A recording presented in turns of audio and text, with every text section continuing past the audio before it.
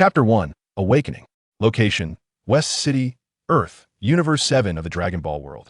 Time: Year 750 of the Age of the Gods, 2 weeks prior to the 11th World Martial Arts Tournament. The blaring of car horns from outside jolted Xia Bai from his slumber.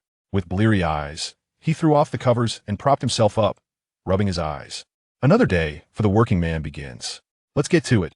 Encouraging himself inwardly, he soon succumbed to the allure of his soft pillow, longing to sink into its plush embrace. A contented thought crossed his mind. It's not that I wish to avoid work, it's merely that this pillow has ensnared me. I cannot escape. Speaking of which, this pillow is remarkably soft. I feel as though I could meld into it. Yet, something feels amiss. I don't recall having such a soft pillow. A sudden shiver coursed through him, prompting Xia Bai to sit up again. His eyes fully open, he surveyed his surroundings and noted the stark contrast of the decor and items around him compared to his own room. He murmured to himself, "Could it be that I sleepwalked last night? This isn't my home, I must still be dreaming. I shall simply fall asleep once more." Revisiting the delightful dream he had the previous night, he giggled softly, then reclined again. "I will count to 3, and upon opening my eyes, I shall return." He closed his eyes and began to count. 1, 2, 3. Suddenly opening his eyes, he was met with the same unfamiliar room, devoid of his familiar furniture and beloved computer. Overwhelmed by the strangeness of his surroundings, Xia Bai felt a wave of panic wash over him. It is only natural to feel disoriented upon awakening in an unknown place. Quickly, he sprang from the bed and approached the window, preparing to draw back the curtains, silently invoking, "Oh, Taoist immortal, Jade Emperor, Buddha, grant me protection. May there be no unforeseen calamities." With closed eyes, he extended his hand and forcefully yanked the curtains aside, allowing a beam of sunlight to flood the room. Indeed, it is sunlight, unmistakably morning. I can feel it. Now, I shall open my eyes, no need to panic. I shall proceed slowly. Tall buildings, quite impressive, albeit somewhat round. Yes, the bustling traffic indeed. Many people, yes. Dog-headed beings, surely, but what nonsense is this? In a flurry, he hastily drew the curtains back, taking several steps back before collapsing onto the bed, resting his head in his hands as he struggled to comprehend the sights. Before him, it was then that he noticed his hands appeared different. Examining his body closely, he suddenly leapt up and dashed to the mirror. Upon seeing his reflection, Xia Bai's mind froze in disbelief. Before him stood a young man, appearing to be around 18 or 19 years of age, with short, tousled black hair and eyes that sparkled like stars. His nose was elegantly defined, his features well-proportioned, and he possessed an appealing countenance. Though he seemed somewhat frail, my body may not belong to me, yet I still perceive the youthful vitality coursing through it. Based on my decade-long experience in online literature, it seems I have traversed into another realm. I ought to ascertain precisely where I am. I have often yearned for such an adventure. Yet now that I find myself in this situation, a tinge of trepidation arises within me. For the unknown is indeed the greatest source of fear. With a nervous glance around the room, I quickly discerned there was no immediate danger before sitting dazedly upon the bed. The laws of interdimensional travel state. First, survive, adapt to the changes without altering oneself. Second, survive should they wish for my demise, they shall find it. Impossible, humph! I cautiously drew back the curtains, peering out with furtive eyes. Thankfully, this body possesses decent eyesight. I observed the myriad of humans and diverse vehicles bustling below. Initially startled, I gradually acclimated, my heart steadying. This place feels oddly familiar. Only now did I notice that all the rooftops appear to be rounded. Directly across the street, I caught sight of a remarkably familiar building, a large, circular structure adorned with a well-known emblem. A capsule, accompanied by the word capsule. Is this the Capsule Corporation? Have I stumbled into the Dragon Ball universe? I rubbed my eyes and scrutinized the sight multiple times, fearful it might vanish before me. After observing the surroundings for a considerable while, my gaze fixated on the Capsule Corporation, my eyes nearly reddening from the strain, yet the building remained steadfast. In view. At last, I could confirm I was indeed within the Dragon Ball world. Reclining back on the bed, I pondered my current situation. Now that I had established my whereabouts, it was time to contemplate how I might navigate this existence. Dragon Ball, an integral part of the childhood of those born in the 90s, who doesn't harbor a cherished memory of the pure-hearted Goku they grew up watching, or the iconic Kamehameha technique. And will my own family? The concern weighed heavily on my mind. I have a younger brother, perhaps he could look after our parents. As I silently deliberated, far away on Earth, the fallen Xia Bai felt a slight tremor in his fingers before succumbing to silence once more. as the saying goes. When a shinobi falls, a village mourns. When a pirate perishes, a crew grieves. Yet with Dragon Ball, the stakes are monumental, for the Earth could be obliterated at any moment. This is indeed a perilous world. Though the prospect of this adventure excites me, my worries outweigh my joys. As I wandered aimlessly around the room, I finally stumbled upon a calendar. First things first, I needed to ascertain the date. The early days of Dragon Ball were manageable, but the later arcs could prove treacherous. I hope fortune favors me. Glancing at the calendar, I noted the date, April 20th, 750 AD. I couldn't help but smile. Fortunately, it is still the early days of Dragon Ball. Little Goku is merely 13 years old. However, I believe the World Martial Arts Tournament is approaching. I wonder if time has passed yet. Perhaps I should turn on the television. Upon switching on the TV, I found myself comprehending the language spoken within the Dragon Ball universe. A stroke of luck. Indeed, I would not have to fret over communication barriers. Gathering the information I sought, I quietly turned off the television. The World Martial Arts Tournament is scheduled for May 7th, just half a month away.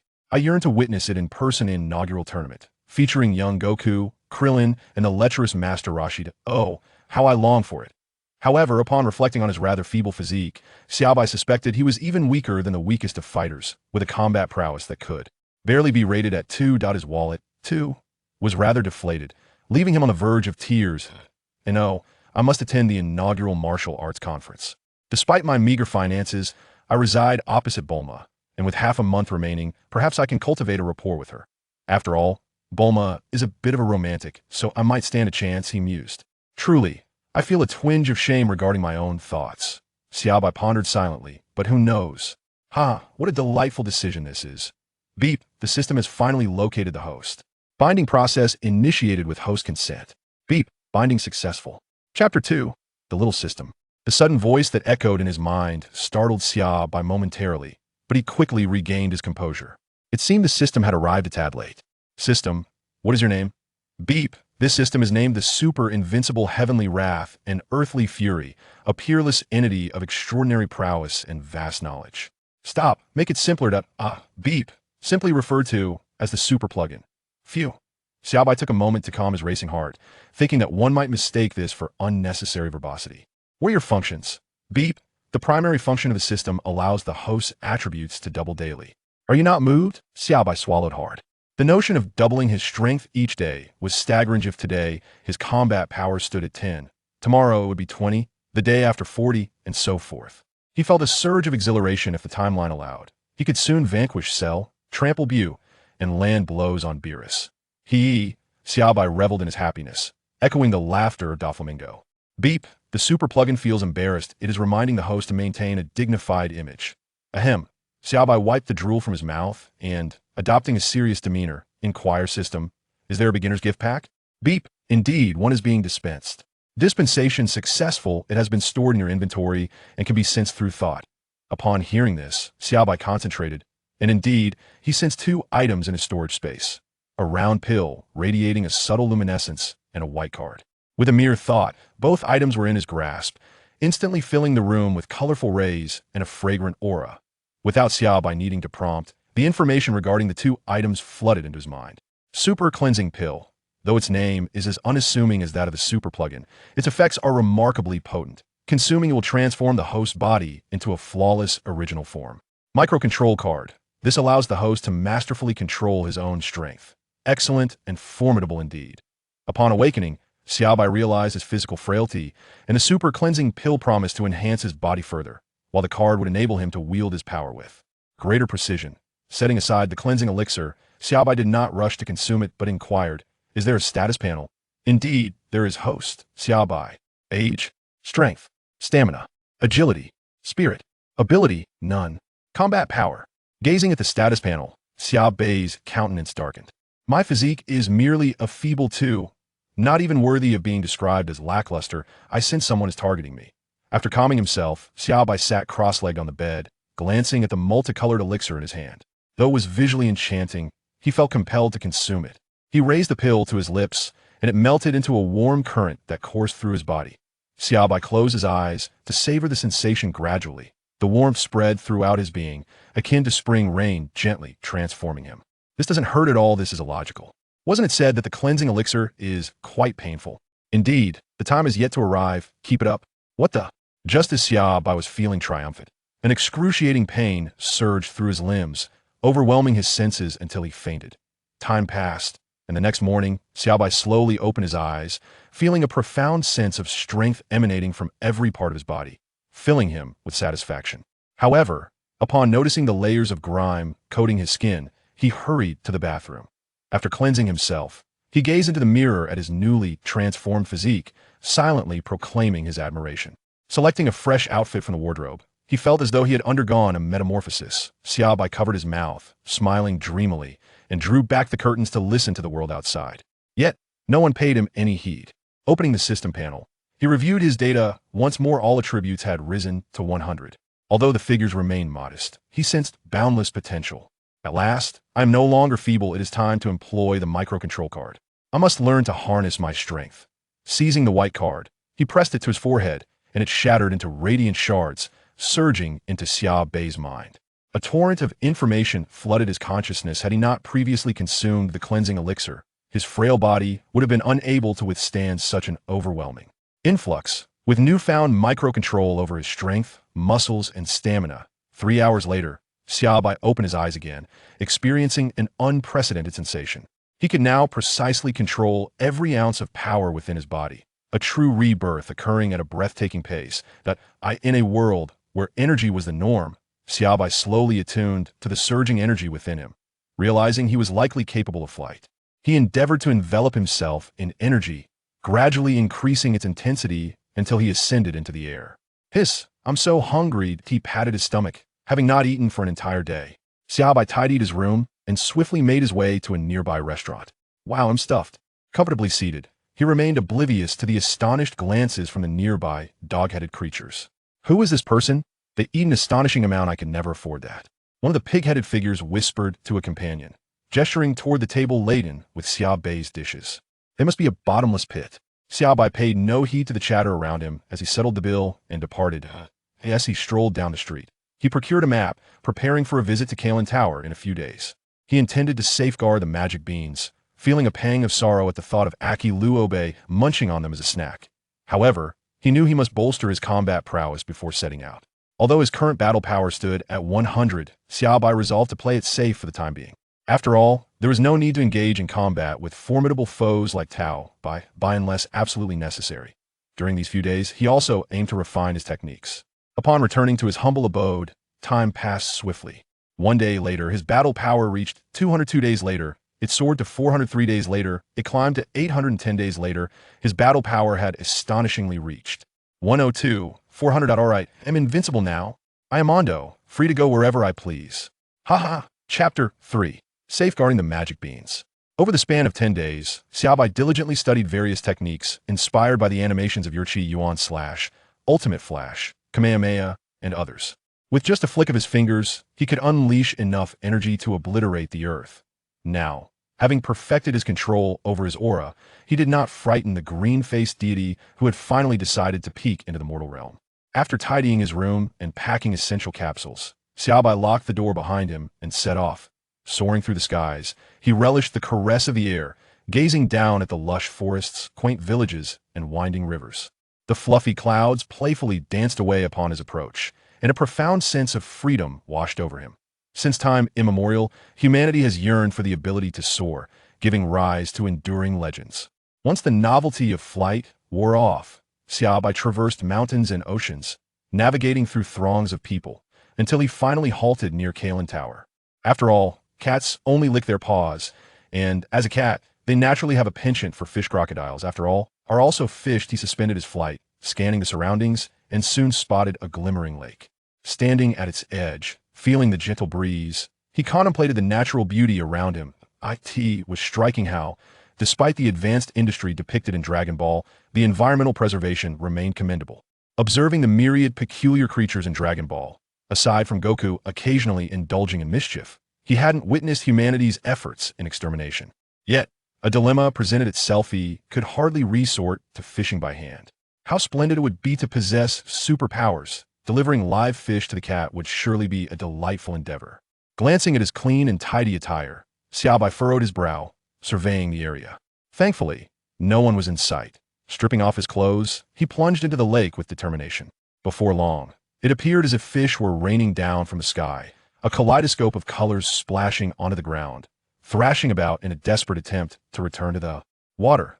That should suffice, Xia Bai remarked cheerfully, surfacing to survey the fish on the shore. Dressing himself again, he used his energy to evaporate the water. However, he found himself troubled by the multitude of fish strewn across the ground. His capsules were not intended for such use, and he had not procured any specifically for storing fish. What a predicament indeed. Beep! Congratulations, host. Your combat power has reached 1 million. As a reward, you're granted the ability of telekinesis. Are you not moved? Upon hearing the voice of the system, Xia Bai felt a surge of joy within. It was truly an understanding system, one that she appreciated greatly. Thank you, Little White. Beep. Who is Little White? At the system's retort, Xia Bai's gaze flickered momentarily. That's the name I've given you from now on. You should be called Little White. Xia Bai. I certainly want to divulge that I usually refer to you as the cheat. The names for dogs are either Big Yellow or Little White. Yet something feels amiss. Oh well, it doesn't matter, I just can't think of anything else. With Xia Bai's current mental prowess exceeding 1 million points, controlling the fish with telekinesis was a task both effortless and enjoyable. Concerned for their well-being and fearing they might perish from dehydration, Xia Bai utilized her formidable telekinetic abilities to manipulate a body of water, gently placing the fish within it. As for the cat, that was no longer her concern. Thus, Xia Bai soared ahead, a vast expanse of water and fish trailing behind her, as she majestically made her way toward the Kiran Tower. This individual is indeed peculiar, yet there are numerous fish. How delightful it would be if they were bestowed upon me. Xia Bai's movements by the lakeside had long been observed by the feline sage, as these creatures often indulge in the art of espionage. Before long, Xia Bai caught sight of the dome of Kailinta, accompanied by a curious white cat squinting at him, its paws clutching a crimson cane. Gently descending upon the tower, Xia Bai smiled warmly and waved, greeting, "Hello, feline sage, I am Xia Bai." The cat, intrigued by Xia Bai's meandering within the tower, inquired, "Are you here in pursuit of the sacred water? Given your prowess, it seems unnecessary. I wonder when such a formidable being as yourself emerged. I can sense your innocent heart and the immense aura you possess." "Ah, you can perceive my aura? I believed I had suppressed it sufficiently," Xia Bai replied. "Indeed. While your control is subtle, I can still detect a substantial pressure emanating from you. But let us not dwell on that. By the way, do you see what lies behind me? It is a gift for you." The cat had already spotted the multitude of fish swimming in the water. Yet the formidable sensation Xia Bai exuded made it somewhat timid. Upon hearing Xia Bai mention the fish, the cat could no longer contain its excitement and pounced forward. "Oh, fish. How delightful. Heaven knows what it feels like for a cat to subsist solely on beans daily." Those who previously ascended Kailinta were rather inconsiderate, failing to offer even a modicum to the elder. After all, I am a sage and cannot outright admit to having run out of dignity. Thus I endure this monotonous existence of consuming, cultivating, and harvesting beans. Gazing at the school of fish before him, the cat chuckled in glee, eagerly anticipating a feast. Xia Bai gazed at the cat before him, feeling an overwhelming desire to pet it, for it was undeniably adorable. However, considering the cat's advanced age, he decided to refrain from doing so. "Where would you like to place these fish, O feline sage?" he inquired. Xia Bai chuckled awkwardly, nearly letting slip an unintended remark. "Let us place them in that tank. Thank you very much."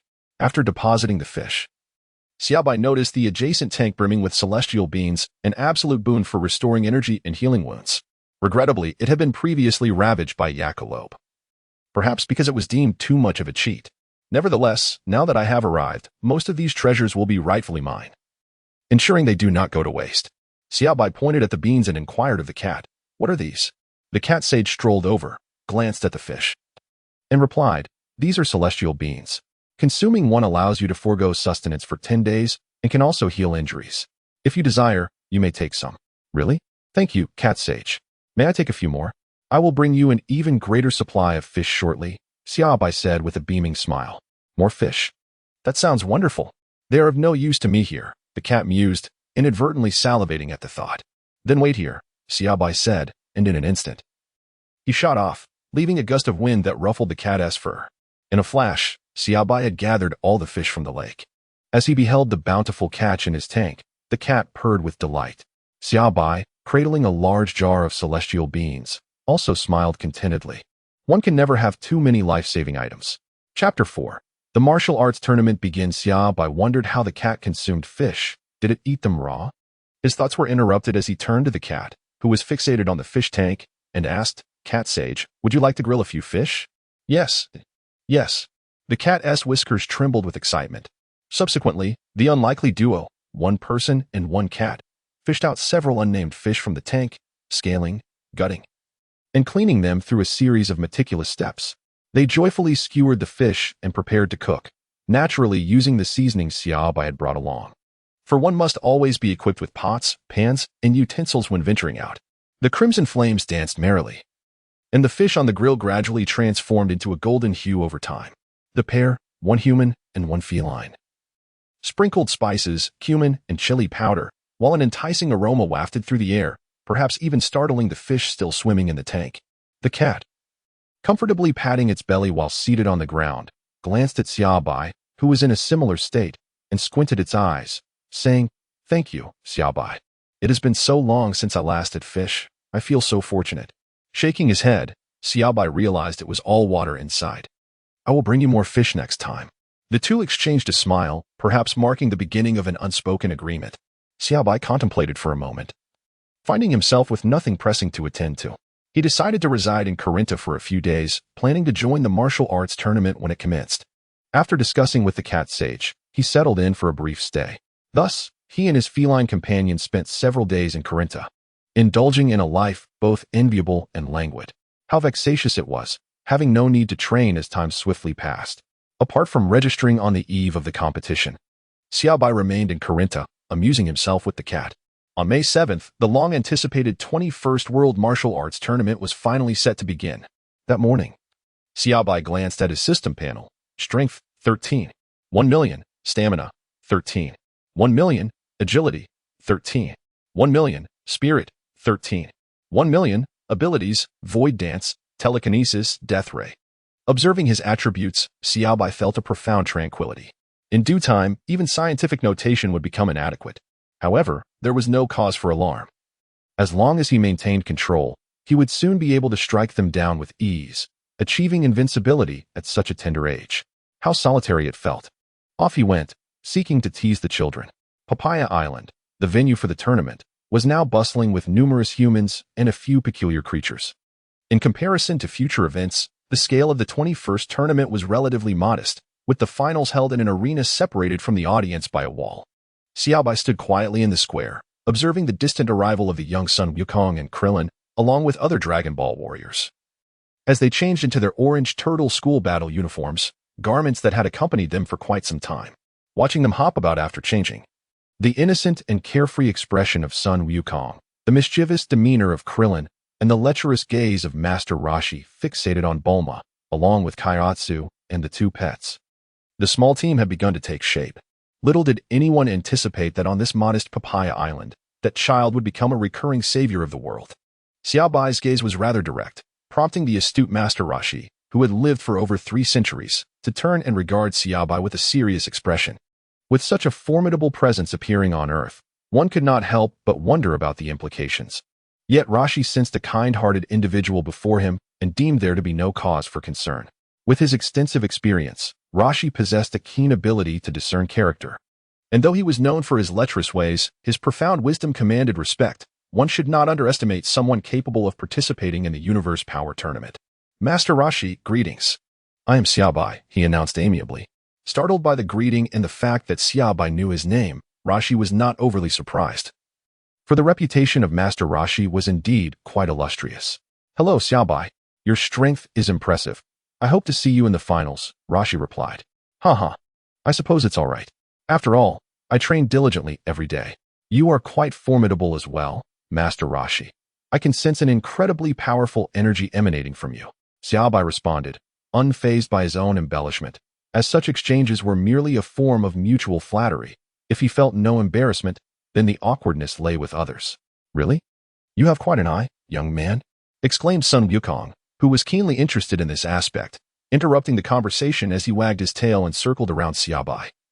Pretending to be the seasoned critic, Xia Bai, appearing utterly harmless at the moment and not revealing any latent power, ensured that only Master Roshi was aware of his true strength. With the sound of the gong and the announcement from the organizers, All 138 contestants entered the preliminary competition arena. This year marked the 5-yearly World Martial Arts Tournament, welcoming masters from around the globe. This event would determine who truly was the greatest martial artist in the world. Following the host's remarks, Xia Bai discreetly manipulated the draw to avoid facing the Dragon Ball warriors in the preliminaries. And now, let the competition commence. As the host's voice echoed, the martial artists flanking the 4 arenas were already brimming with anticipation, and whispers filled the venue. Xia Bai languidly leaned against the wall, observing the peculiar martial artists before him: tiger-headed beings, gorilla men, werewolves, monks, and an exceedingly tall figure. Since he had drawn back the curtains to glimpse the dog-headed man outside, Xia Bai felt increasingly acclimated to this bizarre and novel world, realizing that he needed a stout heart and that there was no need to fret about appearances. While he was engrossed in the match, an unpleasant odor wafted towards him. With his keen sense of smell, he could not endure it any longer and doubled over to vomit. The individuals surrounding Xia Bai mirrored his reaction. A disheveled, burly man approached them, a grotesque being reminiscent of a germ who had clearly never bathed among mushrooms, a veritable biological bomb, leaving a trail of vomit in his wake. Next match. Please prepare contestants number 125 and 137. That's the big brother from earlier, someone remarked. Is that so? Where? Over there, with that extremely tall creature. Son Wukong pointed towards Xia Bai, who had already taken the stage opposite the germ-like figure. Ah, I truly am unfortunate. How did I end up facing a germ? The damage may not be severe, but the humiliation is quite profound. Let the match commence. Xia Bai stood on the stage, gazing at the approaching bacterium figure, his mind momentarily frozen. Before it could close the distance, a flicker of white light emanated from his fingertips, coalescing effortlessly into a sphere of energy, accompanied by a triumphant exclamation, "Ha!" Finger cannon. The energy wave surged forth with breathtaking speed, striking the bacterium squarely. A mere expression of shock from the supporting character suffices. The bacterium desperately endeavored to withstand the tremendous force of the finger cannon, but its feet remained planted, carving a deep trench into the arena. Fortunately, Xia Bai harbored no murderous intent. With a thud, the bacterium ultimately succumbed, falling powerless from the stage. Ahem. The host hastily proclaimed, contestant 125 is the victor. The judge, awakening from his astonishment, swiftly announced the results. Xia Bai gracefully leaped down from the arena, distancing herself from the bacterium man, for even the mightiest have their fears. How impressive. What was that radiant white light just now? The swift victory of Xia Bai garnered a modicum of attention, for the concept of qi remains relatively obscure to the majority. The preliminary rounds concluded swiftly, and Wukong dashed to Xia Bai's side, looking up with admiration. Big brother, you are incredibly strong. That beam of white light. I have seen it before from Grandpa Turtle Sage. Right? You will learn it too. Xia Bai chuckled, acknowledging the challenge that the Saiyan posed to the wave technique. With the preliminary rounds behind them, the final 8 contenders emerged: Krillin, Jackie Chan, Sun Wukong, Nam, Lanfang, Yamcha, Xia Bai, and the creature Kiran. After a brief respite, the quarterfinals were set to commence. Chapter 5, Xia Bai vs. Krillin. The intermission had elapsed, and a throng of spectators gradually congregated around the modest arena. The martial arts tournament was finally about to commence, and the identity of the champion remained shrouded in mystery. A prize of 500,000 Sony. How enviable. If only I could participate. One exclaimed. Humph. Not convinced? Come, let us discuss this. Amidst the cacophony of voices, a blond man donned in sunglasses leaped onto the arena, microphone in hand, exclaiming, "Esteemed audience, your patience is appreciated. The 21st World Martial Arts Tournament commences now. I shall announce the upcoming matchups. Contestant 1, Xia Bai. Contestant 2, Krillin. Contestant 3, Chun Long, alias of the Turtle Sage. Contestant 4, Yamcha. Contestant 5, Nam. Contestant 6, Lanfang. Contestant 7, Sun Wukong. Contestant 8, Creature Kiran. Let the first match begin. Please welcome our 2 contestants to the arena." The host tossed the microphone skyward, striking a flamboyant pose. Xia Bai emerged from the lounge, her figure gracefully soaring onto the arena, where she waved to the host and the audience, greeting them with a cheerful "Hello, everyone." Following her, Clint ascended the stage, standing there somewhat bewildered, feeling disheartened as he was overshadowed upon his entrance. "Wow, what a youthful lad. Keep it up, Clint. Go, little bald head. Your sister loves you. All right, let the competition commence." Xia Bai and Krillin exchanged bows, with Krillin adopting a fighting stance, his unwavering gaze fixated on every movement of Xia Bai. Yet, Xia Bai stood there, hands clasped behind his back, immobile as he awaited the unfolding of events. Frustration mounted as Krillin discerned no vulnerabilities. He circled around Xia Bai, even from behind failing to uncover an opening for an assault. "Come on, Krillin," shouted little Wukong, his voice ringing out in encouragement. Only Master Roshi observed Xia Bai with a cautious demeanor, pondering the origins of this formidable individual who had seemingly emerged from nowhere on Earth. Even he doubted his own chances of triumph. Perhaps a Kamehameha wave might offer a glimmer of hope, yet it seemed inevitable that Krillin would face defeat this time. "Faster, you little bald head." With a determined shout, Krillin resolved to change his strategy. No longer content to merely circle, he propelled himself forward with astonishing speed, the result of rigorous training under Master Roshi. Now, Krillin's combat prowess had surged to an impressive 90 points, far surpassing the average fighter. In a flash, he had darted to Xia Bai's rear, gathering his strength for a decisive punch. "Wow, he's so fast. I didn't even catch when he turned." Just as Krillin's fist was about to connect, Xia Bai had already pivoted, effortlessly catching Krillin's punch with a single finger. Fortunately, Xia Bai had calibrated his own power. Otherwise, Krillin would have been sent flying. Dumbfounded, Krillin stared at Xia Bai, unable to fathom how swiftly he had turned. "How can anyone be this fast? Your punch has potential, but your speed still falls short. Keep going." With a slight exertion, Xia Bai pushed Krillin back. To Krillin, Xia Bai appeared as an imposing monster, poised to engulf him at any moment. Fortifying his resolve, Krillin charged at Xia Bai once more, launching a relentless barrage of punches. With effortless ease, a single finger of Xia Bai intercepted all of Krillin's strikes.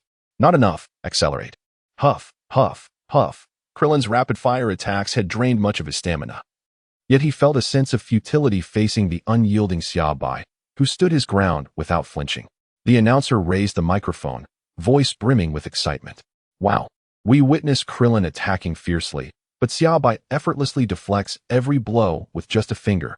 Such strength.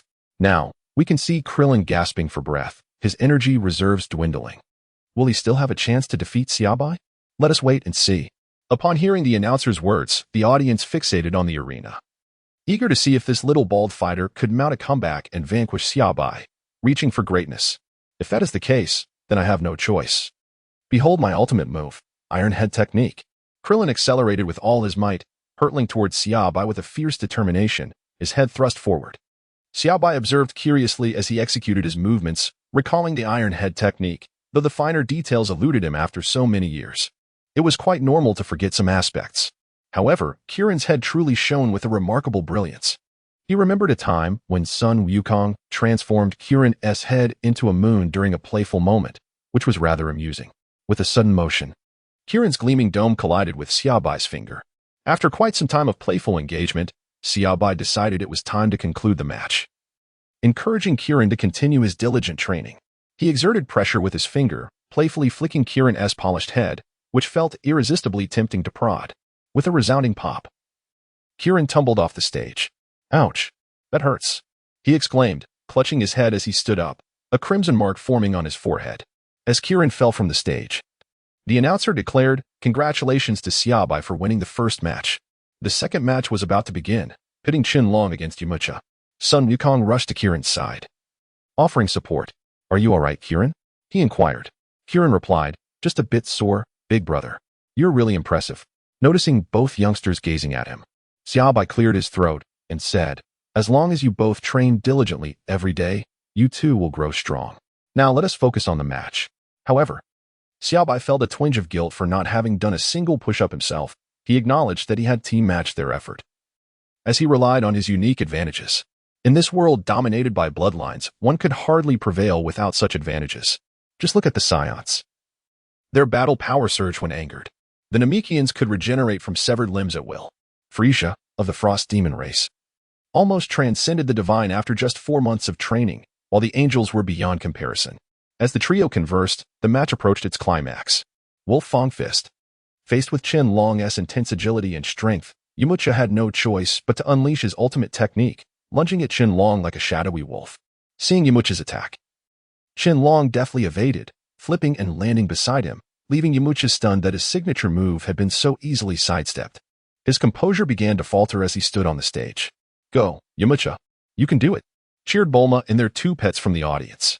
Observing Yamcha still in a daze, Qianlong repositioned himself in front of him, his palms coming together as a gust of energy swirled around him. "Allow me to gift you a refreshing breeze as a present," he declared, before launching a powerful strike towards Yamcha. Chapter 6. The final victor of the top 8. A fierce current of energy surged, enveloping the bewildered Yamcha with immense force, propelling him off the stage. No matter how hard Yamcha struggled, he could not escape the torrent until he landed on the ground, sitting there, vacant-eyed, in disbelief. "How could I possibly lose to an elder? Yamcha, are you all right?" As he observed his opponent fall to the ground, Qianlong gestured triumphantly to the audience, exclaiming, "Yes." It was evident that the contestant Yamcha had yet to make contact with Qianlong and had already landed outside the ring, showcasing remarkable prowess. "I hereby declare the victor of the second match to be Qianlong. Now, please welcome the participants for the third match, Namu and Lanfang." "Oh, Namu and Lanfang, it seems I am in for a visual treat shortly." With this thought, Xia Bai focused intently on the two figures in the arena. His expression serious. The appearance of a female contestant ignited the audience, who erupted in cheers. "Go, Lanfang. Defeat that expressionless man." In response to the audience's encouragement, Lanfang blew a kiss and playfully directed one toward Namu as well. Namu's face flushed instantly. So he is still a romantic at heart, Lanfang mused, swaying gracefully to stand before Namu. Seizing the moment while his hands were clasped together, she delivered a powerful punch to Namu's abdomen. We see that Lanfang has struck Namu with a punch. He appears to be in considerable pain. Can he endure this, Namu? Namu retaliated, despite the blow. His physical resilience remained evident. After delivering a punch that sent Lanfang flying, she crumpled to the ground, sobbing, "It hurts so much." Namu, bewildered, approached her slowly, intending to help her up.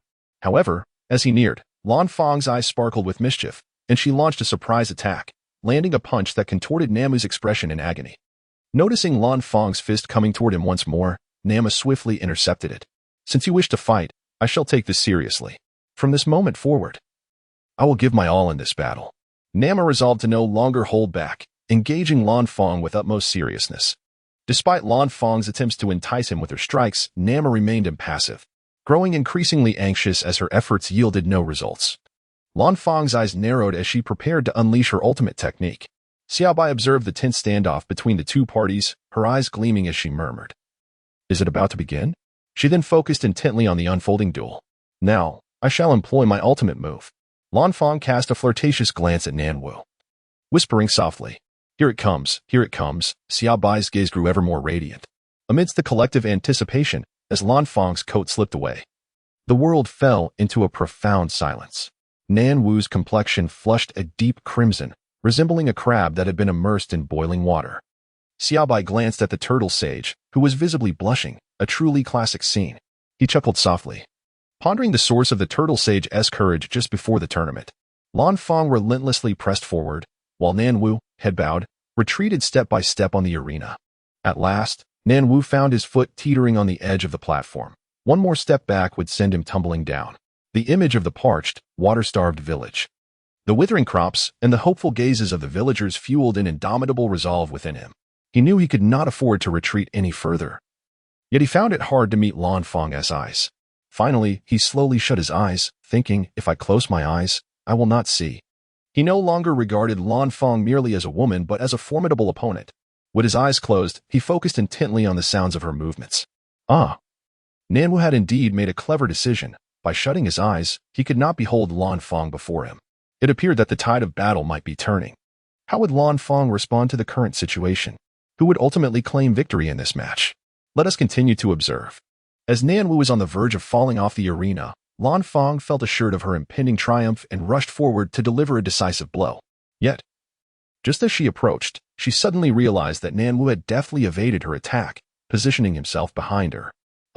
With both hands forming a knife-like strike, Nanwu swiftly struck Lanfang's neck. Her final cry never escaped her lips as she crumpled softly to the ground. "Oh, how unfortunate!" The audience erupted in a chorus of gasps. The host hurried to Lanfang's side to count, exclaiming the sheer strength of Nanwu, who had secured victory with a single strike. Let us congratulate Nanwu. However, please refrain from being too rough with the contestants. After escorting Chun Long off the stage and having Lan Fong carried away, the fourth match was set to begin. Now, let us welcome contestants Sun Wukong and Kiran to the platform. Will their battle be particularly fierce? Let us await the outcome with anticipation. The match between the diminutive Sun Wukong and the towering beast Kiran was about to commence. At that moment, Xia Bai felt raindrops landing on his nose. Is it going to rain? Never mind, let us hope it holds off, or it might delay the proceedings. Oh no, it is indeed raining. Run.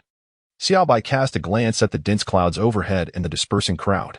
He concentrated his energy into a sphere the size of an orange, sufficient to disperse the clouds. Guided by Xia Bai, the luminous orb surged towards the clouds, and moments later, a violent explosion cleared the sky, allowing sunlight to cascade upon the fleeing masses. How peculiar, it seemed rain was imminent just moments ago. The host awkwardly waved his hand and resumed his commentary, declaring the weather splendid and urging the audience to rally for the ongoing competition. It was indeed strange. The anticipated rain had vanished. However, this turn of events was fortuitous, as it allowed the spectators to refocus on the contest, particularly in admiration of the remarkable Namek. As the audience reconvened, the competition was about to commence. A powerful energy emanated from Xia Bai. Master Roshi adjusted his sunglasses, having felt the surge of Xia Bai's energy, and kept a watchful eye on him. Xia Bai flashed a radiant smile at Master Roshi, who thought, "He has noticed me," with Xia Bai's smile fading as he resumed watching the match. Master Roshi felt reassured and redirected his attention to the battle involving Sun Wukong. Go, Wukong. Little one, defeat that monster. As the words settled, the combat began. Under Wukong's relentless assault, Kiran appeared utterly defenseless, shocked by the immense strength concealed within the diminutive form of Sun Wukong. Grasping Kiran's tail, Wukong spun in place several times before successfully hurling Kiran away. The crowd stood in astonishment, and the host raised his microphone, exclaiming, "What terrifying power!" The small-bodied contestant, Wukong, has tossed Kiran, who is many times his size, out of the arena. Truly astonishing. Can Kiran return? Oh, he is back, flapping his wings. We observed Kiran returning, exhaling bubbles. What is this? Oh no, Wukong has been ensnared and is unable to move. Is our young contender about to lose? Kiran approached and delivered a sharp slap to Sun Wukong's head, smirking. I've returned everything you just did to me. Go, Pikachu. Ah, Wukong. As Wukong was flung away, Bulma and the others changed their expressions, fearing he might be defeated so easily. Sun Wukong had been cast out of the arena. Was this the end? But wait. He is back, riding a cloud. What a surprising turn of events. This match is full of twists. After conferring with the referee, it was decided that Sun Wukong's actions would not be deemed a foul this time, though he could not afford another infraction. Let us continue to witness the unfolding battle. Wukong remained tightly bound by the rubber ring, unable to break free. Kiran approached, cracking his knuckles. Little one, I want to grant you another chance. This time, I'll finish you with a single punch. Prepare yourself. The crisis looms ominously before us. Can Sun Wukong summon the strength to break free from the rubber ring? Chapter 7. Summer Bai's Kamehameha Wave. Alas, the imminent peril is palpable as an enormous fist approaches. Yet, Wukong remains undeterred, exerting every ounce of strength to escape his constraints. His indomitable spirit beats fiercely within his small frame, and at last, his tail has regrown, shattering the rubber ring with newfound power. Ah, Wukong's tail has returned. Let us hope the moon does not rise tonight. Bulma and the others are reminded of the harrowing moment when they were ravaged by the great ape, causing their hearts to race with anxiety. Kiran bursts into laughter, envisioning the pitiful sight of the trapped little one being flung from the arena, at which point he would bask in the applause. Although he is a monster, he feels it is his duty to vanquish the diminutive challenger for the sake of adulation and accolades. Just as Kiran believes victory is within his grasp, he suddenly encounters tremendous resistance in his fist. What is happening?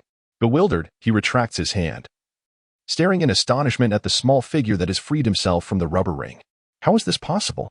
Now liberated, Sun Wukong revels in his strength. Wow. It feels even more potent with my tail restored. He scans his surroundings, finally discovering a fitting object to test the extent of his newfound power. Hee-haw. With a swift kick, he topples the wall beside the arena, holding his tail aloft in joyous laughter. This is splendid. My tail is back. Now, let the contest commence. Turning to face his opponent, Kiran, Wukong sees him waving a small white flag in a comical manner. His robust frame juxtaposed with the diminutive flag, creating a most amusing spectacle. I concede. The announcer promptly raises the microphone, declaring, the competitor Sun Wukong is victorious. Astonishingly so with his tail restored. I now announce the finalists, Slumber Bai, Qianlong, Namu, and Sun Wukong. Let Slumber Bai and Qianlong take the stage. The fifth match begins. As the two competitors walk onto the stage, the audience erupts in cheers. After all, the fiercest battles arise from the strongest contenders, heightening their excitement. Especially now, with a young and an older fighter clashing, the stark contrast adds to the spectacle. Go. Go. Slumber Bai. Defeat that lecherous old man. The two combatants bow to each other, and Qianlong assumes his fighting stance, contemplating the strength of Slumber Bai across from him. Logically, he should be the mightiest martial artist on earth. From where has this person emerged? Pondering for a considerable time without clarity, he resolves to test his opponent's prowess to the best of his ability. As their energies intensify, the audience gradually quiets, their eyes fixated on the unfolding drama within the arena. In her heart, Xia Bai pondered how to ensure that Master Roshi did not suffer an embarrassing defeat. With a combat power of 139, she resolved to exercise restraint, limiting her strength to 500, believing it to be a fair approach. As she gradually released her energy, Master Roshi felt the mounting pressure. Until then, he had been unaware of the extent of her strength, merely sensing its formidable presence. Realizing he could not allow her to gain further advantage, he resolved to strike first, swiftly vanishing from the arena. Where did he go? I can't see him. One spectator exclaimed. Me neither. Where's that old man?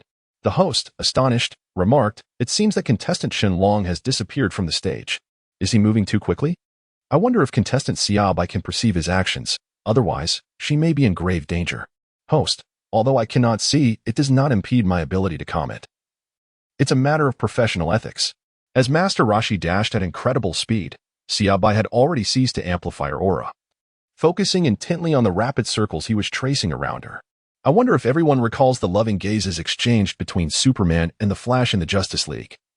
It's utterly amusing. Oh no, he's seen me. I can only give it my all now. Phantom Fist. She aimed to create an illusion to confuse him. Master Roshi's speed was astonishing, leaving only a fleeting shadow, and her fist was already in motion. With a resounding clap, to the astonishment of the onlookers, Xia Bai caught Master Roshi's palm, catching him off guard for a moment, though he had anticipated this outcome. If she could not withstand that, her earlier energy would have merely been a scare tactic. As she held his fist, Master Roshi launched another relentless barrage of punches, appearing like phantoms, surpassing the limits of human perception. Yet, despite the ferocity of his assault, Xia Bai remained unfazed, her stance unwavering as she skillfully parried the onslaught with her hand, rooted firmly in place. Gradually, Master Roshi's attacks intensified, causing the arena floor to crack and splinter under the strain. Ultimately, realizing that his efforts were futile against Xia Bai, he abruptly ceased his assault. Goodness, what a lack of martial ethics! In Dragon Ball, isn't it customary for others to observe when one is gathering energy?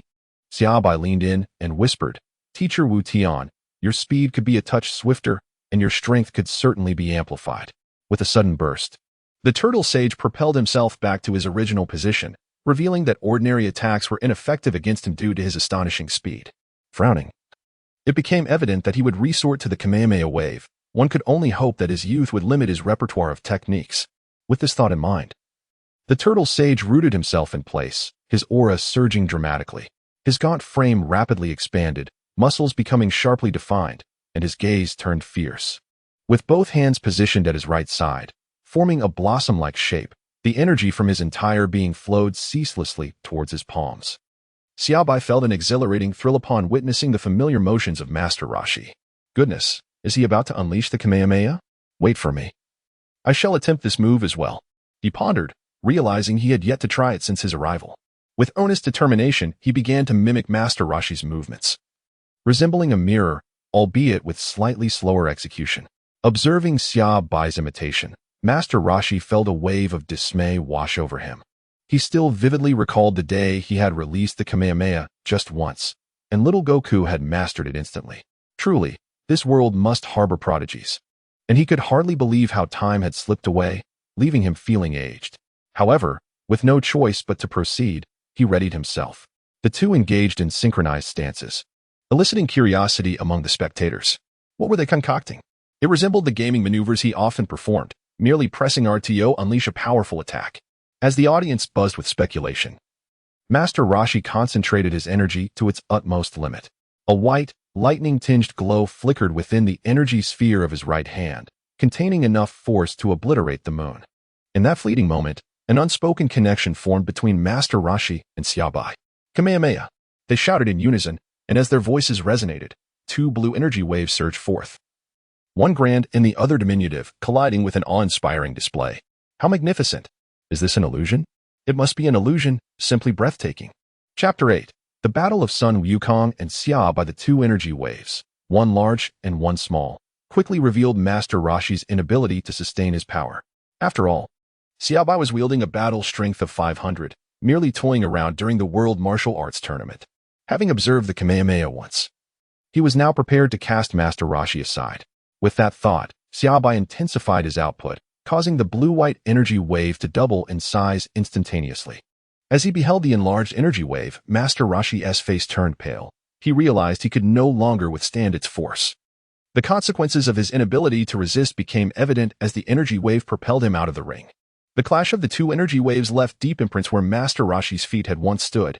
He retreated, and despite his inner reluctance, he found himself powerless to resist. With a resounding crash, Master Roshi ultimately fell from the ring, his expression a tapestry of complex emotions, relief, gratitude, and resignation. These inner conflicts were understood only by him. He had initially intended to impart a lesson to the two youngsters about the hierarchy of strength, yet he found himself the one receiving the lesson. However, he quickly clapped his hands, for he had preparations to make for Nam, knowing that such a formidable opponent would prove insurmountable for him. Alas, what could he do but embrace his benevolent nature? Earlier, Master Roshi had employed telepathy to glimpse Nam's homeland. Let us congratulate Xia Bai on his victory. He is truly remarkable. The competition is fierce, and now we proceed to the sixth match, Sun Wukong versus Nam. With great enthusiasm, Xia Bai eagerly descended from the arena and stealthily approached Master Roshi, who appeared to be engaged in some mysterious activity. As he drew closer, he discovered that Master Roshi was joyfully perusing a magazine filled with images of swimsuit models. Xia Bai realized he had seldom seen such publications and squatted beside him, pointing and commenting, "Oh, Master Wu Tian, please don't turn the page yet. I haven't finished looking." As they flipped through the two magazines, the competition in the arena had concluded. Ultimately, it was Sun Wukong, after navigating a series of peculiar events, who emerged victorious, relying on his formidable physique and strength, leaving Nama with no choice but to concede. Grasping the microphone, the host excitedly proclaimed, "Now, we proceed to our championship final, featuring our competitors Xia Bai and Sun Wukong. After facing numerous formidable opponents, they have triumphed with their extraordinary prowess. Let us welcome these two powerful martial artists." The audience erupted in cheers. Having spent the better part of the day immersed in the exhilarating thrill and unparalleled visual spectacle of martial arts confrontations, the final match promised to be even more intense and awe-inspiring. Xia Bai gazed at the little one before him, who was still joyfully warming up, and contemplated the future evolution into a Super Saiyan, Super Saiyan 2, Super Saiyan 3, Super Saiyan Red, Super Saiyan Blue, and the Ultra Instinct. Such remarkable growth stemmed from a love for battle, a passion for combat, and relentless training. It puzzled him how this child managed to retain such an innocent heart. Barring unforeseen circumstances, Goku's fighting prowess would never surpass his own, and he could almost envision Vegeta's despair, forever relegated from second place to third. From this moment onward, they would always bear the weight of a colossal mountain above them, an insurmountable challenge that would nonetheless inspire them to grow stronger. Now, it was time to deliver a blow to these children. Xia Bai had always enjoyed the action of tapping Goku's forehead, reminiscent of Beerus's playful gesture. After witnessing the two bow to one another, the host declared, "Now, let the match commence." He swiftly moved to the sidelines, a motion that he would soon master. "Please be gentle, big brother. I am about to launch my attack," Goku said, striking a fighting pose as he looked at Xia Bai. "Come on, little one. Show me the extent of your current power." With a sudden burst of speed, Goku created an afterimage on the arena, while his true form vanished without a trace. Is that the afterimage technique? How astute. I learned it just from one glance, but it holds little utility against me. Haha. Here I am. Did you think you could ambush me, little one? With a swift motion, Xia Bai seized the unsuspecting Sun Wukong, who had stealthily approached from behind, drawing him before himself. "Ah, you are incredibly quick, big brother. Despite my rapid pace, you managed to catch me," exclaimed Wukong. "What audacious words you speak," Xia Bai replied, eyeing the seemingly innocent expression on Wukong's face. With his left hand gripping Wukong, he raised his right index finger and, with a firm tap to the forehead, sent him sprawling to the side. A large bump swiftly formed on Wukong's forehead. Ouch, ouch, ouch. The little monkey exclaimed, hastily clutching his head. Any contact with the bump intensified the pain. It appeared that the illustrious son Wukong was utterly defenseless against Xia Bai's assault. Would he concede? After a brief pause, during which the pain subsided somewhat, Wukong regained his stance.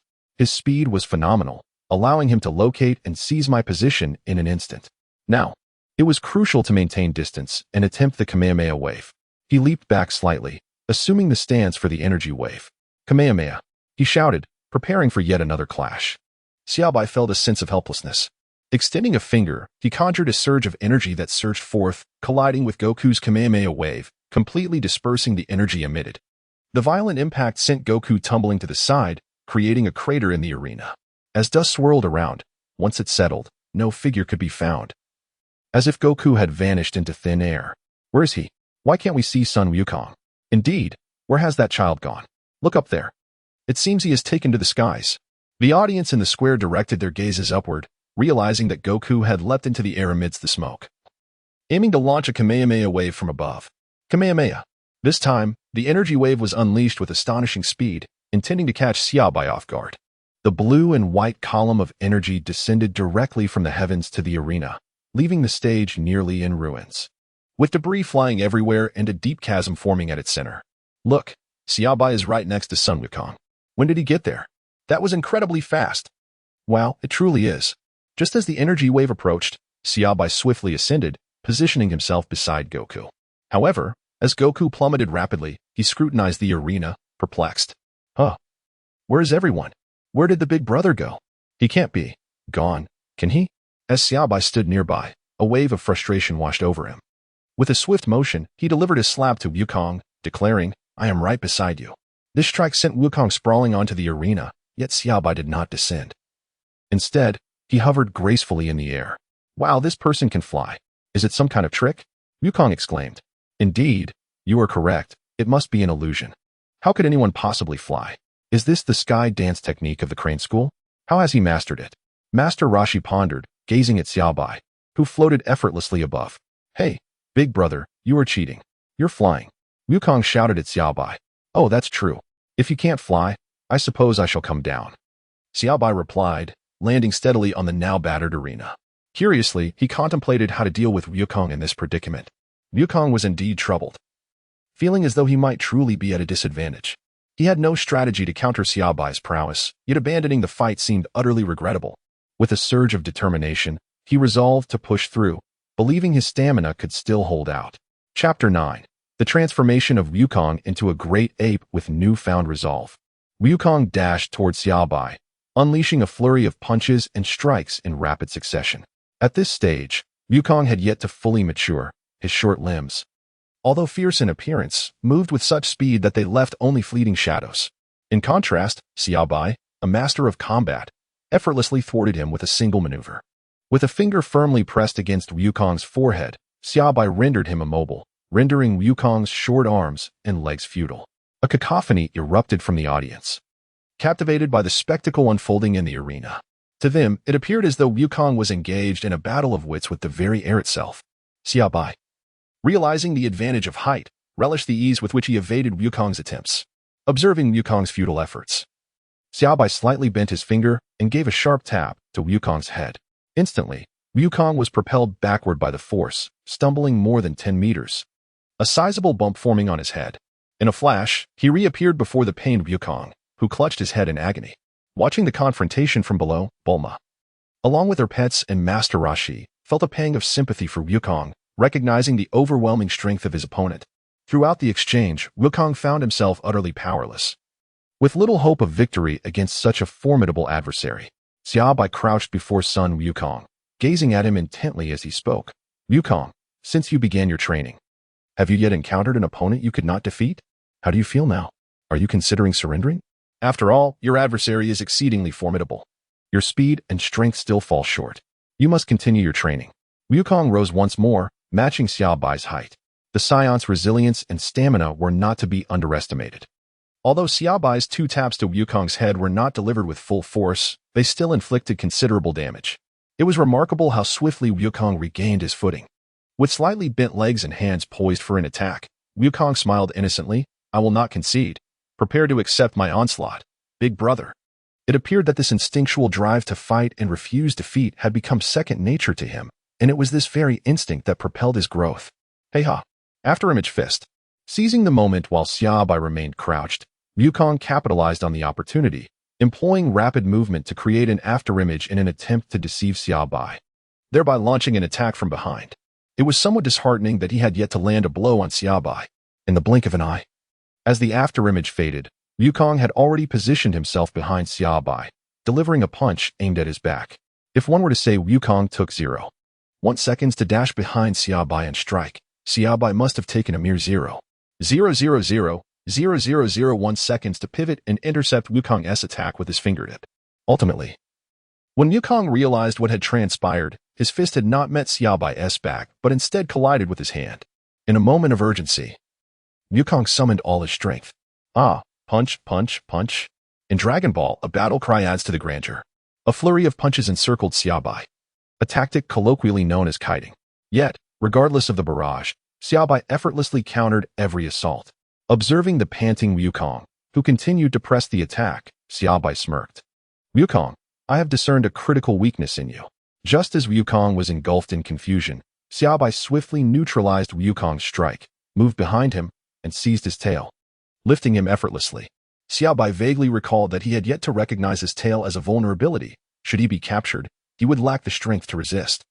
The reasoning behind this was unclear to him, as he had never seized a monkey's tail. Observing the vacant expression on Sun Wukong's face, Xia Bai couldn't help but remember a particular exchange.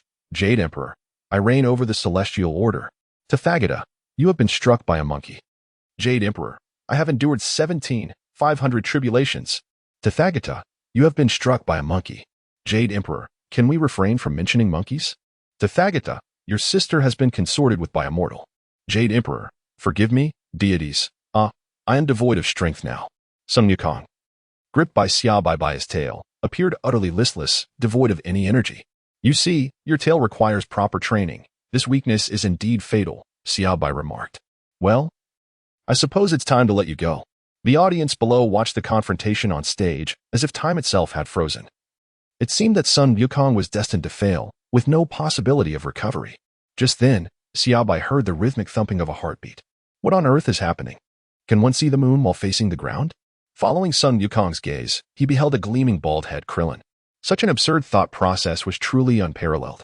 Contemplating this, Xia Bai released Sun Wukong, reasoning that transforming into a mindless giant ape would only grant him a combat power exceeding 1,000, which he could easily manage.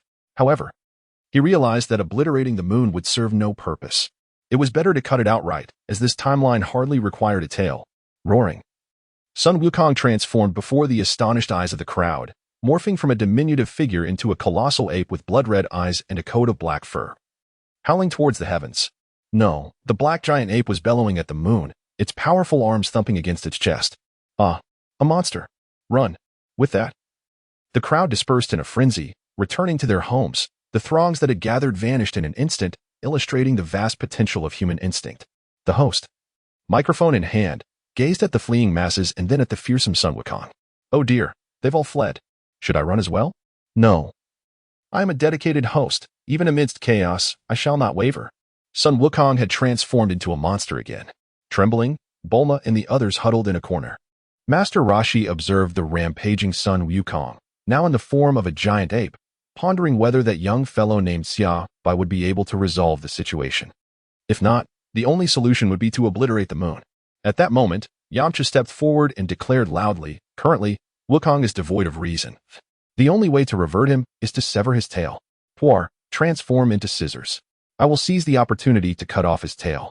Just as Yamcha was preparing to act, Xia Bai floated before the giant ape, turning to Yamcha and waving his hand. There is no need for such trouble. My strength is sufficient to handle this. Upon hearing this, Yamuti crossed his arms and silently observed, thinking, goodness. I despise it when others put on airs in my presence. I shall see how you handle this situation. If you cannot, I will certainly mock you mercilessly. Then, I shall seize the scissors to turn the tide, striking a dashing pose while casually tossing my hair would be quite splendid. Following Xia Bai's declaration, Master Roshi and others stood together, quietly watching him show off. The giant ape's crimson gaze was fixed upon the diminutive figure before him. Roar. Chapter 10. The Time of Parting Roar. Gazing at the ant-like existence before him, the giant ape swatted down with a colossal hand, unleashing a fierce gust of wind that tousled Xia Bai's dark hair. With a swift motion, Xia Bai extended his hand to intercept the giant ape's formidable strike, his body remaining utterly motionless.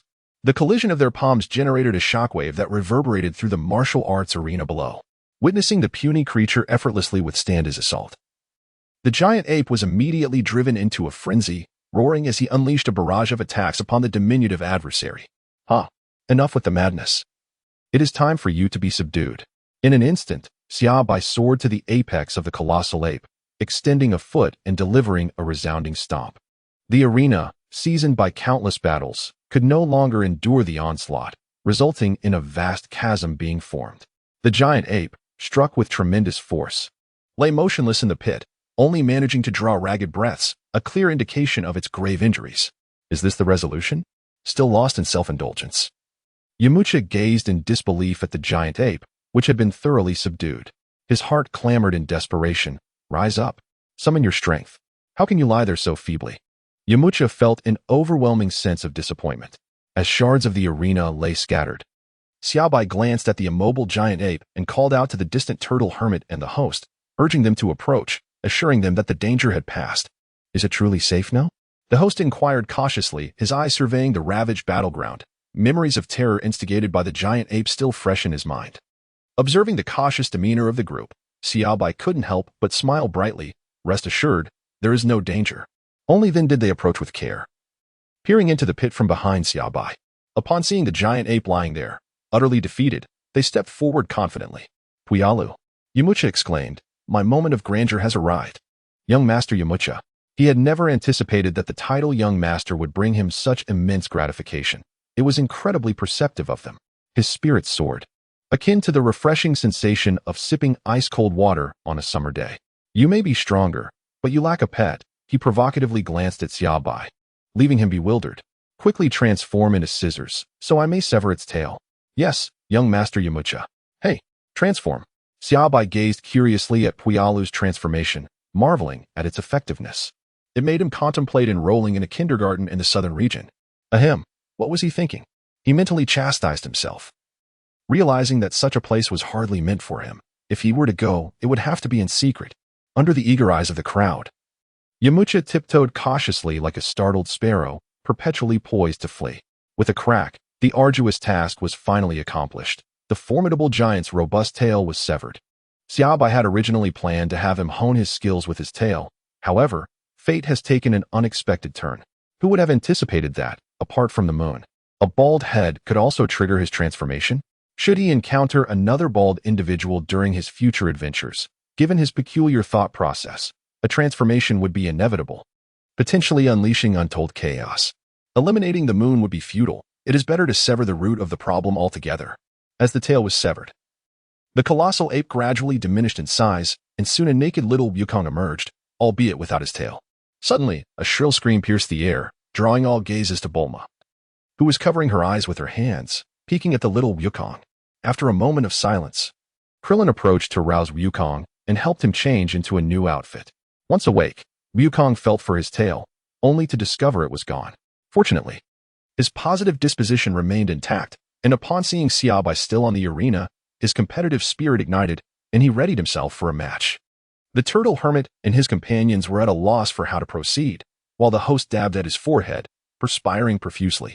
Even in such a state, Wukong was eager to fight, revealing an indomitable desire to win. Xia Bai, unwilling to squander any more time, approached the arena as darkness enveloped the sky. Without allowing Sun Wukong a moment to retaliate, he deftly seized the nape of his opponent's neck, rendering him incapable of launching an attack. With a graceful motion, he strode to the edge of the platform and, with a firm yet effortless grip, cast Sun Wukong to the ground. Before the gathered crowd, this victory was achieved with remarkable ease, leaving them to ponder if the earlier exchanges had merely been childish play. Xia Bai then directed his gaze towards the host. Still reeling from the recent shock, the host struggled to regain composure. It was only upon meeting Xia Bai's gentle, benevolent, and unthreatening gaze that he hastily raised the microphone and exclaimed, "Congratulations to our competitor Xia Bai for triumphing and becoming the champion of the 21st World Martial Arts Championship. Let us all give a resounding cheer." As the event drew to a close, the host presented Xia Bai with a substantial prize of 500,000 Sony dollars. Shortly thereafter, the head of the Martial Arts Association approached, bestowing upon Xia Bai an impressive red envelope. At that moment, a rumble echoed from Sun Wukong's stomach, drawing the attention of all present. "Oh dear, I'm hungry," he exclaimed. Xia Bai flicked the large red envelope he had just received, casting a glance at his childhood companions from Dragon Ball, and smiled gently. "Let us go. I'll treat you all to a meal." Hooray! Soon, the group of 6, accompanied by 2 pets, arrived at a nearby restaurant. Before long, amidst the astonished gazes of the patrons, Goku had piled up an impressive tower of dishes before him, devouring them with fervor, a bowl as large as a wash basin cradled in his hands. It was a wonder how Chi-Chi managed to raise such an insatiable eater. Perhaps it was mainly due to the meat of monsters. After the feast, Xia Bai approached the counter to settle the bill. Gazing at the lengthy receipt and the proprietor's smile, reminiscent of an emperor, he paid the 500,000 Sony with a sense of emptiness in his pockets. As night fell, a familiar sound echoed once more, and Xia Bai listened intently. Ding! Congratulations, host. You have acquired the ability, creation from nothing, unable to create living beings or anything beyond the host's abilities. As the host's strength continues to grow, the microcontrol card can no longer perfectly regulate it. Please, host, enter Slumber soon to adapt to your newfound power. Contemplating the system's words, Xia Bai realized that his strength was doubling daily, although his physical, mental, and spiritual capabilities were evolving comprehensively. The potential for unchecked power could lead to catastrophic consequences if left unmanaged. How long must he sleep? Ding. An estimated 12 years will suffice, after which you need not worry about uncontrollable growth and strength. Very well, I shall do so promptly.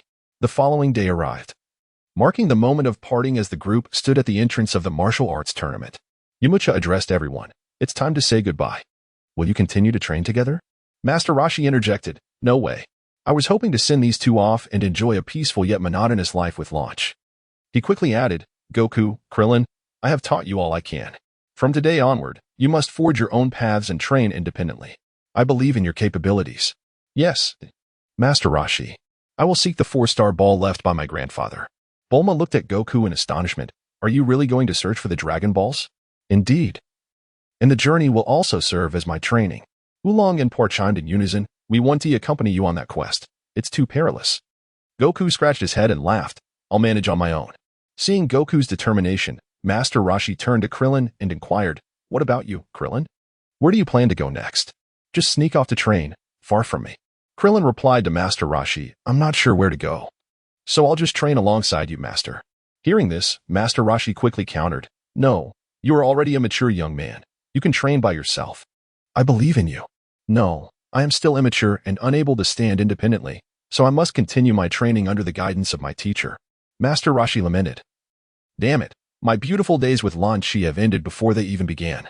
"What about you, Bulma and Yamcha? Where do you plan to go next?" Yamcha replied, "We are heading to West City.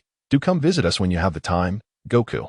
Goku then turned to Xia Bai and inquired, "Big brother, where are you off to next?" "Before I answer that, allow me to present you with some gifts," Xia Bai responded. "What gifts?" Goku and Krillin asked with eager anticipation. Xia Bai then closed his eyes, and moments later, a large chest materialized before them. Given Xia Bai's current prowess, conjuring something out of nothing was quite a taxing endeavor.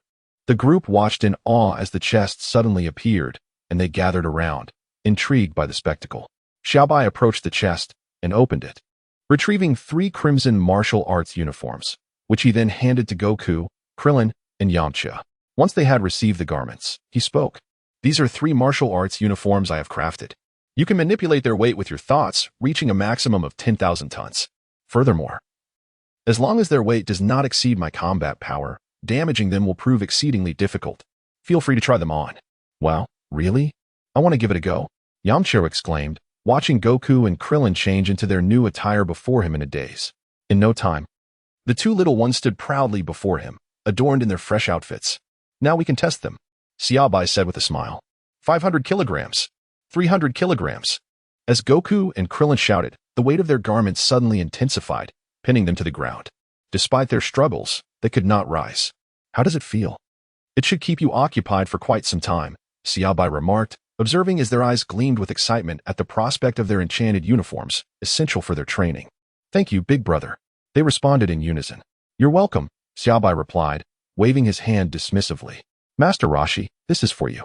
Open it and take a look, he said, producing a hefty 100 kilograms of magazines from the chest and handing them to the turtle hermit.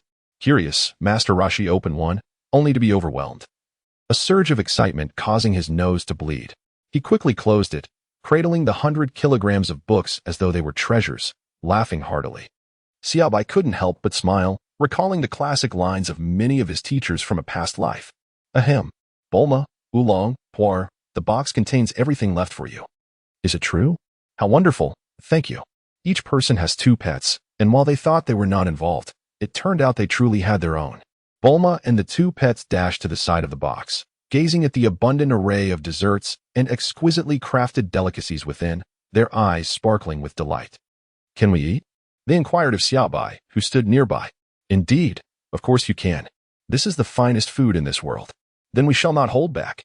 Subsequently, Xia Bai summoned Wutian, Yamcha, Goku, and Krillin, and earnestly said, Wutian, Yamcha, Goku, Krillin, do you perceive me as particularly powerful? Yes, big brother, you are indeed formidable. It is true, one admitted. Though reluctant to concede, your prowess surpasses mine by a significant margin. Xia Bai extended his hand, concentrating his energy into an enormous energy sphere, and proclaimed, Behold this orb. Once unleashed, it possesses the potential to obliterate the earth and all its inhabitants. The 4 individuals gazed at the luminous sphere in Xia Bai's palm. Although they were yet to grasp the concept of combat prowess, they could distinctly sense that should this sphere detonate, it would leave no trace of life. Noticing the tension etched upon their faces, Xia Bai gently retracted the energy sphere, allowing the 4 to finally relax. With a grave expression, Master Roshi inquired, What is it that you wish to convey? Xia Bai gazed at the 4 of them and declared, On Earth, I currently stand as the strongest. I can sense that there is no one among the inhabitants of this planet who can surpass me. Thus, I harbor no concerns regarding the safety of Earth at this moment. His tone then grew somber, however. Teacher Wutian, you must understand that the universe is vast beyond comprehension. I can intuitively perceive that there exist beings within it who are stronger than I, both benevolent and malevolent. Therefore, Wutian, Yamcha, Wukong, and Krillin, you must intensify your training. Do not wait until formidable adversaries pass by with intentions to obliterate Earth, leaving you powerless to resist. At that time, both you and this planet would vanish into oblivion. Thus, you must strive diligently to become warriors who protect our world. Is what you say truly so? Wutian asked, his voice trembling slightly. What I speak is indeed the truth, but do not be afraid. They are not currently focused on Earth, as it is rather remote. Therefore, if you dedicate yourselves to your training, all will be well. With this assurance, Wutian and the others exhaled in relief. They had previously believed they were the strongest in the world, only to have Xia Bai shatter that notion. Except for Wukong, who remained unaware of the gravity of the situation, the other 3 had gained some understanding. After a moment's contemplation, Wutian curiously inquired, Why did you suddenly choose to explain all this to us? Xia Bai sighed helplessly and remarked, My current strength is overwhelming, and it will only continue to grow. Therefore, I must enter a state of slumber to acclimate to my own power, preparing myself for the formidable adversaries that lie ahead. Observing their palpable anxiety, Xia Bai smiled and reassured them, As long as you diligently train with the garments I have provided, your strength will undoubtedly amplify in the future. I emphasize this not to induce complacency, but to remind you of the necessity of perseverance in your cultivation. How many years will you remain in slumber? They inquired. Approximately 12 years, I suppose. When the time comes, should you encounter a formidable foe, you may awaken me at the Kiran Tower. The Kiran Tower? The one inhabited by the immortals? They asked. Indeed. My abode is susceptible to disturbances, thus it is prudent for me to slumber within the Kiran Tower, where the feline immortal can tend to my needs. Are there truly immortals in this world? Is it real? Yamcha asked with curiosity. Xia Bai nodded gently. Ah. We shall remember this. We will awaken you in 12 years. That is well, he replied. I have nothing further to convey. Oh, by the way, it would be prudent for you to learn how to fly. It is quite convenient. Teacher Wutian can study it and teach you. It is rather simple. Well then, I shall take my leave. Until we meet again. With that, Xia Bai floated into the air, swiftly departing towards the Kylan Tower amidst the farewells of the crowd. Chapter 11. Xia Bai's Starry Sky. Xia Bai, the elder brother, has left, so I too must embark on my journey. Nimbus Cloud. Son Wukong shouted to the heavens. Just as Wukong summoned the Nimbus Cloud, the group witnessed Xia Bai returning. Touching down once more, Xia Bai sheepishly scratched his head and addressed the crowd. I left in such haste that I forgot to give you something. Under the curious gazes of all present, both human and beast alike, Xia Bai solemnly retrieved a handful of green beans from his pocket. Although he did not observe their expressions, he was acutely aware that they must be utterly bewildered, returning solely to present a mere bean, as if it were of no significance. Do not be impatient. He addressed teacher Wu Tian. Surely you have seen this bean before. It is the celestial bean from the divine seeds of Kylinta, known for its exceedingly scarce yield. Wu Tian glanced at it several times and confirmed that it was indeed a celestial bean, capable of sustaining one for 10 days without hunger. Xia Bai continued, stating that aside from the remarkable effect of the immortal bean, which allows one to go 10 days without hunger, it possesses an extraordinary power. Should one sustain grave injuries yet remain alive with a breath still in them, consuming the bean will restore them to full vitality. Additionally, even severed limbs can be regenerated. Thus, these beans are indispensable for martial artists. Is this truly the case? Everyone gazed at Xia Bai with curiosity. Indeed. Is anyone willing to test it? Xia Bai tossed the beans in his hand as he spoke. Master Wu Tian, you surely comprehend the significance of the immortal bean. In the event of an enemy attack, this could be a lifesaver. Observing their ignorance regarding the bean's importance, Xia Bai understood. For it is human nature to underestimate the gravity of a situation until it directly affects them. As he noticed the perplexed expressions of his two disciples and the immortal beans in his hand, Master Roshi bravely stepped forward. I shall undertake the trial. Very well. Brace yourself for the pain, and you all watch closely. Goku, Krillin, Yamcha, and Bulma. The group concentrated intently on Xia Bai's subsequent actions. With Master Roshi prepared before him, Xia Bai conjured a beam the thickness of a thumb, shimmering in blue and white hues. With a flick of his finger, it shot towards Master Roshi with great speed. Without surprise, it penetrated Master Roshi's abdomen. Thud! Struck with severe injury, Master Roshi collapsed to the ground, prompting everyone to rush to his side. Master Wu Tian, don't panic. Xia Bai held a mystical bean in his hand and fed it to Master Roshi, who swallowed it despite having sustained serious injuries. Remarkably, his mouth was still able to move, as Xia Bai had managed the force expertly. As Master Roshi swallowed the bean, the onlookers were astonished to witness the rapid healing of his abdominal wound, allowing him to stand upright once more. It was truly miraculous. I have suffered greatly, Master Roshi remarked, observing his abdomen as though it had never been harmed, instantly grasping the significance of the mystical bean. Now, do you understand the importance of the mystical bean? Xia Bai asked, nodding in satisfaction at the eager expressions of his companions. The supply of Dragon Ball mystical beans was dwindling, undoubtedly a measure to prevent cheating. I shall give each of you 5 beans, 5 for Master Mateto, 5 for Goku, 5 for Krillin, 5 for Yamcha, and 5 for Bulma, he said, distributing the beans as he spoke. Do you two little ones want some? Yes, yes, yes. Oolong and Por nodded vigorously. Very well, here you go. However, these mystical beans are quite precious. Their annual yield is limited. Do not squander them as mere food. They are meant for life-saving purposes, especially you, Goku. Xia Bai interjected as he noticed Goku attempting to stuff a bean into his mouth. But I'm hungry, Goku protested. If you're hungry, go eat something else. Aren't you skilled at hunting beasts and roasting them? Xia Bai retorted. All right, everything is fine now. I must take my leave. If anyone has the time, feel free to visit me at Karin Tower. Goodbye. With those final words, Xia Bai swiftly ascended and vanished from their sight. Ah, how I wish I could fly, Master Roshi sighed, gazing at the mystical beans and the assorted magazines in his hands, watching the direction in which Xia Bai had departed. What a kind-hearted child. Now, let us store these properly. Xia Bai is right.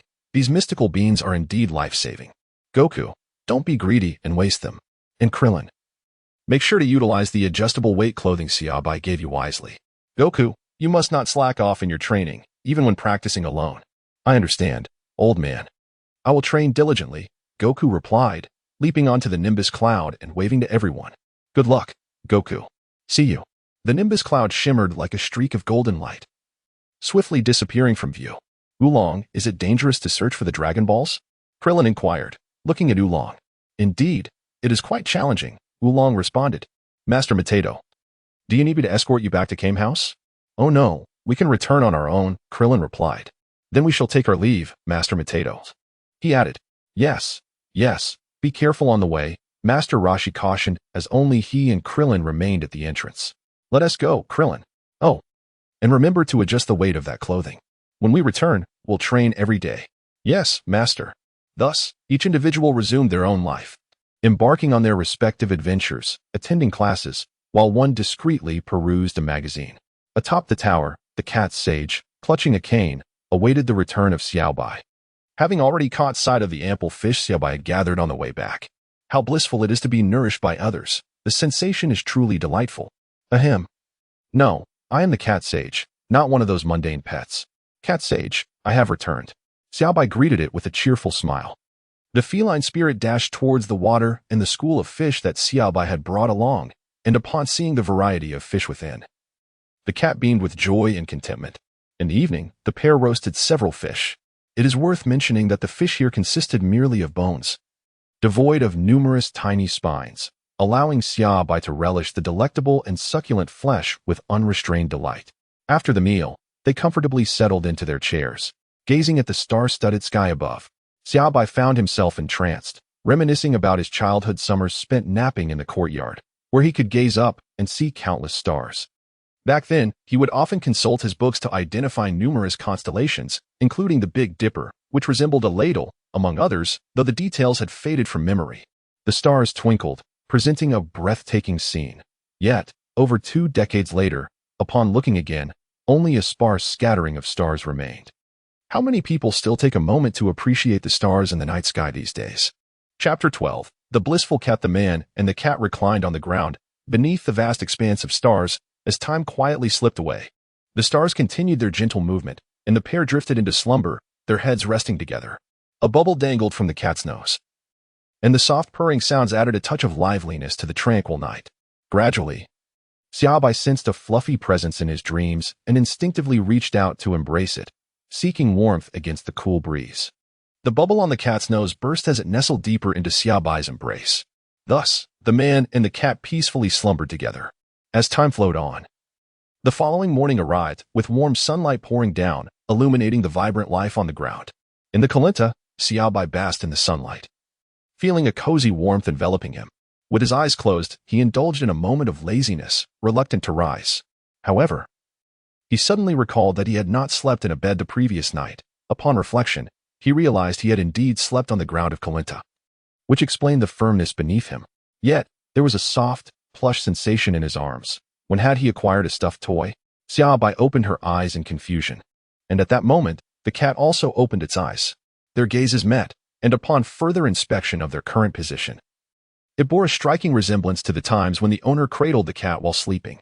Xia Bai quietly released her grip, and the cat's face instantly flushed a deep crimson. With a sudden leap, it distanced itself from Xia Bai. After a moment of silence, Xia Bai resolved to take the initiative to greet the creature.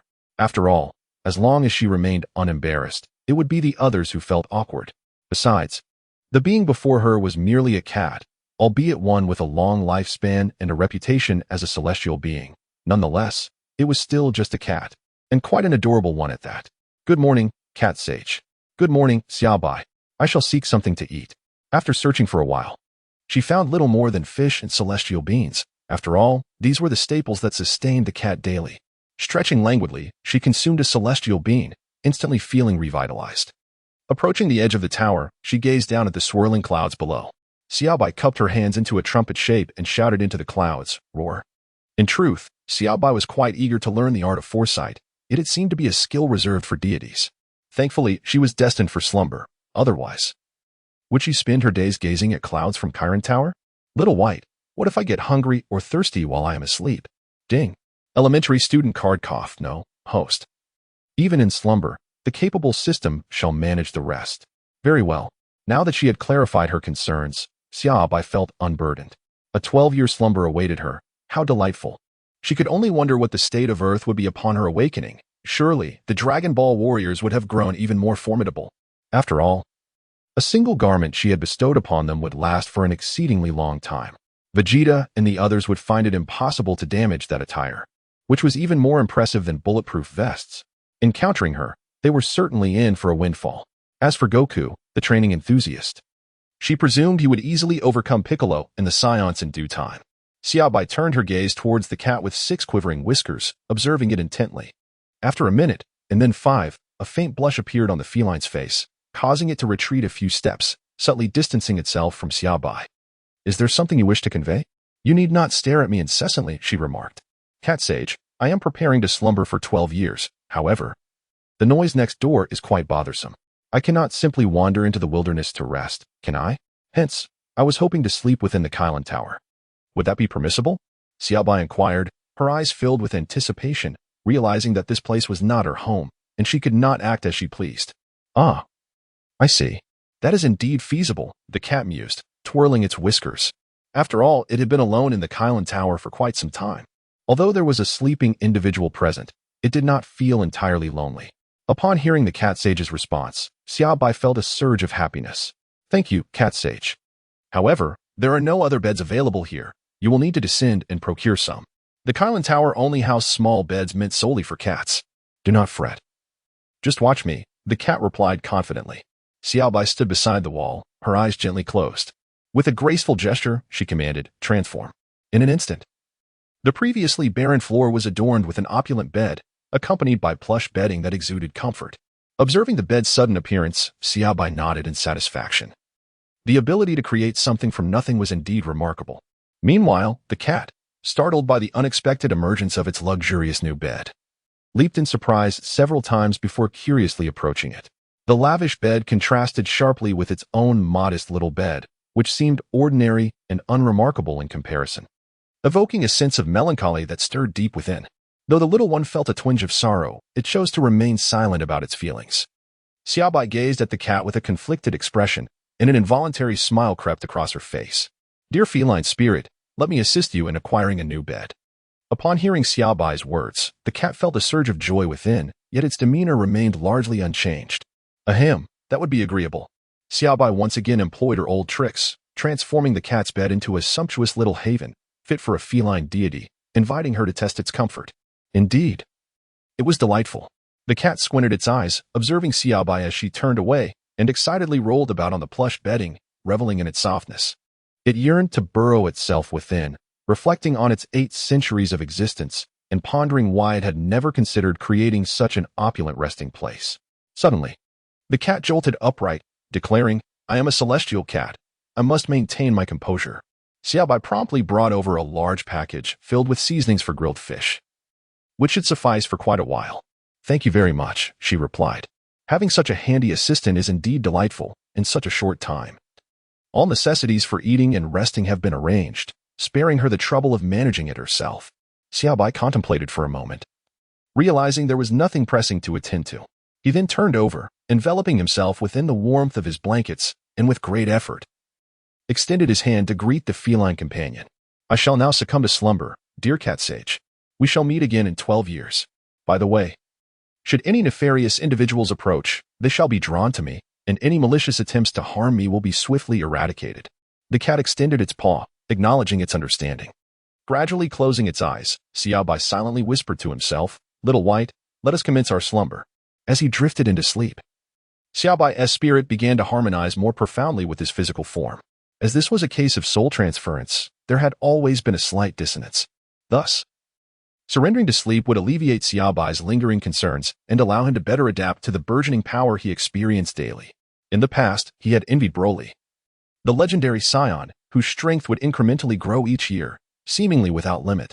However, Xia Bai found no envy in his heart now. After all, he preferred a life devoid of a tail. Although the Super Saiyan 4 form appeared remarkably striking, he was content with his current appearance. Upon awakening, he would master the laws of power, effortlessly overpowering the Grand Priest and chastising the errant Zeno. Lost in these thoughts, a smile graced his lips as he fell into a deep slumber. Sensing Xia Bai's descent into sleep, Little White established a translucent protective barrier around him to prevent any disturbances. Meow, the cat observed as Xia Bai finally succumbed to sleep. Huh, now this is my domain. Wait, It has always been my realm.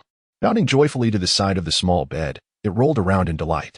It then scampered over to the fish seasoning, hugging it tightly, before dashing to the edge of the tower, gazing down at the clouds and the bustling mortals below. This entire world belongs to me. Chapter 13. Bulma's wish. Casting a furtive glance back at Xia Bai, the cat patted its chest, relieved that no one had discovered its moment of whimsical folly. Being a cat can be quite dull. I suppose I shall continue my clandestine observations of the human realm.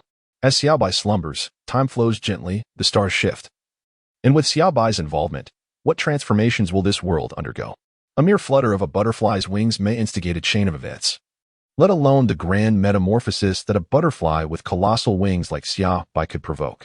Since the participants of the martial arts tournament parted ways, Wukong embarked on an adventure to seek the 4-star ball, while Krillin resumed his training under Master Roshi. Yamcha and Bulma returned to West City. Wukong adjusted his attire to weigh 50 kilograms and commenced his quest for the Dragon Balls, interspersed with rigorous training. Armed with the Dragon Ball radar, Wukong encountered a water crisis in the village of Namek.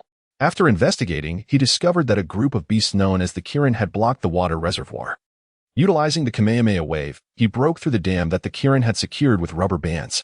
Although an unexpected incident ensued, fortune favored the kind-hearted, as a miraculous water lake appeared beside Namek's village, alleviating their concerns over drought for the time being.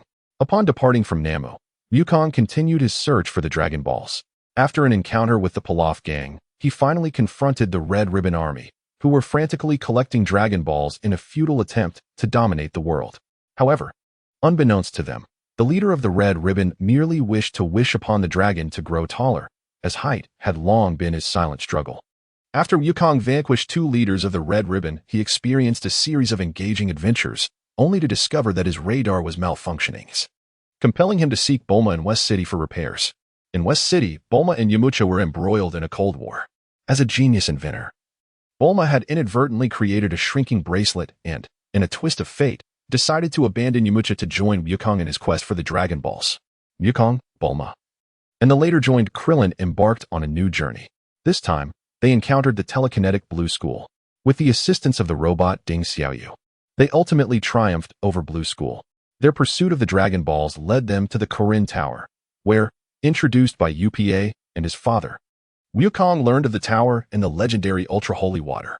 Remembering that his elder brother Xia Bai was within this tower, he resolved to ascend Karin Tower. Meanwhile, the Red Ribbon Army summoned the world's deadliest assassin, Tao Pai Pai, to Karin Tower. After a fierce battle, Wukong found himself outmatched and reluctantly removed the attire gifted by Xia Bai. It turned out he had been fighting while burdened by the 50-kilogram outfit all along. Unencumbered, Wukong effortlessly defeated Tao Pai Pai. However, the treacherous assassin feigned surrender and hurled a bomb towards Wukong, only to meet his demise in a self-inflicted explosion. After vanquishing the foe, Wukong began his ascent of Karin Tower, eager to meet the fabled sage. Bearing the weight of 50 kilograms, he persevered through a day of climbing and finally glimpsed the sage, a feline figure, in the slumbering Xia Bai. The cat sage observed young Wukong poking at Xia Bai, yet he was thwarted by a protective barrier. After a while, Wukong's attention shifted to the cat sage, inquiring, "Are you the cat raised by my brother Xia Bai? Where might the sage be?" Upon hearing this, the cat immediately leapt to its feet, declaring, "I am not merely a cat in your care. I am the celestial being of Kalinta." Wukong approached and stood before it, retorting, "But you are a cat, and indeed smaller than I am. Ha ha ha. You scoundrel. I am a celestial being, or more precisely, a celestial cat. Is that so? Then I shall drink the supreme holy water." The cat cast a sidelong glance at him, refusing. Nevertheless, Wukong ultimately managed to drink the supreme holy water, and upon departing from Kalinta, his strength surged once more. The weight of his attire now increased to 60 kilograms. With newfound power, Sun Wukong mounted his Nimbus cloud and soared towards the headquarters of the Red Ribbon Army. Through various encounters, he discovered that this was an insidious organization, and he was determined to vanquish them while simultaneously retrieving the 6th Dragon Ball. Although Wukong's wish for the 4-star ball had been granted, Bulma still sought to find the dragon to make another wish, thus Wukong resolved to dismantle the Red Ribbon headquarters. The fierce battle commenced, and soon concluded, for the Red Ribbon Army stood no chance against the significantly strengthened Sun Wukong. Having secured the 6th Dragon Ball, Wukong proceeded to Kame House to reunite with Krillin and the others. "We still lack one," he remarked. "Is the dragon radar malfunctioning?" Bulma, diligently inspecting the radar. Found no issues. It seems I must consult my sister, Master Roshi interjected. Sister? Wukong and his companions subsequently triumphed over various foes at the fortune tellers, defeating a transparent man, a vampire, a mummy, and a demon. Finally, Wukong encountered his grandfather, Son Gohan, who had emerged from the underworld to check on his grandson, reassured by Wukong's well-being. He returned peacefully. After overcoming 5 challengers, the fortune teller gazed into her crystal ball and revealed that the final Dragon Ball resided with the Pilaf trio. Wukong approached them and effortlessly snatched the Dragon Ball from the unfortunate trio. Thus, the 7 Dragon Balls were once again assembled. Once they were arranged, Bulma shouted towards the Dragon Balls, "Come forth, Shenron. Grant my wish." The sky gradually darkened as a shimmering light emerged from the Dragon Balls, ascending into the air and transforming into a colossal green dragon, its long whiskers swaying in the wind. As Shenron's mouth moved slightly, a thunderous voice resonated. "Speak, and I shall grant you one wish, whatever it may be." "Bulma, you may make your wish now," Wukong chuckled, while the others looked on with curiosity, eager to hear what she would wish for. "Go on. I await your wish," Shenron urged, noticing that none had yet spoken. I want the most handsome boyfriend in the world," Bulma exclaimed, her face flushing as she sank to the ground. "Ha ha, so that is your wish, Bulma?" Wukong laughed. "Mind your own business. That wish is quite simple," Shenron replied effortlessly. Indeed, Bulma eagerly anticipated the appearance of the dragon. A few beads of cold sweat formed on the dragon's brow. Observing a wish that seemed simple yet remained unfulfilled, the individuals below felt a sense of confusion. "I apologize, but his strength is too formidable for me to bring him here. You may choose to let me transport you there." "What? Transport me there? Surely there won't be any danger." "No, it is merely on Earth." Bulma glanced at the motley crew beside her. Krillin with his bald head, Goku still a diminutive figure, Yamcha who was overly flirtatious, and Master Roshi, with a resolve quickly solidifying within her. She declared, "Dragon, send me there." "As you wish." Chapter 14. The Karin Tower. With a flash of red light from the dragon's immense eyes, Bulma vanished from her location, her wish granted. The dragon's form dissipated, and the 7 Dragon Balls scattered into the sky. Goku, swift of hand and foot, darted forward to seize the 4-star ball. "Bulma will be all right, won't she?" "She should be fine. After all, the dragon wouldn't abandon her in a perilous place." "Phew, we should be on our way." Their brief reunion concluded, Goku continued his training, while Yamcha requested Master Roshi to take him on as a disciple for guidance. Recalling the advice given by Xia Bai, Master Roshi ultimately acquiesced.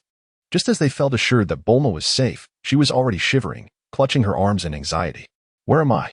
Where has the dragon thrown me? Where is my boyfriend? Brr, it's so cold."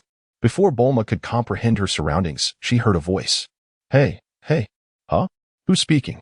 Bulma scanned her vicinity but saw no one, causing her hair to stand on end, and suddenly, she no longer felt cold.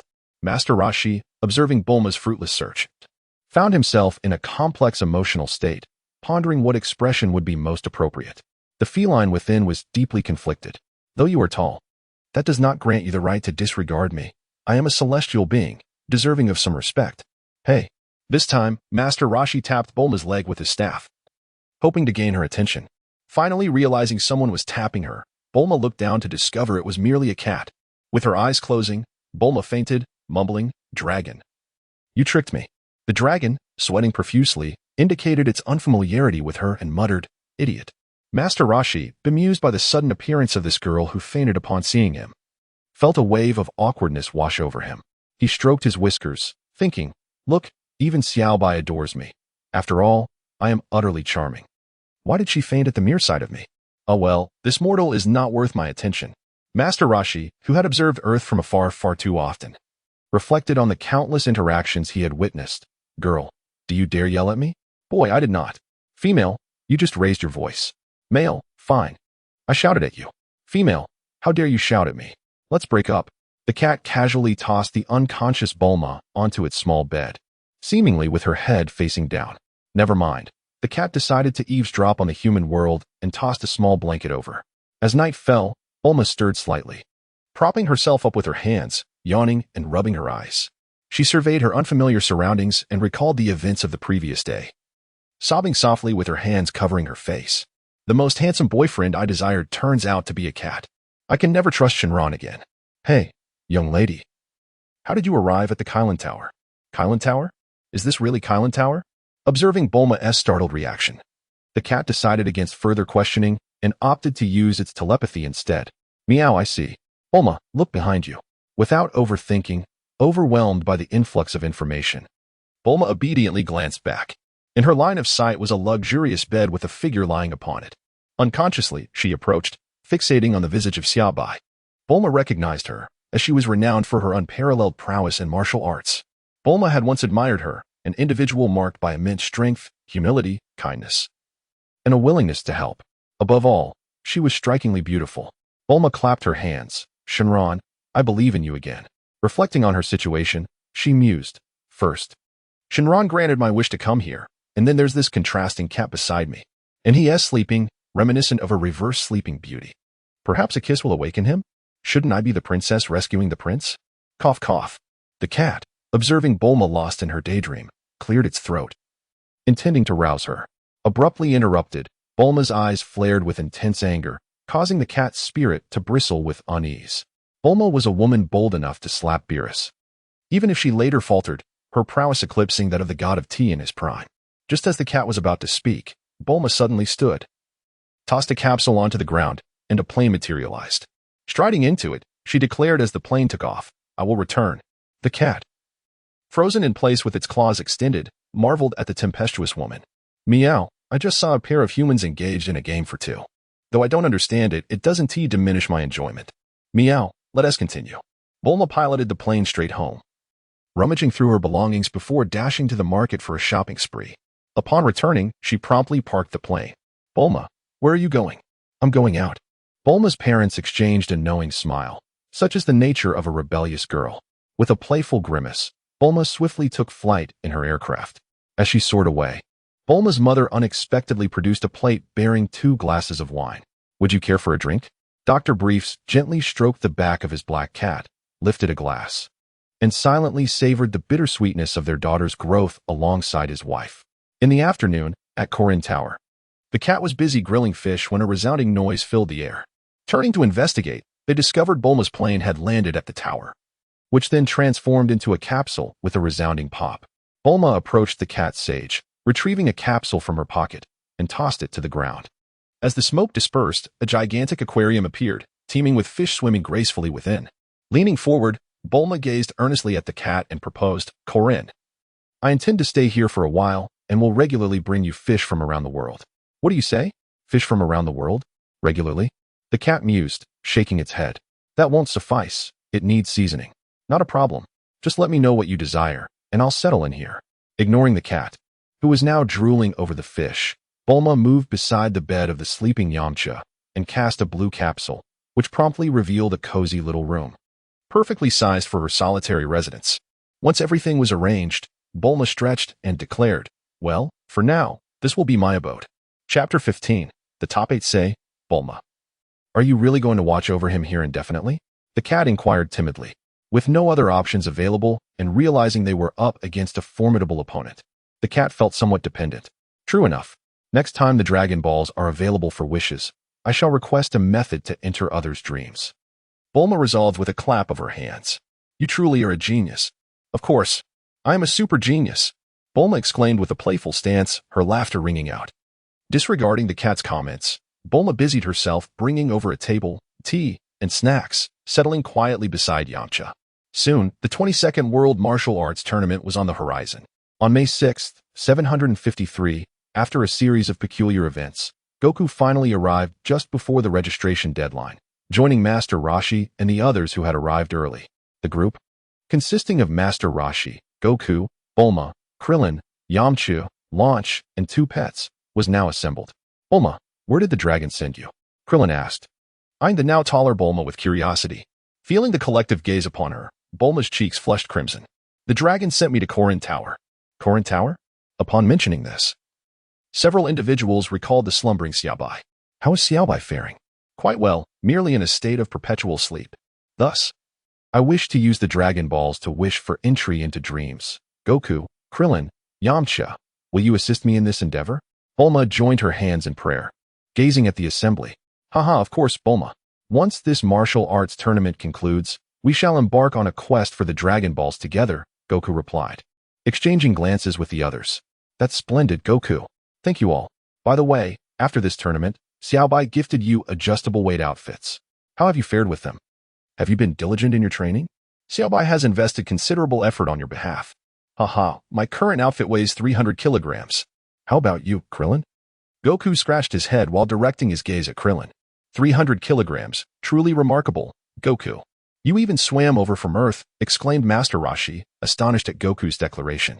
I'm at a mere 230 kilograms, hardly noteworthy, Krillin remarked, stroking his bald head, realizing that Goku seemed to have exerted himself more.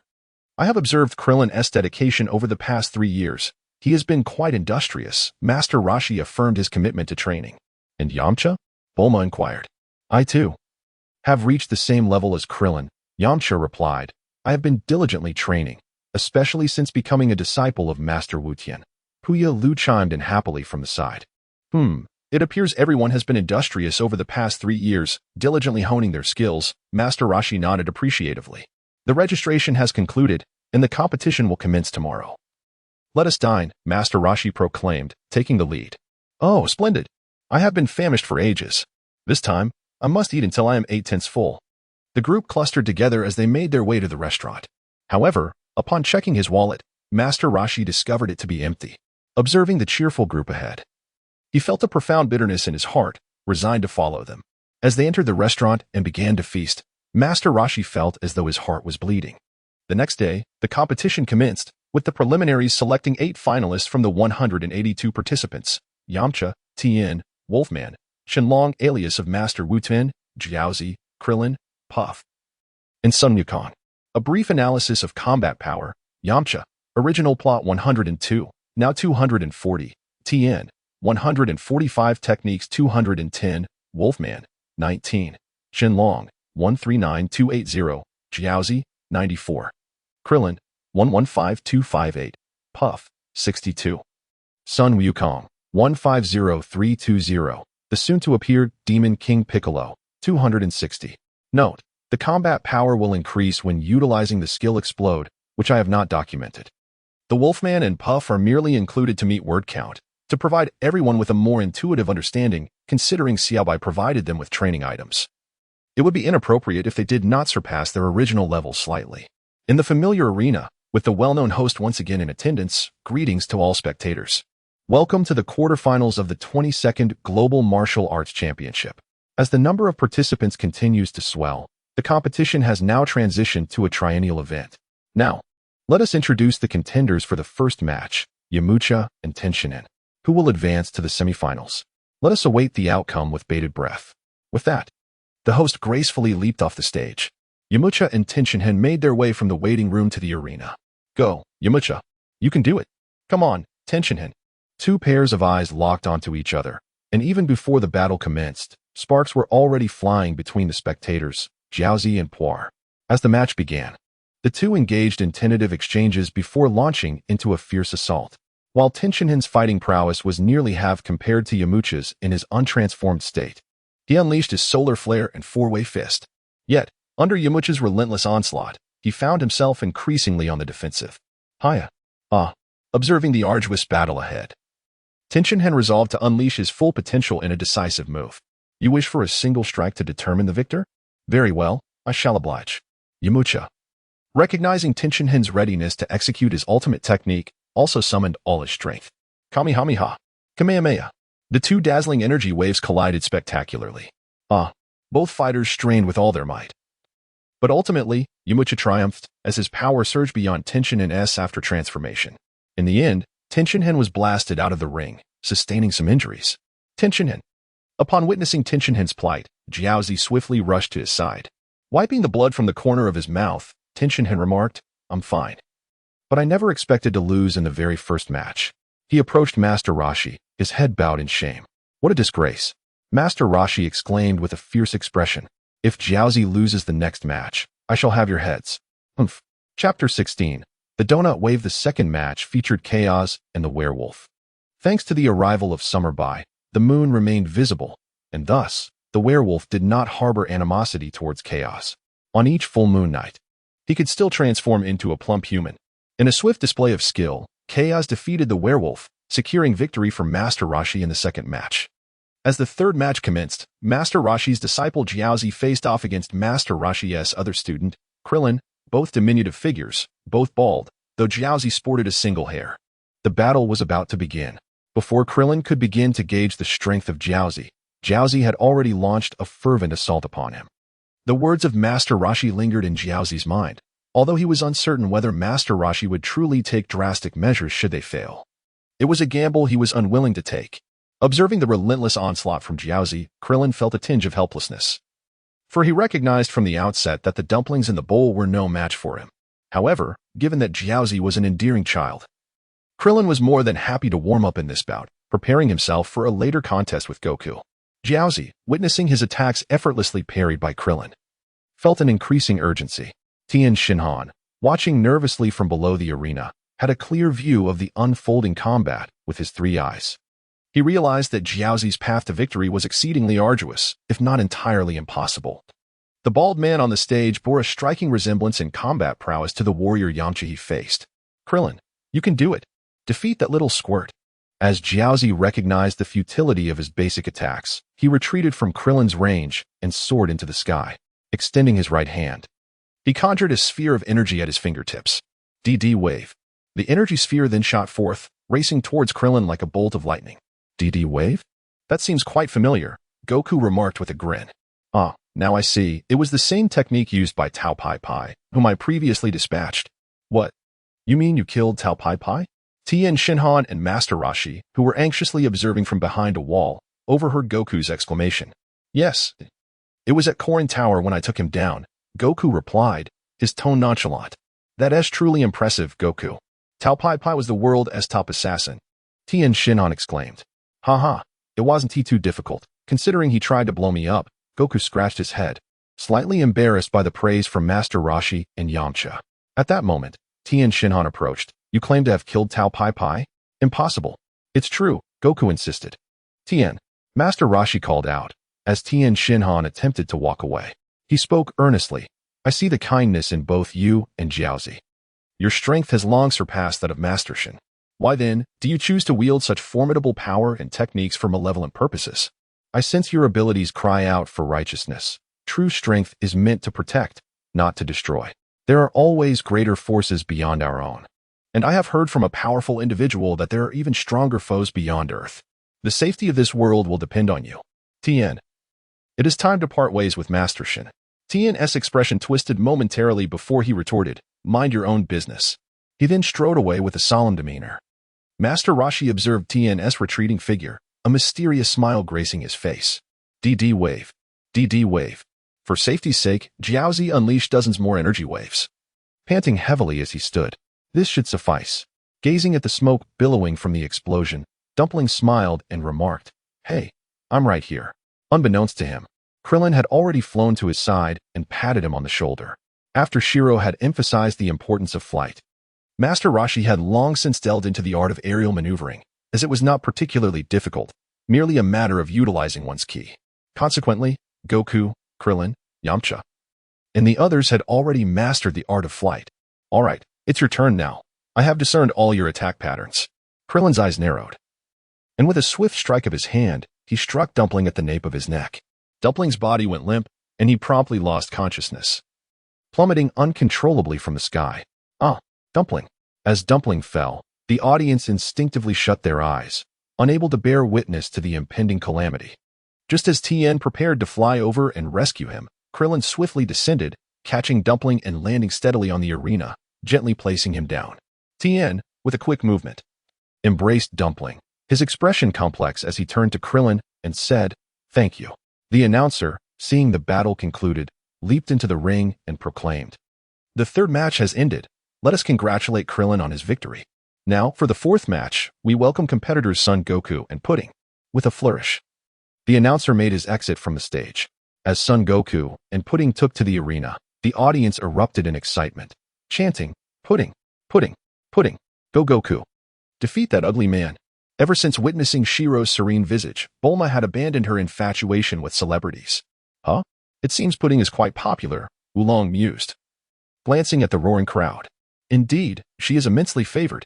Pudding, eyeing her diminutive opponent, raised her fist and executed a rapid kick, grinning as she proclaimed, "Little one, I can knock you down in 30 seconds. Ladies and gentlemen, please enjoy my performance." Pudding struck a pose, playfully wiping her nose with her finger while provocatively gazing at Son Goku. "All right, here I come." In an instant, Goku surged forward, landing 3 rapid punches to Pudding's abdomen before standing his ground. GOH. Still lost in her perfect daydream, Pudding failed to comprehend how Goku had approached her, only to feel a searing pain in her abdomen. She quickly clutched her stomach, collapsing to the ground, foam escaping her lips as she fainted. The announcer, witnessing the scene, jumped onto the stage, scrutinized the situation, and raised his microphone, declaring, "Foam at the mouth and unconscious. Victory goes to Son Goku. TCH. Turns out he has all show and no substance. Sob, I'll never like him again. What a disappointment." The agent of the cream puff gazed at the shadow being carried away by the medical staff, as if he had witnessed tons of gold sprouting legs and fleeing. In a fit of despair, he shouted, but due to time constraints, the subsequent matches would be held tomorrow. He urged the audience to exit in an orderly fashion and to be mindful of their safety. "Splendid, Wukong. Haha, we have all emerged victorious. It seems that the fruits of our 3 years of training have proven remarkably effective. Now, let us go and indulge in some food." Chapter 17. Brothers clash. What? You claim that the little one killed my brother? Master Roshi's fury caused his mustache to bristle. Having dined and trained together, the world's greatest assassin had been slain by an unknown brat. Master Roshi's first instinct was disbelief. However, upon observing Tianjin's resolute demeanor, a surge of hatred welled within him. Aware of Tianjin's formidable combat abilities, he refrained from outright confrontation, knowing he must devise a strategy. That night, shrouded in dark attire, Roshi stealthily approached the room where Son Wukong and his companions resided. He launched a lethal strike at the slumbering Wukong, but alas, it missed. Nevertheless, the commotion roused the others from their slumber, and the 4 awakened turtle hermits encircled the masked Roshi, delivering a merciless beating. It was only when his mask was forcibly removed that they recognized him. "Master Roshi, why did you ambush me?" one of them demanded. "Because you killed my brother." "Tao Bai. I seek vengeance," he retorted. Humph, he brought his demise upon himself. Perceiving the dire odds against him, Master Roshi began to retreat, declaring, "You shall wait. I will have my revenge." He tossed a smoke bomb and vanished without a trace, neglecting Tianjin and Dumpling, his 2 disciples who proved utterly useless. Unable to conquer even a mere child. Feeling despondent, he resolved first to search for his brother, sensing deep within that his sibling would not succumb so easily. On the competition stage, the suave and charismatic host reappeared. "Hello, dear audience. Welcome to our semi-final arena. Today, we shall determine the champion among these 4 contenders, with a prize of 500,000 Sonies. Let us now welcome the contestants for the 5th match, Yamcha and Shenlong." As the competitors ascended the stage, they swiftly leapt down to commence the commentary. Master Roshi and Yamcha gazed at each other across the arena, each cautiously observing the other's movements. Master Roshi was acutely aware that Yamcha's combat prowess was formidable. With only himself and 3 disciples remaining in the final 4, he felt a profound sense of satisfaction. Yamcha, contemplating the champion of this match, bore a grave expression. Despite his age, the old man's strength should not be underestimated. The battle commenced, and Yamcha unleashed his full potential, pressing Master Roshi with relentless attacks. The elder's countenance grew increasingly serious as he realized how swiftly his disciples had evolved. Just 3 years prior, he had been the world's foremost martial arts teacher, nearly overwhelmed by the young Goku. During the clash with Yamcha, Master Roshi refrained from exerting his full strength, preoccupied with encouraging his disciples from below the stage. In this mindset, he inadvertently left an opening, which Yamcha seized, delivering a powerful punch that sent Master Roshi tumbling off the stage. "What? Defeated?" Confused, Yamcha was taken aback until Master Roshi rose to his feet and addressed him, saying, "The future belongs to you young ones. Strive diligently in your training." With that, he melded into the crowd and vanished from sight. Congratulations to Yamcha for his victory.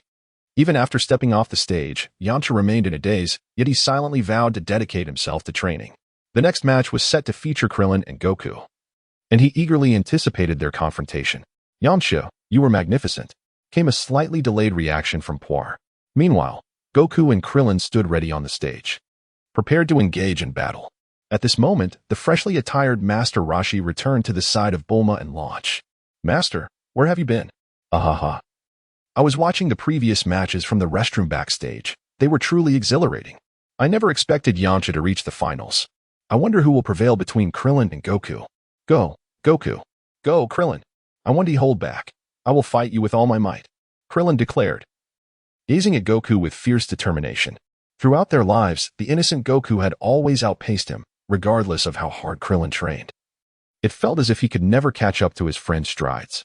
Despite Krillin's considerable efforts, he could not overcome the innate advantages of Goku's lineage. Compounded by the fact that Goku stood slightly taller than him, I too will fight with all my strength, Goku replied, with a resounding shout. The two charged at each other, colliding with a flurry of fists and feet. The audience below could scarcely see anything beyond a whirlwind of hands engaged in combat. Fight! Fight! Fight! The explosive sound generated by their fierce strikes sent dust swirling around the arena. As the dust settled, the two combatants had already ceased their engagement, each standing on opposite sides. Krillin, battling with you is truly exhilarating. Now, I shall unleash my full power, so you must take this seriously, exclaimed Goku, as he lightened the weight of his martial arts uniform and soared into the sky with a single leap. Wow, what a remarkable jump. The audience shielded their eyes with their hands, gazing upward. Ah, I see. You have shed your burdens, haven't you, Goku? Well, I shall do the same. Krillin followed suit, shedding the weight of his own uniform and leaping into the air. Let us fight with all our might, Goku. Ah, I too am eagerly anticipating this. Krillin. With a swift punch, Krillin struck Goku's face. What? You dare to launch a sneak attack? Observe this. Haha. No one said I couldn't, Goku retorted. Here I come. The two figures blurred in the air, making it difficult for the spectators to follow their fierce duel. Yet, the resonating sonic booms and occasional glimpses of their silhouettes hinted at the intensity of their clash. After a considerable time, they finally descended onto the arena, both bearing bruises and swollen faces, clearly indicating that their battle had been relentless. Laughter erupted between them as they regarded each other's battered appearances. Goku. It has been a joy to fight with you. Likewise, Krillin. Now, let us settle this once and for all. They both assumed identical stances. Fellow disciples preparing to unleash the iconic Kamehameha wave as the collision loomed. Chapter 18, the champion of the martial arts tournament Kamehameha. Two dazzling white energy waves collided instantaneously, carving a deep trench into the arena floor. The force of their energies created a whirlwind, sending the onlookers swaying in all directions. These youngsters are truly remarkable. Fortunately, I had the foresight to take cover.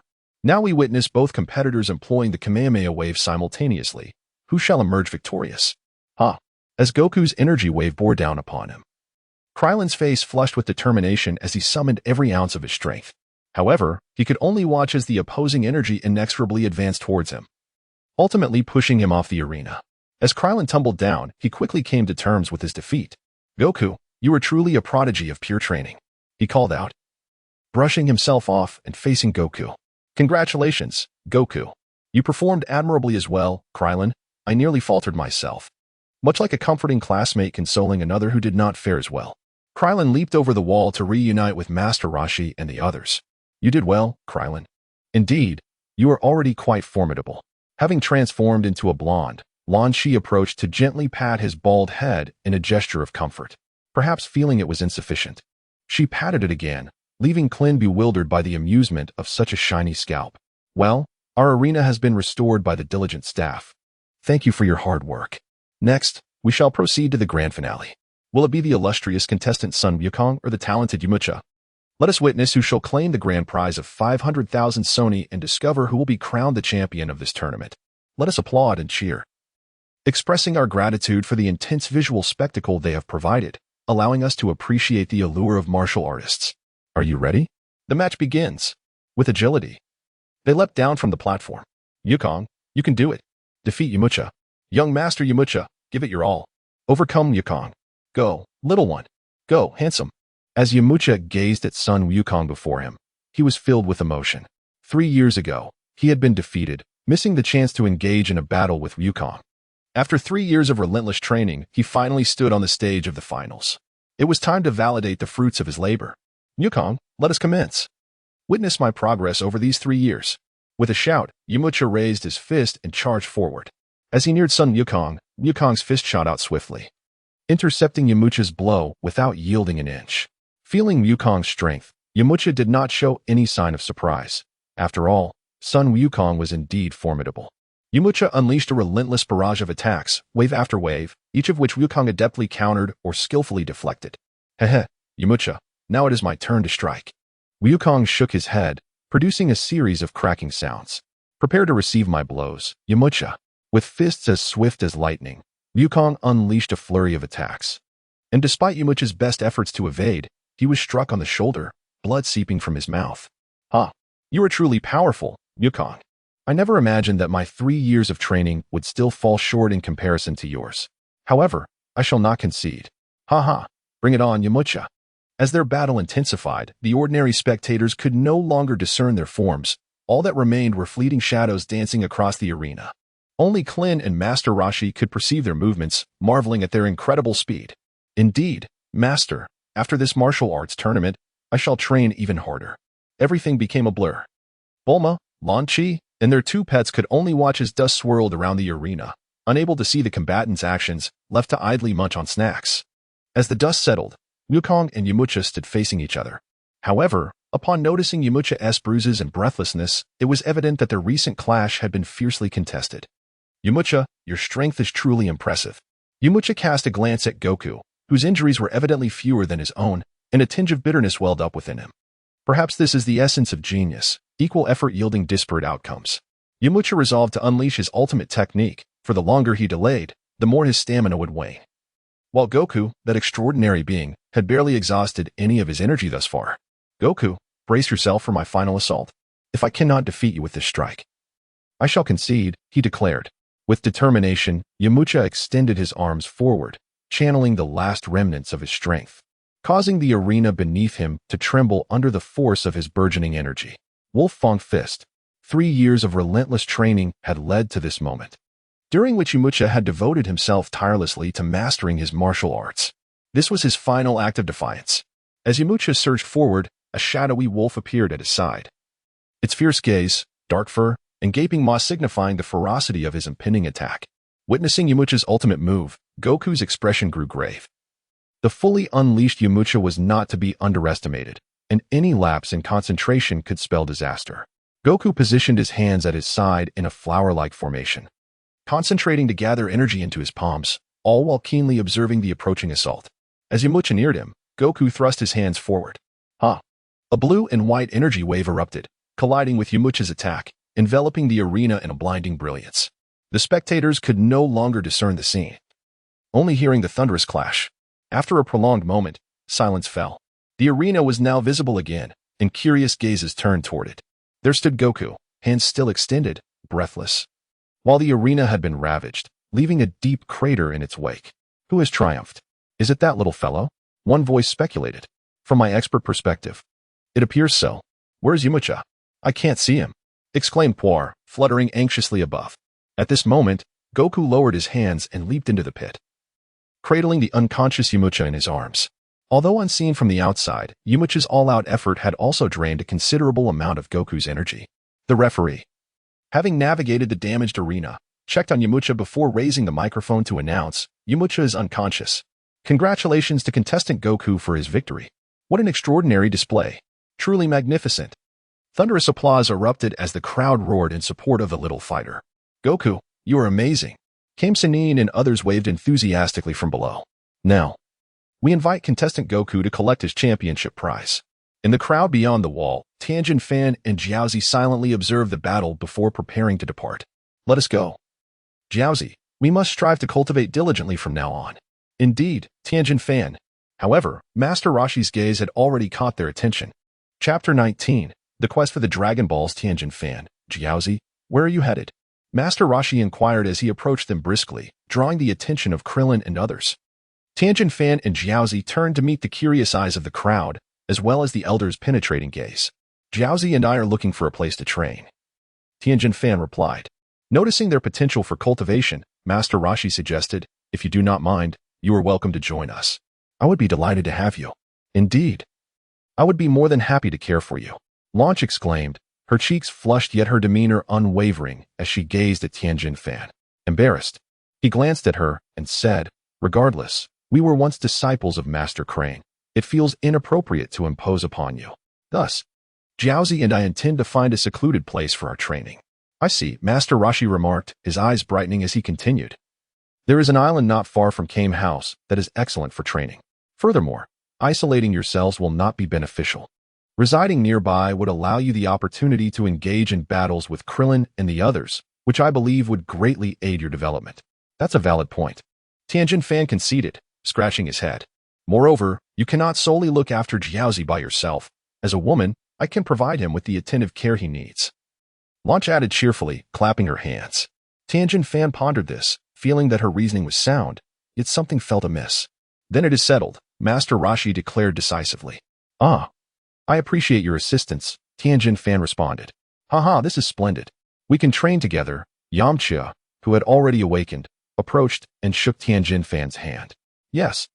I look forward to our next encounter, Tianjin Fan agreed, as he and Jiaozi became part of this newfound family. At that moment, Goku dashed over, holding a stack of rewards. Receiving the rewards from Goku, Master Rashi announced, "Let us go eat. After our meal, we can return to Kame House tomorrow." Yay, I am so hungry, Goku exclaimed, patting his belly. Ha ha ha. As the sun set, its amber rays bathed a group of individuals, casting elongated shadows upon the ground. Amidst their laughter, they strode into a restaurant. Within the establishment, the atmosphere was vibrant as the group dined heartily. Tianjin Fan, a newcomer, gazed in astonishment at son Wukong, who poured bowl after bowl of rice into his mouth, while the plates on the table piled up like a miniature mountain. Haha, that's just how Wukong eats. There's no need to mind him, someone remarked. Hey, Wukong, remember you promised to help me gather the Dragon Balls after the competition. Don't forget, Bulma said. Glancing at son Wukong, rest assured, Bulma, we shall embark on our quest for the Dragon Balls at dawn.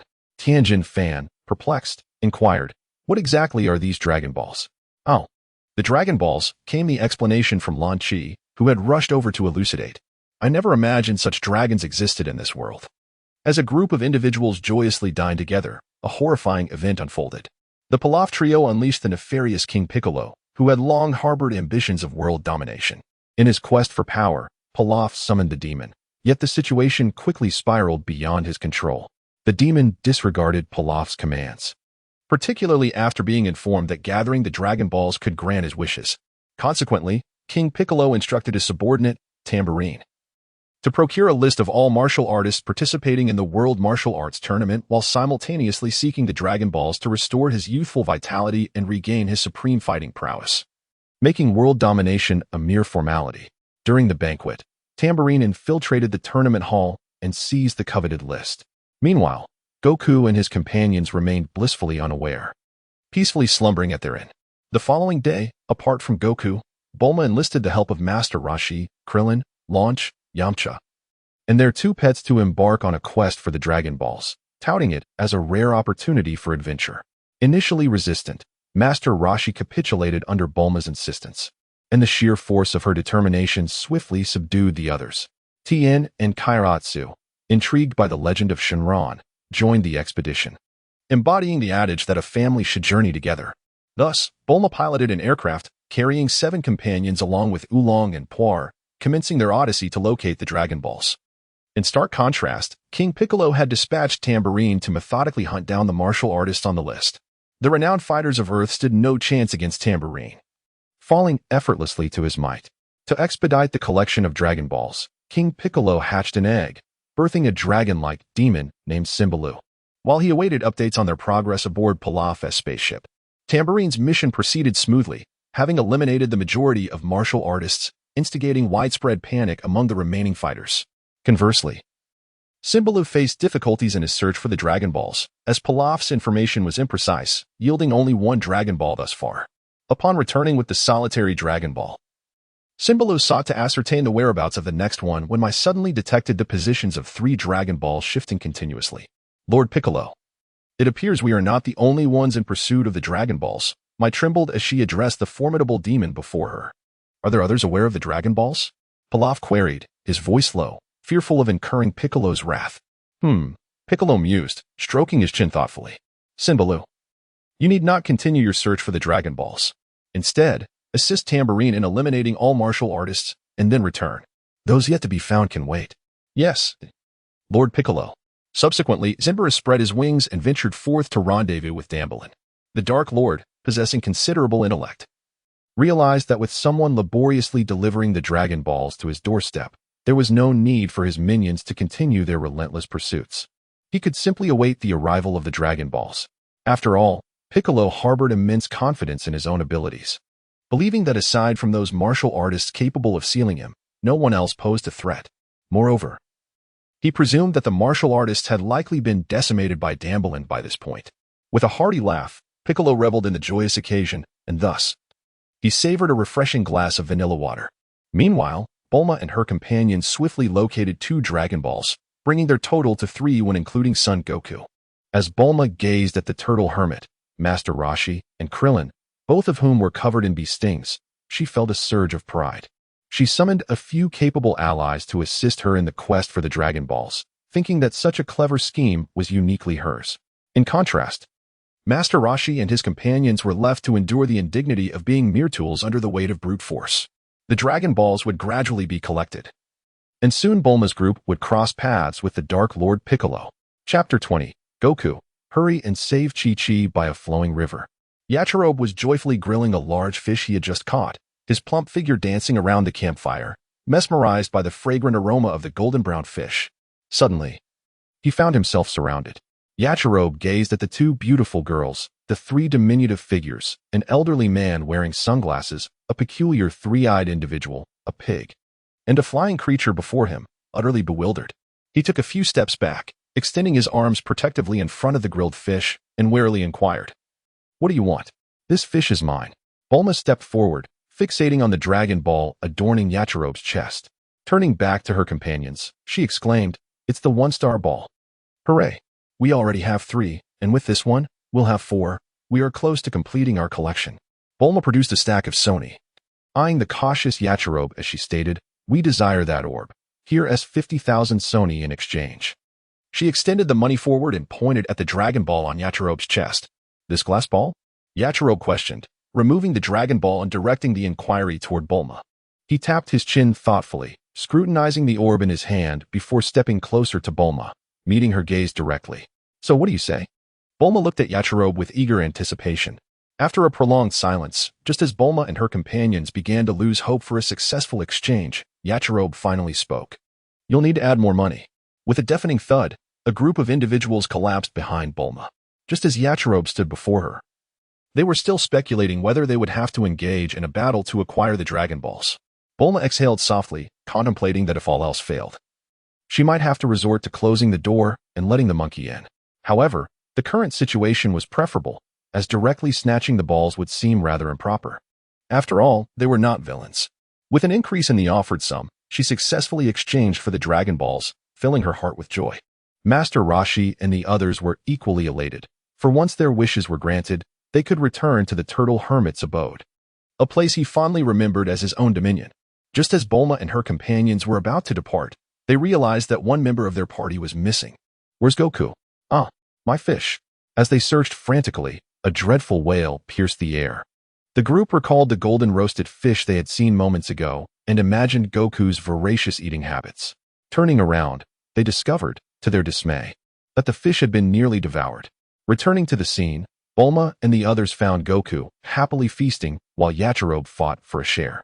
A bead of sweat formed on each of their brows. Krillin observed Goku, who was indulging in his meal, and remarked, "Goku, didn't you just eat a roasted dinosaur?" Goku looked up, joyfully swallowing a mouthful of fish, and replied with a grin, "Ah, I'm hungry again, and this fish smells so good, I couldn't resist." He then resumed his eating. Resigned, the group sat down in a circle, waiting as they watched Goku devour the fish. Their own hunger began to surface. As cravings seemed to be contagious, Bulma produced a capsule, releasing an array of snacks and drinks, and joined in the feast. Yachirobe, having just acquired a substantial amount of money, paid little mind to Goku consuming half of his roasted fish, considering it a fair trade. After some time, Goku and Yachirobe finished the fish, both clutching their stomachs in contentment. Goku, with a childlike innocence, turned to Yachirobe and cheerfully exclaimed, "Your roasted fish is truly delightful." Observing the little fellow and recalling his eating antics, Yachirobe proudly stated, "Of course, I have a knack for grilling meat. By the way, What do you intend to do with those Dragon Balls? Ah, those are the Dragon Balls. If you collect all 7, you can summon the Eternal Dragon. Who will grant you one wish? Goku replied with a beaming smile, patting his belly. Isn't that just a legend? Could it be true? Yachirobe asked in astonishment. Indeed. It is. Goku affirmed. I'd love to catch a glimpse of the Eternal Dragon. May I join you? Do you want to see the Eternal Dragon too? Sure. Let's go together. The dragon is enormous. Goku exclaimed, gesturing with his hands to indicate its size. Bulma. Master Roshi. Wukong approached them and expressed that a Kairobe also wished to behold the visage of the dragon. Master Roshi nodded in agreement, despite Wukong's naivety. He possessed an innate ability to sense the goodness or malice within a person. If confronted by a purely wicked individual, Wukong would undoubtedly refuse their request. This could indeed be considered a remarkable gift. A Kairobe then introduced himself to Bulma and the others, marking the beginning of their acquaintance. With one more addition to their party, Bulma occupied the pilot seat of the aircraft, glanced at the Dragon Ball radar, and announced to the others behind her, southeast. Brace yourselves. We are about to take off. The group subsequently discovered 2 Dragon Balls, one beneath a tranquil lake and another within an eagle's nest, expending considerable effort in the process. Bulma admired her foresight, realizing that even as a seemingly fragile woman, she could contend with the formidable eagles. Amidst laughter and cheer aboard the aircraft, they had gathered 6 Dragon Balls, and with just one more, they would summon the dragon. As Bulma piloted the plane at a modest altitude, she abruptly halted it while traversing a dense jungle. The sudden stop caused everyone aboard to tumble in disarray, and Krillin, rubbing his forehead where he had been jostled, complained. Bulma, why did you have to stop so suddenly? Have you found the 7th Dragon Ball? However, Bulma remained silent, her focus solely on controlling the aircraft as she swiftly descended. While maneuvering the plane, she exclaimed, Wukong, I see a monster attacking Ox King and Chi-Chi. We must hurry to their rescue. Upon landing, Wukong flung open the door and dashed out.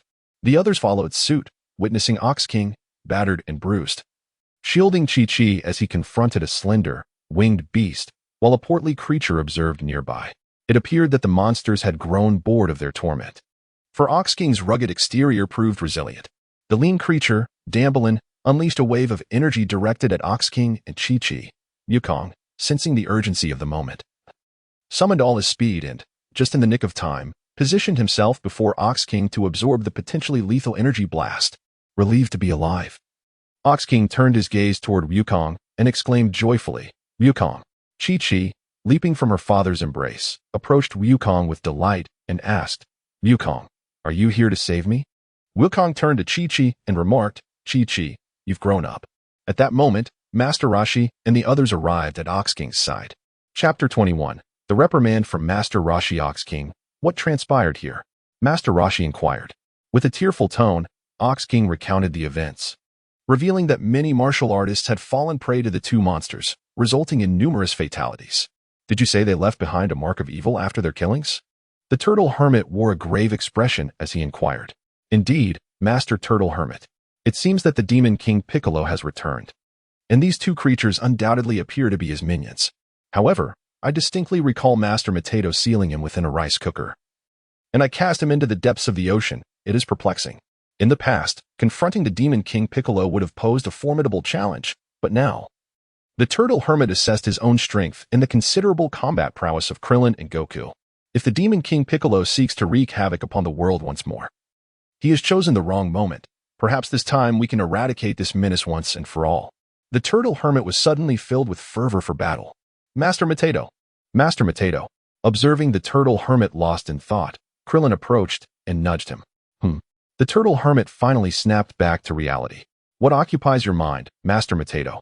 Damblin and Simbaro were startled by the sudden arrival of Goku and his companions, paying little heed to the Bull Demon King they had rescued. After all, in their perception, humans were merely as formidable as a thumb, easily toyed with at their whim. What could possibly be more amusing than toying with ants, relishing their despair and helplessness? Hey, Damblin, look. Simbaro scrutinized Goku and Krillin, discovering they were identical to the photographs on the list. What's the matter, Simbaro? Simbaro handed over the list. Look, these individuals match the list precisely. They are the martial artists we sought but never found. I originally thought they had fled, yet it seems we have encountered them with little effort. Indeed, Simbaro, it appears these individuals have chosen the path of least resistance. straying from heaven and unwittingly wandering into hell. Ha ha ha. The two monsters glared menacingly at Goku and his companions, as if they were gazing upon a flock of lambs awaiting slaughter. As the standoff continued, the turtle hermit called out, "Goku, expedite their defeat. Numerous martial artists have already fallen victim. The Demon King Piccolo has resurfaced. If we do not eliminate them, this world will be in peril. Krillin, Tien, Yamcha, you must assist as well. We must swiftly locate the Demon King Piccolo." "Understood, Master Mateto, old man. I will take on the thin one. You can handle the stout one yourselves." With that, Goku charged directly at Damblin. Hey. Watching Goku select his opponent, the other three also grew eager to join the fray. How should we divide them? Perhaps we could draw lots? Yamcha suggested to Krillin and Tien. Agreed. That seems fair enough. Rock, paper, scissors. Sinbalu observed as Damblin was embroiled in a fierce battle with the rushing Goku, while three others were engaged in a game of chance to allocate their roles. Anger surged within him. It became clear that he was the leftover. The veins on his forehead throbbed, and his face turned a sickly green with rage. "Aha! I won. This hefty creature is mine." Yamcha exclaimed triumphantly as he secured victory in the game, promptly charging towards the stout monster. Krillin and Tien glanced at each other with resigned smiles. In an instant, Yamcha reached the plump beast. "You all seem to be having quite the fun. Killing so many people is utterly unforgivable," Yamcha declared, raising his fist and delivering a direct blow to the monster's head. Sinbalu, unable to evade in time, was sent flying, crashing into the ground and creating a deep crater. Truly, he was no match for Yamcha. Yamcha then soared over, coldly gazing at the struggling Sinbalu. "You are quite formidable, Yamcha. Yamcha, please finish him off," Goku urged. "Do not delay. We must find the Demon King Piccolo." "Oh, I still wish to warm up. Since that is the case, let us end this quickly. Your strength is simply pathetic." "Damn it." Observing Goku's nonchalant demeanor, Damblin assessed his own injuries and glanced at an old man and several women watching from a distance, who appeared weak. His eyes narrowed, a plan forming in his mind. "Who would have thought there were such strong individuals among martial artists like you? I truly underestimated you. However, do not be too optimistic. The Demon King can defeat you with just a single finger." Damblin had now approached Master Roshi and the others closely. He believed that capturing a hostage would give him complete control. Damblin swiftly dashed towards Bulma. Sikamada. Goku finally perceived Damblin's intentions and hurriedly raced toward Master Roshi.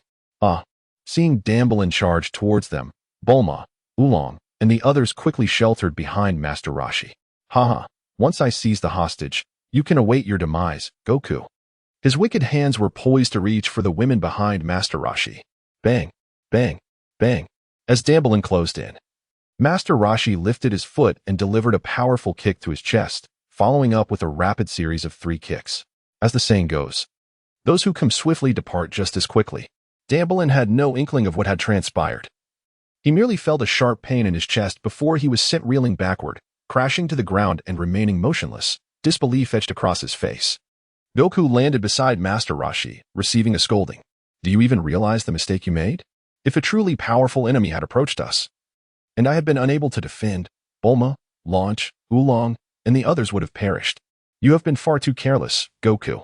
If we are killed, even if you manage to slay the enemy afterward, it will be of no use to lament the consequences. Goku, it is time for you to engage in serious introspection. This is not a mere competition in the arena. We cannot take lives. This is a battle of life and death, and should you let your guard down, you may never see your companions and mentors again. Do not rely on the Dragon Balls for resurrection, for their power is limited. Once resurrected, if one perishes again, there is no chance for revival." At this moment, Yamcha has already dealt with the rotund monster and has joined Krillin and Tien, all listening to Master Roshi reprimanding Goku. To be frank, Goku possesses an audacious heart, often allowing his opponents to enhance their strength before engaging in battle, only to unleash his anger afterward. This cycle of mercy and fury results in a continuous escalation of power from both him and his adversaries. Master Roshi, a wise sage with centuries of experience, has never imparted lessons in this regard. As his teacher, it is within reason for him to chastise Goku. It is easier to guide the young than to alter the course of the grown. And you too, Krillin, Yamcha, and Tien, must exercise utmost caution when facing these bloodthirsty foes in the future. A moment's negligence could lead to dire consequences. Look at those behind me, Bulma, Chi-Chi, Launch, Oolong. They may never see you again. We understand, Master Roshi. Roshi approached the despondent Goku and gently patted his head, speaking earnestly. Goku, I have high hopes for you. Your companions are your strength and require your protection. Do not take things lightly any longer. Goku lifted his gaze, meeting the fervent eyes of Bulma, Chi-Chi, Launch, Krillin, and Oolong. Their trust in him was evident, knowing they were safe as long as he stood with them. A renewed brilliance shone in Goku's eyes. I understand, Master. Goku. Bulma, Chi-Chi, and Krillin rushed over to embrace his small frame. Haha. Following the demise of Tambourine and Symbol, King Piccolo, seated within the Pilaf spaceship, sensed the disturbance.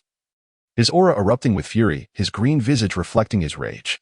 The overwhelming energy frightened Pilaf and his companions, causing them to huddle together in fear. Silently, King Piccolo recited the names of the fallen, Tambourine, Symbol, and vowed, those who have slain you shall meet their end.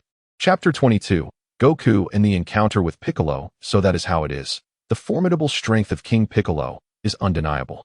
Indeed, my master, Master Mateto, sealed him with his life. I wonder who has released him. It seems I must prepare for unforeseen circumstances. Master Roshi too found himself puzzled. Does Master Mateto possess sealing techniques? Perhaps he could teach us.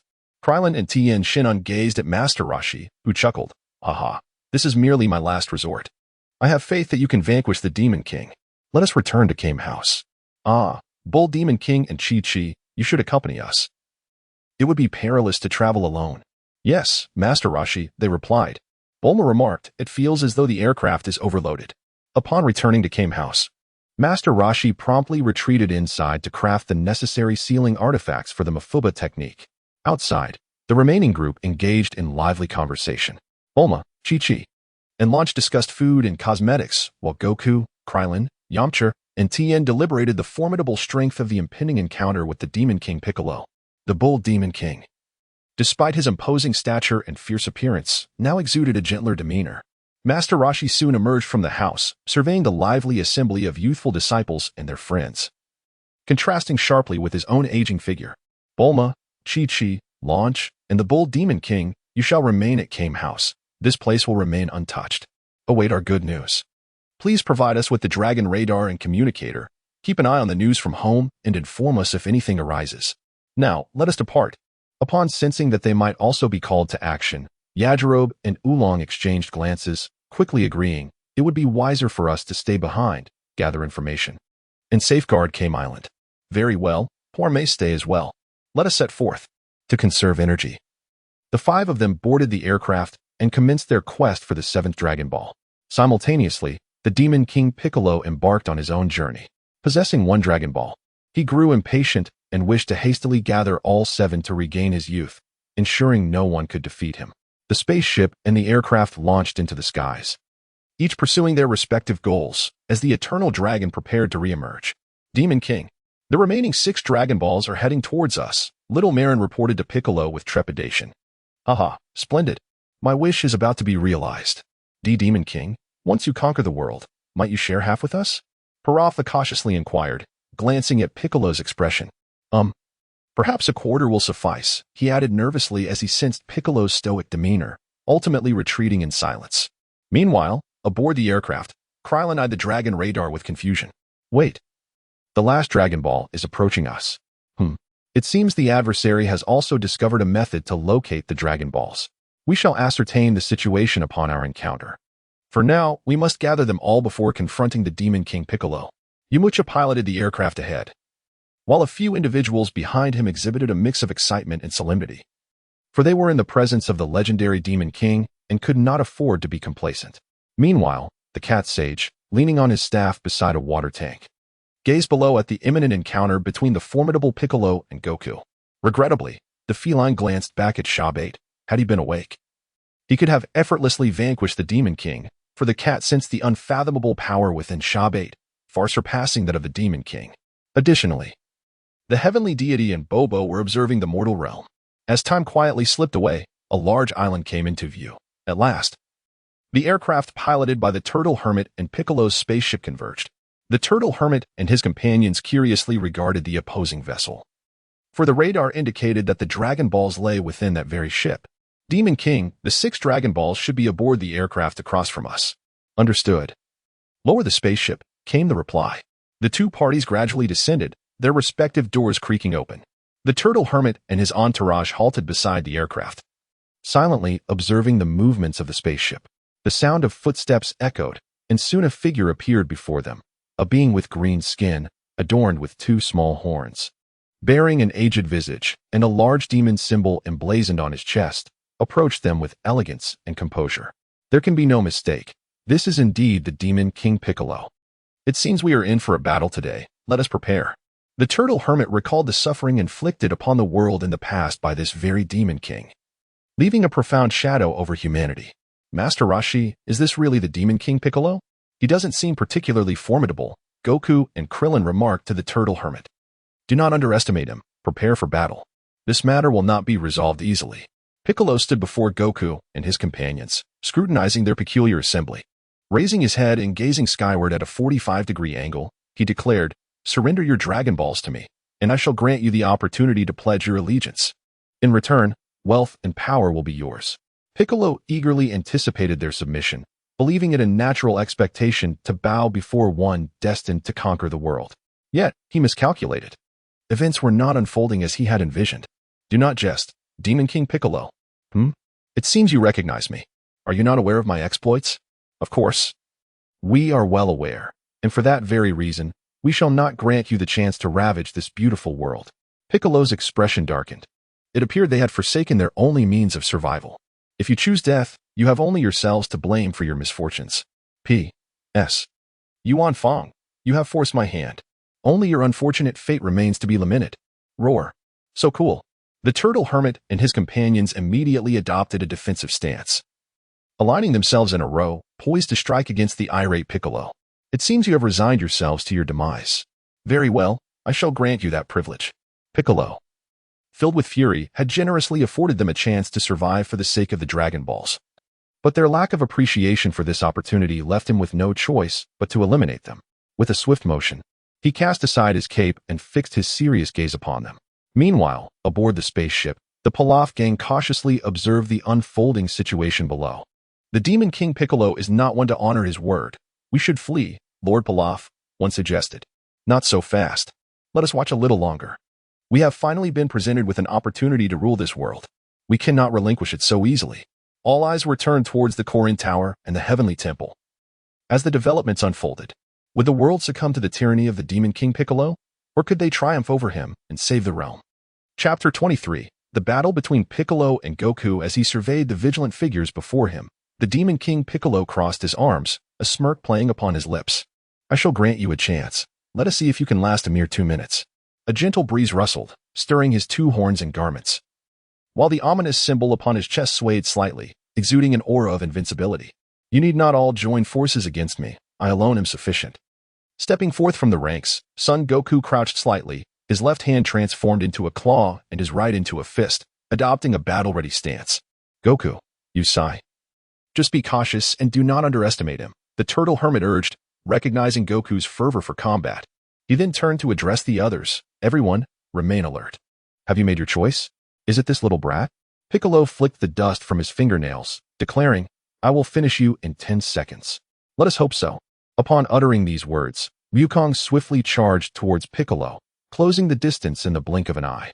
Surprised by the speed of this little rascal, Piccolo thought to himself, regrettably, I am already invincible. Just as Wukong was about to reach him, Piccolo extended a finger in defense, a tactic known as prediction, confident that Wukong would aim for his finger. As Wukong approached, he observed Piccolo's defensive posture and instantaneously shifted to Piccolo's side, delivering a powerful punch aimed directly at his waist, channeling all his strength into the blow. Piccolo was astounded by Wukong's sudden change in attack direction and the sheer speed of his assault, realizing he had no means to evade the strike. He could only watch helplessly as it connected. The forceful punch sent Piccolo hurtling through the air, followed by a wave of excruciating pain. His eyes filled with blood vessels as he expelled a bitter taste. His body collided with a small mountain, ultimately crashing into the ground, causing a myriad of cracks to erupt, enveloped in a cloud of dust. Impossible! How can this little brat possess such strength? Damn it, I am the great Demon King. Master, why does it seem like Piccolo the Demon King is not as formidable as expected? Krillin and the others questioned in confusion. It must be your years of arduous training and the tools provided by Xia Bai that have made you stronger. As for Piccolo, who appeared to be without the means to resist at the outset. The turtle hermit was torn between joy and concern, joyous that his disciples had grown stronger, but worried that they might become arrogant. Perhaps this latter concern was unwarranted. When that perverse Xia Bai makes his appearance, he should be able to subdue them with ease. The celestial cats and deities looked on in astonishment, never expecting that the so-called Great Demon King would suffer such a blow right at the beginning. Wukong, do not let your guard down. Yes, Grandpa, I understand. Wukong flew over to assess Piccolo's condition, discovering that he had already regained his footing. The Great Demon King wiped a trace of blood from the corner of his mouth and remarked to son Wukong, I concede that you possess some strength, but do not presume that you can easily defeat me. With a fierce shout, Piccolo lunged at son Wukong, his fists dancing in a flurry, leaving behind a series of afterimages accompanied by the sound of slicing air. Wukong, quick on his feet, countered Piccolo's assault and seized the opportunity to land a punch on his face. However, Piccolo's relentless barrage proved effective. After all, Wukong's combat experience was not particularly high, and he found himself struck multiple times. The battle intensified, and the Pilaf trio aboard their ship could no longer discern the fight, trembling in their hiding place, astonished that the little boy who once sought the Dragon Balls had grown so formidable. The clash continued. One must certainly vanquish this little creature, otherwise one's dignity would be utterly lost. Gradually, both combatants utilized their hands and feet to the fullest, and the ground beneath them had transformed into a profound pit. After a considerable time, Piccolo, battered and bruised, leaped away from Goku, panting heavily, an evident sign of immense physical exertion. Goku, on the other hand, appeared somewhat better. Piccolo had not managed to tear any of his garments, with only his arms and face bearing some injuries. It seemed that Goku merely needed to exercise a little caution to triumph over the Demon King Piccolo, which was indeed splendid news. Master Roshi nodded in affirmation, acknowledging the truth of the matter. What's wrong, Piccolo? Are you unable to continue? Goku inquired, gazing at the heavily panting Demon King. Damn it! Damn it! I will not let you escape, Piccolo bellowed, releasing all the energy he had left. He clasped his hands together at his chest, rapidly condensing a brilliant white energy. Oh, then I shall join you, Goku exclaimed with enthusiasm, assuming the stance for the Kamehameha wave, gathering his energy into his hands. Consequently, two beams of energy collided with one another. Piccolo watched in horror as Goku's energy wave approached him, and with a fierce roar, he attempted to resist. However, the effect was minimal, leaving him helpless as it drew near. Piccolo's energy wave could no longer withstand the onslaught and was completely consumed.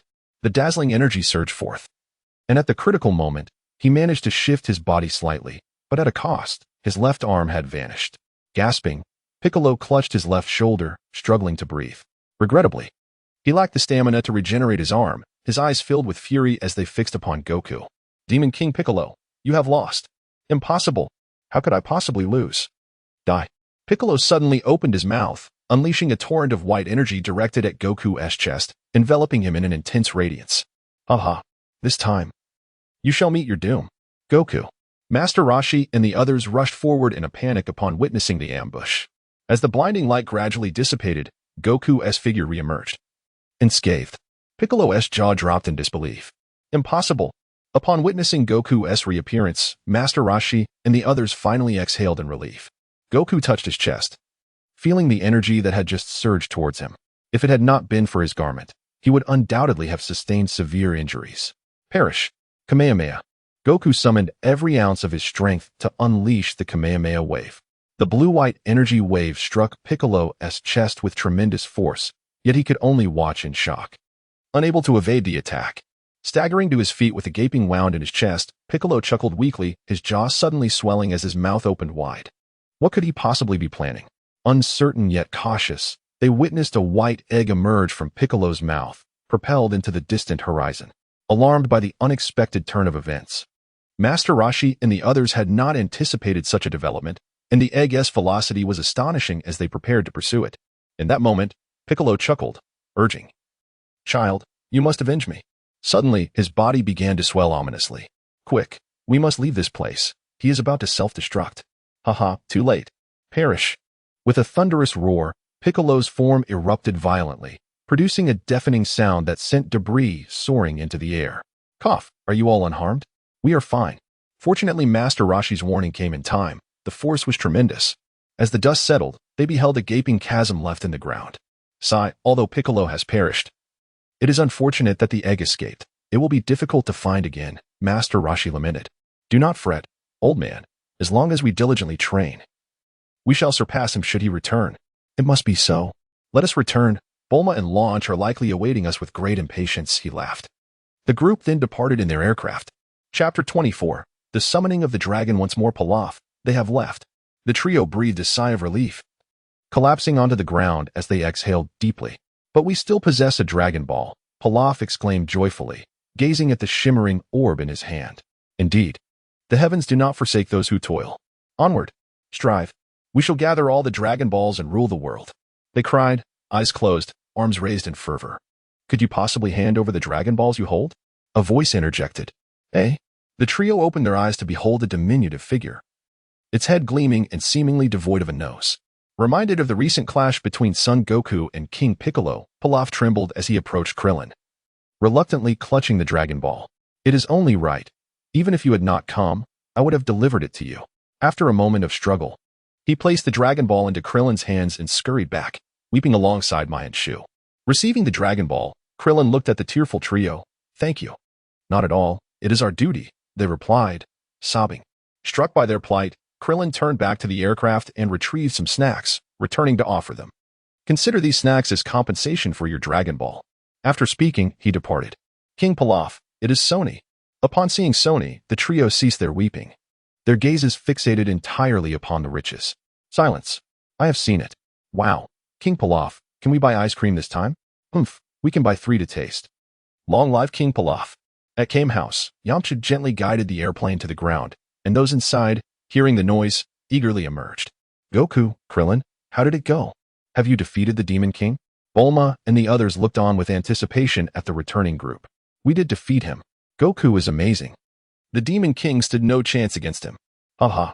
Goku, upon receiving the praise, scratched his head modestly. Goku is truly remarkable. Furthermore, we have gathered all the Dragon Balls. We can now summon the Eternal Dragon to grant our wish. The 7 Dragon Balls lay upon the ground, and many who had never witnessed the Eternal Dragon gazed in eager anticipation of its forthcoming appearance. Bulma, are you wishing for the dragon to allow you into the dream of Summer White this time? After pondering, Bulma replied, perhaps we should let that go. We have seen many martial artists perish on television. Let us see if the dragon can revive them instead. Bulma, perhaps my sister can resolve your dilemma. If not, we can always wait for the next opportunity to wish upon the dragon. At that time, Goku and Krillin will assist you in finding the Dragon Balls. Arise, Eternal Dragon, and grant my wish. The 11 individuals, along with 2 pets, closely observed the sky. As the sky darkened, a golden light surged from the 7 Dragon Balls, and with the flickering of the golden glow, a magnificent green dragon materialized. Tianjin Fan exclaimed, the dragon is indeed colossal. Gently patting the dumpling's head, Tianjin Fan remained silent. Chi-Chi stood beside Goku, her face radiating surprise. Goku, what a tremendous dragon. Indeed, we have finally laid eyes upon the Eternal Dragon once more. Is this truly the Eternal Dragon? I too wish to make a wish. Yakrabai gazed skyward at the immense dragon. Speak your wish, whatever it may be. I can fulfill it. Eternal Dragon, can you resurrect the martial artists who were slain by the henchmen of Demon King Piccolo these past few days? After a moment of silence, the wish was deemed simple. The dragon's eyes glowed red, and streams of light shot forth in all directions. It truly can be done. How splendid. Your wish has been granted. Farewell. Buzzing, the dragon transformed into nothingness, and the 7 Dragon Balls scattered in all directions. Goku, aiming for the 4-star ball, soared into the air and grasped it with ease. Across the globe, martial artists who had long since cooled in their coffins abruptly sat up, shattering the wooden planks with a resounding clap, sending those nearby into a panicked retreat. Thus concluded one chapter. Since the martial arts tournament, there had been no respite, and now they could finally gather together. Lan Chi had prepared an abundance of delectable food, and everyone sat around the table to relish the feast. Came Sanin. Do you believe the fortune teller can assist us? Bulma asked, her impatience palpable after a lengthy departure from Karin Tower. She should be able to. I will call her shortly. But if there are fees involved, it falls upon you, he replied. Not a problem. Having enjoyed their fill, Bull Demon King and Chi-Chi bid their farewells. Goku, remember to visit me, Chi-Chi called out. I will, Chi-Chi. Farewell. Travel safely. The Bull Demon King and Chi-Chi boarded their flying vehicle, waving goodbye. I have also encountered the dragon, Goku. I must take my leave, Yachirobe said as he waved farewell. Hey, Yachirobe. Huh? I see you are a martial artist as well. You could journey west to Karin Tower, where divine beings may assist you in growing stronger. I understand, son Wukong. I shall go. Goodbye. Goodbye. Kame Sanin hurried to the side to call the fortune teller. What? The fee for this inquiry is 10 million zeni? All right. I understand. Someone will cover that. Oh. I see. It's a blue heart flower on Shocho Island in the south, correct? Bulma and the others leaned in closely to listen, intrigued by the peculiar notion that such a plant could enter the dreams of others. What does it look like? Oh, it's a blade of grass with a blue flower, right? The whole island is covered with it. I see. After hanging up, Bulma exclaimed, Did you all hear that? I did. I will gather all of them and plant them, she replied, turning to Goku and Krillin with a pleading expression. Understood. We shall accompany you, Krillin said, resigned. I knew you wouldn't let me go alone. There's no helping it, Goku. Let us go and gather them all, shall we? Krillin inquired. Yes, indeed. Let us go. Just the two of us, and swiftly collect the flowers before returning to our training. Can you both handle it? Kame Sanin looked at her, reassured that there was little danger involved and that they could manage. Chapter 25. A new training location. Goku and Krillin swiftly soared through the skies. For traveling by airplane would undoubtedly be too sluggish. Below, Bulma called out, Go for it, Goku and Krillin. Bring everyone back. We got it. The two responded, transforming into streaks of light and vanishing in an instant. Tianjin, Kaiatsu, Yamcha shouted towards them. Yamcha? We should commence our training as well. There lies an island not far to the east where you can practice and spar. Remember to return for meals, Master Roshi instructed, gesturing towards the east. Thank you, Master Mateto. Don't forget to come back for dinner. Lan Shi, with her blue hair, clasped her hands before her and smiled gently at them. Tianjin felt his face flush, and he quickly took off with Kaiatsu and Yamcha. Ah, they've all left, Wulong said, lounging by the table, swaying his pig leg. Poir, shall we play cards? But it's just the two of us. That's not enough.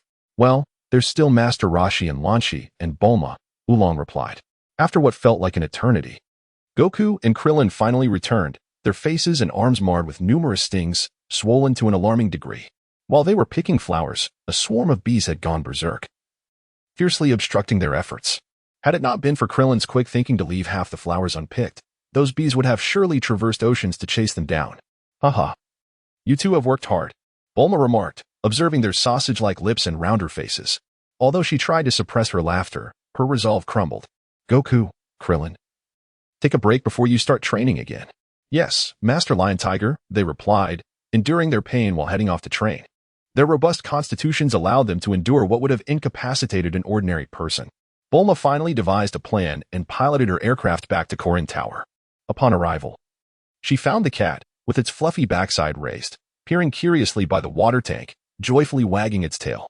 Ever since the defeat of King Piccolo, the cat had resumed its voyeuristic antics. The roar of the aircraft echoed as Bulma descended upon Karin Tower. Master Karin. Ah, Bulma has arrived. Bulma produced a capsule and casually tossed it, revealing the cat food she had prepared in advance. The cat curiously inspected the contents, which included not only ordinary fish but also rare varieties, and even an alligator. Well, an alligator is still fish, the cat mused, as Bulma hurried towards the building. The cat called out to her. Bulma, wait a moment. Master Karin, is there insufficient fish? Ahem, that is not the case. Can you get in touch with Goku and the others? Of course. Well, here's the thing. The cat extended a paw to stroke its whiskers and said, The celestial deity wishes to personally train son Wukong and the others. Please inform them, and fortuitously, you have just arrived, so it falls to you. Bulma tilted her head, her large eyes fixed intently on the cat. A deity? Indeed, the cat nodded. Are there truly deities? Yes, the cat affirmed once more. Do they resemble you? The cat nearly choked at the question. Not quite. Now hurry and notify them. All of them? Just summon Wukong, Krillin, Yamcha, Tien, and Kaiatsu. Bulma nodded and retrieved her communicator. This is the Kame house. May I ask who is calling? It's launch. Bulma here. Is Master Roshi available? Yes. Please hold on a moment, Bulma. Bulma, aren't you at the Karin Tower? Do you wish to return? Please call Wukong, Krillin, Yamcha, Tien, and Kaiatsu to the Karin Tower. The deity intends to train them personally. A deity? Bulma's brow furrowed, beginning to understand the cat's earlier sentiments. No questions allowed. Just hurry and summon them to the Karin Tower. Haha, don't be upset, Bulma. I'll go call them right away. It seems this group of youngsters will once again enhance their abilities. I must also continue my training in secret, Master Roshi mused, summoning the turtle and swaying toward the island where Wukong and the others were training. All right, Cat Sage, I have notified them. Very well, then let us wait. But what are you gazing at by the water tank every day? Bulma stealthily approached the tank and peered inside, revealing the entire earthly landscape. She had always been curious about its purpose. It turned out to be a means of observation. Cat, this is the foresight technique only deities possess. Ah, I see. Bulma remained there, awaiting Wukong and the others, not in haste to retreat to her room. At last, Master Roshi arrived at the island where Wukong and the others were training. Wukong, Krillin, come over here. Master Roshi, is something the matter? They inquired as they approached. Yes, the celestial deity wishes to personally guide your training. A deity? I had no idea there were deities on Earth. You are to proceed to the Karin Tower, where someone will direct you on how to find the deity. Hurry, and make sure to train diligently. Understood. Now, off you go. The five of them bid farewell to Master Roshi and swiftly flew westward. Observing their departure, Master Roshi leisurely returned to the Kame house. With everyone gone, it was quite serene, and thankfully, lunch was still there to prepare a meal. Wukong, apart from Brother Shin, are there other deities at the Karin Tower? I recently encountered Brother Xia Bai. He was still asleep. However, at Karin Tower, there is a cat, which is quite the celestial being, amusingly. It is not even taller than I am. You all mentioned Xia Bai, but who is he? Brother Xia Bai, it has been 3 years since we last met. He was the champion of our first martial arts tournament. Although both Wukong and I have grown significantly stronger, the depths of his power remain unfathomable. Indeed, Krillin. The attire Brother Xia Bai provided us with has withstood my utmost assaults without a scratch. It is remarkably durable. Wukong, why do you constantly think about damaging the garments left to you by Brother Xia Bai? It is quite astonishing, as this outfit has protected me on several occasions. During my battle with Piccolo, if it weren't for the garment shielding my chest from his surprise attack, I would have found myself in peril. Furthermore, I have already consumed one of the magical beans. We have yet to use any. When did you take yours, Wukong? That was during the time the Ox King sustained grave injuries. I have come to understand that Brother Xia Bai is indeed formidable, but what exactly is this magical bean? Dumpling also gazed with curiosity. The magical bean is a divine seed. Regardless of the severity of your injuries or the exhaustion of your energy, consuming one restores you completely. However, they are exceedingly rare, obtained by Brother Xia Bai from the celestial being at Karin Tower, and I am uncertain how many remain. Thus, as they flew and conversed, they soon beheld Karin Tower. Chapter 26. The five ascend to the divine temple. They have arrived, the cat remarked, observing the brilliance not far from Karin Tower. At that moment, Bulma also spotted Wukong and the others, joyfully waving to greet them. Wukong, over here. The five descended upon Karin Tower. Bulma, is that you? Have you used the heart flower yet? Not yet. I just arrived here, and the cat sage asked me to notify you. Cat sage, it has been a while. Indeed. Wukong, it has been a long time. Krillin, Yamcha, Tianjin, Dumpling, greetings to you all. Greetings, Cat Sage. The cat had never experienced such liveliness. It squinted its eyes, its whiskers perking up, radiating delight. Cat Sage, did you say that the celestial deity is searching for us? Who is the celestial deity? Observing the puzzled expressions of the group, the cat stepped forward, positioning itself at the edge of Karin Tower, and stated, the celestial deity is the true god of Earth. The dragon you summon with the Dragon Balls is a creation of the celestial deity. How impressive. Even a dragon can be created. But why would the celestial deity suddenly wish to train us? Clint inquired. Well, during your battle with the Demon King Piccolo, both I and the Supreme Kai were observing.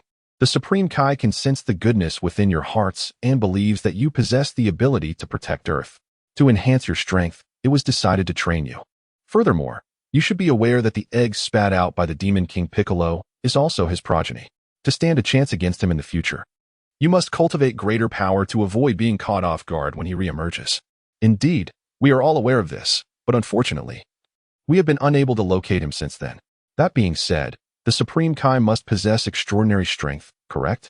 Goku, you must understand that your current might is merely brute force. You have yet to comprehend how to wield your power effectively. Your fighting style is straightforward, with unnecessary movements aplenty. Thus, The Supreme Kai will primarily focus on training you in these aspects. However, let us allow the Supreme Kai to elaborate on the specifics. Master Cat, where does the Supreme Kai reside? The feline pointed to its own head. The Supreme Kai dwells in the temple located above the Karin Tower. At a higher elevation? Several of them glanced around but saw nothing. Follow me.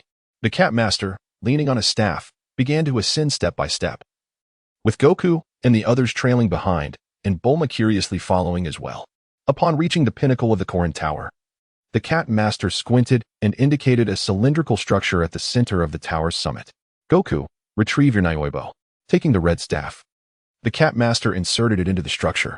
This staff was originally the link between the Karin Tower and the Supreme Kai's temple, fortuitously obtained by your grandfather, Son Gohan. Now you must be aware of how to proceed, haha. So that's how it is. I remember your Nayoibo can extend, right, Goku? Yes. We understand what to do now. Subsequently, the five of them grasped the Nayoibo together, awaiting its extension. Goku turned to Bulma and declared, Bulma, when you see Brother Shiro next time, tell him that I will surely defeat him. Thus, he set a flag for himself. I will definitely relay that message. You all must diligently train. Bulma raised her hand in encouragement. Yes, we will. Cat Master, we bid you farewell. Goodbye. They waved their paws in farewell. You will be quite astonished when you meet the Supreme Kai, Goku, the Cat Master thought to himself. Nayoibo, extend. It seemed the staff truly comprehended Goku's command as it rapidly elongated, carrying the five of them to even greater heights. Goku, Krillin, everyone, give it your all. Train hard. Bulma understood that they would not see each other for a long time, with their next encounter likely to be at the venue of the World Martial Arts Tournament. Sigh. It seems that only a boyfriend can accompany one for the longest duration. Approaching Xia Bai's side, Bulma gazed at his face, her spirits lifting considerably. Next. I should be able to enter your dreams. I wonder what you do in them. The cat. This is my home. This is my home. I must maintain a smile. Though I feel a bit frustrated. However, we cannot complain, for both have been caring for themselves. Ah, how high we are, Krillin. The Rui stick has grown for quite some time, yet we have not yet reached the Heavenly Temple. Patience, Goku, after all. The Heavenly Temple is not a place one can visit casually. At this altitude, it shouldn't take too long, right? Haha. I never imagined I would one day meet the God of Earth. I wonder what the deity looks like. You are right, Yamcha, as our strength increases. We will encounter more powerful beings. Now that even the God has appeared, who knows when a cat might emerge claiming to be an angel. Tianjin Fan also made a light-hearted jest. Haha. Oh, I see something ahead. It seems we are nearing our destination. Yes, I see it too, a huge island. It is truly remarkable, such a large island floating at such a height. The Rui stick has finally connected to the Heavenly Temple. Putting it away, the five of them quickly climbed the ladder. Upon arrival, they beheld an expansive circular arena. Before them stood a figure, a black man clad in white trousers and a red vest, his head wrapped in white cloth, with skin as dark as night. Only the outline of his form was visible, with his eyes and mouth being the only features not shrouded in darkness, making him quite distinctive. Goku approached Bobo and inquired, Are you the god? You must be son Wukong, Bobo replied. I am Bobo, the servant of the god, responsible for many affairs within the Heavenly Temple. Where is the god? I don't see him, Goku pressed. The god resides within the temple. Please follow me, and remember to show respect upon meeting him. Understood. They followed Bobo towards the temple, their curiosity piqued by the surroundings, which were entirely new to them. Aside from a structure on the side, the rest of the area was a meticulously smooth surface adorned with trees, creating a serene atmosphere, undoubtedly an excellent place for cultivation. Reaching the temple's entrance, Bobo halted and announced, The god is about to emerge. Note, I have checked the power levels, and they are not entirely consistent.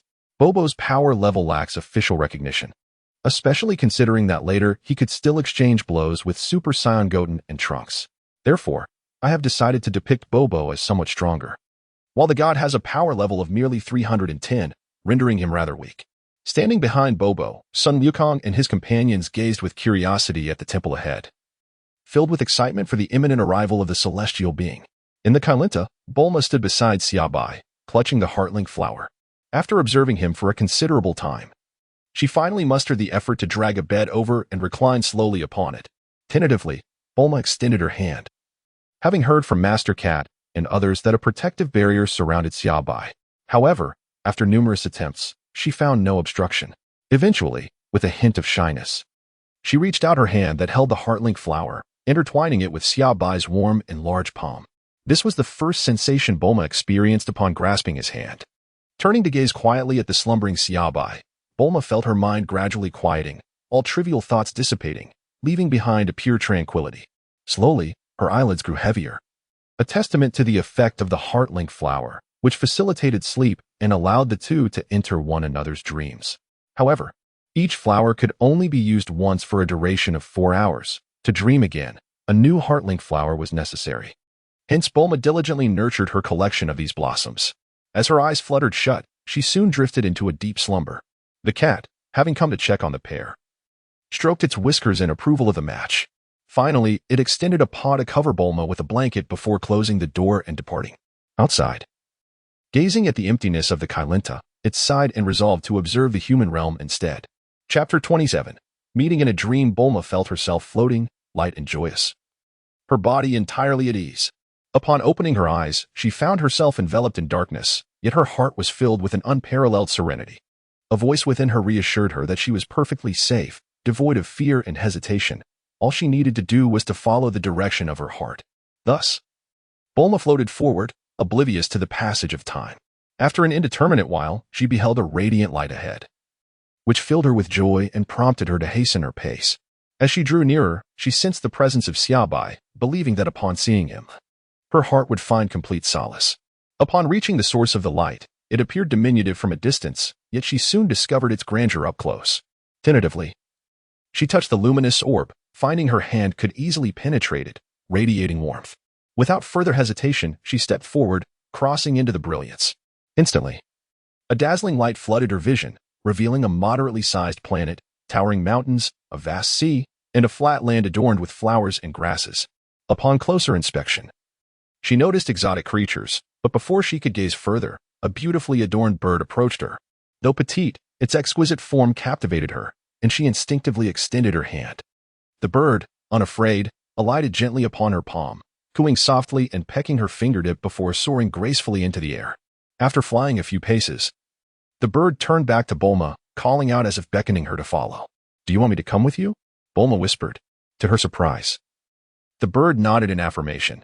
Thus, she trailed behind the creature as it flapped its wings and flew onward. Feeling tranquil and at peace, Bulma observed the little planet, relishing the extraordinary comfort, as if she were soaking in warm water after a long day of toil. The planet was not vast, and shortly thereafter, Bulma witnessed the bird come to a halt before her, where Xia Bai stood, a radiant smile illuminating his face. Gazing at him, Bulma was struck by his serene demeanor, which exuded an ethereal aura. The term celestial sprang to her mind, a delightful word that seemed to perfectly encapsulate Xia Bai's essence, especially if only his hair were a touch longer. Typically assertive in the presence of Master Roshi and others, Bulma felt her cheeks flush. Lowering her gaze and approaching Xia Bai with the shyness of a young bride, perhaps overwhelmed by the gravity of his presence. As Xia Bai continued to watch her intently, Bulma attempted to lift her gaze several times, her lips parting as if to speak, yet she feared that any words might disrupt the enchanting atmosphere surrounding them. Xia Bai extended a hand towards her, his eyes signaling Bulma to take hold.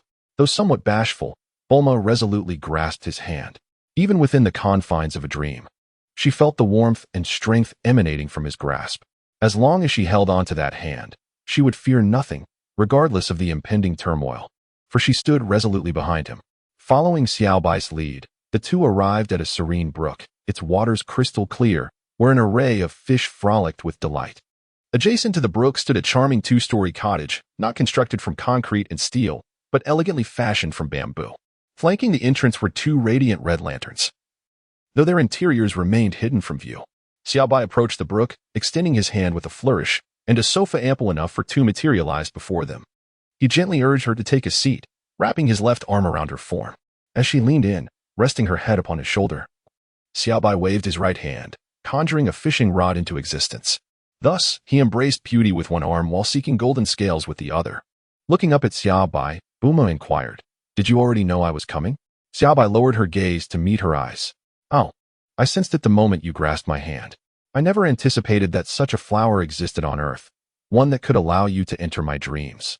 Upon mentioning this, Bulma erupted into joyful laughter, recounting the tale of Goku and Krillin, who had attempted to pick flowers for her but ended up with swollen faces due to bee stings. Xia Bai couldn't help but chuckle. It was indeed something those two would do. The two seemed to share a silent understanding, neither addressing why Xia Bai had suddenly embraced her or why Bulma had rested her head on his shoulder. Bulma then began to share the experiences she and Goku had endured during Xia Bai's 3-year absence. When recalling Bulma's wish for the most handsome boyfriend, Xia Bai felt a smile creeping upon her lips. Initially, when she traversed into this world, she considered herself merely pleasant to look at. However, after binding with Xia Bai and continuously enhancing her strength, Xia Bai began to perceive herself as increasingly perfect, transcending the realm of the ordinary, which undoubtedly captured Bulma's attention. By the time Xia Bai had slept for 3 years, she had reached the age of 22. With a soft beep, Xia Bai signaled that she had now frozen at this age. The reward for being 22 was immortality. In the realm of Dragon Ball, even the Omni King could not erase her existence. The rules held no power over her, even beyond the confines of this universe. Xia Bai couldn't help but reflect on this, realizing just how invincible she had become. Calculating her current strength, she found her attributes had reached an astonishing 5. 6 times 10 raised to the 219th power. According to the combat power calculations within Dragon Ball, trillion translates to trillion 2, and so forth. Thus, whether angels possessed strength in the range of or whether the Grand Minister could vanquish them with a mere gesture, it mattered not. They posed no threat to her. Listening intently as Bulma recounted how Goku had triumphantly claimed victory at the World Martial Arts Tournament, she also mentioned their arduous quest to gather the Dragon Balls, hoping to wish for the ability to learn dream infiltration techniques. However, their plans were thwarted by the interruption of King Piccolo, who had used the dragon's wish to save someone in need. Bulma had to rely on a fortune teller to find a way, yet fortune favored the diligent, and she ultimately found herself within the dream realm. While Bulma spoke, Xia Bai enjoyed her company, nodding in agreement. I wonder how Goku and the others are faring at the Heavenly Temple now? Bulma nestled her head against Xia Bai's chest, seeking comfort. Rest assured, once they complete their training, their powers will surely surge, Xia Bai gently reassured her, stroking her small head. The heart flower has a time limit, doesn't it? Bulma murmured. Yes. For hours remain. There is little time left, Bulma replied softly. You still need to replenish your energy, and there are more flowers, right? Just hold my hand again when you drift off to sleep. Indeed, Bulma, should the opportunity arise to gather the Dragon Balls and make a wish. Let us first wish for your eternal youth. Ah, you are remarkably astute. This way, I shall remain forever radiant. Bulma's large eyes sparkled with a sudden realization, reflecting on how she had never thought of this before. Chapter 28. The Heavenly Temple. Alas, time is drawing near, and there remains so much more to express. Bulma furrowed her brow and murmured softly. Xia Bai gently ran his large hand through Bulma's silky blue hair and softly remarked, there is ample time ahead. We shall take our time. Bulma, feeling the warmth of his hand, comfortably closed her eyes for a moment and said, this time, I shall speak for myself. Next time, you can share your thoughts. What were you dreaming about, humph? Very well. Next time I shall tell you all that transpired in my dreams, he replied. Just then, the fish bobbed in the stream, and Bulma's eyes sparkled as she pointed with her delicate hand, exclaiming that a fish was caught. Ha ha, I see it. It's quite a large one. Watching Xia Bai reel in the fish, Bulma felt even more joy than he did. Nestling into his embrace and revealing a radiant smile as she clapped her hands together in delight. Soon, the fish transformed into a golden delicacy that filled their bellies. Bulma was pleasantly surprised to discover that Xia Bai was quite adept at cooking. The food was remarkably delicious, making her feel as though she had struck a great bargain. After all, one must eat in dreams as well. After a hearty meal, the two nestled together, gazing at the gently flowing stream before them, observing the fish leaping from the water and the animals approaching the water's edge for a drink. I must return now, Bulma said, looking up. Upon hearing this, Xia Bai turned her head to gaze at him, suddenly reaching out to envelop her entire being in his embrace, face to face. Bulma seemed to sense something amiss, anxiously closing her eyes. The small creatures, startled by the commotion, raised their heads with alertness, their lively eyes fixated on the pair. As they drew closer, Bulma could feel the searing warmth of Xia Bai's breath. Her body tensed, her fists clenched tightly. Her eyelashes fluttered, and she sensed her heart racing, the blood coursing through her veins with increasing fervor. Xia Bai gazed at the anxious Bulma, unable to suppress a smile. He leaned forward and gently kissed her forehead. Come back soon. After all, I find myself quite lonely here. Still dazed from Xia Bai's kiss, Bulma nodded slowly, her figure gradually fading away. Xia Bai glanced back with a sense of reminiscence before turning away to commence his daily meditation, seeking to empty his mind and attune himself to the universe. Meanwhile, Bulma stirred slightly in bed. However, the vibrant hue of her complexion unmistakably indicated her current state of agitation. After a considerable time, she finally opened her eyes. Gazing at the slumbering Xia Bai, emboldened by a sudden impulse, she shyly approached and planted a kiss on him, hoping he sensed her affection. Ah! A splendid day is about to unfold, she thought. Bulma tidied herself, changed her attire, and exited the room. Outside, she noticed a cat blissfully napping in its cozy bed. Its gentle snoring lifting a tiny bubble at its nose, perhaps scratching its rear with a paw in a delightful stretch. In high spirits, Bulma stood by the Karin tower. Basking in the morning sunlight, she released her aircraft and glanced back momentarily before soaring homeward. Aware of the multitude of tasks awaiting her attention and some matters requiring her study, in an instant, the aircraft vanished from sight. At the Divine Temple, Goku and his companions watched curiously as the deity was about to emerge from within. Finally, the deity appeared before them, and at that moment, Goku and the others were rendered speechless, taken aback by the green skin, pointed ears, and the two horns adorning the head, clear indicators that this was none other than the Demon King Piccolo. Krillin and the others felt a twinge of apprehension as they regarded Piccolo's arrival. "Piccolo, we never expected you to be alive," they exclaimed. However, Goku could hardly contain himself and attempted to bypass Bobo to launch an attack on Piccolo. Just as he reached Bobo's side, Bobo restrained him with a firm hand. Krillin looked at Goku and said, "Goku, do not be hasty. We all witnessed you defeat the Demon King Piccolo. There must be more to this than we know. Let us remain calm and listen to what they have to say." "All right. But Bobo, your strength is impressive," Goku replied. Bobo then said, "This is a deity. You must show respect." At that moment, the deity approached them, standing firm and nodding in acknowledgement before addressing Goku and the others. "I understand your confusion regarding my resemblance to the Demon King Piccolo." They all nodded in agreement. The deity took a few steps forward, surveying the vast divine temple, and continued, "Piccolo and I are one and the same. Long ago, I was a martial artist, much like you. Upon discovering the existence of the deities, I journeyed here. Unfortunately, even deities can perish. I aspired to become the successor of the divine, but the deity sensed a trace of malevolence in my heart and rejected me. However, I refused to relinquish hope. Through arduous training, I successfully expelled that darkness from within me, resulting in the birth of the Demon King Piccolo. I sincerely apologize for this. Nevertheless, Piccolo has been vanquished by you, and I shall train you for a time to enhance your strength in preparation for future threats." So, that is how it transpired. "I have witnessed your battles. Although your strength is formidable, it is merely brute force, lacking finesse in its application. Henceforth, you shall diligently train within the Celestial Temple. During this period, Bobo will guide you in mastering the utilization of your powers. I believe that by the end of this time, your abilities will experience considerable enhancement." Turning to Bobo, "I express my gratitude. Thank you for your efforts, Bobo."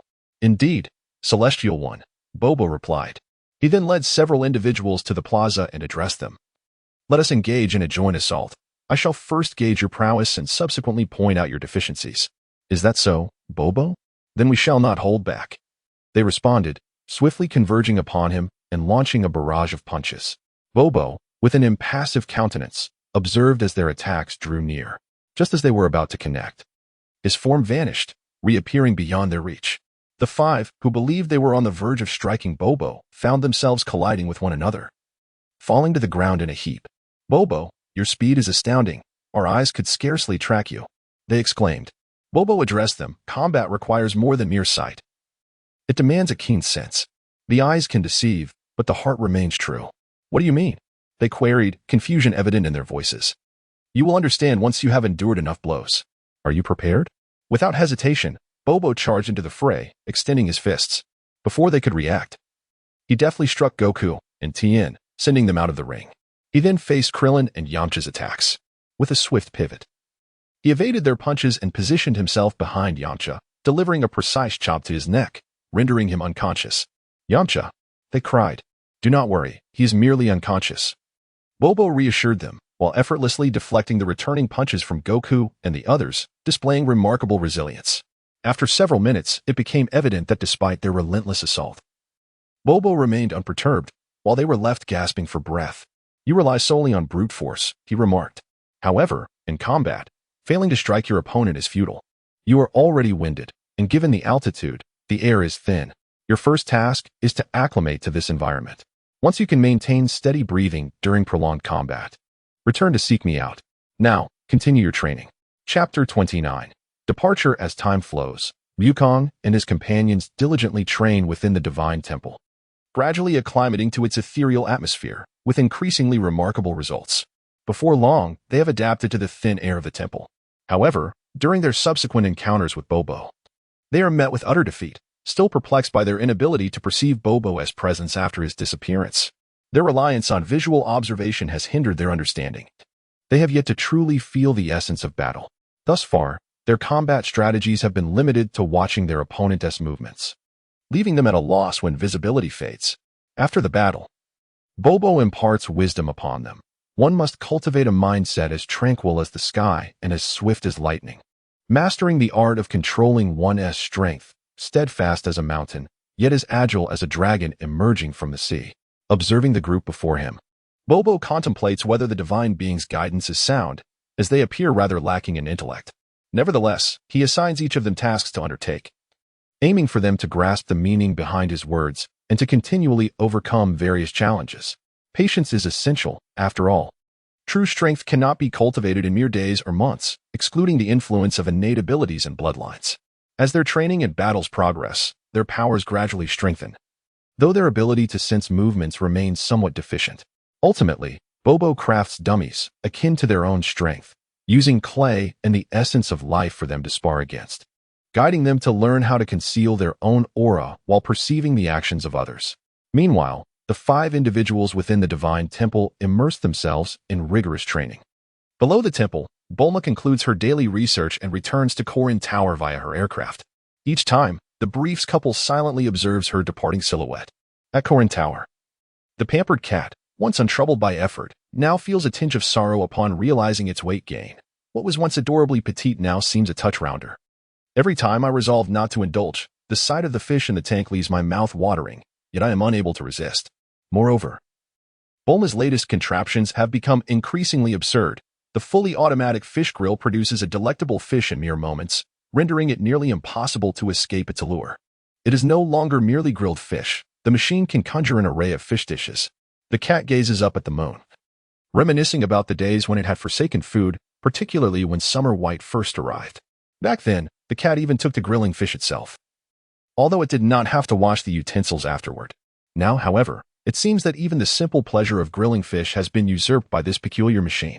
No cooking, no dishwashing. The cat finds solace in consuming fish daily to pass the time. As it raises its paw, contemplating kicking the machine, it hesitates upon reaching its side, deciding against it. After all, it is a cat. Round is round. Even Garfield is rather rotund. Everyone is busy, and thus, 3 years have slipped by, leading to the commencement of the 23rd World Martial Arts Tournament. At Kame House, after 3 springs and autumns, a closer examination of Master Rashi reveals that his energy has deepened significantly since before, despite his appearance remaining that of a wizened old man. Lan Chi. It is time to depart, he announces. Master Rashi, alongside Oolong and Pu'er, waits for Lan Chi to emerge, and when she does, it is in her blue-haired form. A silence envelopes them. I won't be going. The air in the city is detrimental to my skin, Lan Chi states. Master Rashi shoots Oolong a knowing glance. If she does not go, who will lead the way? There will be too many people, and they won't be able to see the competition. Oolong nods solemnly, understanding the gravity of the situation. Quietly, he approaches Lan Chi, and with a pig's trotter, he brings a blade of grass to her nose. As she wonders why no one is speaking, she suddenly feels an itch in her nose. Achoo! Oolong promptly drops the grass, placing his hands behind his back and humming a little tune as he moves beside Master Rashi, his paws making a gesture towards him. Master Rashi nods, his glasses gleaming with a flash of light. The golden-haired Lan Chi glances around and declares, "Let us go. I adore the city." The entire crew from Kame House sets off, accompanied by a turtle. At Capsule Corp, 3 years have passed, and the room remains unchanged, save for the fact that the bed Bulma once brought has mysteriously vanished. In the luxurious bed of Xia Bai, 2 individuals lay in slumber, their hands intertwined, with a delicate flower symbolizing their bond resting between them. In the realm of dreams, Xia Bai and Bulma were engrossed in an exhilarating game, yet despite his formidable prowess, he consistently found himself on the losing end, a mere novice in the gaming world. Why did tears often glimmer in his eyes? Year after year trapped in the bronze tier, a novice indeed? Haha, I've won again. What shall I have you do upon waking? Oh well, I shall let it be for now.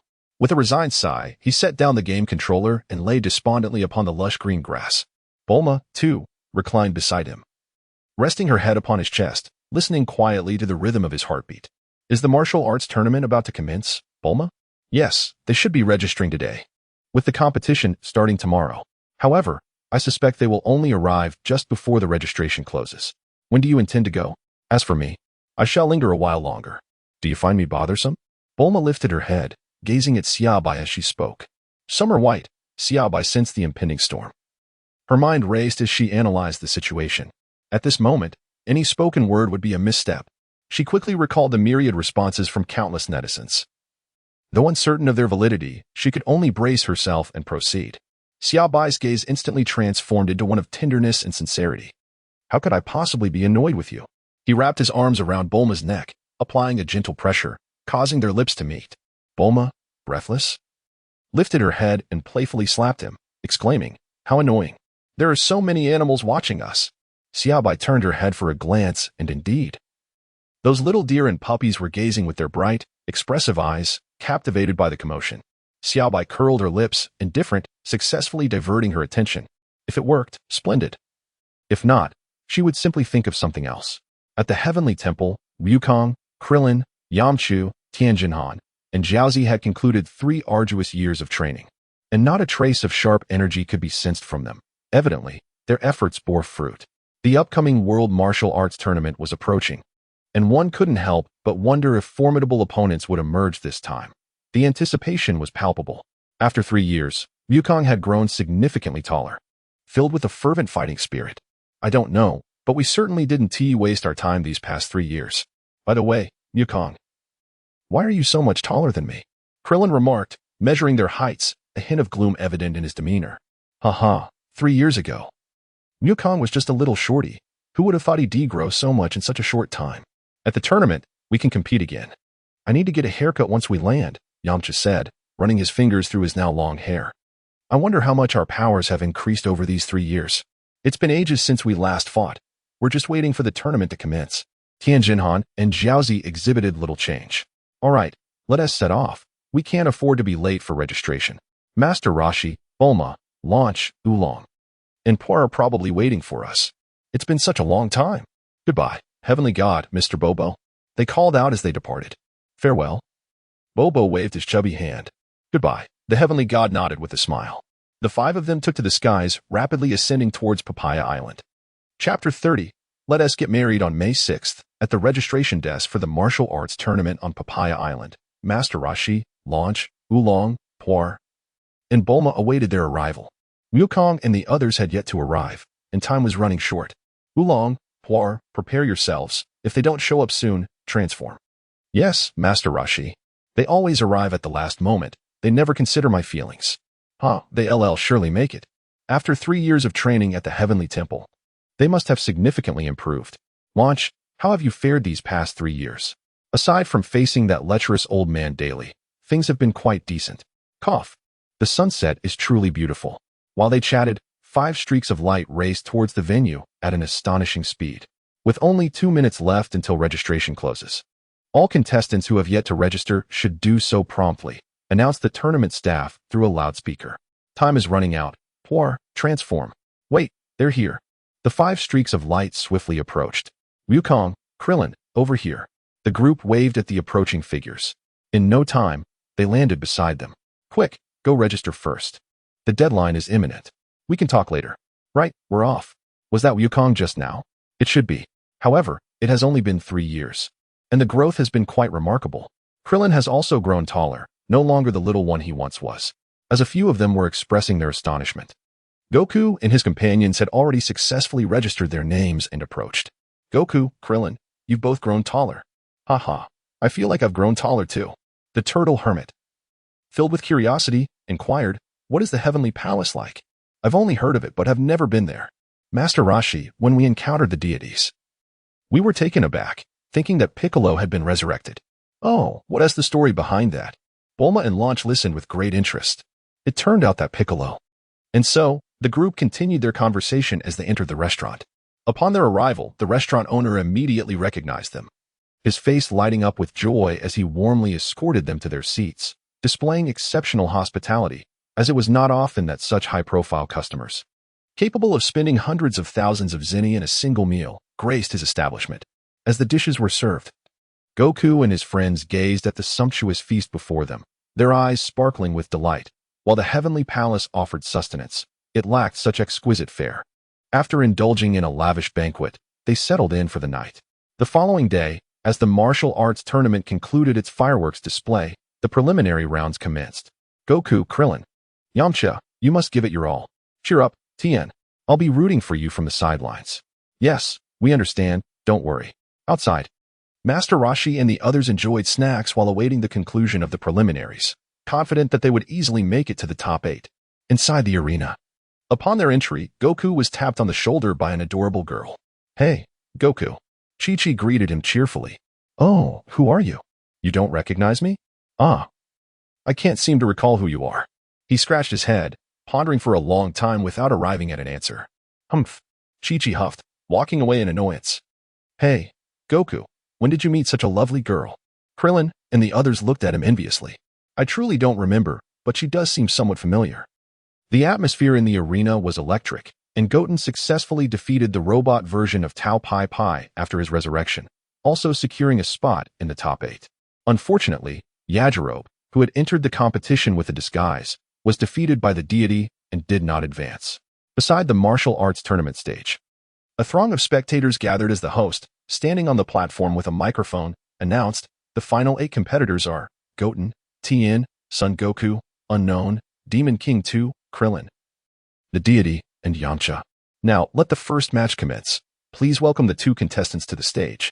As they watched the arena, Dumpling and Bulma found themselves taken aback by the unfolding circumstances, yet they cheered joyfully for the competitors. Although Dumpling exhibited a degree of strength, it paled in comparison to that of Tangent Fan. Ultimately, realizing the futility of inflicting any damage upon Tangent Fan, he conceded defeat. Congratulations are in order for our first match, with Tangent Fan emerging victorious. We urge Dumpling not to be disheartened, for he has yet to reach maturity. Now, let us welcome the champion, Sun Wukong, to face the renowned fighter, Ji Ming. With that, he swiftly leapt off the stage, showcasing a dexterity that tugged at the heartstrings. Chi-Chi stood on the platform, visibly irked as she glared at Sun Wukong, who appeared somewhat perplexed by her demeanor. Why do you always look so angry? He inquired, puzzled. I am incensed that you do not recognize me, having forgotten our promise. Promise? I truly cannot recall who you are, Wukong replied. You genuinely cannot remember? No. Chi-Chi responded with exasperation. Once you defeat me, I shall reveal it to you. Ah, I see. That simplifies matters, Wukong acknowledged. However, it won't be easy to defeat me. She retorted defiantly. Bulma mused aloud, that girl seems to know Sun Wukong, yet I find her visage familiar as well. Oolong, observing Chi-Chi on the stage, remarked to Master Rashi and the others, not only does Wukong know her, but we all do. We recognize her. After much contemplation, they couldn't recall, ultimately deciding to wait and see what would unfold. Krillin gazed at the arena, envious of Wukong for knowing such an adorable girl. Patience, Krillin.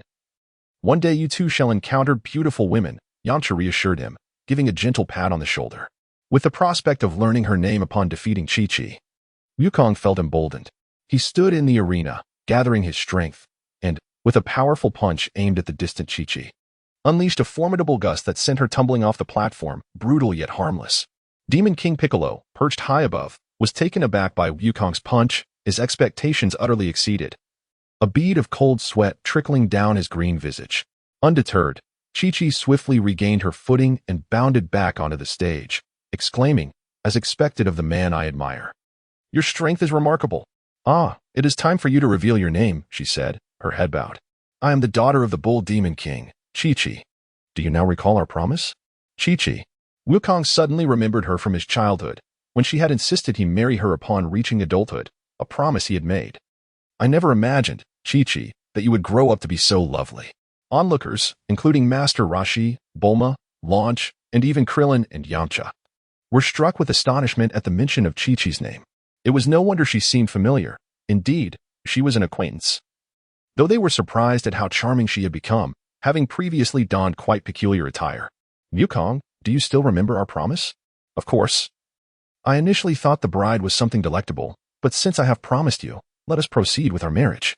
Indeed, we are wed, ladies and gentlemen. This marks the first occasion where a marriage transpires at the martial arts tournament.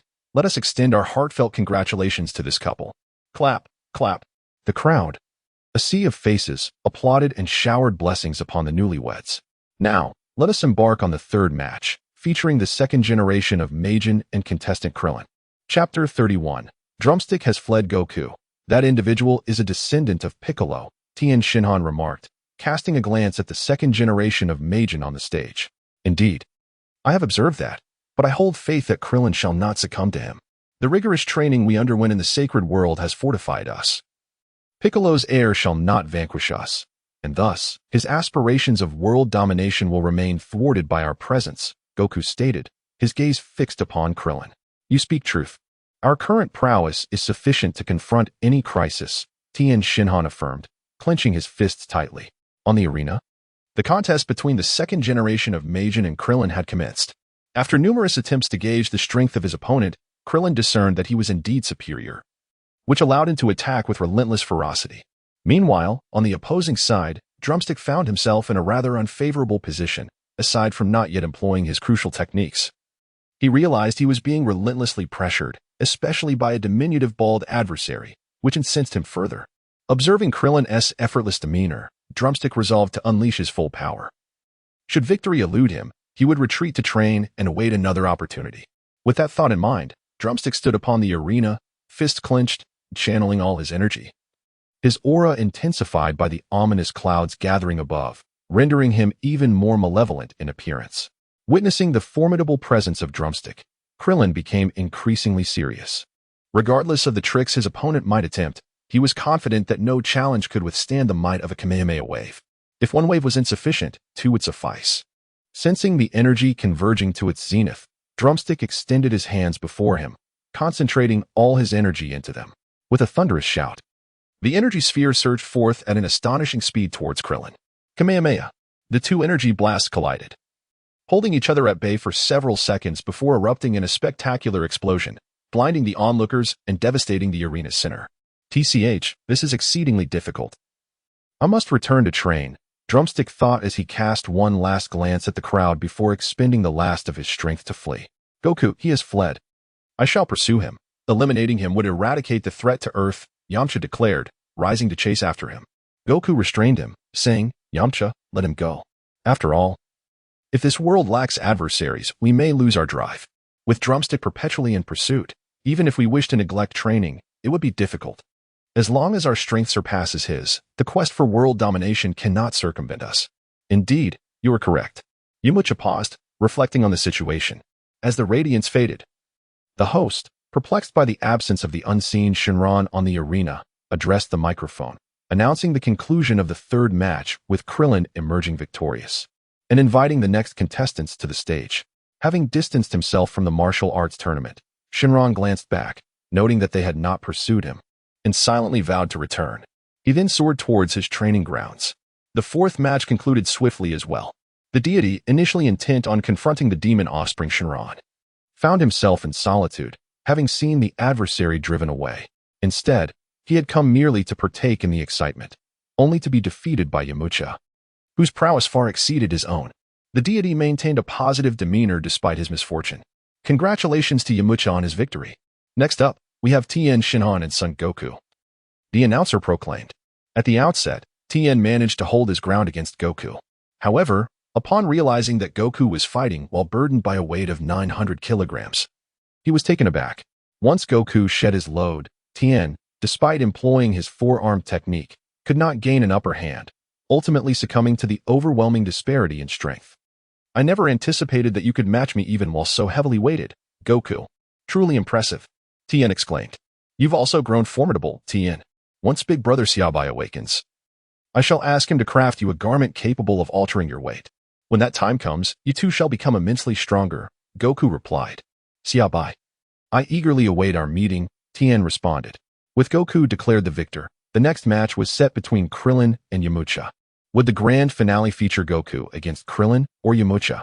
Let us anticipate their riveting contest. Krillin, the final battle will undoubtedly be mine against Goku. Just wait for your defeat, Yamcha proclaimed, brimming with confidence in his abilities. Yamcha, you're celebrating prematurely. I have not idled away these past 3 years. Would you like to remove the weight of your attire and face me again? Krillin remarked, his eyes gleaming with anticipation. Very well.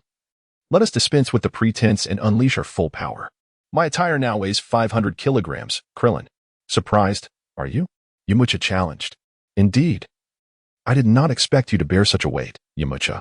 Alas, I must reduce my own weight of 600 kilograms. It is quite burdensome, Krillin responded, bouncing lightly. Yamcha, who had been elated moments ago, now felt a wave of sorrow wash over him. The camaraderie they shared had been obliterated in an instant. Farewell, he sighed. Can you imagine? You toil silently to achieve commendable results, only to boast to others, who respond with genuine admiration, yet effortlessly one-up you in a nonchalant manner. Devoid of any mockery. Let us fight with all our might. Krillin. Yamcha, you must win. Defeat him. Go, little bald head. The cheers and encouragement from the onlookers filled the air, each rallying for their favored contender. Hey, you over there, step aside. The disparity in combat prowess between the two was not overwhelmingly vast. Yamcha, despite taking several blows, managed to retaliate. Before long, the two fighters separated, each nursing their wounds while keenly observing the other's every move. Impressive, Yamcha. You've taken so many hits and still remain standing. You too, Krillin. Ha ha ha. Let us not squander any more time. Let us settle this and face Son Goku in battle. Look at him. He can barely contain his excitement, Krillin remarked, glancing at the eager Son Goku held by Chi-Chi at ringside. Though feeling a twinge of frustration, he reassured himself. But baby, do not cry. I share the same sentiment. Krillin. The two faced each other, mirroring one another's stances. Are they about to unleash the Kamehameha? All spectators were urged to safeguard themselves. As protective gear was ready, Brand X bulletproof shield, a worthy investment. With that, a bulletproof shield was erected before him. Pah. Shameless. Deplorable. How much is that? Kamehameha. As the words left their lips, two beams of white energy collided violently, creating a chasm in the arena floor, the air sizzling with heat. Chapter 32. Kamehameha. The two energy waves remained locked in a fierce stalemate, resembling a tug-of-war, neither yielding to the other. The battleground was left in ruins at the point of collision. Krillin and Yamcha strained visibly, their veins bulging, exerting every ounce of strength, waiting for the other to falter and surrender. The audience below watched with bated breath, their hands instinctively clenching tighter. They understood. Whoever broke first would be the one to lose. Come on, Yamcha. Krillin, you must hold on.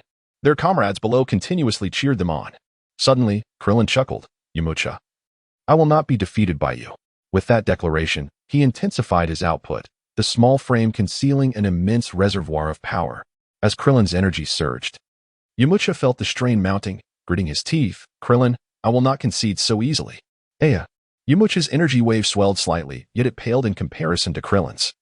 And he sensed his strength waning. Helplessly, he watched as Krillin's energy wave rapidly consumed his own, drawing ever closer. Seeing this, Krillin felt a surge of elation. With whatever strength remained, he poured all his energy into amplifying the beam. Yamcha could only watch in despair as Krillin's energy wave overwhelmed him, sending him tumbling off the stage, his body collapsing to the ground, utterly drained and unwilling to move a finger. Yamcha. Puyalu swiftly assisted the weary Yamcha to his feet. Yamcha, are you uninjured? Krillin and his companions inquired with concern. Yamcha chuckled softly. No injuries here. Krillin, you've become quite formidable. Krillin sheepishly scratched his bald head. As the dust settled, the victor was declared Krillin. Their exhilarating match garnered thunderous applause from the crowd, who were treated to an unparalleled spectacle of skill and valor. The host then announced, now, let the staff prepare the arena for our next match. Krillin will take a brief respite before facing the reigning champion, Son Goku. In the final showdown, who will emerge as the champion of this martial arts tournament? Stay tuned. No sooner had the host finished speaking than a deluge of fruit coins and even a bra rained down upon him. Before he could comprehend the chaos, he found himself buried beneath a plethora of assorted items. As he finally managed to extricate himself, he spotted a bald elder swiftly concealing something nearby. Soon enough, the host regained his footing on the repaired stage, testing its sturdiness with a stamp of his foot, nodding in satisfaction. Now, let us welcome Son Goku and Krillin for this championship finale. Let us cheer them on. Having participated in 3 tournaments, Krillin finally stood on the championship stage, facing Son Goku. The 2 contestants assumed their stances, gazing at one another. Krillin noted how much Goku had grown over the past 3 years. He had surpassed him in height, a stark contrast to their previous similarities. Moreover, Krillin couldn't help but feel a pang of envy for Goku's adorable wife. Feeling the surge of strength within him, Krillin was filled with confidence, believing he could engage Goku in a back-and-forth battle, with a chance at claiming the championship title. Master Roshi, watching from the sidelines, was flooded with nostalgia as he recalled the days when the young Goku and Krillin trained diligently on his island.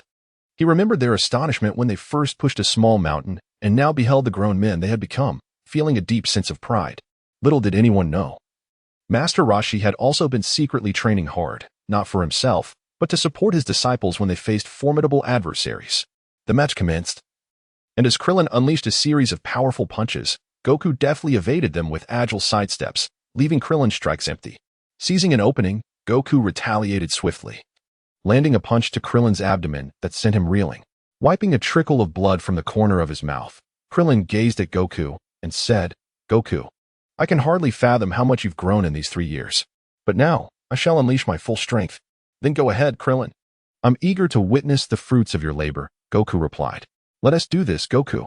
Krillin has shed all the weight of his garments, and his speed has increased significantly. With clenched fists, he swiftly approaches Son Wukong, leaving behind several afterimages to perplex him. Although he knows that this tactic may not be of great utility, he is acutely aware that victory in battle hinges on every minute detail. Wukong, caught off guard, is struck by Krillin's punch, sending him crashing to the ground. "Krillin is truly formidable," gasps his companions in the audience as they witness Wukong being knocked down. Krillin exudes confidence in his own strength, believing that even a moment's negligence on Wukong's part would result in injury. However, upon Wukong's recovery, it becomes apparent that he bears no signs of harm, nor does his aura show the slightest fluctuation. Wukong chuckles heartily. "Krillin, your punches are indeed painful." Merely causing slight discomfort, Krillin begins to suspect that Wukong might not be of this world. After all, that was his full power. And even Yamcha or Tien wouldn't appear so unfazed. Nonetheless, Krillin eventually reconciles with this thought, as he has known since childhood just how resilient Wukong truly is. His stamina is nothing short of extraordinary. Observing Wukong standing upright, Krillin remarks, "Wukong, I genuinely question whether you are from Earth. Your endurance is quite abnormal." Wukong responds with a playful grin. "Ah, I have pondered that too, considering you all lack tails while I possess one. But none of that matters. Prepare yourself, Krillin, for I shall launch my attack." Wukong's innocent smile indicates that, for him, the presence of a tail is inconsequential. In a flash, Wukong appears before Krillin, delivering a swift slap to his back. Krillin, taken completely off guard by Wukong's serious demeanor and astonishing speed, stumbles forward several steps from the sheer force of the blow. Regaining his footing, Krillin turns to face Wukong, wiping the blood from the corner of his mouth, and launches himself at Wukong with all his might. His swinging arms create a multitude of afterimages, electrifying the audience below. Wukong, undeterred by Krillin's onslaught, deftly blocks all his attacks, seizing opportunities to counterstrike. Minutes later, Krillin, panting heavily, retreats from Wukong, his face marred with injuries, his eyes resembling those of a panda. In contrast, Wukong appears to be in excellent condition, seemingly unfazed by Krillin's efforts. "Come on, let us continue, Krillin," Wukong encourages. "I'm coming right up, Wukong," Krillin asserts, swiftly positioning his hands in a flower-like formation. "Kamehameha," he exclaims. This is the Kame House's signature energy wave, indicating that Krillin is deadly serious this time. "Let me see if I can catch it." Observing Krillin's gestures, Son Wukong felt an eager anticipation, wondering if he could catch it. As Krillin's words resonated, a surge of energy erupted from his hand, hurtling towards Son Wukong with lightning speed. Chapter 33. I shall begin to compile with the energy wave approaching. Son Wukong swiftly spread his arms and crossed them protectively over his chest to withstand the force of the impact. The tremendous thrust of the wave propelled him backward, carving deep grooves into the arena floor. Finally, as he neared the edge of the platform, the energy dissipated, allowing Son Wukong to come to a halt. Gasping for breath, Krillin gazed at Son Wukong, whose crossed arms shielded him from harm. Though pushed to the brink of the arena, he appeared relatively unscathed. Glancing at his own hands and clenching his fists in disbelief, he uttered, "How is this possible?" Yamcha and Tien, watching from below, were equally astonished by Sun Wukong's resilience. They exchanged glances and lamented, "Is Sun Wukong truly this strong? It seems we must train even harder, lest we fall further behind." "Huh, I really did block the Kamehameha," exclaimed Sun Wukong, raising his arms in an attacking stance. "All right, it's my turn, Krillin. I concede. I have no strength left," Krillin declared, promptly leaping off the stage. Seeing this, Wukong dashed over. "Hey, Krillin, why are you conceding? I haven't even had a proper chance to fight yet. At least let me land a few hits." The announcer scanned the area and, finding no imminent danger, swiftly ascended the stage, microphone in hand, proclaiming, "Krillin has exited the stage. Sun Wukong is the victor. Congratulations to contestant Sun for winning the 23rd World Martial Arts Tournament." Applause erupted from the audience, who watched in admiration as this small figure transformed from the runner-up of the 21st tournament to the champion of the 23rd. Witnessing his growth over the years, perhaps a memory they would cherish in their old age. Once the crowd dispersed, Wukong and his companions gathered. "Wukong, congratulations. You're amazing. Krillin, you were great too." "Wukong," Chi-Chi exclaimed, tightly embracing his arm, her heart racing with excitement. "Wukong, I wish to invite you to assume the role of the next god of Earth. Your kindness and wisdom qualify you for this esteemed title. And you and Chi-Chi could reside in the goddess palace together," the god stated as he approached Sun Wukong. Wukong, bewildered, pointed at himself. "Me? Indeed. I believe no one else is worthy of this position. Don't jest. I would be utterly bored up there." "Nimbus," he retorted, making a playful face at the god before soaring away on his cloud, pulling Chi-Chi along. "Farewell, everyone." Wukong and Chi-Chi waved farewell as they ascended on the flying Nimbus. 1 month later, on a serene day, the tranquil Baozi Mountain erupted into a lively scene, filled with an array of colorful aircraft and vehicles. This day marked the wedding of Wukong and Chi-Chi, and Bulma had traveled all the way from the Karin Tower to attend. The Turtle Sage, Launch, Krillin, Yamcha, Tien, Chaozu, Oolong, and Por also journeyed by plane from Turtle Island to Baozi Mountain. The once solitary Baozi Mountain, which had been home to Wukong alone, was soon abuzz with excitement as a gathering of friends came together to extend their heartfelt blessings to the couple. Indeed, Wukong, a man of simplicity, was fortunate to have such delightful fortune and a wife who could open doors effortlessly. The joyous day swiftly passed, and as evening fell, Wukong and Chi-Chi bid farewell to their guests from Turtle Island and Bulma before retreating into their home. Bulma piloted her aircraft back to the Karin Tower, disregarding the cat sage, and ventured directly into the dreams of Xia Bai, her eyes sparkling as she recounted the splendor of Wukong's wedding and the beauty of Chi-Chi's wedding gown. Xia Bai gazed at Bulma, whose face was adorned with envy. With a wave of his hand, a dazzling golden light materialized before her. Before Bulma could utter a word, Xia Bai pointed towards the gold and proclaimed, "When we marry, let us hurl a pile of gold at the doors of every television station, compelling them to broadcast our union. This will surely allow every soul on earth to witness it." Bulma playfully nudged his arm, muttering, "How pedestrian." While it may be true that his ideas were somewhat ordinary, Xia Bai was indeed a man of such simplicity, yet he remained unperturbed by his unremarkable nature. For he possessed the ability to change and did not lament it. Xia Bai continued, speaking of their honeymoon, suggesting that after traversing the earth, they should embark on a journey to distant planets, where he would show her creatures entirely unlike those on earth. Curiously, Bulma inquired, "Are there really extraterrestrials?" "Indeed there are," Xia Bai affirmed, even providing examples. "Bulma, have you ever encountered the God of Heaven?" "The God of Heaven? I have not, only witnessed him inhabiting a mortal form." "The God of Heaven resembles Piccolo the Demon King." "What?" Bulma was genuinely unaware, having never seen him. "Yes, Piccolo the Demon King is, in fact, the malevolent aspect that the God of Heaven separated from himself during his arduous asceticism to attain divinity. Essentially, they are the same entity. So, does that mean the God of Heaven is also green?" Bulma exclaimed with excitement. Xia Bai cast a glance at her, bemused by the peculiar workings of her mind, yet wisely refrained from rebuttal, for his recollections of that summer remained vivid. Indeed, it was true. The divine beings were extraterrestrials, as was Wukong.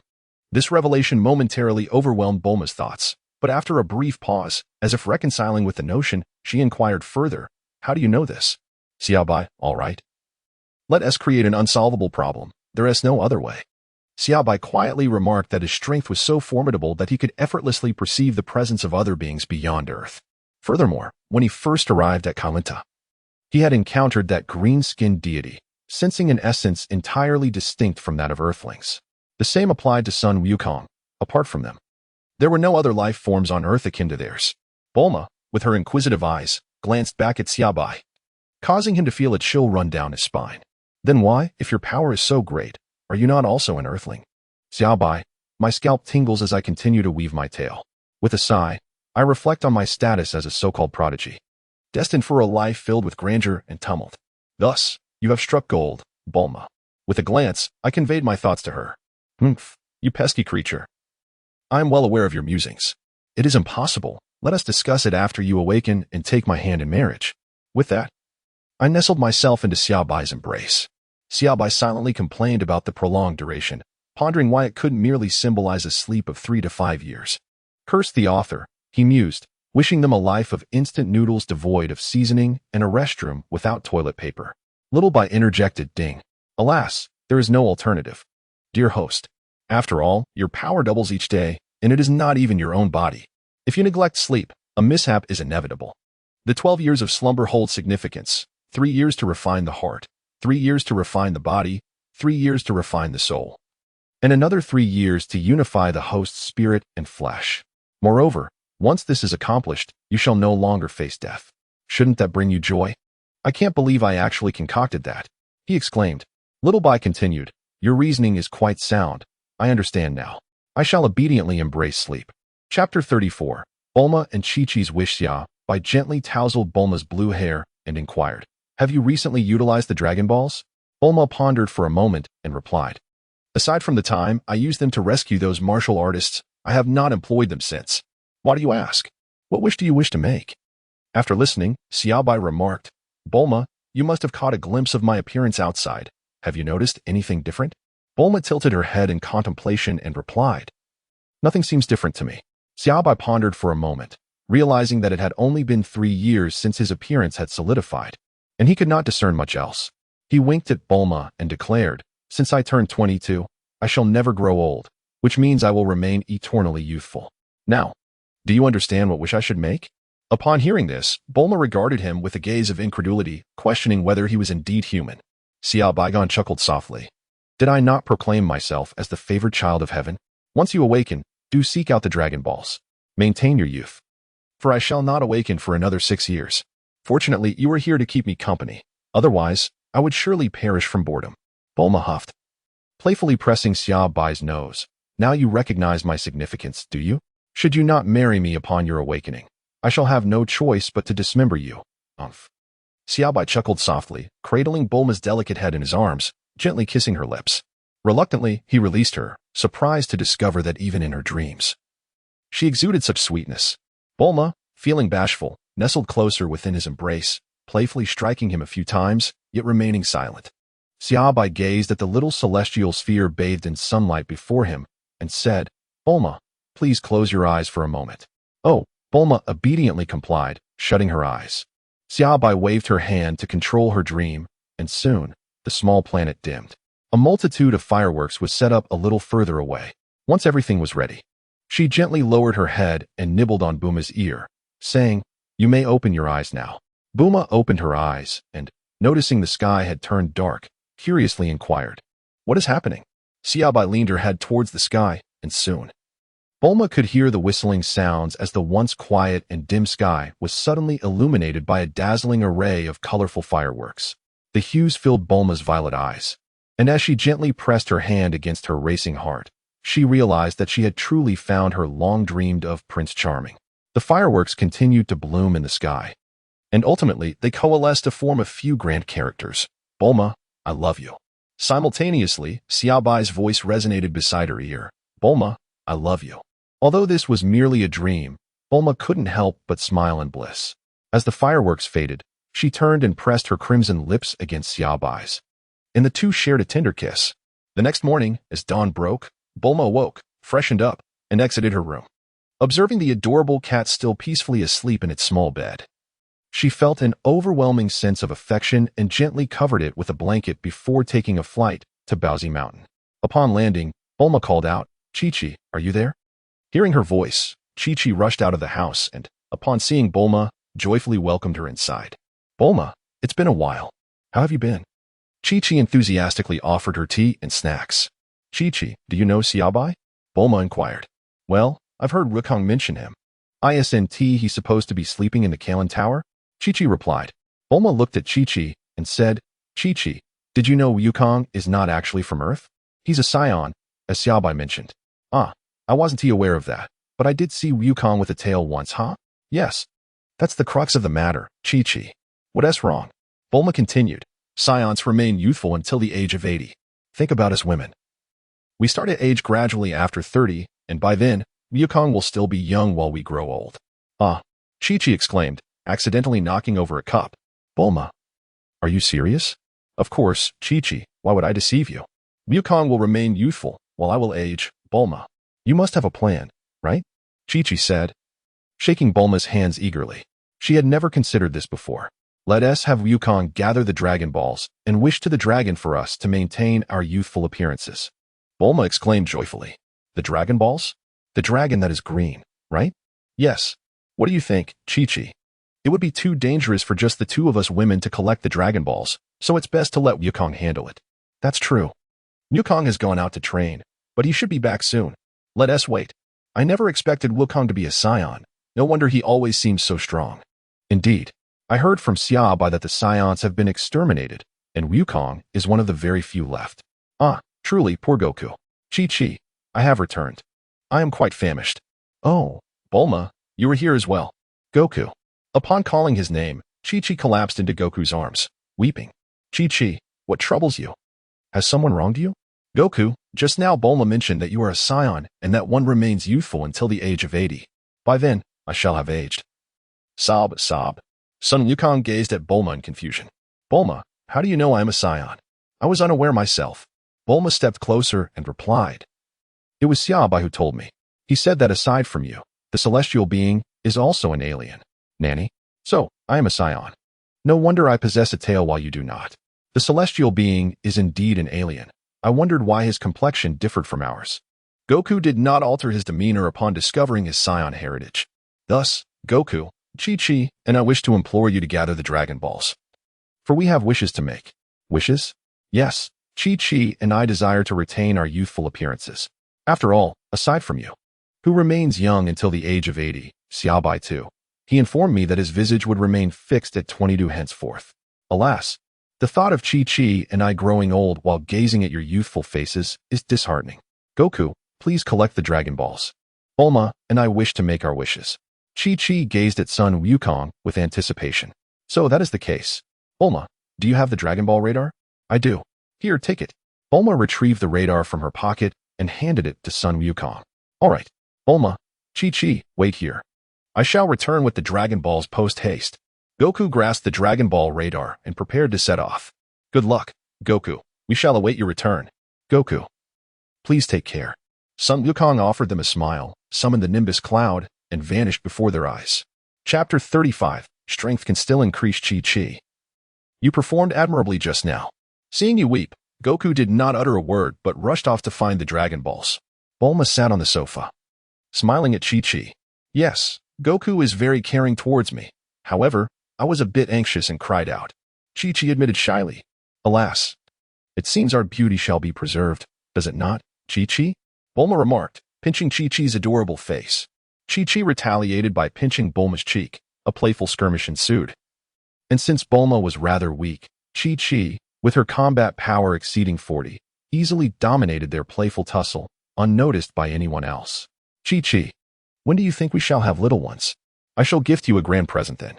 Bulma inquired while gently patting Chi-Chi's abdomen. I am uncertain. It has not been long since marrying Goku. Bulma, when do you plan to marry Xia Bai? Sigh, after waiting for 6 long years. I wonder when he will finally awaken. I have never encountered someone who sleeps for 12 years, were it not for his claim of being an earthling. I might suspect he is akin to celestial beings like Son Wukong, perhaps an extraterrestrial. Bulma expressed her helplessness. Fortunately, you can still meet in dreams. Oh, by the way, what do you both do in your dreams? The two conversed for half a day, and by evening, Wukong finally returned, appearing unscathed. Kiki, I'm back. I'm so hungry. I haven't eaten anything yet. I have everything prepared for you. Wukong, you can eat shortly. Well, Wait until you finish making your wishes. I still need to keep the 4-star Dragon Ball. Bulma gathered the 7 Dragon Balls into a pile and called out, "Come forth, Shenron, and grant my wish." As darkness enveloped the sky, Shenron appeared. On came house. A group was enjoying dinner. Has someone collected the Dragon Balls to make a wish? It has been a long time since I last saw Shenron, but this direction seems to be Bowsy Mountain. It must be Wukong making a wish. I wonder if he has been diligently training. Tangent Fan, Yamucha, after dinner, shall we have another spar on the island? Certainly. I look forward to it. The atmosphere on Kame House was lively. Master Roshi looked at the table full of guests with happiness, as he had previously only the sea turtle for company. The immortal bird had perished, and now things were much better. Bulma and Kiki gazed eagerly at the magnificent Shenron. Speak your wishes. I can fulfill any one of them. Kiki and I wish to maintain our current appearances forever. Is that possible, Shenron? That wish is quite simple. With that, Shenron's eyes glowed red, and an indescribable power surged into the bodies of the two. Your wish has been granted. Farewell. Shenron remarked, I thought I would have to save the world again, which would have made me quite happy. The 7 Dragon Balls scattered, while Wukong intercepted the 4-star ball, allowing the others to drift away. All right, Kiki. Our wish has been realized. Thank you, Wukong. Yes, indeed. It's wonderful. Bulma, why don't you stay and join us for dinner? Wukong said to Bulma. All right. I actually have some things to discuss with you. At Wukong's home, Kiki watched happily as Wukong devoured his meal. He still preferred Kiki's cooking above all. Wukong polished off an entire table of dishes, wiped his mouth, and turned to Bulma. What is it, Bulma? Kiki paused in her tidying up and listened quietly. Xia Bai has asked me to develop a machine that can enhance your combat abilities. I am beginning to see some progress, and should be able to create it soon. Bulma announced. Oh, is it truly what Big Brother Xia Bai mentioned? What kind of machine is it? With great excitement, Goku inquired of Bulma. Is this a machine that can increase gravity? Training with it will be far more comprehensive than the enhancements provided by the garments given to you by Xia Bai. Moreover, Xia Bai mentioned that your battles may extend to other planets, each possessing varying gravitational forces. Some planets have gravity tenfold, or even dozens of times that of Earth, which would put you at a significant disadvantage. Thus, I am currently developing this machine, aptly named the Gravity Chamber. Indeed, I am immensely grateful, Bulma. I can hardly contain my eagerness to utilize it for training, Goku expressed, feeling invigorated. Additionally, Xia Bai cautioned against complacency due to your current strength. His power allows him to effortlessly obliterate the entire universe, not just the galaxy where Earth resides, but the cosmos in its entirety. Furthermore, there exist many formidable beings beyond your capabilities. You must remain diligent, as the responsibility to protect Earth and your companions rests upon you. Yes, those were Xia Bai's words. Bulma nodded, ensuring nothing was overlooked. I am already brimming with excitement.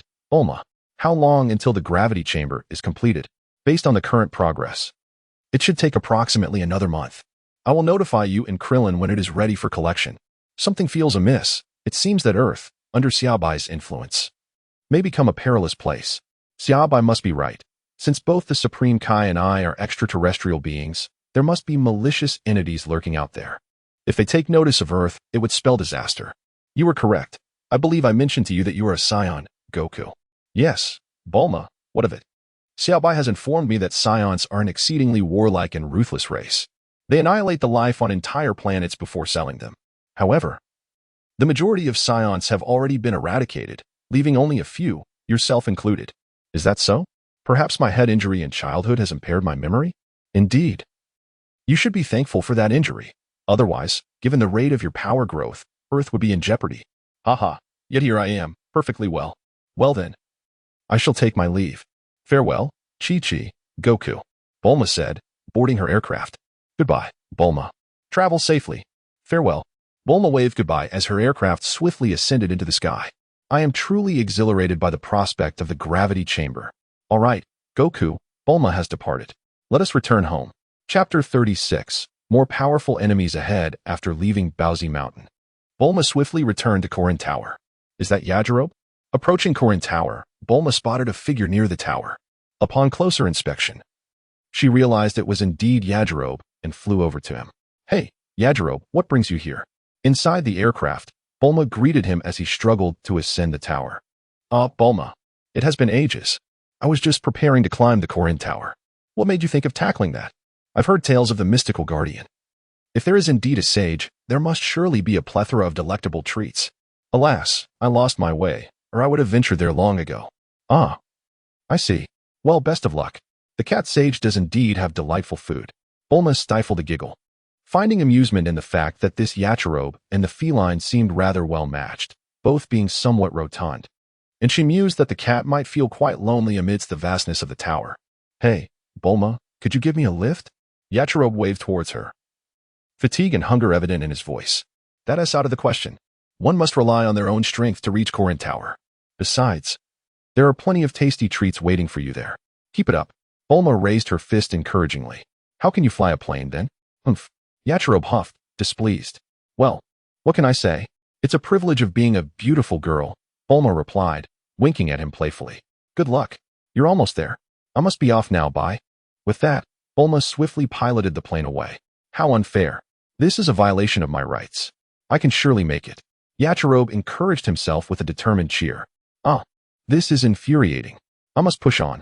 Driven by thoughts of the cat sage's delightful offerings, Yachirobe resumed his arduous climb. Meanwhile, after landing the aircraft and securing it, Bulma called down to the observing cat. Hey, cat sage, it seems you're about to welcome a rather interesting companion. The cat twitched its whiskers, a sardonic smile gracing its lips as it thought, could it be that a foodie has arrived? Glancing back at its cozy little bed and the spacious room beside it. Then at the ascending Yachirobe, it stroked its whiskers, pondering, is this truly my domain? It seems as though things have changed. Bulma, outside, diligently set up a table to focus on the construction of the gravity chamber, while the cat watched beside her, observing a substantial stack of blueprints. Clearing its throat, the cat then turned its attention to when a Kairobe might arrive, as it couldn't comprehend the designs anyway. It was not until nightfall that a Kairobe finally crawled in, flipping onto his back and gasping for breath.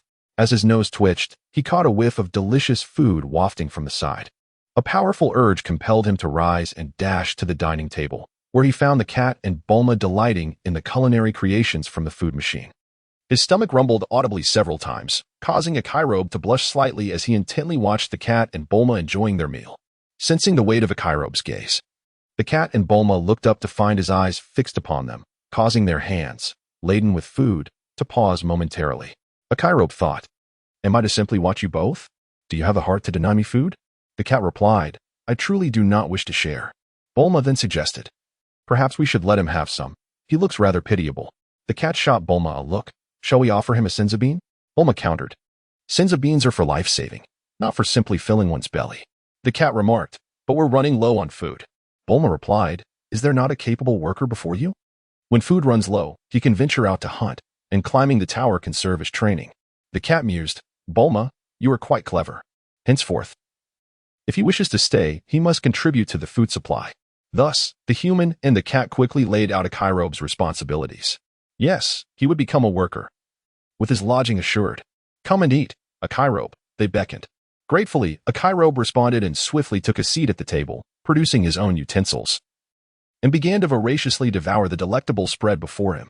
The cat, poised to fetch him some cutlery, silently returned to its seat, realizing Bulma's assessment was indeed correct. He would serve as a tool henceforth. After dinner, Bulma returned to her studies of the gravity chamber, while the cat and a Kairobe exchanged wide-eyed glances. So, you were not here to train, but rather to relish the delicacies provided by the immortal? The cat queried, tapping the floor with its cane. Do you not desire to become stronger? A Kairobe retorted, such toil is tiresome. I do not relish it. I am not a battle enthusiast like Sun Wukong. The cat replied, if you wish to remain here, it is not impossible.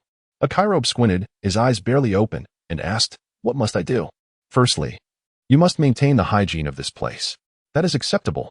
Secondly, every month, you must venture down to procure a sufficient supply of food, which Bulma's culinary device will process. A Kairobe contemplated this. The depths were perilous, and while gathering food posed no issue. Remaining down there daily might lead to an encounter with an unbeatable foe, resulting in his demise. That, too, was a risk he could accept. Lastly, you must bring your own bedding. I am fully prepared for this. A Kairobe casually tossed a capsule, and a plethora of household items emerged. Ah, this truly demonstrates meticulous planning. Never mind, you shall reside here. I will also train you regularly.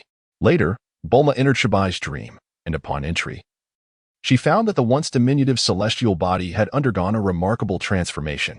The area that was merely a grassy expanse was now adorned with a multitude of blooming flowers, and butterflies of various hues danced gracefully in the air. As she stood there, she could also behold an ocean of stars twinkling above. The previously modest bamboo house had now metamorphosed into a luxurious abode. Though it appeared somewhat incongruous, Bulma felt a surge of joy within her heart. What do you think? Bulma? Is it beautiful? Bulma pouted, replying that it was merely average and still required improvement. Xia Bai could discern that she was merely putting on a brave face. So he allowed her to drag him around, commenting on what looked unattractive and what was worthy of preservation.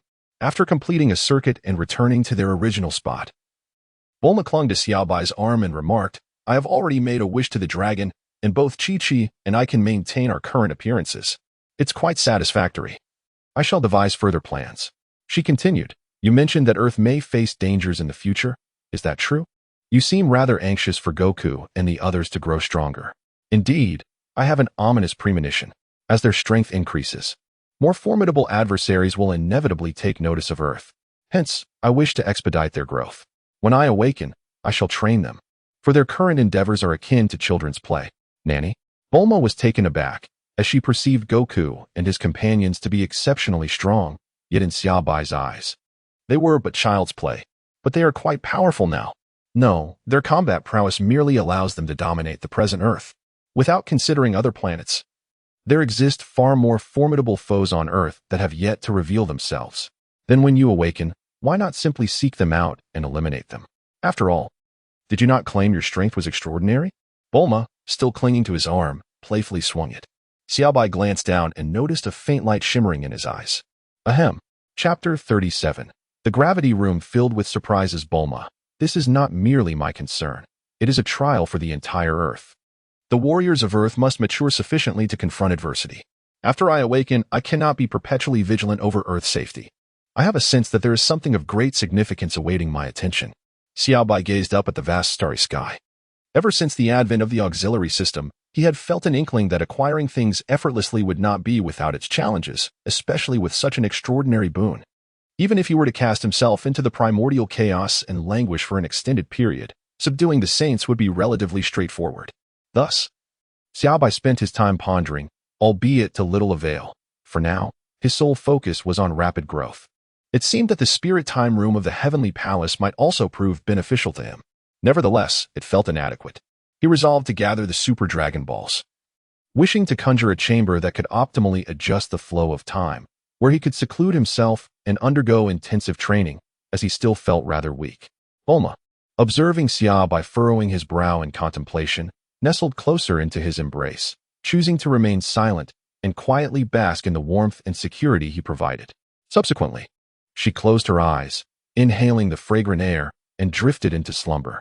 Xia Bai bowed his head to glance at the slumbering Bulma, and as he did, his lips brushed against her cheek. He gently wrapped his arms around her waist, sitting quietly in that moment. A month later, in West City, after extensive research by Bulma and Dr. Briefs, the gravity chamber finally revealed its true form, a large, circular structure. Upon entering, one could adjust the gravity multiplier, currently maxing out at 300 times, a feat that required considerable effort from Bulma and her team.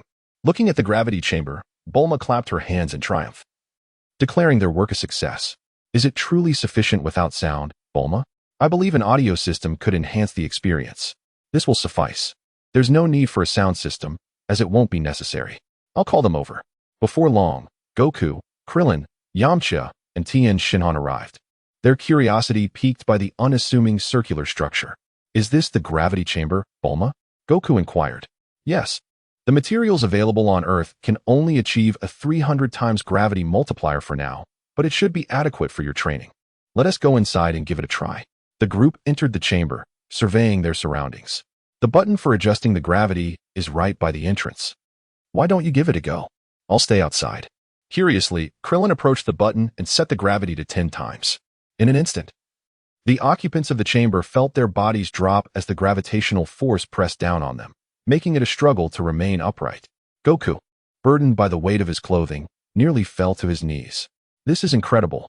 I can sense that training in here will rapidly enhance our strength, Goku remarked, cautiously taking a few steps. I can genuinely feel my cells vibrating with excitement. If 10 times gravity feels like this, 300 times might crush us instantly. Especially since we'll also be carrying additional weight. If we train here for a while, gradually overcoming 10 times, then moving up to 20 times.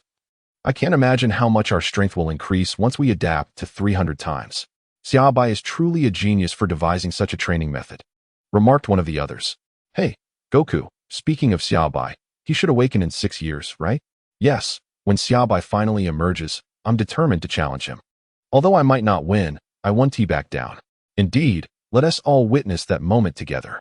He'll surely be astonished by our growth and strength. I hope that when Xia Bai wakes, he can gift both me and Jiaozi a suit that allows us to adjust the weight at will.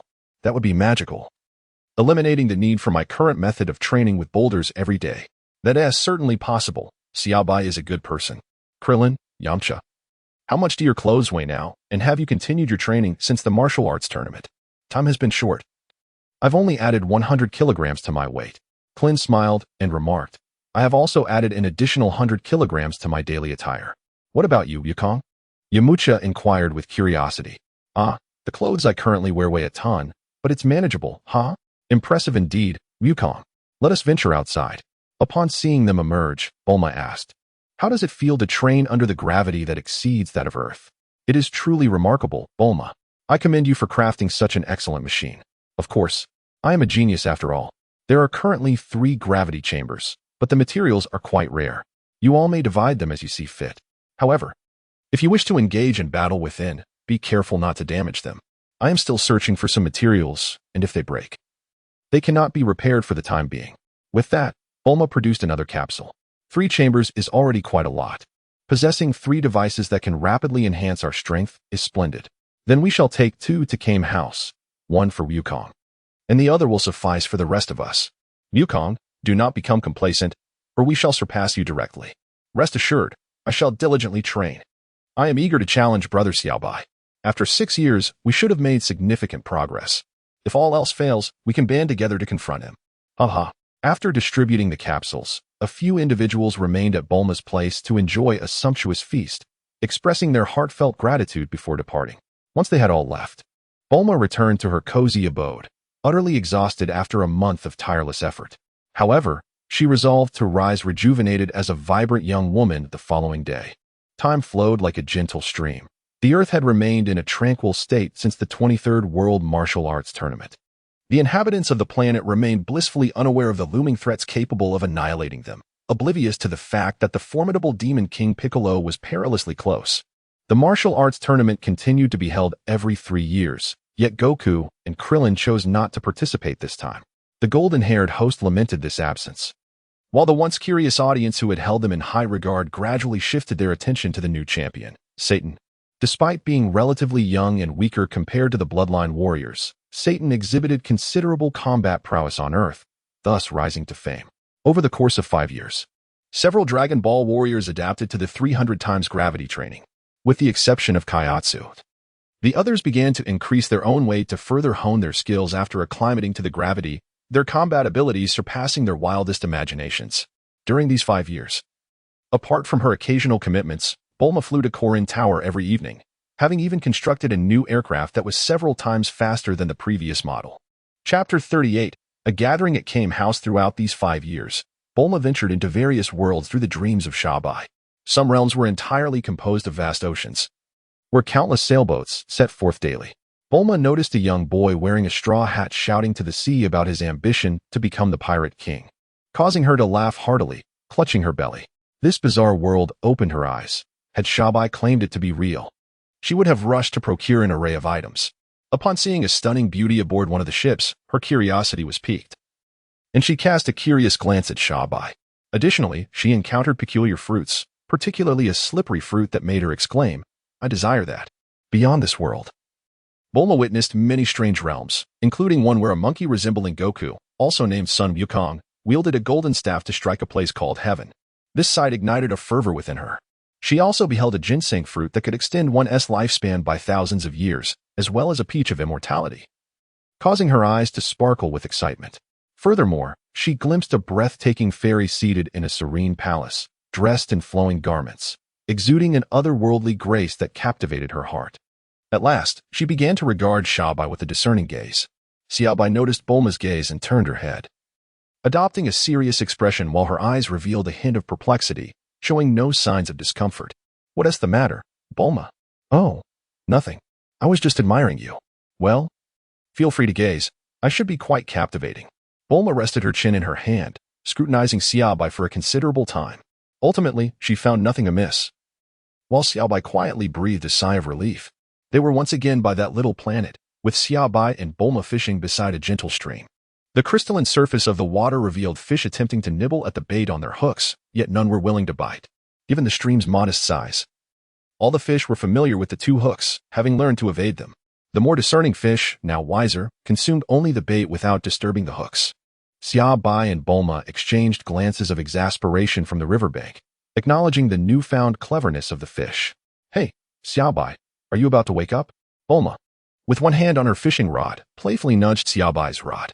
The sudden movement startled the fish, causing them to scatter. Bulma then flashed a mischievous smile reminiscent of a cunning little fox.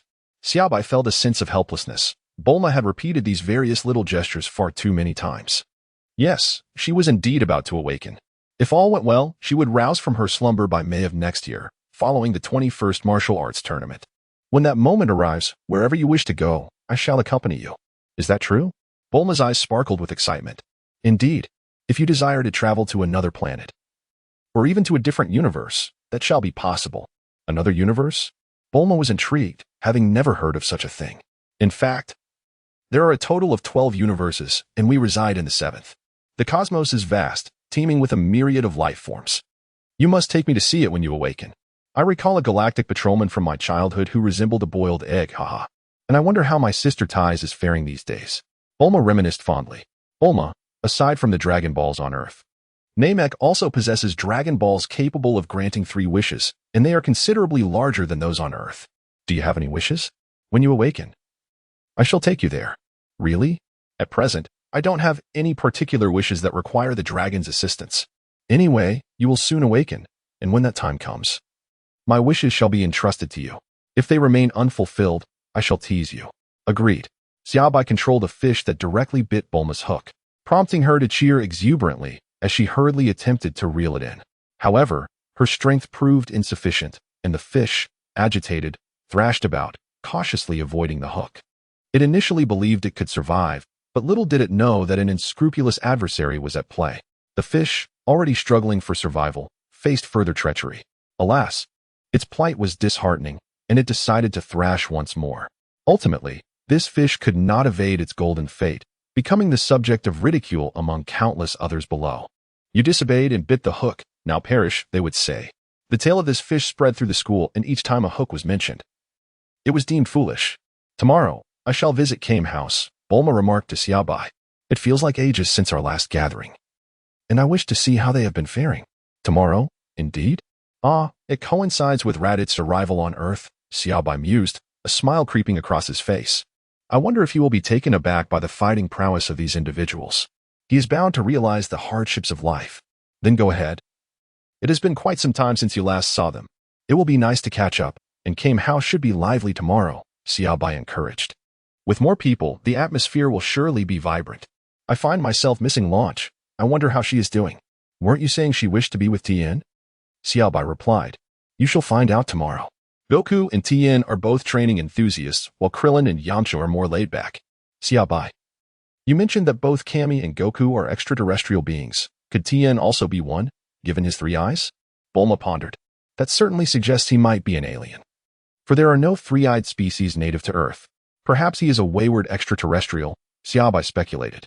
I never paid much attention before, but now it seems as though Earth is teeming with aliens. It's as if the world has transformed. Isn't it all because of that Dragon Ball in your home? Bulma reflected. Indeed, it is the Dragon Balls that have intertwined our fates. Our journey to seek them and forge friendships has spanned over a decade. It feels like a dream when I think back on it, Xia Bai concluded. Xia Bai chuckled and said, You are dreaming now too. Humph. Bulma's petite fist landed squarely on Xia Bai's chest. Dare to speak? I have endured this dream for over a decade. I can hardly fathom how I have managed all these years. In the past, Xia Bai cradled her in his arms, softly comforting her until her emotions stabilized. Unwilling to release her, they remained intertwined for an extended period. All right, I must take my leave now. Time's up, she declared playfully. Do take care, Bulma. I will, she replied, and gradually, her figure faded from view. On that midday, the inhabitants of Kame House swiftly convened. Bulma piloted her aircraft to their location, while Krillin, Yamcha, and Tien Shinhan returned from their training on another island. The only ones yet to arrive were Goku and his companions. Lan Chi busied herself in the kitchen, preparing an extravagant feast, eagerly awaiting the arrival of Goku and the others. Before Kame House, they gazed toward the horizon. Goku hasn't arrived yet, one remarked. He should be here soon. Let us wait a little longer. Chapter 39.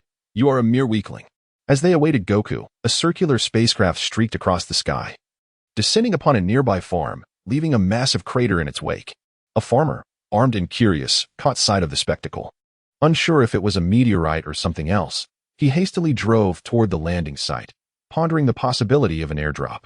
After disembarking, he hurried to the edge of the crater, peering down to discover an egg-shaped object. What on earth is this? He wondered aloud. At that moment, the hatch of the spacecraft opened, and out emerged a tall, muscular figure with long hair and a tail.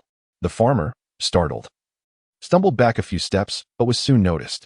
The Saiyan Raditz floated before him, observing the human with disdain. He activated his scouter, which indicated a power level of merely 5. With a sneer, he remarked, a power level of 5, pathetic.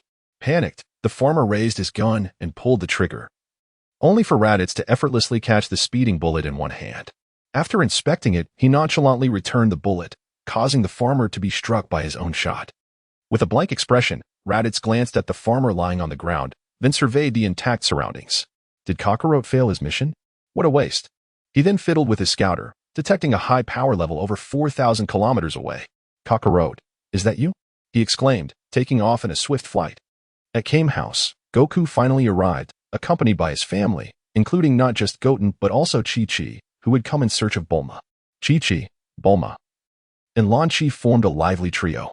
Is this your child, Goku? Krillin inquired, looking at Gohan, while Master Roshi and the others shared in the curiosity. Yes. His name is Gohan. He is my and Chi-Chi's son. Ah, named after your grandfather. I see. And he has a tail as well. A group of individuals joyfully congregated, engaging in discussions about cultivation and endurance. Wukong, we have already overcome 300 times the gravity, and we are now intensifying our training. You haven't fallen behind in your practice, have you? It's not often we gather like this. Let us warm up over there shortly. Sure thing, Krillin. I've been eager to begin, Wukong replied. Haha, so have we. Upon hearing Bulma and the others wish upon the Dragon Balls to maintain their youthful appearances, Lan Chi swiftly pulled Tien Shinhan aside. Tien, I too wish to preserve my youthful visage. I want to make a wish to the dragon. Will you assist me in gathering the Dragon Balls? Muah. Tien's face flushed like the setting sun, eliciting laughter from Wukong and Krillin nearby. All right. I borrowed the dragon radar from Bulma. I will help you find them, Tien responded. Muah, you are truly wonderful, Tien, Wukong remarked. I have 3 Dragon Balls. You just need to locate the other 4. I wonder why they are so keen on maintaining their youthful appearances. A few years ago, I sought the Dragon Balls, and Chi-Chi and Bulma made their wishes. Raditz soared toward a desolate mountain, guided by his detector. At that moment, Piccolo was training in solitude when he suddenly sensed an overwhelmingly evil and formidable energy approaching rapidly. He cautiously raised his gaze and spotted a long-tailed individual arriving nearby. Not Kakarot, but with a decent power level of 800. Still, he is no match for me. The detector is reacting again. This must be you, Kakarot. Without further concern for the weakling before him, Raditz flew directly toward the location of Kame House. Piccolo stood bewildered, but resolved to follow stealthily. The emergence of someone slightly stronger than himself certainly indicated something significant was afoot, potentially obstructing his ambitions of world domination. However, had he witnessed Wukong's current strength, his composure would likely have shattered. At Kame House, Tien Shinhan and Wukong were tentatively sparring, refraining from unleashing their full power. The others sat on small stools, savoring fruits and enjoying the spectacle. Go, Wukong! Chi-Chi cheered from below. Goten imitated his mother, encouraging Wukong as well. Lan Chi and Din joined in, rooting for Tien, while the others simply watched the unfolding drama. Tien, hold on a moment, Wukong called as he halted his attack. What is it, Wukong? Tien inquired, observing Wukong's sudden stillness. An evil presence is approaching. While it is not strong, I think we should wait and see who it is, Wukong stated as he landed at Kim House. I sense it too, but the energy is quite feeble. Nanny? Nanny? Bulma and the others were watching with joy when suddenly they halted. Krillin turned to explain to his companions, whose combat prowess was rather lacking. Before long, they beheld a streak of light swiftly descending before them. As they scrutinized the figure before them, they noted the brown battle attire, the long hair, the sturdy physique, and the single monocle adorning his face, alongside a tail trailing behind him. Hey, Goku, he can't possibly be a Saiyan like you, can he? Bulma whispered to son Wukong. It's possible, he replied. Raditz, observing the group before him, immediately recognized Kakarot and strode over with an air of arrogance, declaring, Kakarot, I have finally found you. Although you have grown, you resemble our father exactly. Kakarot, why have the people of this earth not been eradicated yet? Have you forgotten your mission? Kakarot, are you calling me? My name is son Wukong, not Kakarot, son Wukong responded, puzzled. What? Have you forgotten your own name? No wonder the inhabitants of this planet remain unharmed. Have you suffered a head injury? Yes, I did once when I was a child. I see. Allow me to enlighten you, Kakarot. We are the mightiest warrior race in the universe, the Saiyans. Our purpose is to locate suitable planets, annihilate the life forms there, and sell them for a high price. You were sent here as a child to exterminate these earthlings. I am your blood brother, Raditz. Most of our kin perished in the planetary explosion, and only a handful remain. We are currently attacking a planet, which will surely fetch a good price. So I have come to retrieve you. Kakarot, quickly eliminate the humans of this earth and accompany me. No, I grew up on Earth and will not annihilate humanity. Nor will I join you in your conquest of planets. Leave at once. Indeed, Goku-san will not accompany you, Chi-Chi asserted, cradling Goten. Yes, Goku will not partake in your nefarious deeds. I have been observing that little brat for quite some time. He must be your son, Kakarot. Humph. I shall take your son with me. You have one day to reconsider. If you do not eliminate humanity, I shall slay your child. With that, Raditz prepared to seize Goten from Chi-Chi's arms. Chapter 40, The Bewildered Piccolo Ha Ha Ha. Raditz laughed maniacally, his wicked hands reaching toward Goten and Chi-Chi's embrace. Bulma, Chi-Chi, and Launch watched in trepidation as Raditz approached. That will not do, Raditz. Just as Raditz's hand was about to grasp Goten, Sun Wukong flickered into action, gripping Raditz's wrist. Though taken aback, Raditz dismissed it as inconsequential, but when he attempted to free his wrist from Sun Wukong's grasp, he found it ensnared as if bound by steel, immovable. Raditz's forehead pulsed with veins as he exerted himself once more in a futile attempt to free his wrist. TCH, pathetically weak, Yamcha mocked from the sidelines. Indeed. We have never relaxed our training over these past 5 years. Tien and Kaiatsu exchanged a firm handshake. Krillin glanced at Raditz and remarked, Thank goodness we heeded Brother Goku's advice and utilized the gravity chamber and weighted clothing for our training. Otherwise, our strength might not have reached such heights. And dealing with Raditz would have been far more challenging. It appears danger still lurks. Well said, Krillin. I cannot fathom the peril we would have faced had we not diligently trained. Today could have been quite hazardous, Goku stated while clasping Raditz's hands. Damn it. How could this be? How can your power be so formidable? I refuse to believe it. You, an underclass warrior with an initial battle power of only 2, cannot possibly surpass me. Raditz exclaimed in disbelief, struggling against his immobilized wrists, his entire being radiating an intense aura of agitation. Father is incredible, Gohan exclaimed, gazing at Goku with admiration. Goku-san. Just now, Chi-Chi was startled when Raditz seized Gohan from her arms. Upon seeing Raditz ensnared, she quickly leaped back with Gohan in her embrace, remarked another. I have no interest in invading other planets, nor will I allow you to harm Earth. Depart now. And do not return, Goku declared, releasing Raditz and propelling him away. At that moment, Raditz leaped back, rubbing his reddened wrist. Even without a scouter, he recognized that Goku's battle power far exceeded his own. Otherwise, he would not be so utterly defenseless. Ha! Raditz chuckled, albeit with a hint of rage, as he surveyed the group before him. Understanding that he could not contend with them today, he resolved to summon his spaceship for assistance. Krillin and the others remained vigilant, aware that although their strength was formidable, they must remain cautious of any underhanded tactics from Raditz. Goku, should we let him go? Krillin inquired. Indeed. With us here on Earth, Raditz cannot accomplish anything. Do you doubt your strength? Goku replied. Well, you have a point. His power is significantly inferior to ours. And we can protect the Earth, Krillin agreed. Raditz, now aboard his swiftly arriving spaceship, called out from midair, Kakarot, do not become too complacent. I have two companions whose strength far surpasses mine. This beautiful Earth shall be ours. We will return in a year. Let us see what you can do to protect it. Haha. With that, the ship sped away. Goku, I await their arrival. Do not let us down. For my blood is already boiling with anticipation. Wukong gazed intently in the direction where Raditz had departed. Ha ha ha, indeed. Wukong. I too feel the urge for a thrilling battle. Come, let us commence and see if your skills have waned over the years. Krillin, Yamcha, and Tien looked at Sun Wukong, their faces alight with anticipation. Nanny, such a formidable aura. Is this the former Sun Wukong alongside those individuals? How infuriating. How could he have grown so powerful? In the distance, Piccolo, who had stealthily followed Raditz, observed Sun Wukong and the others. Not only Sun Wukong, but even those few possessed strengths far beyond my own. How vexing. I have tirelessly trained over these years to defeat them. Why must they be so much stronger than I? Piccolo's face turned a shade of green. What to do? Observing the individuals on Kame House as they began to unleash a portion of their strength to spar, Piccolo found himself unable to discern their movements. A sense of confusion washed over him. Could the reign of the great Demon King come to an end here? Raditz swiftly departed Earth aboard his spacecraft. Beep, beep, beep. What is the matter, Raditz? Could you not bring Kakarot? A bead of cold sweat trickled down Raditz's face. Vegeta, Kakarot is now significantly stronger than I. I sense he might even surpass you. I had to flee. TCH, what a waste of space. Nappa remarked disdainfully. Humph. I am a genius warrior. How could a low-class warrior like Kakarot possibly surpass me? You must simply be too weak. Vegeta scoffed from the side. However, Vegeta, Earth, though remote, is indeed a beautiful planet. I believe it could fetch a handsome price. Moreover, I have encountered that Namekian.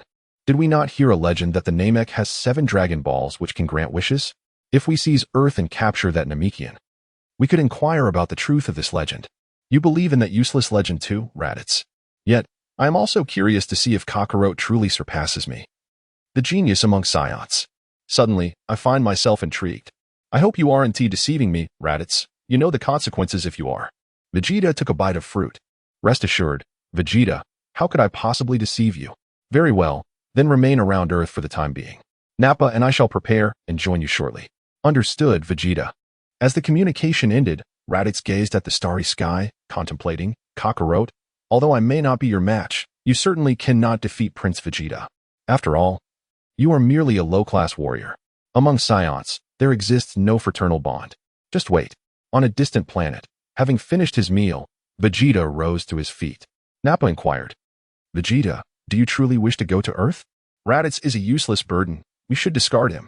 No, Nappa, Raditz is of little significance to me. What truly matters is that he claims Kakarot possesses strength surpassing my own. Although I find this hard to believe, a flicker of curiosity ignites within me. A mere low-class warrior, emerging from that desolate place known as Earth, has somehow grown stronger than Raditz. That planet must be quite intriguing. Do you not wish to behold it, Nappa? Vegeta crossed his arms, gazing into the distance as he spoke. You make a valid point, Vegeta. I too am intrigued. Nappa replied, let us prepare for departure. We shall soon slumber for a year, yet it has been quite some time since we last rested. A brief respite would serve us well. The two entered their spacecraft, and upon sealing the door, the circular vessel swiftly ascended, hurtling towards Earth. Chapter 41. The emergence of Din from a distance. Din secretly observed the battle between Goku and Tien, his heart filled with confusion. He wrestled with a profound internal conflict. The yearning for strength intertwined with an overwhelming sense of pride, leaving him in a state of indecision. He contemplated stepping forward to inquire about the path to power, fully aware that his once green visage would inevitably flush red in their presence, a humbling experience for the proud Demon King. Should he retreat? Gazing at those whose power far surpassed his own, he felt an intense reluctance. Din held great confidence in his own potential. Even if a handful of warriors had surpassed him through years of training, he could begrudgingly accept that. However, witnessing even the diminutive figure of the dumpling-like fighter possessing greater strength than his own, Din was certain that either fortune favored them or they possessed tools for rapid enhancement. Observing the fierce struggle on the ocean's surface, Din's expression twisted in turmoil. Ultimately, the desire to grow stronger subdued his pride. The formidable Demon King found himself humbled. seeking guidance from mere humans, a plight that he could scarcely articulate. With an arrow drawn, he had no choice but to release it. Dend revealed himself. Soaring towards Goku and the others, his form wavering slightly in the air. The moment he exposed himself, Goku and the others took notice, halting their battle to await Dend's arrival. Unlike Raditz, they recognized Dend. Despite his aura of malice, he bore no lethal intent. Confident in their own abilities, they merely wondered what prompted Dend's approach. The others on Kame House also noticed Dend's presence. Having previously been repelled by Krillin, they felt little fear or concern. As he drew closer, the warriors discerned a flush upon Dend's face. Upon his arrival, his white cape billowed in the wind. Goku, with curiosity, inquired, "Dend, what brings you here so suddenly? Is there something you wish to discuss, or do you seek another bout with us?" "I arrived here accompanied by the Saiyan Raditz, and only upon my arrival did I truly perceive the immense enhancement of your powers. It astonished me that Raditz, who I found challenging to contend with, was effortlessly subdued by you in a single move. Consequently, I found myself at a loss for words, as if a great door had sealed my mouth." "What are you thinking, Dend?" Goku inquired, scratching his head in puzzlement, his innocence evident in his confusion regarding my intentions. "Dend, you aren't pondering how we achieved such rapid enhancement in strength, are you?" Krillin remarked. "Is that so, Krillin? You are quite astute. You anticipated my thoughts before I even voiced them, haha. Indeed, I implore you to share with me the secrets to swiftly amplifying my power." My face flushed crimson as I earnestly made my request. "That is no problem at all," Goku replied, looking at me with enthusiasm. "Really? I am profoundly grateful." I hadn't expected Goku to agree so readily. I had assumed they would impose some conditions. "Goku? It's fine. After all, Dend is not a malevolent individual. The stronger he becomes, the greater the safety of Earth. He is a natural-born fighter, right, Krillin?" "That is true, but Dend, you must promise us not to harm ordinary people," Krillin added. They pondered for a moment, acknowledging Goku's reasoning, albeit feeling slightly uneasy. However, they trusted that if I were to stray from the path of righteousness, they would be able to intervene. "My desire to grow stronger is solely to surpass you all. I have no intention of stooping to the level of the weak." All right then. What are they discussing over there? I can't hear anything." "It seems that Dend wishes to learn their methods for rapid strength enhancement," Master Roshi observed. That shouldn't pose a problem, considering he's the son of King Piccolo. "It appears we needn't worry. Let them handle it," he said comfortably, basking in the sun. "Is this what you refer to as the gravity chamber?" I inquired, gazing curiously at the circular structure. "Indeed. We are currently training under a gravitational force that surpasses that of Earth. It is quite arduous, yet we have managed to endure 300 times the gravity." "Let us enter, Dend." Upon entering the gravity chamber, Goku adjusted the gravity to 10 times that of Earth. I immediately sensed a weight pressing down on me. Yet I persevered to remain upright. Observing the others standing effortlessly within the chamber, I felt the gap in our strengths widen and silently vowed to catch up to them. After spending some time inside, Goku asked, "So, Dend, do you feel it is effective?" I attuned myself to my body and nodded. If I were to train regularly within this chamber and gradually acclimate, my strength would undoubtedly increase. I couldn't help but envy you all for possessing such a remarkable training apparatus. Hee. It is entrusted to us by someone so formidable that he instills a sense of despair within you, Krillin. Reflecting upon it now, we have indeed grown strong. Yet we still feel as though we have not reached the level of elder brother Xia Bai from 12 years ago. Upon hearing this, Krillin nodded solemnly. Although we were young and unaware of elder brother Xia Bai's true might back then, we now clearly comprehend it as our own strength has increased. Even against elder brother Xia Bai from 12 years past, we would be unable to prevail. Surely, he has only grown stronger over the years. Krillin remarked with a sense of wonder. Well, Krillin, Yamcha, Tien Shinhan, and Dend. I once heard Bulma mention that elder brother Xia Bai had her relay a message to us. During Bulma's wish, she told me that elder brother Xia Bai could effortlessly annihilate the entire universe, not merely the Milky Way, but the cosmos in its entirety, Goku stated. Effortlessly destroy the entire universe. Krillin and the others were utterly astonished. While they could easily obliterate a planet, annihilating the entire universe with such ease required an unimaginable level of combat prowess. Indeed, we still have much to strive for. Goku. What is it, Tien? I believe you have misjudged your opponent. The universe contains countless planets, and the distances between them are vast. To effortlessly destroy the entire cosmos in an instant has left me devoid of confidence in comparing myself to him. I feel the same way, Goku. Well, it's merely a matter of setting goals. There is no need to be overly anxious. By the way, elder brother Xia Bai should awaken on May 8th of next year. Let us all gather at the Karin Tower then, so he may witness our current strength. We certainly have not been idle over the years. Moreover, we can request elder brother Xia Bai to guide us in our training. Haha, I can hardly contain my excitement. Goku said, patting his clothing. Yes, indeed. Let us reconvene at the Karin Tower next year. I believe elder brother Xia Bai will be pleased to see our growth. Krillin and Yamcha echoed, admiring their own attire. Din, upon hearing these words, was still in shock, pondering how such a powerful being seemed more like a legend. Contemplating this, Din felt an even greater weight upon his shoulders. By the way, Din, there are only 3 gravity chambers, so you cannot venture too far during your training.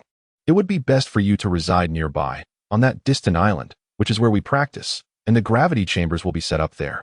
Clint pointed to the distant island and spoke. Short silently nodded, still processing the immense flow of information. Having believed himself to be the mightiest Dark Lord, he was disheartened to encounter several formidable adversaries who surpassed him in strength. Just as he glimpsed a glimmer of hope for redemption, an insurmountable mountain seemed to crush down upon him, rendering him immobile. Observing Short's nod, Clint and the others felt reassured. After all, Bulma had constructed a total of 3 gravity chambers, and none had been made anew in recent years. With 2 available, they would barely suffice for Kame House. Wukong. There remains but a year before the arrival of 2 even stronger Saiyans. You must not become complacent, lest we surpass you, Tianjin Fan cautioned. Rest assured, Tianjin Fan. I shall diligently train each day, Wukong replied. Clint pondered the strength of the 2 Saiyans that Raditz had mentioned, a hint of concern in his voice. Clint, have you forgotten? Brother Xia Bai will awaken even before they arrive, so there is no need to worry about the danger posed by their arrival. We must focus entirely on our training and combat, Short reassured. Ah, yes, Wukong, I had forgotten, he laughed. Chapter 42, a grand scene in the evening. Wukong and his family bade farewell to Kame House, departing on the Nimbus cloud back to Baozi Mountain. Kame Senin, observing the trio's ability to ride the Nimbus, found himself at a loss for what expression to wear. Bulma, having retrieved her aircraft, waved goodbye as she prepared to depart. Everyone, see you next year at Karin Tower. Don't forget. Farewell. Farewell, Bulma, she exclaimed as she soared into the sky with remarkable speed. Kame House returned to its usual tranquility. So much had transpired that day. From the arrival of a Saiyan seeking Wukong to Short's desire to train, yet no complete battle had occurred with Wukong. Tianjin Fan remarked, gazing in the direction Wukong had departed. Haha, Tianjin Fan, if you seek a fight, you still have me and Clint. What is the matter? Do you feel that after training, Clint and I are no longer your match? Yamcha said, his eyes sparkling with challenge. Hey, Tianjin Fan, catch this. Key circular slash. Seeing the glowing sphere in Clint's hand, Tianjin Fan immediately leaped from his position. He had witnessed the power of this technique with Yamcha on that island. Evading was imperative to avoid injury. Clint, you're serious. Then take this, Kamehameha. In a sudden flurry, 3 individuals engaged in a fierce battle. While Dumpling clapped and cheered from the sidelines, observing intently. The cacophony of their intense skirmish attracted the attention of Master Roshi and Lan Chi, eager to witness the action they had missed during the day. After a brief moment of watching, Piccolo turned and entered the gravity chamber. Realizing that time was of the essence, he needed to refine his skills swiftly or risk falling further behind. During his training in the desolate mountains, he had felt invincible. But upon arriving at Master Roshi's island, he recognized the fallacy of his previous thoughts. Abandoning the arrogance of the Demon King, he understood that he was not here for mere amusement. The gravity chamber would undoubtedly empower him significantly. Raditz seemed to have vanished on some distant planet. As no one on Earth was actively searching for him, it was as if he had been forgotten.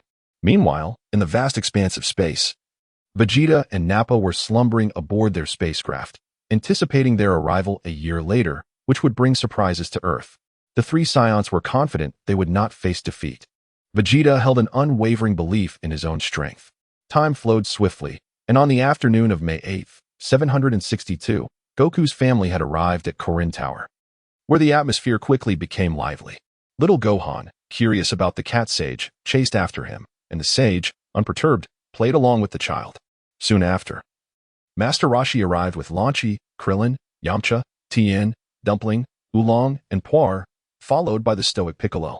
A total of 12 individuals, plus one cat and two pets, gathered at the tower. The cat observed the bustling crowd, occasionally stopping to engage Gohan, clearly enjoying the commotion. Hey, Bulma, do you know when Shinron will awaken? Master Roshi inquired. All eyes turned to Bulma, who was busy arranging a sumptuous feast with Lan Chi's assistants on a large table. Glancing at her watch, Bulma replied, It's 11:55. Shinron informed me that he would awaken at 12 o'clock. He said he would be very happy to see you all. Only 5 minutes left. Master Roshi and Goku, along with Krillin, Yamcha, Tien, and Dumpling, stood in a line not far from Shinron's door, eagerly awaiting the moment they could see him. Ah, I'm so excited, Krillin. After 12 years, we finally get to see Shinron again. He must be astonished by how strong we've become, exclaimed Goku. Haha. I share your excitement. Every time I see this outfit, it reminds me of Shinron. Despite our fierce battles, this attire has always protected us, Krillin added with a grin. The turtle sage chuckled softly, recalling the box of magazines gifted to him by Xia Bai. Although he had finished reading them, they had become cherished memories. And now he could leisurely peruse them once more. The remaining individuals who had never encountered Xia Bai gazed eagerly at the entrance. At 11:01. The clock struck 12. In the chamber of Xia Bai, the luxurious bed cradled his form as he gradually opened the eyes that had been shut for 12 long years. He savored the fullness of his body, stifled a yawn, and delicately released a fragment of his mental energy to perceive the world beyond. In an instant, the warriors stationed outside sensed an overwhelming pressure descending upon them, their bodies weighed down as if by an immense force, yet they summoned their full strength to remain upright. This was merely the beginning. All beings of combat capability surrounding the earth were immediately subdued by this unfathomable and colossal mental force, with even the life on the planet itself bowing in submission. This day would be forever enshrined in legend as the day of divine descent. The mental energy rapidly expanded outward, reaching distant planets. On planet Frieza, the tyrant sat in his exclusive cradle, commanding his subordinates to annihilate the enemies of the planet when he was suddenly pressed against the ground by an extraordinarily powerful force, tasting the dust of the earth. Despite his swift transformation into his final form, Frieza found himself utterly immobilized, resigned to gaze helplessly at the terrain beneath him. On planet Vampa, Broly and his father were consuming the planet's unpalatable insects when they too were swiftly pinned to the ground by this pressure. This overwhelming force compelled Broly to transform into a Super Saiyan in a futile attempt to resist. Upon witnessing his son's failure against such might, Paragus lost all resolve, surrendering to the earth in silence. On King Kai's planet, the deities felt the weight of the mental pressure, though fortunately, it bore no malice, nearly bending their forms in submission. In the realm of the destroyers, the angel was hummed a tune while tending to the floor outside, and Beerus slumbered soundly. The sudden influx of mental energy bore down upon them, causing Whis to tense, unleashing his angelic power, yet all efforts to resist proved futile. Leaving him to dangle his hands in a show of endurance, Beerus tumbled from his bed, his temper flaring as he unleashed his formidable strength in a bid to defy the pressure. However, seeing Whis struggling to maintain his stance, he too relinquished his fight, simply lying back in resignation. The immediate impact was felt throughout the 7th universe, swiftly followed by the 6th, 5th, and 8th universes. All beings and deities within 12 universes experienced this mental strain, their attempts at resistance rendered futile, as the angels of each universe fell into contemplation. In the palace of the Omni King, the young Omni King played games with the Grand Minister when they suddenly sensed an enigmatic mental weight. Fortunately, as the supreme beings they were, Xia Bai's mental force merely offered them a modicum of pressure, as the mental energy dispersed across the 12 universes. It was but an ephemeral moment before Xia Bai retracted his influence. In its wake, all suppressed beings returned to their normal states. However, this action ignited a fervor as deities began to exchange thoughts and inquiries. Were you also subdued by that force today? On this day, discussions erupted everywhere, echoing the question, did you feel that overwhelming pressure? However, this matter does not concern Xia Bai, for this fleeting manifestation of spiritual energy merely serves to sense one's own strength, devoid of any ulterior motives. Nor does it imply an intention to bully Frieza or Beerus. Even the recent playful taps on the backs of the Omni King and the Grand Priest were devoid of any malicious intent, merely a consequence of restless hands. Ding. Congratulations, host. Your slumber has come to an end, and you have been rewarded with a seed of spatial origin. Oh, is that all? Ding. Indeed, that is all. Well, one must be content. After all, one is no longer facing death. What more could one desire? Upon retrieving the seed of spatial origin, it is rather misleadingly named. Resembling not a seed but rather a perfectly round orb, colorless and shimmering faintly in the palm, with the surrounding space stirring in response. Once familiar with its purpose, Xia Bai opened his mouth and swallowed it, allowing it to gradually merge with his entire being. Time to rise, for there are many awaiting outside. Xia Bai rose from his slumber and tidied his attire, casting a glance at his reflection and nodding in satisfaction. He then approached the door, stifling a yawn, and reached out to pull it open. To his surprise, instead of finding everyone waiting outside, he was met with a scene of his friends sprawled on the ground, panting heavily. Upon seeing Xia Bai emerge, they all waved energetically at him. "Hello, Brother Xia Bai. You have finally come out." Sun Wukong weakly gestured. "Brother Xia Bai, it has been a long time." "Indeed, it has been quite a while. Why are you all lying on the ground?" Xia Bai inquired with curiosity as he stood beside them. "Xia Bai, wasn't that pressure just now released by you?" "Pressure? Oh. I merely let out a hint of pressure to glance outside as soon as I opened my eyes." "Ah, well, all right, but we need to rest for a moment. We had planned to greet you at the door." "Ha ha ha, no worries, here." Xia Bai smiled, waving his hand, and before each person, pets included, 10 magical beans appeared before them. Wukong gazed in astonishment at the beans and asked, "Brother Xia Bai, aren't these magical beans quite precious? How come there are so many?" Xia Bai chuckled softly as he settled onto the sofa, basking in the warm sunlight. With a cheerful demeanor, he remarked, "The cat immortal has gathered a jar of celestial beans, most of which I have taken for fear that some of you might unknowingly consume them directly and waste too much. Now, eat up and replenish your strength. There is plenty to go around. As long as nothing is squandered, it will suffice for all of you. This pressure you have experienced is invaluable, though it may be mental strain. While I glanced past you, I intentionally solidified your spirits a bit. Henceforth, you will be a touch wiser and quicker in battle." Upon hearing Xia Bai's words, everyone eagerly began to consume the celestial beans before them, saving the remainder for later. Chapter 43, At the Summit of the Tower. Xia Bai, you must be hungry. It has been ages since you last had a meal. Let us dine first, and we can converse afterwards, Bulma said, clinging to Xia Bai's arm. "Indeed, let us commence our meal," Xia Bai replied with a laugh. "After sleeping for 12 years, I have almost forgotten the taste of food. Nevertheless, Bulma, your preparations are truly sumptuous." He glanced at the large round table, laden with an abundance of dishes. "Haha, I am also quite famished.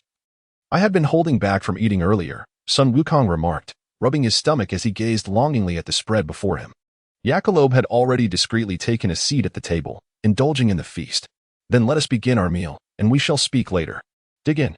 The round table quickly filled with people, elders, youths, children, and women, who eagerly began to enjoy the delightful feast laid out before them.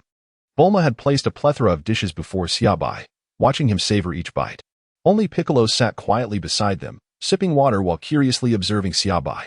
After a considerable time, everyone finally felt satisfied, each patting their stomachs in contentment. Once the dishes were all collected by the cat for washing, the atmosphere was one of blissful fulfillment. Xia Bai gently caressed his already full belly, burped, and exclaimed, "The sensation of being satiated is truly blissful. Haha, I absolutely adore dining. Is it not akin to Gohan?" Sun Wukong remarked as he cradled Gohan on his lap.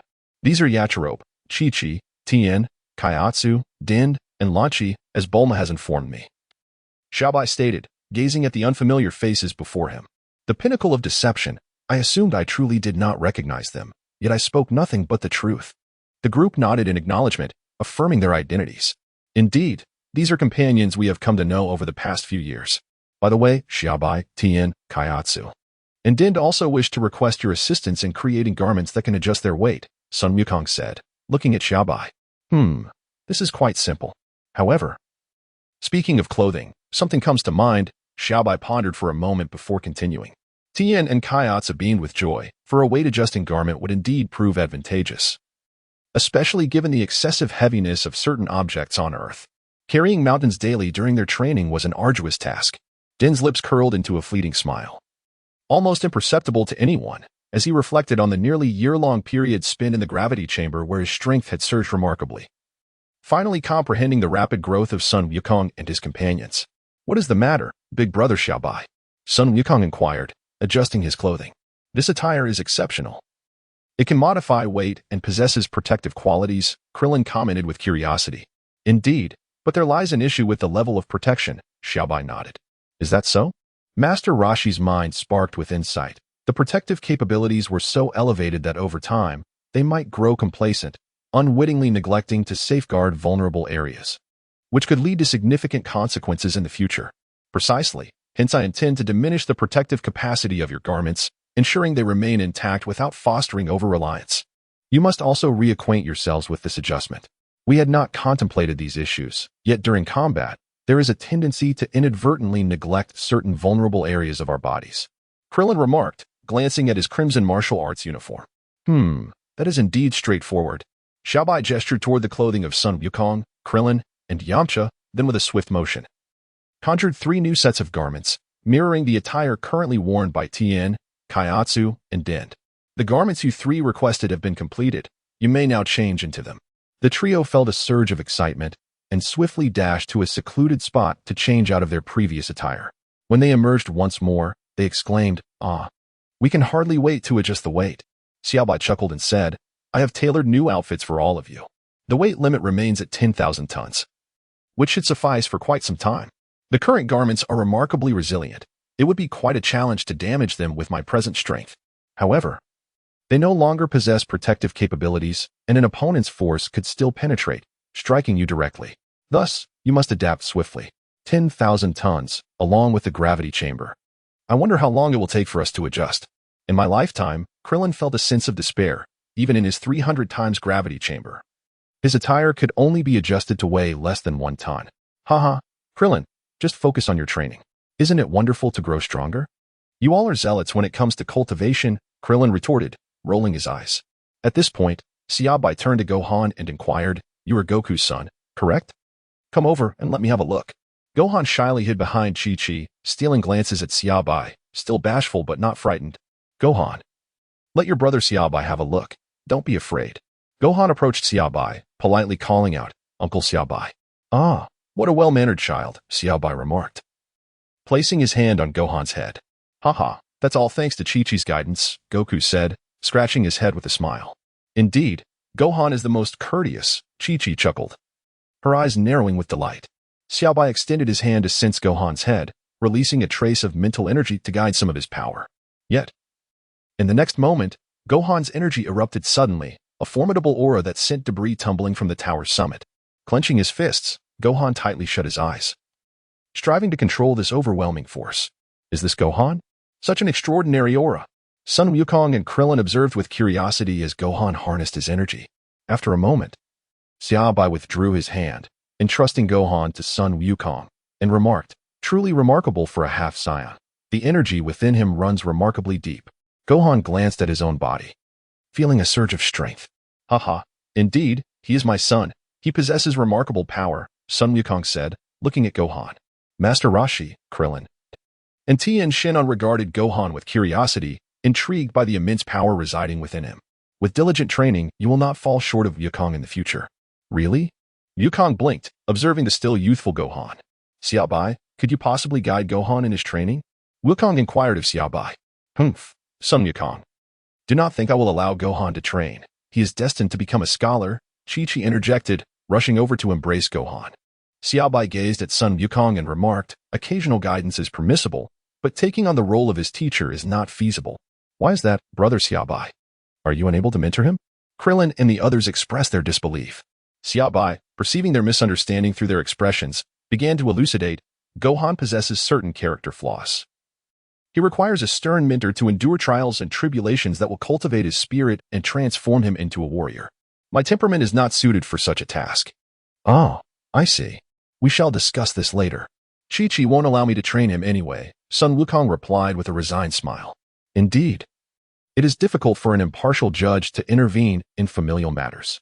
Xia Bai found himself at an impasse unless he were to assume the role of a villain, which he was unwilling to do. Furthermore, Chi-Chi, as a mother, is entirely justified in her desire to shield Gohan from harm. "Now, let me assess the current levels of your combat prowess," Xia Bai said with a smile, addressing the assembled warriors. "Can combat power be quantified in specific numerical values?" The turtle hermit inquired, perplexed. Xia Bai nodded and remarked that he could only discern a rough estimate.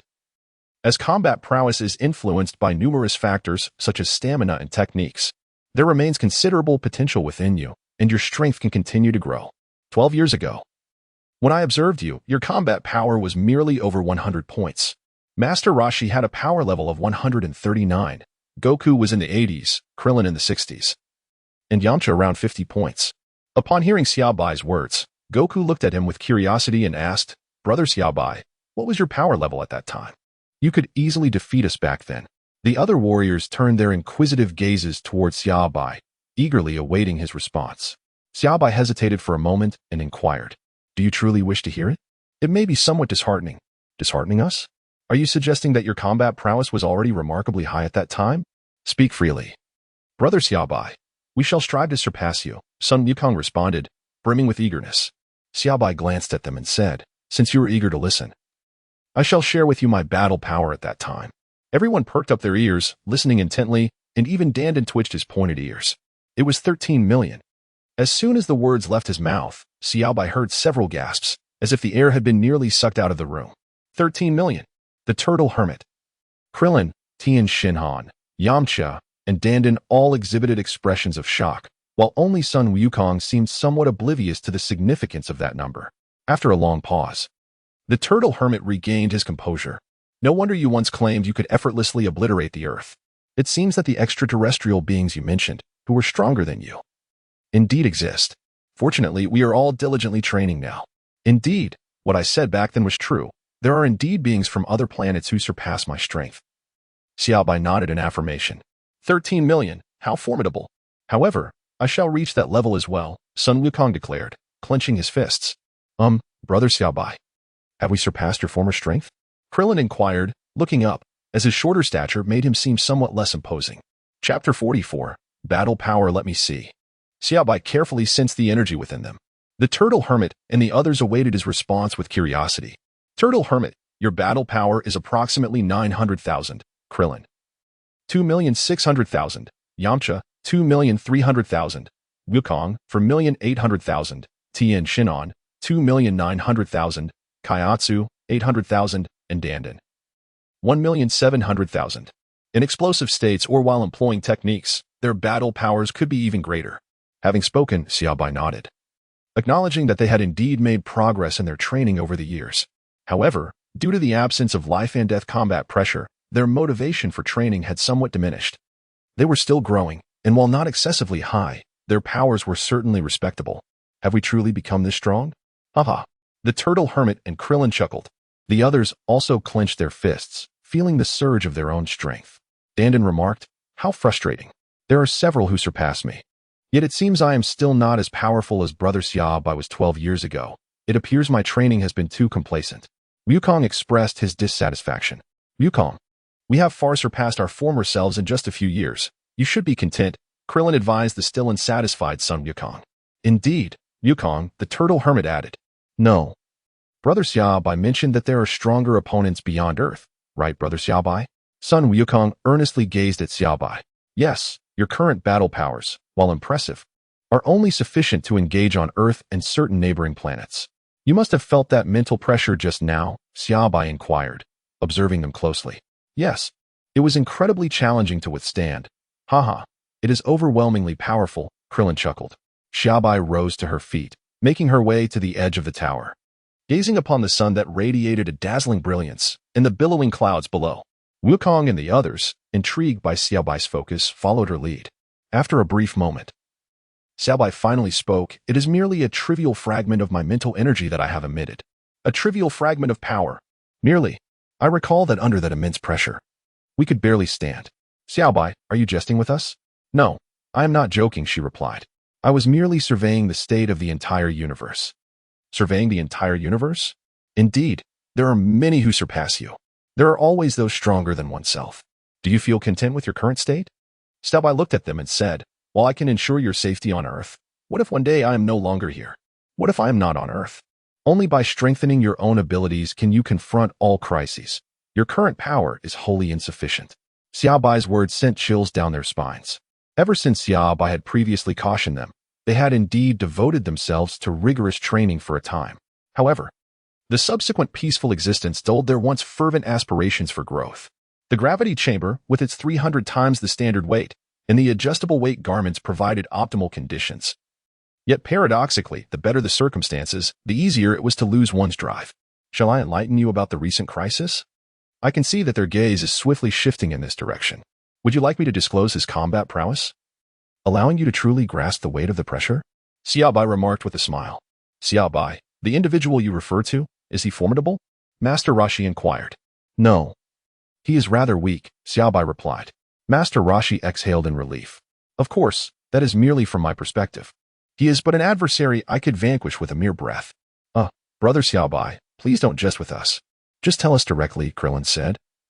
A bead of cold sweat trickling down his brow, feeling as though Xia Bai was merely toying with him. Very well, I shall divulge it.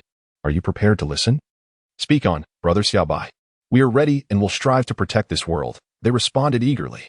The Cosmic Emperor possesses a combat power of 120 million. 120 million. Even the Demon King Piccolo broke into a cold sweat upon hearing that figure. That is 100 times my current strength and several times greater than yours. Such a formidable enemy. Indeed, the reason you have been able to train in peace is that Earth is merely a remote planet of little interest to them. However, with the arrival of Raditz, their attention will inevitably turn towards us. Would you like a brief explanation about this Cosmic Emperor? Xia Bai asked with a grin. Master Roshi and Krillin were struck by the devilish nature of that smile. Go ahead, Brother Xia Bai. I feel a surge of excitement. I had no idea such powerful foes existed in the universe. Goku laughed heartily. Soon, the others joined in laughter as well, for as martial artists, they quickly adjusted their mindset. Regardless of whether he is a Cosmic Emperor, we shall not be defeated by him. Nor will we allow him to slay our comrades or threaten our planet. Moreover, we have you, Brother Xia Bai, to guide our training, correct? Xia Bai glanced at everyone's expressions and nodded. The Cosmic Overlord, known as Frieza, commands countless armies, though they are merely expendable. Frieza's task is to locate suitable planets, annihilate the indigenous inhabitants, and subsequently sell the land to others. And by the way, Goku, the Saiyans from your home planet were engaged in this very occupation, exterminating all native beings on behalf of Frieza, only to sell the planet afterward. Is this what Saiyans were originally tasked with? Well, it doesn't concern me. I grew up on Earth. Indeed, the planet Vegeta, inhabited by Saiyans, was obliterated by Frieza. Now, aside from you, there are only a handful of Saiyans remaining, and among them, apart from you and Gohan, there might be one more. The rest are ruthless and combative Saiyans. Annihilating planets is merely a trivial matter to them. Xia Bai, I have a question. Speak, Master Roshi. Why do Saiyans serve Frieza? Only to be exterminated by him? This delves into a Saiyan legend. Several individuals turned their gaze towards Son Goku, who, with a foolish grin, responded, Don't look at me. I know nothing of Saiyan legends. After all, I only discovered I was a Saiyan thanks to Brother Xia Bai. Well, Goku did suffer a head injury in his childhood. Otherwise, he would not be your companion now. According to legend, the warrior race of Saiyans produces a Super Saiyan once every millennium, a being of immense power that could pose a threat to Frieza, which is why Frieza sought to annihilate them. Super Saiyan.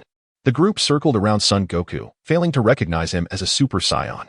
Goku's potential surpasses yours, as his bloodline remains intact. To become a Super Saiyan, one must achieve a certain foundational combat power. A significant emotional upheaval triggers a transformation that can amplify strength by 50-fold. 50-fold. If Goku were to transform, that would equate to over 200 million in combat power. I, Super Saiyan Son Goku, clench my fists. Krillin, do not forget, there are prerequisites. Becoming a Super Saiyan is not easily attainable. That is true. Yet Goku has already reached the foundational combat power.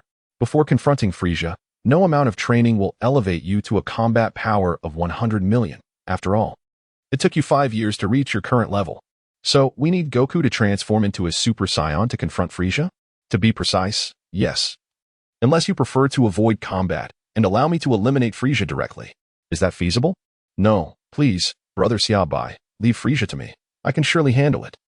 Goku. Krillin, dear grandfather, Brother Xia Bai is indeed correct. We may rely on him once, twice, or even thrice, but inevitably there shall come a day when he departs. What shall we do then? Is it realistic to expect Brother Xia Bai to eradicate all the evildoers on our behalf? Thus, it is imperative that we cultivate our own strength. Moreover, with Brother Xia Bai training us, do you not agree that we are already in an advantageous position? Indeed, you have a point. Wukong is right. It is beyond my capability to eliminate every wicked soul. The universe operates under its own principles, and there exist beings even more formidable than Frieza, who have chosen not to engage him. Where there is virtue, there also lies vice. Therefore, it is essential for you to strive diligently in your training, acquiring sufficient power to confront all dangers that may arise. Brother Xia Bai, when shall you commence our training? Now is not the opportune moment, however. There exists a location quite suitable for your growth, where you will acquire invaluable knowledge. Xia Bai squinted and smiled, reflecting that although he had not perished due to Wukong's arrival and had not had the opportunity to learn the King Kai Fist or the Spirit Bomb, it does not preclude him from imparting these teachings. Indeed, it would be wise to share the experience collectively and perhaps throw in a few extra lessons. I am certain King Kai would not mind. Ha ha ha. Once you are prepared, I shall transport you there. First, tend to your current responsibilities, and return to the Kalin Tower by noon tomorrow. Chapter 45. Step by step with several months remaining until Vegeta's arrival on Earth. Sending a few individuals to learn from the King Kai is entirely feasible. Xia Bai mused silently. At that moment, he felt a tug on his sleeve and turned to find Master Roshi, stealthily drawing him aside. Xia Bai squinted, instantly discerning the old man's intentions, and thus followed him. Master Roshi stealthily led Xia Bai to an inconspicuous corner before coming to a halt. Teacher Wu Tian, what brings you here? Xia Bai inquired. Ahem, Xia Bai. I too desire one of those outfits. Currently, Goku and the others have surpassed me by leaps and bounds. Perhaps I should put in a bit more effort. And by the way, do you still have that magazine? Master Roshi whispered, his sunglasses glinting momentarily. Ah, that's quite simple. To be honest, I never anticipated this. Your current prowess far exceeds that of your earlier years, truly deserving of the title god of martial arts, Master Wu Tian. After speaking, Xia Bai gestured, transforming Master Roshi's attire while leaving behind some magazines for him. Master Roshi, quick-witted, swiftly tucked them into his capsule. Clearing his throat lightly, he then sauntered out nonchalantly. Who among you wishes to visit King Kai tomorrow? Xia Bai asked. King Kai? Ah, a deity even more exalted than the Supreme Kai. He possesses techniques that I believe you would find quite fascinating. Upon hearing this, the cat perked up its whiskers, admitting it had never encountered such a being. Yet, it imagined a deity of immense power. A vivid image of King Kai materialized in the cat's mind, tall, imposing, with an air of authority and a distinctly dark complexion. Fortunately, Xia Bai was unaware. Otherwise, he might have found the scene utterly amusing. I'll go. So will I. Xia Bai nodded, observing the 5 individuals before him, uncertain of how many would truly master the skills he was imparting. After all, he had no desire to deprive Sun Wukong of his formidable techniques, the Kaioken and Spirit Bomb. Piccolo had no intention of participating. He deemed it more prudent to continue his training in the gravity chamber, where he still had ample time to overcome even greater gravitational forces. Let us reconvene tomorrow at noon. I shall escort you there. It would be splendid if you could grasp the techniques. If not, it is of little consequence. This merely serves to bolster your own reserves. Upon your return from the Kaishin, I shall train you further. Wonderful. The sun was nearing its descent, and the number of people at Quarterfinal Tower gradually dwindled. Sun Wukong's family departed, as did the inhabitants of Turtle Island, leaving only Karin, Yajirobe, Xia Bai, and Bulma behind. Thank you, Karin, for your care over the years.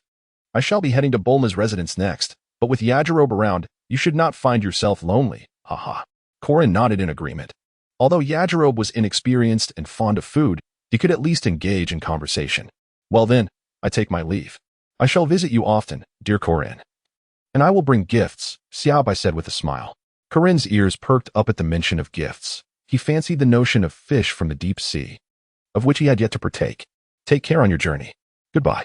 Karin and Yajirobe bid them farewell. Farewell, Xia Bai replied. Are we flying back? Bulma asked, wrapping her arm around his. After 12 years, it is a relief to be alive. No need, Xia Bai responded, sensing the location of Bulma's home. With a swift gesture, he opened a spatial tunnel before them, revealing a bright, misty passage, through which the city of West City was faintly visible on the other side. Xia Bai grasped Bulma's hand and ventured inside. The cat and Achi Lobe stood frozen in place, momentarily forgetting to wave their claws. What had they just spoken about? Was this even considered a path?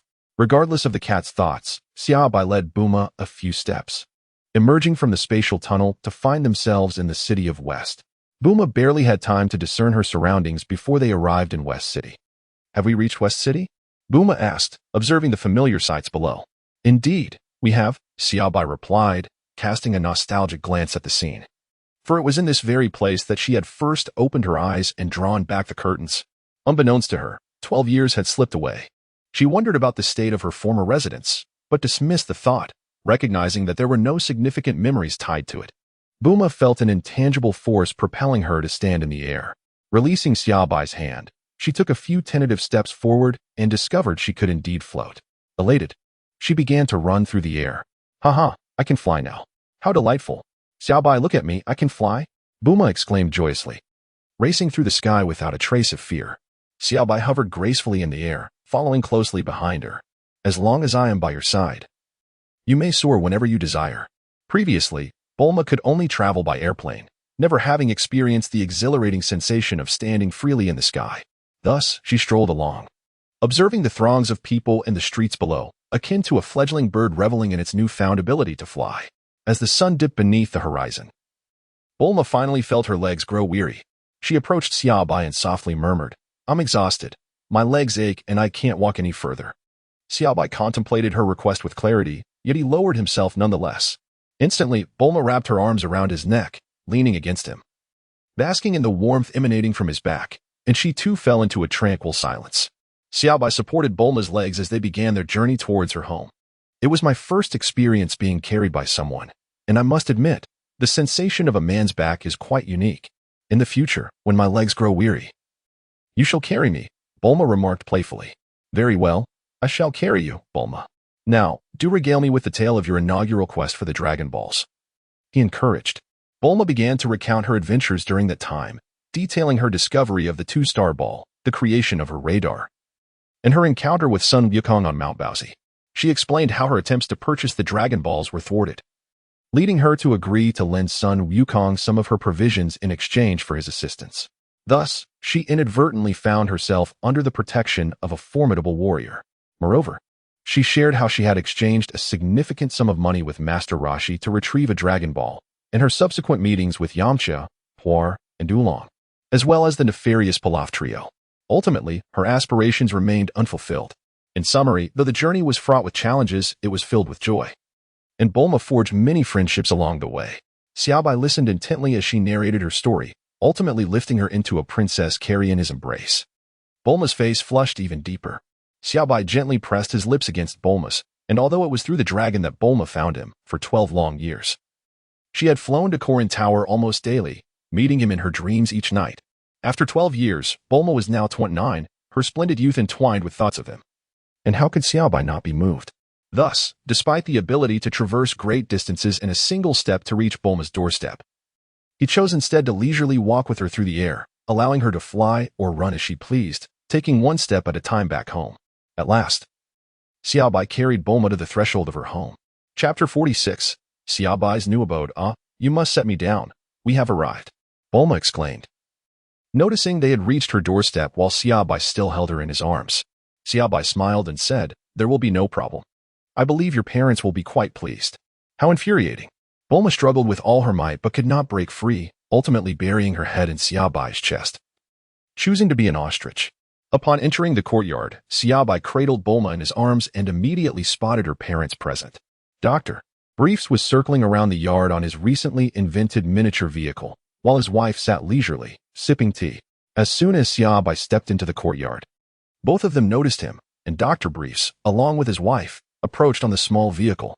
After Xia Bai and his companion entered and introduced themselves, Mrs. Briefs seized the opportunity to comment on their handsomeness, inquiring if Xia Bai was Bulma's boyfriend. She expressed her delight at Bulma's good fortune in finding such a remarkable partner. Would you like some tea? She asked. Thank you, but I'm not thirsty yet, Xia Bai replied, bemused as he noticed Bulma's expression darkening, seemingly unnoticed by the two. Bulma leaped from Xia Bai's embrace and confronted them, exclaiming, Did you not see me? Only then did they acknowledge her presence, surprised to discover she was there, and questioned if he was her boyfriend and whether he would be staying with them. I'll go prepare something to eat, Mrs. Briefs offered. With a scowl, Bulma took Xia Bai by the hand and led him into the room. The two in the courtyard exchanged glances, recognizing that their daughter was still in her rebellious phase. Once inside, Bulma sat on the sofa, visibly annoyed, but her irritation quickly subsided. She glanced at Xia Bai and asked, Are you hungry? I can call someone to prepare dinner. Well, a little. Your parents are somewhat different from what I imagined, Xia Bai feigned ignorance. Really? They are the best parents ever. Did you think they would be intimidating and hard to get along with? Bulma questioned. Not at all. After all, with such a wonderful daughter. Their approach must be quite amiable, Xia Bai replied, wrapping his arms around her. Humph, you flatter her. Though she feigned annoyance, Bulma felt a surge of happiness within. Let us head to the living room. The robot cooks quickly. Dinner will be ready shortly. I've already notified them. Blushing, she took his hand and led him out of the room. In her moment of panic, she had inadvertently pulled Xia Bai into her room, relieved he hadn't noticed. Upon descending the stairs, Bulma caught sight of her parents smiling at her, and she sat down, her cheeks flushed, silent. Dr. Briefs was a mechanical genius, and Bulma shared his brilliance. Mrs. Briefs was a gentle homemaker, content with her daily pursuits of leisure. Fortunately, Bulma had mentioned her parents' interest prior to Xia Bai's arrival. Otherwise, finding topics of conversation with them would have been quite daunting, especially considering it was his first encounter with his future in-laws. Fortunately, her parents posed few questions, and dinner proceeded in a relatively harmonious atmosphere. The initial awkwardness dissipated over time, particularly since Xia Bai intended to reside there. He had little interest in returning to his former home across the street, preferring the comfort of their company. After dinner and a bit of conversation, Bulma guided him upstairs, exchanging knowing glances with her parents, who recognized their daughter had grown. This room is yours, directly across from mine. If you need anything, just call for me. Don't enter my room unannounced, Bulma instructed, pointing to the room across the hall. I understand. Don't worry, Xia Bai assured her. Xia Bai gazed at Bulma, huffed softly, and retreated to his room. As he opened the door to his newly claimed space, he observed that it was meticulously arranged, seemingly prepped by Bulma herself, with all the necessary amenities at hand. However, Xia Bai remained unfazed. After refreshing himself, he lay down on the bed and dozed off for a spell. As time gradually slipped away, Xia Bai awoke to find it was already 11 o'clock. He quietly opened the door to his room. Bulma, meanwhile, lay in her bed, unable to find sleep. For the past 12 years at Karin Tower, she had grown accustomed to falling asleep beside Xia Bai every night. Now, despite returning to her original room, she found herself feeling somewhat disoriented, her gaze drifting blankly toward the ceiling. She wondered how he was faring in his room, a wave of concern washing over her as memories flooded her mind. Just as Bulma was lost in thought, a subtle sound echoed from the door. Initially startled, she quickly reassured herself, realizing that with Xia Bai around, there was no cause for alarm. The noise could only be attributed to that mischievous rascal. Contemplating the potential scenarios that might unfold, Bulma promptly covered her face with the blanket. Xia Bai stealthily sensed the atmosphere outside Bulma's door and found it rather tranquil. He slowly opened the door, making a deliberate effort to create a bit of noise, lest he startle her by appearing suddenly. Like a thief, he gently closed the door behind him. As he stepped onto the floor of the room, he intentionally made a slight sound for Bulma to hear. Listening intently to the approaching footsteps, Bulma's heart began to race, and she curled up tightly, feeling a shyness she had never experienced even in front of Karin Tower. Her face flushed crimson. In the darkness, the footsteps finally neared the bed, and Bulma was on the edge of nervousness. At last, Xia Bai reached out and lifted a corner of the blanket, covering his mouth in astonishment as he gazed at the curled-up Bulma, gently sliding his entire body beneath the covers. Bulma's body tensed, feeling her blood rush faster, warmth enveloping her. As Xia Bai's wicked hands encircled Bulma's waist, it seemed as if both of them exhaled a sigh of relief. Bulma turned to face him, her large eyes fixed upon Xia Bai, and asked, "Did you already know I wasn't asleep?" Xia Bai nodded. "Humph, how annoying, scaring me on purpose." After speaking, Bulma playfully tapped Xia Bai on the chest and then nestled into his embrace. Feeling the warmth radiating from Bulma, Xia Bai pressed a gentle kiss on her forehead, a profound sense of contentment blossoming within him. "Let us sleep," Xia Bai murmured softly. As the world gradually descended into tranquility, the two drifted slowly into slumber. Chapter 47. The delightful dinosaur. The following day, as dawn broke, the morning sunlight streamed through the floor-to-ceiling windows and illuminated the bed.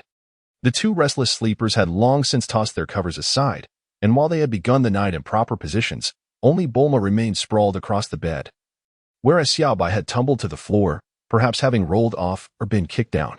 As the sun's rays enveloped them, both awoke simultaneously with a yawn, rubbing their eyes in a daze. Bulma glanced over at the bed, puzzled. Where's Xia Bai? He came in last night." Just then, Xia Bai pondering why he found himself on the floor, met Bulma's sharp gaze. I suppose I wasn't very composed in my sleep and ended up on the ground, he admitted. All right, get up. It's time for breakfast. Today, I want to go out, and you're taking me flying, Bulma declared. Satisfaction evident in her nod as she began to rise and prepare for the day. Xia Bai gently touched his nose, feeling a sense of resignation as he rose to his feet. To be honest, after sleeping for over a decade, it seemed peculiar to still be in slumber. Had it become a habit? Before long, the two who had already enjoyed breakfast stepped out the door, with the Breves couple waving behind them, reminding them to return early. We understand, they replied. Finally, Bulma had a boyfriend, and he appeared to be quite compatible with her. Well said, Bulma's mother, Breves remarked, patting the black cat perched on his shoulder. Bulma, where would you like to go for fun? Xia Bai turned to her, inquiring as she clambered onto his back. Anywhere is fine, Bulma replied, tapping her forehead and recalling, aren't we supposed to go to Kalinta at noon? It's been ages since I've replenished the cat food. Let's find a nice spot to fish. Although I often dream of fishing, it always feels lacking in authenticity. I have longed to go fishing with you once you awoke. Fishing, you say? Very well, let us be off. However, do come to the front before we take flight. Haha. Xia Bai cradled Bulma to his chest, and then, with a leap, soared into the air. Slow down a bit. It's too fast. I feel dizzy. How's this speed? Xia Bai adjusted his pace. Hey, why do I see Wukong and the others flying horizontally, while you are standing as you advance? Bulma curiously poked his chest. Perhaps they do so to reduce air resistance, Xia Bai mused, somewhat uncertain of the reasoning. Yet he preferred the aesthetics of standing while flying. I see. Never mind, let us go. Bulma exclaimed, cheering as she waved her tiny fist forward. All right. We shall set off. Xia Bai tightened his grip on Bulma and directed their flight towards a distant lake. Before long, they descended onto a patch of lush green grass beside the lake, carefully making their way toward the water's edge to avoid trampling the nearby flowers. As for the grass, there was little to be done. One must have a place to land, and fortunately, it was resilient. As soon as he set Bulma down, Xia Bai noticed her darting off like a little butterfly. Despite her age, she retained a childlike spirit, always seeking adventure. Or else she would not have ventured out alone in search of the Dragon Balls. As Xia Bai conjured fishing gear, he advised Bulma, do not wander too far, Bulma. She replied, I understand. The scenery here is truly exquisite. Xia Bai watched as Bulma dashed away, shaking his head in disbelief. He could not fathom how anyone could harm her, especially since he maintained a vigilant awareness closely following her. In no time, Xia Bai conjured all the necessary items, placing the fishing rod aside without a second thought. After all, he intended to summon the fish using his supernatural abilities. The notion of fishing was merely a guise for enjoying this outing with Bulma. After Xia Bai finished tidying up, she lay directly on the grass, casually plucking a blade of green grass to place in her mouth. She gazed upward at the clouds drifting lazily across the sky, reflecting upon herself 3 times throughout the day. Am I invincible today? Am I floating? What shall I do? Xia Bai pondered for a moment, contemplating whether there exists anything or anyone that he ought to fear. His strength was formidable. Even the rules of the Omni King posed no threat to him. The Grand Priest's power, in his estimation, was akin to that of a mere novice. This was not a derisive statement, but rather a candid acknowledgement of his own prowess. Presently, he believed his strength to be approximately 6. For multiplied by 10 to the power of over 1,000. Even 1,000 Grand Priests would scarcely be of consequence. Yet, he couldn't shake the feeling that his combat power was excessively overflowing. Was the fighting capacity of Dragon Ball truly so limited? The Omni King appeared to be a mere child, while the Grand Priest seemed little more than a caretaker. Why then? Would the Grand Priest willingly assist the young Omni King? It seemed illogical. Was it possible that the diminutive Omni King was merely one of many progeny of a greater Omni King? Did he create universes for his children to play in? Xia Bai mused whether he might fear magic or the potential for control and sealing. Reflecting on his current mental fortitude, he concluded that attempting to control him with magic would be tantamount to courting disaster. As for sealing, he felt confident in his spatial proficiency. He was certain that he could rend open a spatial tunnel to access all 12 universes. The concept of sealing posed no real threat. After much contemplation, Xia Bai affirmed that he was grounded today. Suddenly, he sensed something unexpected at Bulma's location. In an instant, he appeared before her, only to discover that it was a dinosaur. Bulma, in the midst of turning to flee, collided unexpectedly with Xia Bai.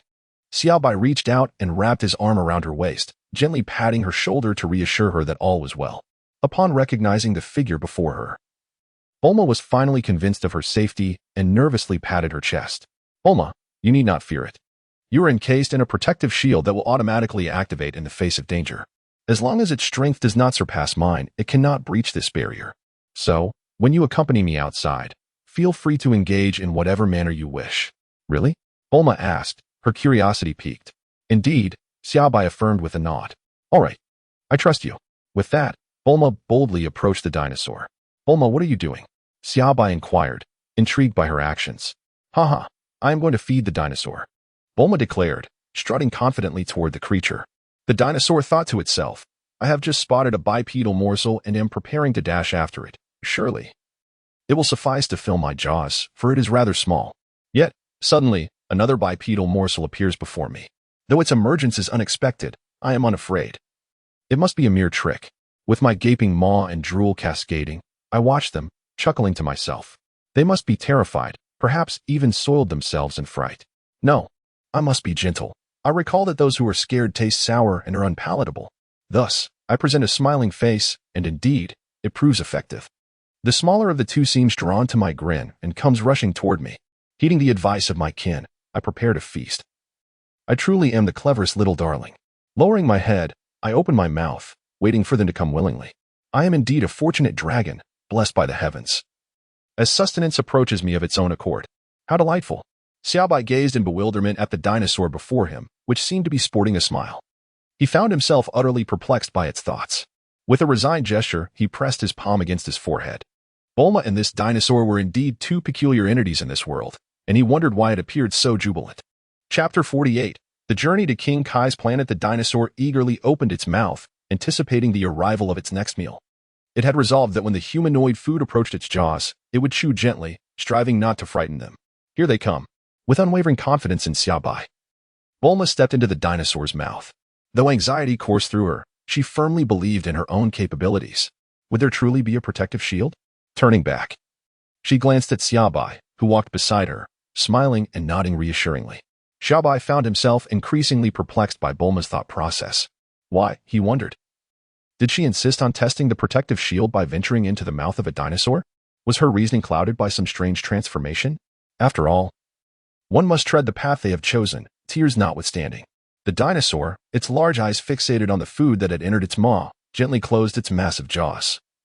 Savoring the morsel. A twinge of pain shot through its teeth.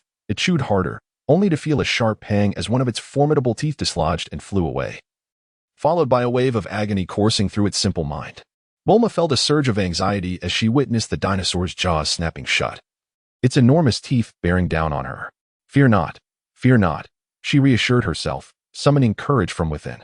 Just as her trepidation threatened to overwhelm her, she noticed a resplendently colorful, transparent protective shield materializing beside her. The dinosaur's teeth collided with the barrier, ricocheting away harmlessly. It was indeed real. Xia Bai had not deceived her. Filled with elation, Bulma emerged from the perilous experiment, her head held high. Approaching Xia Bai, she pointed at the dinosaur, which was now cradling its head in distress, and proclaimed with righteous indignation, Xia Bai, it just attempted to consume me. Yet I too harbor a desire for dinosaur meat.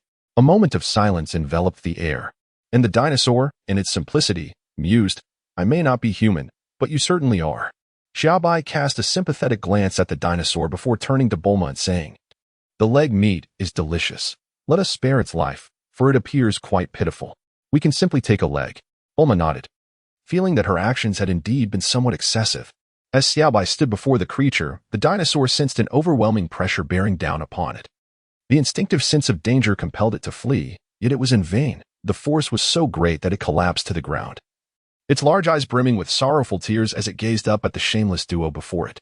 Xia Bai waved his hand and took one of the dinosaur's legs, observing the tearful creature before him. With a flick of his wrist, a metallic leg was affixed to the dinosaur's body, and then he withdrew the pressure he had exerted. The dinosaur blinked its large eyes, watching the two who had dragged it away.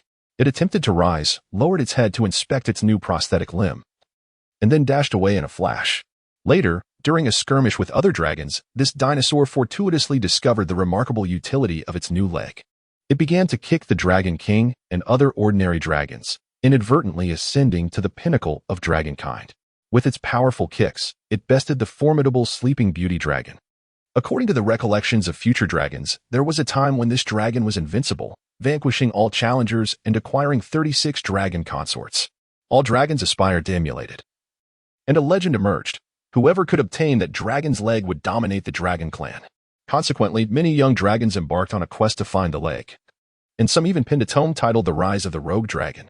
Unbeknownst to Xia Bai, his seemingly trivial action had sparked such a multitude of tales. The inferior item he had bestowed upon the dinosaur was far from his expectations. Meanwhile, upon returning to the lakeside, Bulma was unable to find peace. As soon as she noticed Xia Bai's fishing float bobbing, she hurried to disrupt it. By midday, Bulma's small fish basket was brimming with her catches, while Xia Bai's contained a solitary, pitiful inch-long fish.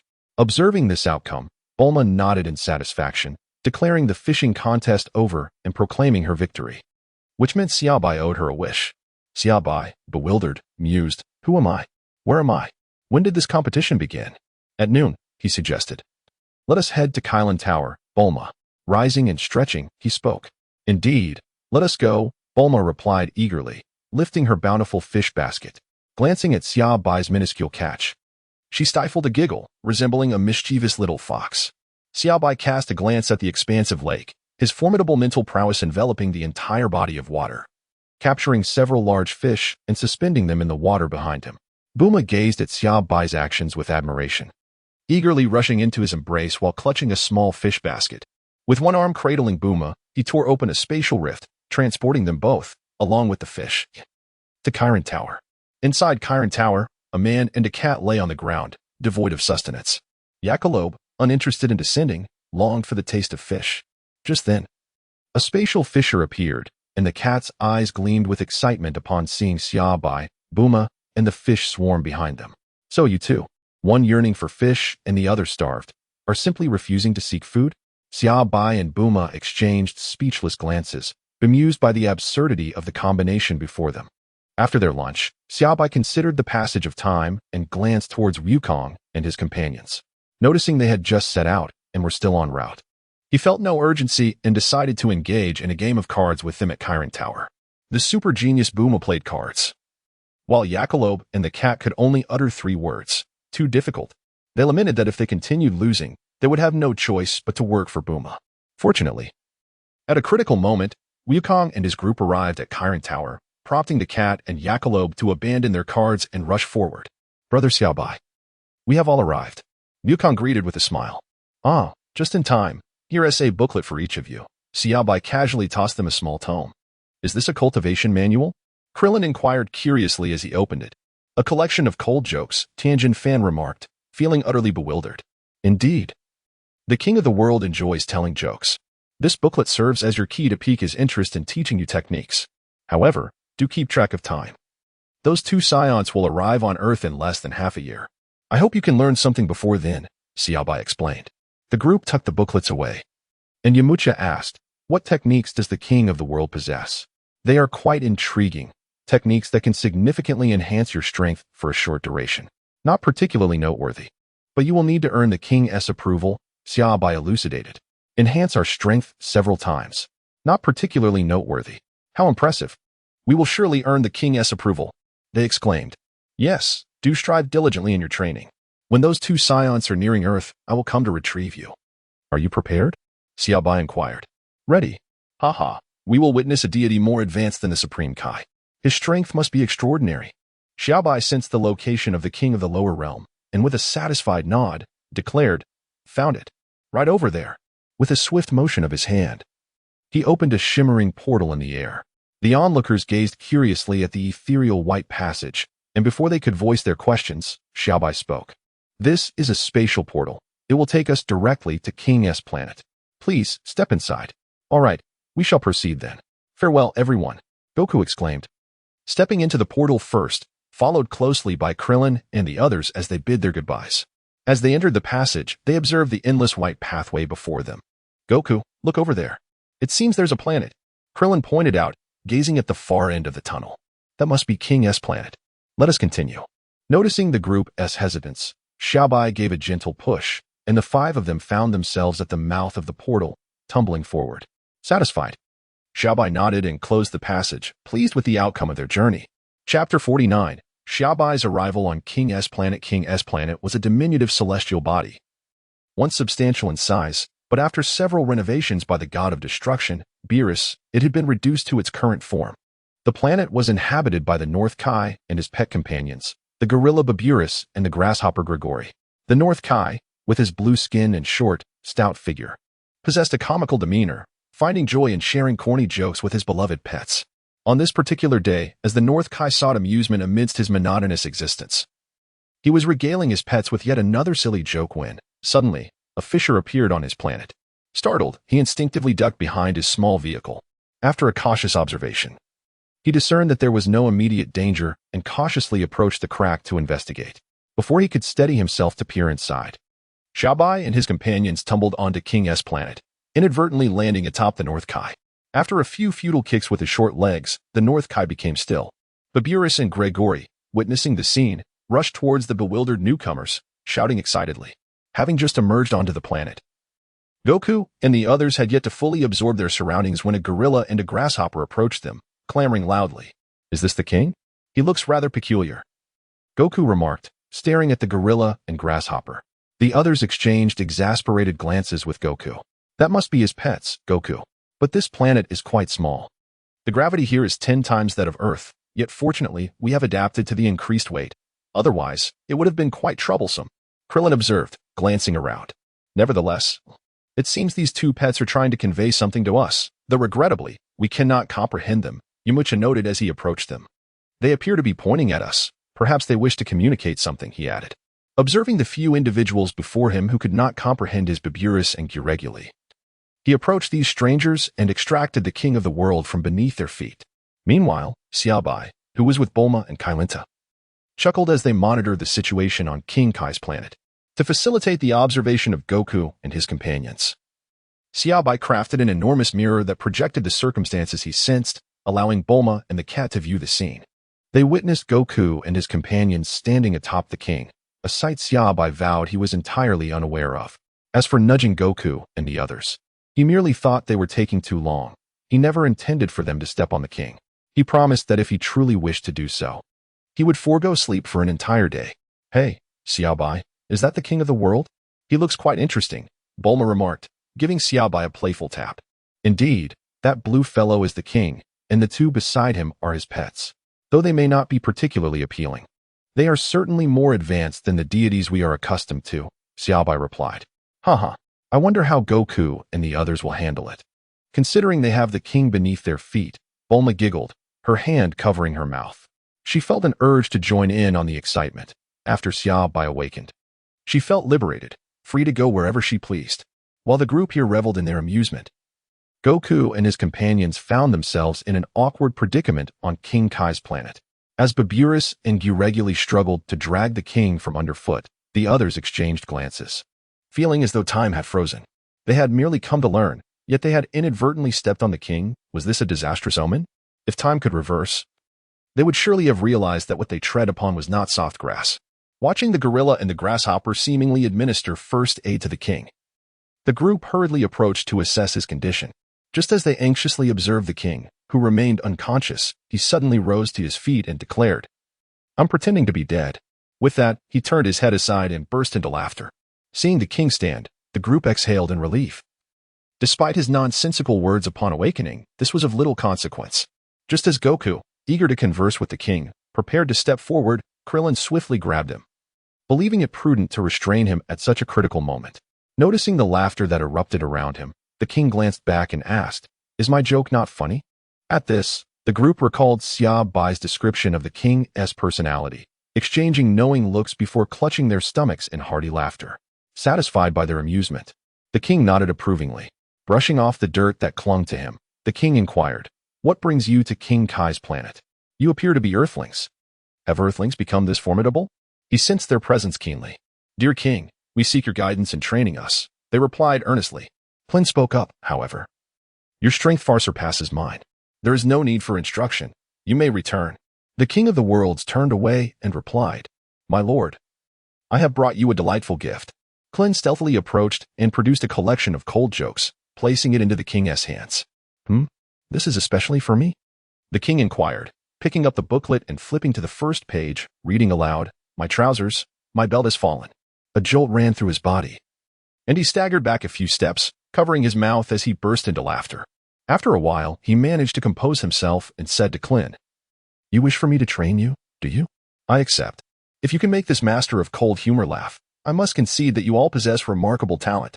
Seeing the effectiveness of his approach, Krillin exchanged glances with Tianjinhan and Wukong, and the four took turns presenting the collection of jokes to the king, ultimately bringing joy to him, ensuring their journey was not in vain. The king meticulously tucked away the little books before raising his gaze to them. "Why do you seek training?" "We pursue cultivation to become stronger, to protect the earth and safeguard our friends from harm," they declared earnestly, fists clenched and spirits high. Their voices unified. "How did you learn of King Kai's planet and come here? The deities of Earth have not introduced you to me. And you should not even be aware of my existence," the king questioned, puzzled. "It was Brother Xia Bai who brought us here." "Xia Bai?" the king pondered. "Unfamiliar with that name." "Wukong, do you think it would be inappropriate to mention Brother Xia Bai's name directly?" Krillin whispered cautiously. "Of course not." Just then, Xia Bai appeared beside them, as if he had been there all along unnoticed. "Brother Xia Bai, what brings you here?" Wukong and Krillin exclaimed in surprise. The king was equally startled by Xia Bai's sudden appearance. "I didn't intend to move, but since you asked, I thought I might as well drop by." "Is that a problem, my lord?" Xia Bai lightly pressed a fraction of his spiritual power onto the king. The king felt as if his body were weighed down by 1,000 pounds, cold sweat beating on his forehead. This familiar sensation reminded him of the mental pressure he experienced yesterday. He had learned through secret channels that higher celestial beings were cautiously investigating the source of the sudden pressure from the day before and had been warned not to disturb until their identities were clarified, to report immediately afterward. The king had not anticipated that his casual inquiry would provoke the appearance of a divine being. Fortunately, Xia Bai did not exert excessive pressure. He merely allowed the king to experience that familiar sensation, or else it would have been quite embarrassing for him to kneel before them. The king stammered, his lips quivering, hesitant to speak. "Are you curious if I may reveal my identity?" Xia Bai cast a glance at him and instantly discerned his thoughts. No, that is not my intention." The chubby blue figure felt as if he had exhausted every drop of sweat in his life. "There is no need for such trepidation. I harbor no ill will towards you. As for my identity, feel free to speak of it. They will inevitably discover it in due time. For now, your sole responsibility is to train them diligently. Furthermore, any techniques you have developed can be imparted to them. Whether they succeed in mastering them is of little consequence." Xia Bai remarked with a cheerful smile. "King of the universe, if you don't teach me, I am surely doomed. How can you so effortlessly express such sentiments? Are you casting aspersions upon me?" Xia Bai replied, his eyes twinkling with mirth as he gazed at the blue figure. No, absolutely not. Allow me to share a joke. I fancy myself a connoisseur of humor. Would you care for a meal? My culinary skills are quite exceptional, the king of the universe said, rubbing his hands together with a grin. Thanks, but no. Just focus on training them well, Xia Bai stated. Rest assured, I shall train them with utmost diligence. The chubby figure affirmed. Wukong and the others looked at the king of the universe with confusion, wholly unaware of why he held Xia Bai in such high regard. Very well. That settles it. This is a gift for you. Enjoy it thoroughly. Xia Bai waved his hand, and a large stack of joke compilations materialized before the king. I shall take my leave now. You all focus on your cultivation and feel free to seek the king's advice on your training. Xia Bai waved his hand and departed from the King of Worlds. Watching Xia Bai finally leave, the King of Worlds collapsed onto the ground, exhaling heavily. However, as he gazed at the substantial stack of treasures before him, he felt an overwhelming sensation. Indeed, the celestial dog had delivered everything expected in the end. Observing the curious expressions of Goku and the others, the King of Worlds couldn't help but feel a twinge of anger. Here he was, innocently inquiring about who had sent them and for what purpose, only to be handed a scalding hot potato. Should he report it or not? Alas, what a miserable fate he found himself in. Chapter 50. The blue chubby's tears flow like a river. The blue chubby struggled to crouch down, feeling as if his frail body was bearing an undue burden for his age. Overwhelmed with discomfort and on the verge of tears, he thought to himself that perhaps he would deal with it another time. Goku and the others had not anticipated that the King of Worlds would contemplate so much in such a brief span. They merely watched as he repeatedly stood up, crouched down, and spun around, appearing quite frantic. Are you all right, Your Majesty? Krillin inquired gently. Coughing lightly, the King of Worlds paused in his tracks. He realized that he must continue to train them, choosing instead to conceal his sorrow, allowing his tears to flow in solitude, hidden from view. You have all successfully passed my assessment, so I shall now train you. However, your powers are exceedingly strong. So I can only offer some suggestions for cultivation and teach you techniques that may enhance your combat prowess. Yes, your majesty. Xia Bai returned to Kailinta and observed the two individuals and one cat engrossed in a lively discussion regarding Goku and his companion's experiences on King Kai's planet. Subsequently, he nestled with the soft Bulma, indulging in the spectacle. Initially, King Kai intended to assess their prowess. Although he sensed their formidable strength, he remained uncertain of its full extent. Moments later, his pet gorilla Baburus and Grasshopper regularly landed beside him, both appearing rather disheartened. Fortunately, Goku and his friends had not been overly harsh, merely leaving a few minor bumps on their heads. The once boastful Baburus and Gyreguli now found themselves in a state of despondency. Indeed, your strength is quite remarkable. It seems that Lord Xia Bai has sent you here to absorb my expertise and techniques. King Kai contemplated aloud. Lord King Kai, why do you refer to Lord Xia Bai as Big Brother? Goku inquired with curiosity. Ahem, that is not something you need to concern yourselves with. Now, let me impart the techniques I have developed, King Kai replied, his demeanor turning serious as he addressed them. Upon hearing this, Goku, Krillin, Yamcha, Tien, and Kaiatsu straightened up, their expressions turning solemn as they prepared to listen attentively. Well, let us first have a meal. I am quite hungry, King Kai declared, making his way towards his small dwelling. With a series of thuds, Goku and the others tumbled to the ground. After King Kai stared in bewilderment at the four gluttons and Goku, the ultimate glutton, having consumed their meal, he hastily ushered them out of the room, astonished by their voracity. As for your training, you should all be engaging in weighted exercises. This is essential, as such training enhances your physical strength, stamina, power, and speed. You may train according to your own adaptability. There is little more to discuss on that front. The remaining aspect pertains to the cultivation of your mindset. During your training, it is imperative to maintain a tranquil state of mind, focusing solely on your practice without being distracted by mundane concerns. If you are to cultivate, you must do so with singular devotion, fostering a calm disposition to better control your physical prowess, allowing it to be wielded with ease. I trust you are all aware of this, as your previous instructors should have imparted such wisdom. I shall now share with you the technique I have developed, known as the King Kai Fist. King Kai Fist? Indeed, the King Kai Fist integrates your entire energy into your being, resulting in a temporary exponential increase in your combat capabilities, including strength, speed, and defense. However, such enhancement comes with significant consequences. An amplified combat ability imposes considerable strain on the body. Therefore, mastering this technique demands a high level of physical endurance. King Kai elucidated the intricacies of his technique. Do you wish to learn it? He asked. An exponential increase in combat power. How extraordinary. Yet, the physical demands are quite stringent, and the greater the multiplier, the greater the potential harm to oneself. Yes, we certainly wish to learn. Please instruct us, Lord King Kai. Very well. I shall impart this unparalleled technique to you, though I cannot predict how many of you will be able to master it. The King of Worlds nodded. For them, although the King Fist is formidable, the prerequisite is that one's physique must be robust. Xia Bai observed several individuals who were contemplating the mastery of the Kaioken technique. In truth, he did not expect them all to reach the extraordinary levels of Sun Wukong, unleashing the technique at 10 or 20 times its normal capacity. Even a modest application of 1 or 2 times would suffice. As for whether Sun Wukong could learn the Spirit Bomb, that depended on his own fate. The Spirit Bomb is undeniably potent, yet it comes with considerable limitations. Once they have acquired the Kaioken from the KO, Xia Bai would personally train them. If one were to inquire what Xia Bai deemed as training, one might chuckle, for he possesses little understanding in that regard. His own strength is derived from extraordinary means, having never cultivated it in the traditional sense. However, one principle he grasped with clarity was that, with an ample supply of Senza beans at his disposal, he could simply defeat them, for combat serves as the finest teacher. Engaging in battle with the weak only leads to decline, while contending with the strong naturally fosters one's own growth. Xia Bai embodies that strength and harbors no concerns that Wukong and the others would render him ineffectual.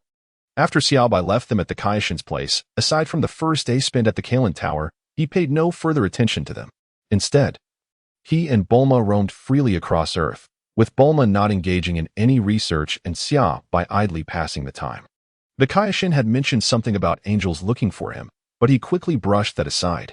Thus, for a full 2 months, after sleeping for 12 years, Xia Bai reveled in unrestrained joy, leaving traces of his and Bulma's adventures all over the planet. During their escapades, he even encountered Dr. Gero's lab from the Red Ribbon Army in the egg that sealed Majin Buu.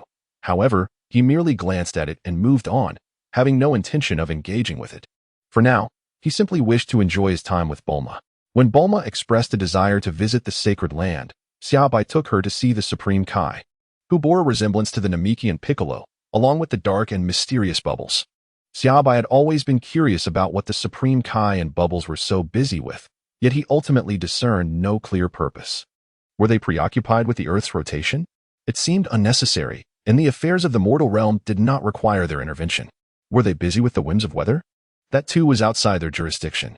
After a day of pondering, Xia Bai resigned himself to the mystery. While holding Bulma aloft in the skies, he spoke to her. In due time, I will take you to see the Dragon Balls of Namek, including the ones that can summon the eternal dragon, as large as planets. You can contemplate your wishes during this time, and I shall gather them for you when the moment arrives. Dragon Balls as large as planets? Bulma queried, her eyes sparkling with excitement. Indeed, enormous Dragon Balls capable of granting any wish. Then I shall ponder carefully. When shall we go see these Dragon Balls? Bulma inquired, filled with anticipation. Perhaps after a while. We have indulged in our adventures for 2 months already, and those 2 Saiyans will soon arrive on Earth. A brief respite would be perfect for witnessing some drama. That sounds reasonable. I too feel rather fatigued. Then let us return home. I find myself longing for your spacious bed, Xia Bai remarked. How cheeky. At that moment, Xia Bai, having just arrived home with Bulma, heard the voice of the Kaioshin calling out to him. Is something amiss, Kaioshin? Xia Bai glanced toward the direction of the Kaioshin's planet. How impressive, Xia Bai? The Kaioshin's voice can be heard from such a distance. Bulma marveled beside him. Indeed, it is a part of his abilities. Have you not noticed the 2 antennae on his head? That is their function. Ah, are Piccolo's antennae similar? Those are merely his natural appendages. The time has come for Goku and Krillin, along with their companions, to return, as they have completed their training. I have nothing left to teach them, the Kaioshin announced, standing with several individuals behind him. Is it already time? Indeed, their talents are commendable. They are capable of utilizing the Kaioken technique at 1 or 2 times its base level. Additionally, they have all acquired the Spirit Bomb technique, albeit with varying degrees of potency. Ah, I see, it matters not. I never intended for them to master it completely. My only aim was to have you guide them in their training for a brief period. I shall retrieve them now. After Xia Bai finished speaking, a spatial passage appeared beside the king of the realm. Observing the passage before him, which appeared more stable than before, Xia Bai nodded in satisfaction. Although he had been enjoying himself during this time, he had not neglected the refining and application of the spatial seed. And it had grown considerably over the past 2 months. The king of the realm, along with Goku and the others, gazed at the spatial passage ahead, bidding farewell to the king and his companions. Over the course of 2 months, their relationships had blossomed. Well then, my lord, until we meet again, they said. The king, donning sunglasses, looked back at the battered planet they had left in ruins, teeming with craters, and at his beloved, damaged little car, feeling a wave of helplessness wash over him. After bidding farewell to the king, the group stepped through the spatial passage, emerging right in Bulma's home. You're learning quite rapidly, Xia Bai remarked as he took a seat and addressed them. The King's Fist and Spirit Bomb possess remarkable power. Though they impose a significant burden on the body, the variety of choices during battle becomes vastly greater. Doubling one's strength could very well alter the outcome of a confrontation. Indeed, beyond just these techniques, the king has also provided us with valuable insights on the manipulation of energy. With diligent practice, I believe our control and expenditure of energy in combat will become far more adept, he continued. Xia Bai nodded at the 5 individuals before him. Due to their bloodline limitations, characters like Jiaozi, Yamcha, and Krillin could not experience the same exponential growth in combat prowess as the Saiyans. Hence, they would need to rely more on intellect to develop their techniques. With less than 4 months until the Saiyans arrive on Earth, what are your plans? Xia Bai inquired. Goku and the others settled down in the living room, and Goku looked at Xia Bai, asking, Are those 2 Saiyans very strong, brother Xia Bai? Xia Bai gazed at the others who were fixated on him, chuckling softly as he remarked that, in comparison to their current prowess, The two individuals were rather weak. Even Jiaozi could vanquish them. What? I can defeat them too? Jiaozi pointed to himself, incredulously exclaiming. Haha, Jiaozi, you are quite formidable now, Yamcha said, ruffling Jiaozi's hair. In that case, those two Saiyans are not terrifying at all. I can breathe easily now, Krillin stated, patting his chest. Brother Xia Bai, is there something you haven't mentioned? Well, one of those Saiyans is a prince, exceedingly proud. He is the son of King Vegeta. His temperament is quite cruel, yet his potential for growth is immense. With diligent training, he could reach your level, Goku. In the future, he may even transform into a Super Saiyan. Xia Bai added. Considering that should Vegeta arrive only to be swiftly defeated by Krillin and the others, it would diminish the enjoyment of the Dragon Balls. The perennial second place would still be quite entertaining. Are you saying he will become stronger? A Super Saiyan? Should we eliminate him outright? Krillin and the others pondered. No, Krillin. Don't you think having a rival who continuously strives to match us is rather exhilarating? It will keep us motivated to train and prevent us from becoming complacent. But Goku, did you not hear Brother Xia Bai say that Saiyan has a very cruel nature? Krillin, are you worried about that? As long as we are here, the Saiyans won't be able to harm Earth. And you have forgotten, Brother Xia Bai resides here as well. That's true, Krillin scratched his head and chuckled a few times. Though I hate to dampen your spirits, Krillin, Yamcha, it is undeniable that Saiyans are a naturally combative race. Their bloodline assures it. It will be increasingly difficult for you to surpass Goku in the future. If you can gradually win over that Saiyan named Vegeta to your side, it would indeed be beneficial for Earth, as Saiyans possess remarkable growth potential, although reluctant to admit it. Xia Bai understood in his heart that while Krillin and Yamcha could currently keep pace with Goku, it would become more challenging with time. Is that so? It became evident that, as time progressed, Krillin and the others recognized the widening gap between themselves and Goku. Do not be disheartened, Krillin. Brother Xia Bai did not say you cannot continue to grow stronger, and the enemy has yet to arrive. How can we allow ourselves to falter? Goku said, patting Krillin's shoulder. Indeed, and Brother Xia Bai has yet to commence our training. It is merely talk for now. We cannot simply give up. Goku, we still wish to fight alongside you. Haha. Well, that is true. The training I have planned for you will be quite arduous, so be prepared. However, Brother Xia Bai, are you also an alien? Oh, I am not. I am a pure earthling. Xia Bai gazed at the puzzled expressions of Krillin and the others and remarked, are you curious as to why I am stronger than Goku? A few of them nodded in agreement, awaiting his response. Although I am of earthly origin, my body possesses a peculiar strength, the source of which remains a mystery to me. While you may not have witnessed my training, I assure you that I grow stronger each day. Xia Bai clenched his fist, feeling that this was the best explanation he could offer. I am becoming more powerful daily, without the need for training. Xia Bai sensed the room was suffused with the fragrance of lemons. There is no need for excessive contemplation. One should be grateful that I am on Earth and not your adversary. Indeed, if such power were to manifest in the hands of an enemy, we would find ourselves in a state of profound despair. Krillin and the others understood this well. Fortunately, Xia Bai is not an enemy. You have just returned from the Realm King's domain, so let us postpone your training for a week, allowing you some respite. Yes, Brother Xia Bai. Then, you may return home for now. When the time comes, we shall seek an uninhabited island adjacent to Kame House, and I hope you can endure the challenge. There are fewer than 4 months remaining until Vegeta's arrival.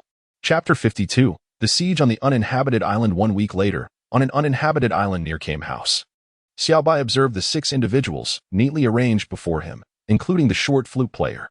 Ah, Jiaozi, come forth and stand by my side. Simply watch them as they train.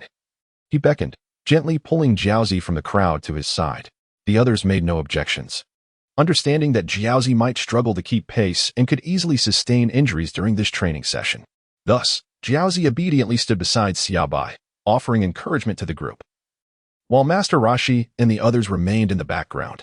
In the past, you have only exercised within the confines of the gravity chamber, which imposed numerous limitations, preventing you from engaging in direct combat. Today, I shall present you with a unique opportunity. I will amplify the gravity of this island to 300 times its normal level, while also reinforcing its structure. Here, you may engage in battle to your heart's content, whether in groups or one-on-one. Unleash your full potential without fear of death.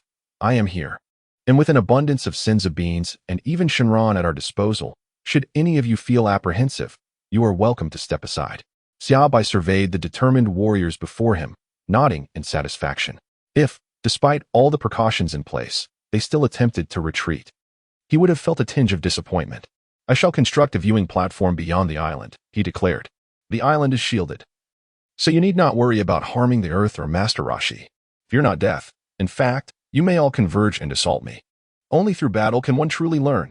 It will reveal your weaknesses and shortcomings, allowing you to wield your powers with greater finesse. Now, let us commence. What are you waiting for? With a wave of his hand, he directed the onlookers to the newly erected platform, calling out to Goku and the others. As Xia Bai's words echoed, the 5 warriors exchanged glances, nodding in agreement. Such an opportunity to battle Xia Bai was rare. To let it slip would indeed be regrettable. Are you preparing to besiege me? Quite audacious, indeed. Very well, let me witness your current prowess. Xia Bai shook his head and stretched his body. As long as he controlled his strength to avoid fatality, sustaining injuries was inconsequential. Haha, brother Xia Bai. We are about to strike. Brace yourself. It appeared that the 5 intended to launch a joint assault, and I was eager to see how formidable their strength had become. It promised to be an exhilarating confrontation. Master Roshi squinted with a smile. Xia Bai, give it your all. Bring them all down. Bulma cheered alongside, raising her fist in support. Tien, you must prevail. Yamcha, strive to defeat brother Xia Bai. In no time, Xia Bai found himself encircled by the 5 warriors. Although it was their first time facing an adversary together, they moved in perfect synchrony, silently surrounding him. They had acclimated to the 300 times gravity. Yet the overwhelming force limited their full capabilities in battle. Nonetheless, this was precisely the desired effect. Combat in a normal state would significantly enhance their fighting prowess. Observing their formation, Xia Bai extended his right hand, folding his other fingers into his palm to leave only his index finger pointed at them. In today's training, should you manage to force me to raise a second finger, or even my left hand, you shall be deemed victorious. You may employ ki blasts or engage in close combat. The choice is yours. Let the battle begin. Goku and the others exchanged determined looks, promptly preparing their techniques. Though Xia Bai was formidable, they were unconvinced that he could fend off their combined assault with but a single finger, after all. 2 fists are no match for 4 hands. Goku and his companions unleashed their full energy, their bodies emanating brilliant white auras that heated the air around the island. The ground trembled, and stones were sent flying in the wake of their overwhelming might. Yoshi, we. Uncertain who initiated the call, the 5 individuals simultaneously surged forward, with 2 attacking head-on while 1 flanked each side and 1 from behind, all converging upon Xia Bai. In an instant, they closed the short distance to his side, with only Master Roshi and Chaozi able to perceive the scene clearly. The others could only witness Goku and his companions vanish in the blink of an eye, in a heartbeat, as their fists were poised to strike Xia Bai. He narrowed his eyes, and time seemed to freeze. Extending his finger, he swiftly tapped the fist of the 5 attackers without moving his body at all.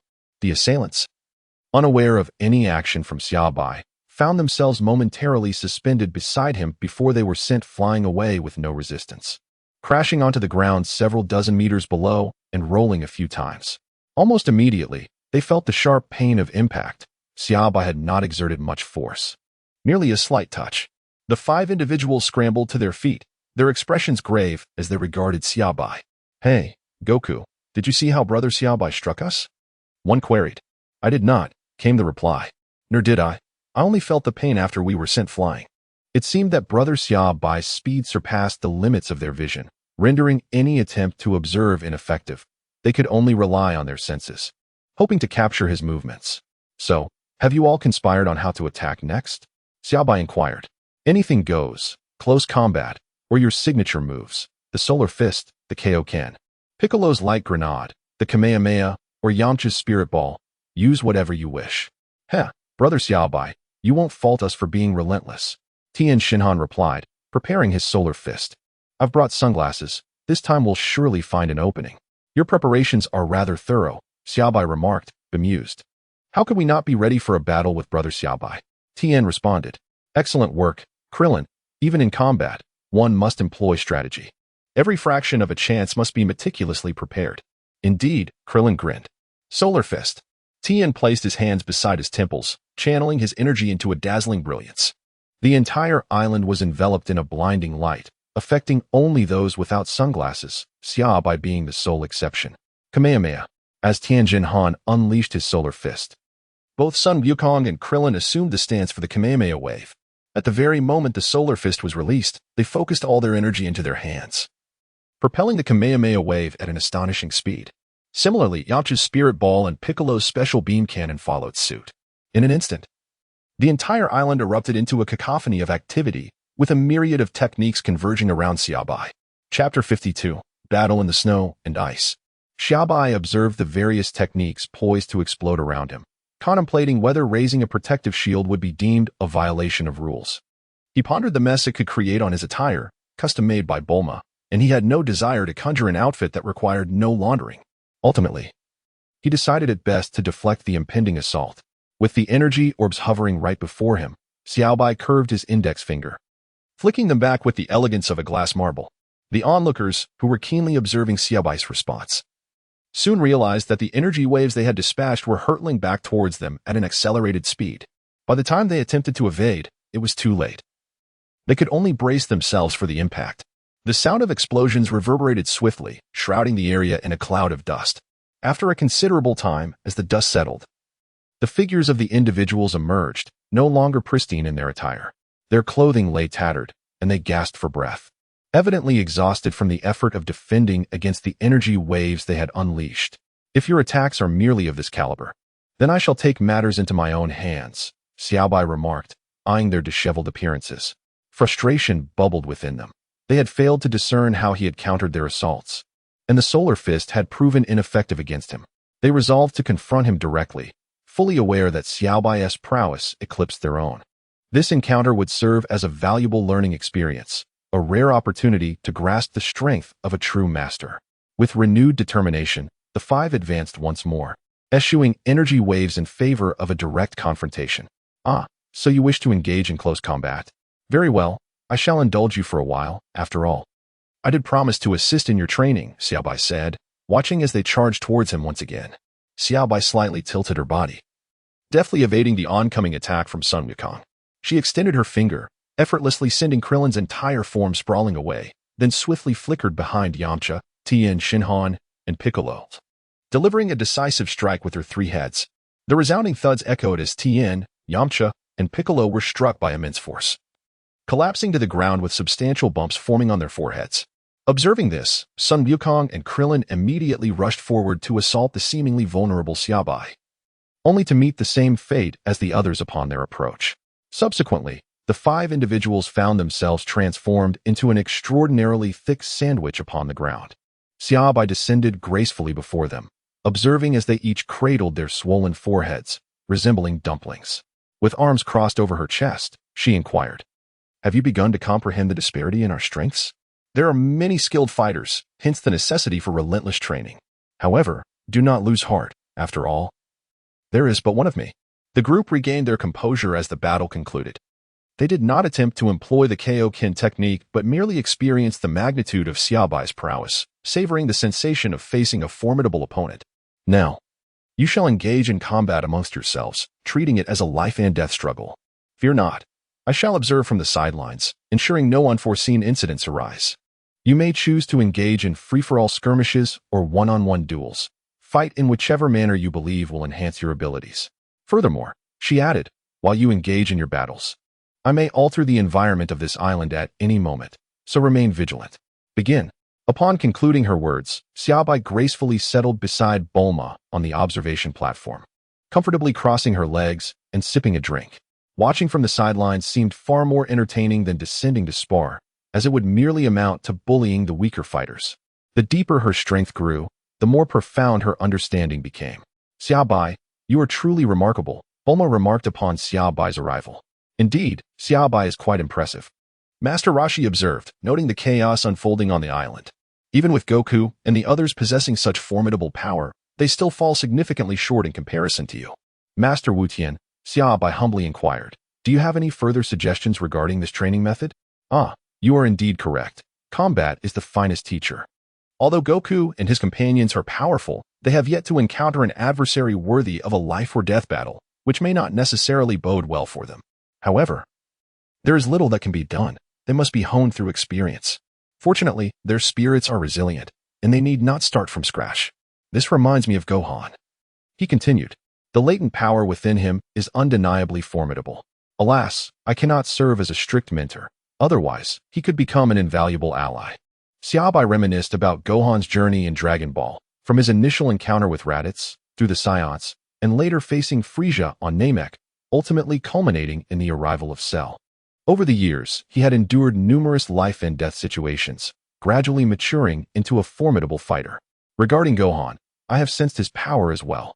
Unfortunately, Chi-Chi and Goku have overly sheltered him since childhood. Any transformation will require time. Nevertheless, he is undeniably of Saiyan blood, a lineage that does not permit the existence of those who fear battle. Thus, let us patiently anticipate, Gohan's heritage shall not go to waste. After a moment of contemplation, Xia Bai acknowledged the truth in his thoughts. The Saiyan bloodline destined Gohan not to remain a mere scholar as Chi-Chi envisioned. When the time for battle arrived, his instincts would undoubtedly surge. He chose not to dwell further on it. Observing Goku besieged by several individuals, Xia Bai smirked mischievously and addressed Master Roshi. What do you think of transforming the entire island into a winter wonderland? The ground would be slippery, snowflakes dancing through the air. I believe it would provide quite an exhilarating experience for them. Master Roshi's eyes sparkled with intrigue as he nodded in agreement. I find this scenario rather appealing. It could aid them in better mastering their own bodies.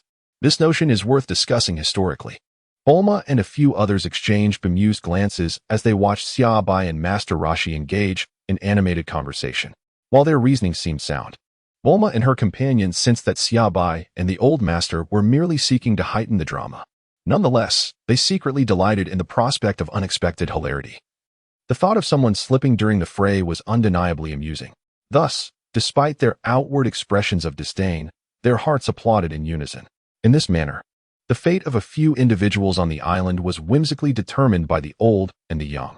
Xia Bai observed that aside from the few wielding the flute, everyone else had engaged in fierce combat utilizing the Kaioken technique, and the intensity of the battles was escalating. Nodding in approval, he felt it was time to proceed. Although the frigid, icy landscape may seem harsh for Goku and the others, the benefits of acclimating to such an environment were undeniably significant. In addition to this setting, Xia Bai had prepared numerous other scenarios, which he would not detail here, but suffice it to say, they would bring considerable hardship to Goku and his companions. The icy terrain was merely child's play in comparison. At this juncture, he felt compelled to express gratitude to the system for bestowing upon him the extraordinary ability to conjure reality from nothing. Thus altering the weather of a small island became an effortless delight. I shall commence now, Xia Bai proclaimed. This is excessive, and we relish it. Upon finishing her words, Xia Bai extended her right hand and struck the air, prompting an instantaneous transformation of the lush, verdant island into a realm of ice and snow. The once green ground was now a slick expanse of ice, making it exceedingly easy for anyone to lose their footing if they did not exercise caution. Enormous snowflakes drifted down from above, severely obstructing their visibility. Done. Xia Bai clapped her hands. The effect appears quite satisfactory, she observed, noting that the combatants, who had been fiercely engaged moments ago, now moved with a certain wariness. This presented an excellent opportunity for them to enhance their control over their bodies. As the snowflakes hampered their sight, compelling them to rely on instinct to locate their opponents, for the limitations of sight can often be a hindrance. Master Roshi, standing nearby, offered a succinct summary. Well said, Master Wu Tian. Xia Bai nodded in agreement.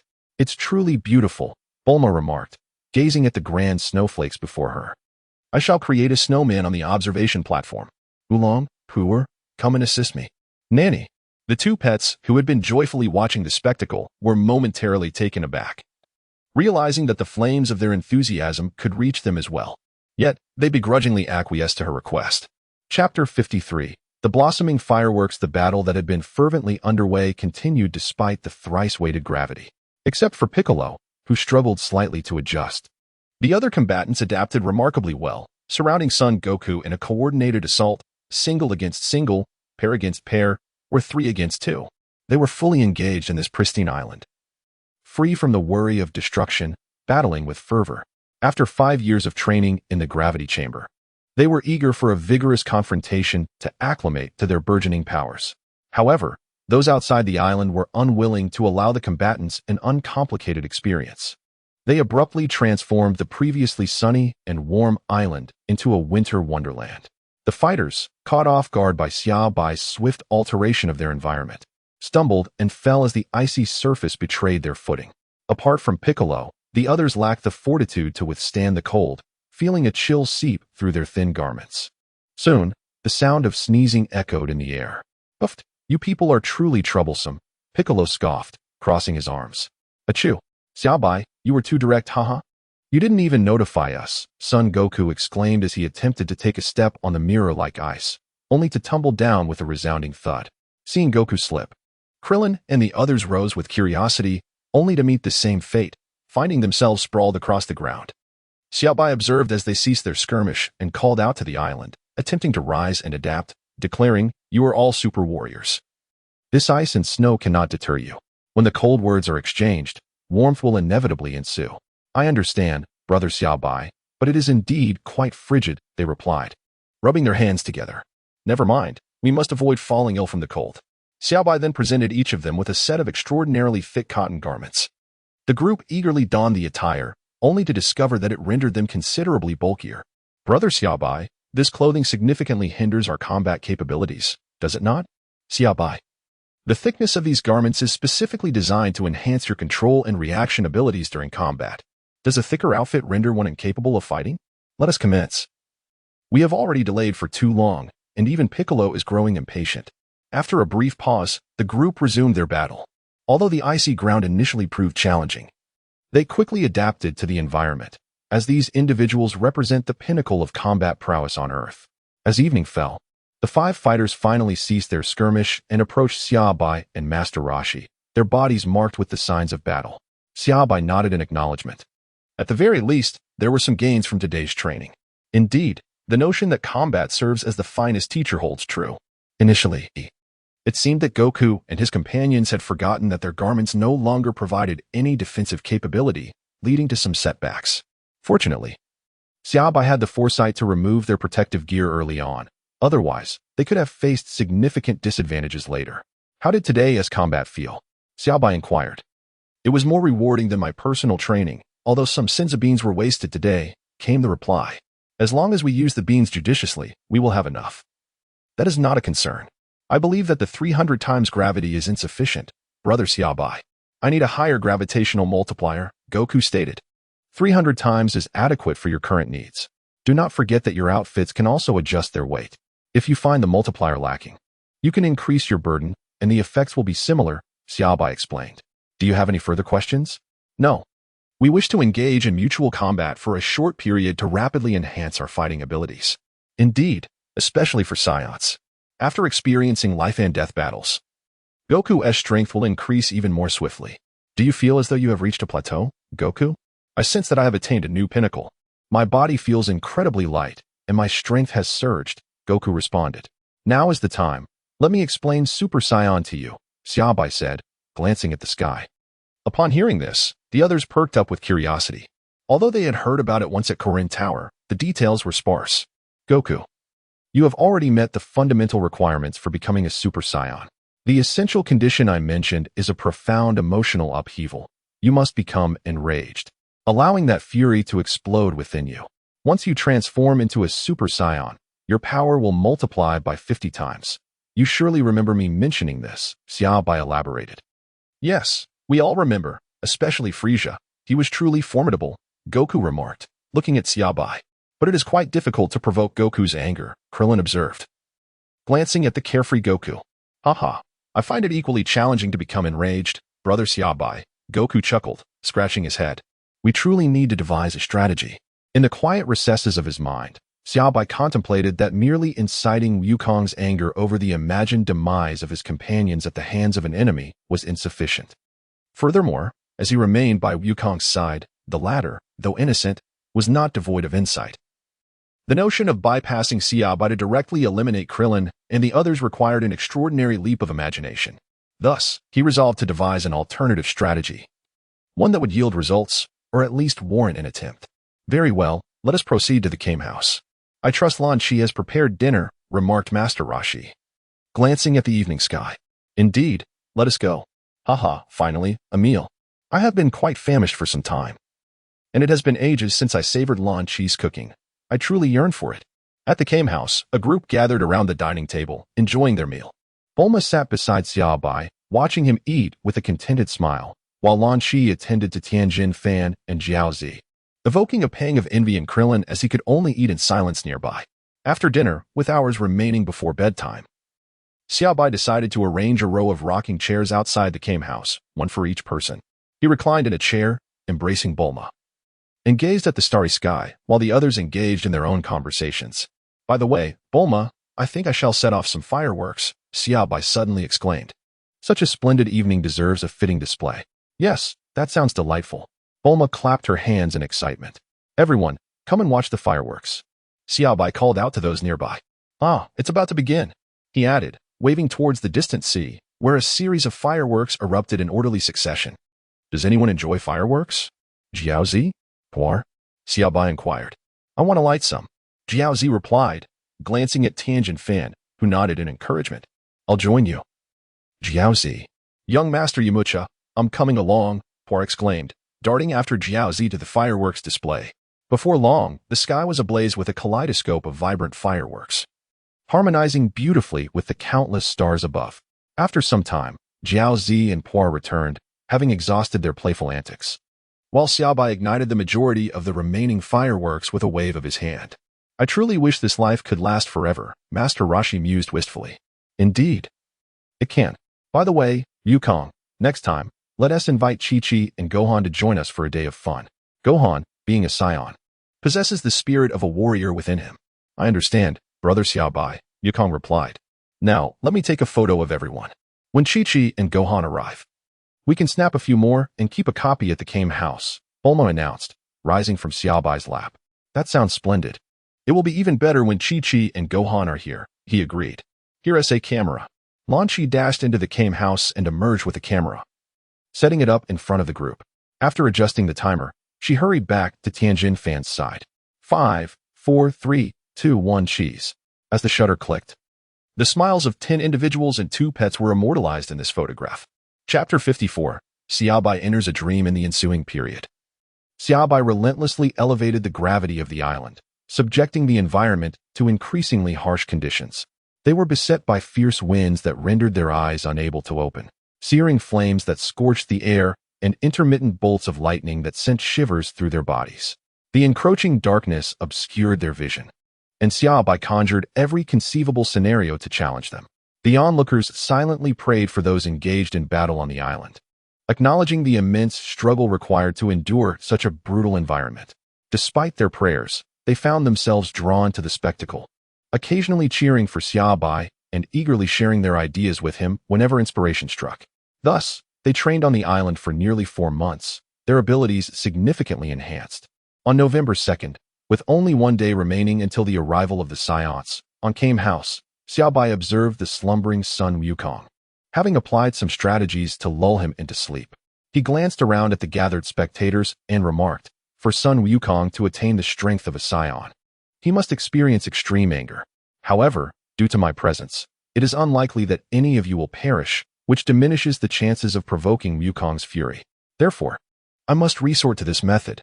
Whether it succeeds remains to be seen. Is this truly without risk? He pondered, it should be fine, as long as he can remember that feeling. Once he transforms once, the subsequent transformations will be considerably easier. I am eager to witness the true strength of a Super Saiyan. Very well, I shall commence. Fortunately, Bulma possesses an ample supply of heart flowers. Otherwise, I would indeed face difficulties. I am about to begin, so you all need only wait. Upon saying this, Xia Bai settled beside Sun Wukong, holding a heart flower and gently tapping it against his palm before succumbing to slumber. Bulma, who stood nearby, cast a worried glance, for although Xia Bai was powerful, he was venturing into another's dream, and her concern lingered. Have no fear, Bulma. Xia Bai is immensely strong. He will encounter no issues. We shall await their awakening. Everyone eagerly anticipated whether he would succeed. If he did, Earth's combat prowess would be markedly enhanced. Ah, is this Wukong's dream? Even in slumber, he does not forget to eat. Xia Bai silently entered Wukong's dreamscape, where he found him enjoying a picnic with Chi-Chi and Gohan. The colossal fish before them eliciting a bemused reaction from Xia Bai, as even in dreams, the fish had not escaped his influence. However, it is time to begin. Once he transforms into a Saiyan, everything thereafter will be considerably easier, Xia Bai mused. With that thought, he shifted his body, and Bulma's figure appeared beside him. Satisfied with her lifelike appearance, Xia Bai nodded approvingly and directly transported them in front of Sun Wukong's family. Ah, brother Xia Bai, what brings you here? Are you here to eat fish? Chi-Chi's culinary skills are quite remarkable. Xia Bai gazed at the fish that Sun Wukong had handed to him, gently touching his forehead. Wukong, Bulma and I are departing from Earth to seek the Super Dragon Balls. We shall be away for some time, and during this period, our focus will not be here. Therefore, you all must strive diligently. Super Dragon Balls? Indeed, they are the Dragon Balls that can summon an immensely powerful dragon. In the future, you may have the opportunity to witness them as well. Now, we must take our leave. Farewell. Xia Bai departed with Bulma, bidding farewell. Oh, goodbye. Sun Wukong waved towards the direction where Xia Bai had vanished, entirely oblivious to any peculiarities. He remained blissfully engaged and relishing culinary delights with Chi-Chi and the others. After an indeterminate passage of time, perhaps an hour, or even two, just as Sun Wukong's family was concluding their picnic and preparing to return home, he sensed an overwhelming and malevolent aura descending upon the earth. Xia Bai observed everything before him in his dreamscape, nodding in satisfaction. In a bid for authenticity, he reinforced Sun Wukong's dream, crafting a Frieza that was an exact replica, albeit without the restrained power of the original. Instead, he opted for the fully unleashed version, accompanied by a cadre of minions. Chi-Chi, Gohan, you should return first, Wukong said gravely, sensing a formidable aura that surpassed his own. After speaking, he soared towards the source of this overwhelming presence. Wukong, where are you going? Chi-Chi called out, watching as he suddenly took flight. Daddy! The young Gohan exclaimed from his mother's embrace, crying out after Wukong. This situation was genuinely perilous. It was unexpected that mere moments after Xia Bai had departed, they were already being targeted. Yet, Xia Bai's focus was far removed from Earth, which posed a significant problem. Wukong pondered as he flew. Along his journey, he encountered Krillin, Tien, and Yamcha, and soon, Piccolo joined them. Thus, the five of them hastened towards the location where Frieza had landed. In a bustling city, the atmosphere abruptly darkened, and all eyes turned skyward to witness a circular spaceship hovering above them. Coincidentally, Wukong and his companions arrived at the city's periphery. As the hatch of the circular ship opened, they beheld a diminutive figure emerge, trailed by a pink, rotund creature and a green silhouette. Hey, Wukong, what an overwhelming presence. Where is Xia Bai? Krillin inquired. Well, Xia Bai took Bulma into space. I'm uncertain if they will return in time. This time, we must rely on ourselves, Wukong replied. Frieza stepped out of the spaceship, casting a glance at the humans below who were curiously observing them. So, this is the Earth that harbors surviving Saiyans? A rather fine planet indeed. If we could rid it of these worthless humans, it might fetch a handsome price, he chuckled ominously. However, let us have these pests vanish. Dodoria. Frieza directed a glance at the pink creature beside him. Yes, Lord Frieza, watch this. Soon, they will no longer pollute your sight, Dodoria replied, his malevolent gaze scanning the crowd below. He extended his hands, conjuring a massive energy sphere, which he hurled towards the unsuspecting masses. Damn it, Wukong exclaimed, realizing the impending danger as he spotted the crimson energy sphere hurtling towards the city. He hurriedly accelerated, attempting to intercept Dodoria, but the distance was daunting. As the energy sphere detonated in the heart of the city, it unleashed a cataclysmic explosion, obliterating the panicked crowd and transforming the once thriving metropolis into a desolate crater. Lord Frieza, it is done, Dodoria proclaimed, bowing with one hand over his chest. Well done, Dodoria, Frieza acknowledged with a nod of satisfaction, feeling a sense of relief wash over him. Thank you for your praise, Lord Frieza. As they gazed upon the desolate, post-explosion city, Sun Wukong and his companions halted their flight, fixating on Frieza and his entourage standing across from them. The diminutive figure, with skin a blend of white and purple, bore a tail that flicked about whimsically behind him, while his crimson eyes exuded an icy demeanor. Chapter 55. Frieza, this odious scent of the wretched monkey is exceedingly irksome. It seems the rumors of surviving Saiyans on Earth have proven true, Frieza remarked, pinching his nose as he addressed Sun Wukong. Who are you? Why do you slaughter innocent humans? How do you know of the Saiyans? Sun Wukong glared furiously at Frieza. Ah, Dodoria, aren't all Saiyans cold-blooded savages? How could a compassionate Saiyan possibly emerge here, speaking in such a nauseating manner? Frieza queried Dodoria, casting a sidelong glance. Ah, Lord Frieza. Perhaps the Saiyan has been softened by these inferior humans, Dodoria replied, then turned to Sun Wukong and his companions. This is the mighty Frieza, ruler of the universe. Foolish Saiyans and Earthlings, bow before Lord Frieza and perhaps you may be granted the mercy of your lives. Indeed, Dodoria, refrain from likening them to dogs. Dogs are far superior to them, Frieza remarked, casting a fleeting glance at the portly minion on his left. Yes, Lord Frieza, it was a slip of the tongue. Dodoria responded with a chuckle. Frieza's tail whipped through the air erratically, producing a series of sonic booms. Frieza, is this the Frieza that Brother Xia Bai spoke of? Such a terrifying presence. Wukong, do you feel confident?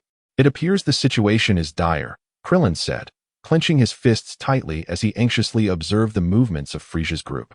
How formidable! It's outrageous that Frieza has arrived on Earth so swiftly. Did Xia Bai misjudge the situation? Sun Wukong replied, his fists clenched tightly. I'm uncertain. But it seems this matter will not resolve easily. Prepare for battle, he declared resolutely. Ah, look at that. We've merely slain some lowly humans. And they're already incensed. What do you think, Zabo?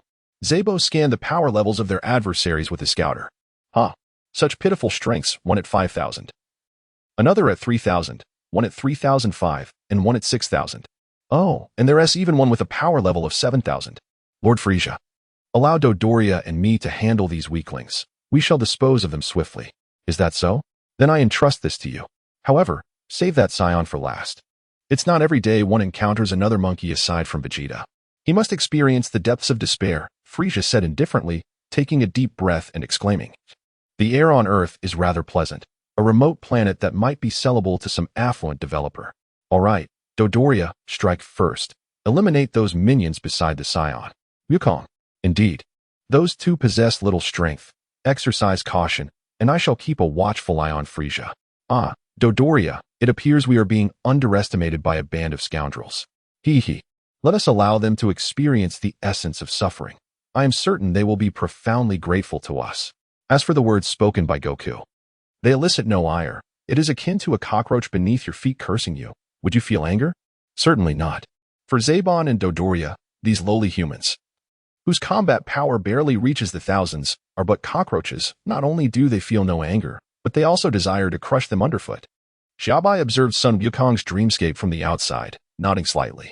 This enmity had indeed been well stirred, yet it was insufficient to provoke Sun Wukong to fury.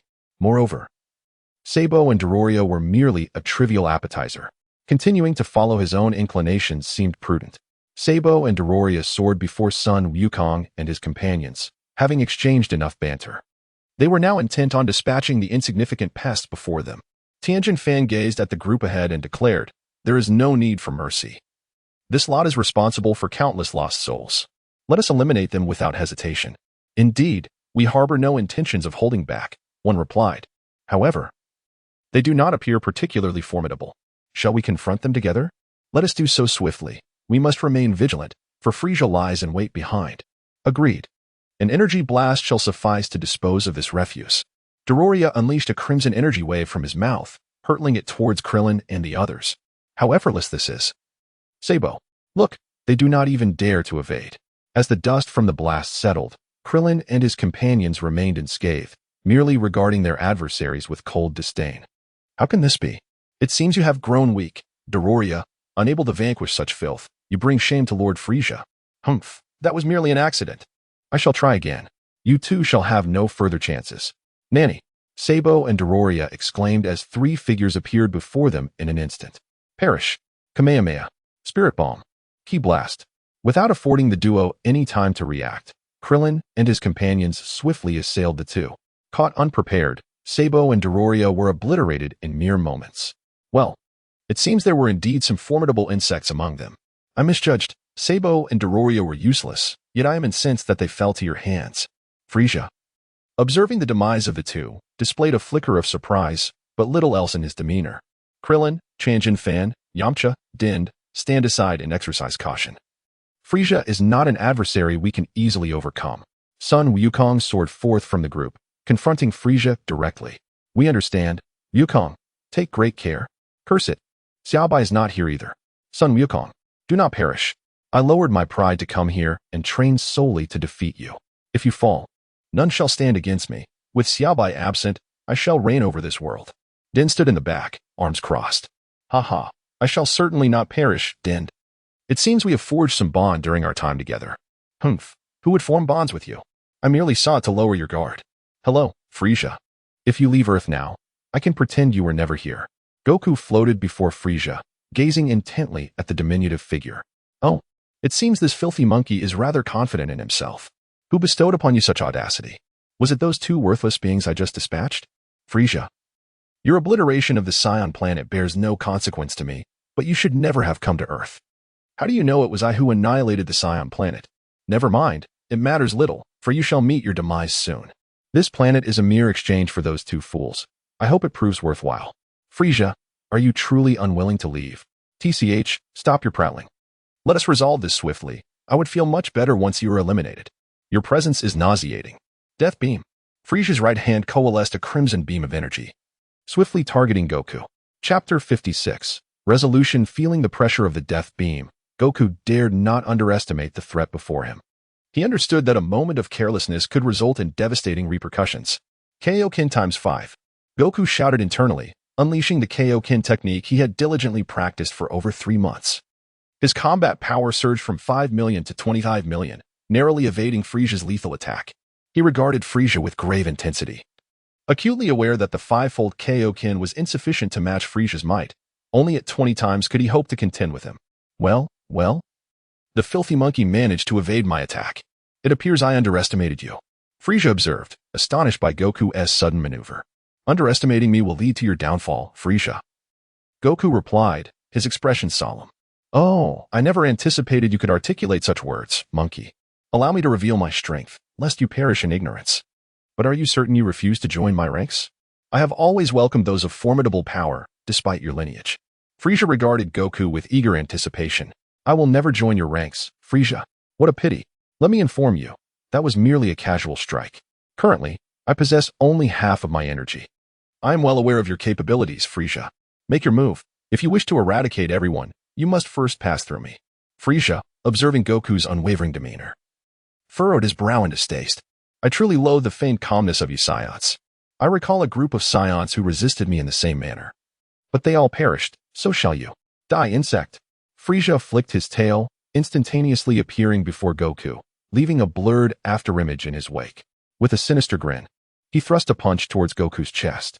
As Sun Wukong gazed upon Frieza, who had abruptly vanished from his position, he realized that his current strength was insufficient to contend with his foe. Consequently, he activated the Kaioken tenfold, a furious crimson aura enveloping him. Sun Wukong felt an immense surge of power coursing through him, far surpassing his previous state. Frieza, confident in his ability to withstand the impending blow, sensed a twinge of discomfort in his body. How swift! I can barely perceive Frieza, remarked a few constructs created by Xia Bai, watching intently, just as the onlookers exchanged words. Frieza's formidable fist approached Sun Wukong, imbued with the tyrant's rage, seemingly intent on casting Sun Wukong into the abyss. Yet, empowered by the tenfold Kaioken, Sun Wukong felt an unyielding strength surging within him, instilling confidence that he could absorb the blow. Ha! Sun Wukong bellowed, slightly bending his left leg while extending his right, raising his fist to meet Frieza's assault. The impact of their fists collided with a thunderous roar, unleashing a tempestuous energy that whipped the surrounding air into a fearsome whirlwind, sweeping away debris and structures alike. The force reverberated through their bodies into the earth, which could not withstand the strain, splitting open to reveal a deep chasm. Ah! Frieza's ire intensified upon witnessing Sun Wukong successfully parry his punch. This little insect. Why must you resist when you could simply perish at my hands? He seethed. Your defiance is futile, Sun Wukong. Await your demise, haha. Frieza pressed his fist even harder against Sun Wukong, akin to a bull charging. Nay, Frieza, I shall not allow you to pass. Sun Wukong thought of his beloved Chi-Chi and Gohan waiting for him at home, as well as Krillin and the others behind him. A surge of energy coursed through him, fueling his strike, causing the ground beneath him to fracture under the sheer force. Noticing that despite his advantageous position, he could not easily subdue Sun Wukong, Frieza's forehead bulged with veins as he extended his other hand to strike at Sun Wukong's face. I've anticipated this, Frieza. Sun Wukong raised his fist to defend against the incoming attack. After a brief struggle, Frieza realized that this tactic was futile, merely depleting Sun Wukong's energy. He swiftly retreated from Sun Wukong's vicinity. Rubbing his reddened hands from the exertion, Frieza observed Sun Wukong's composed demeanor with disdain, as if he regarded him with utter indifference. Curse you. Perish.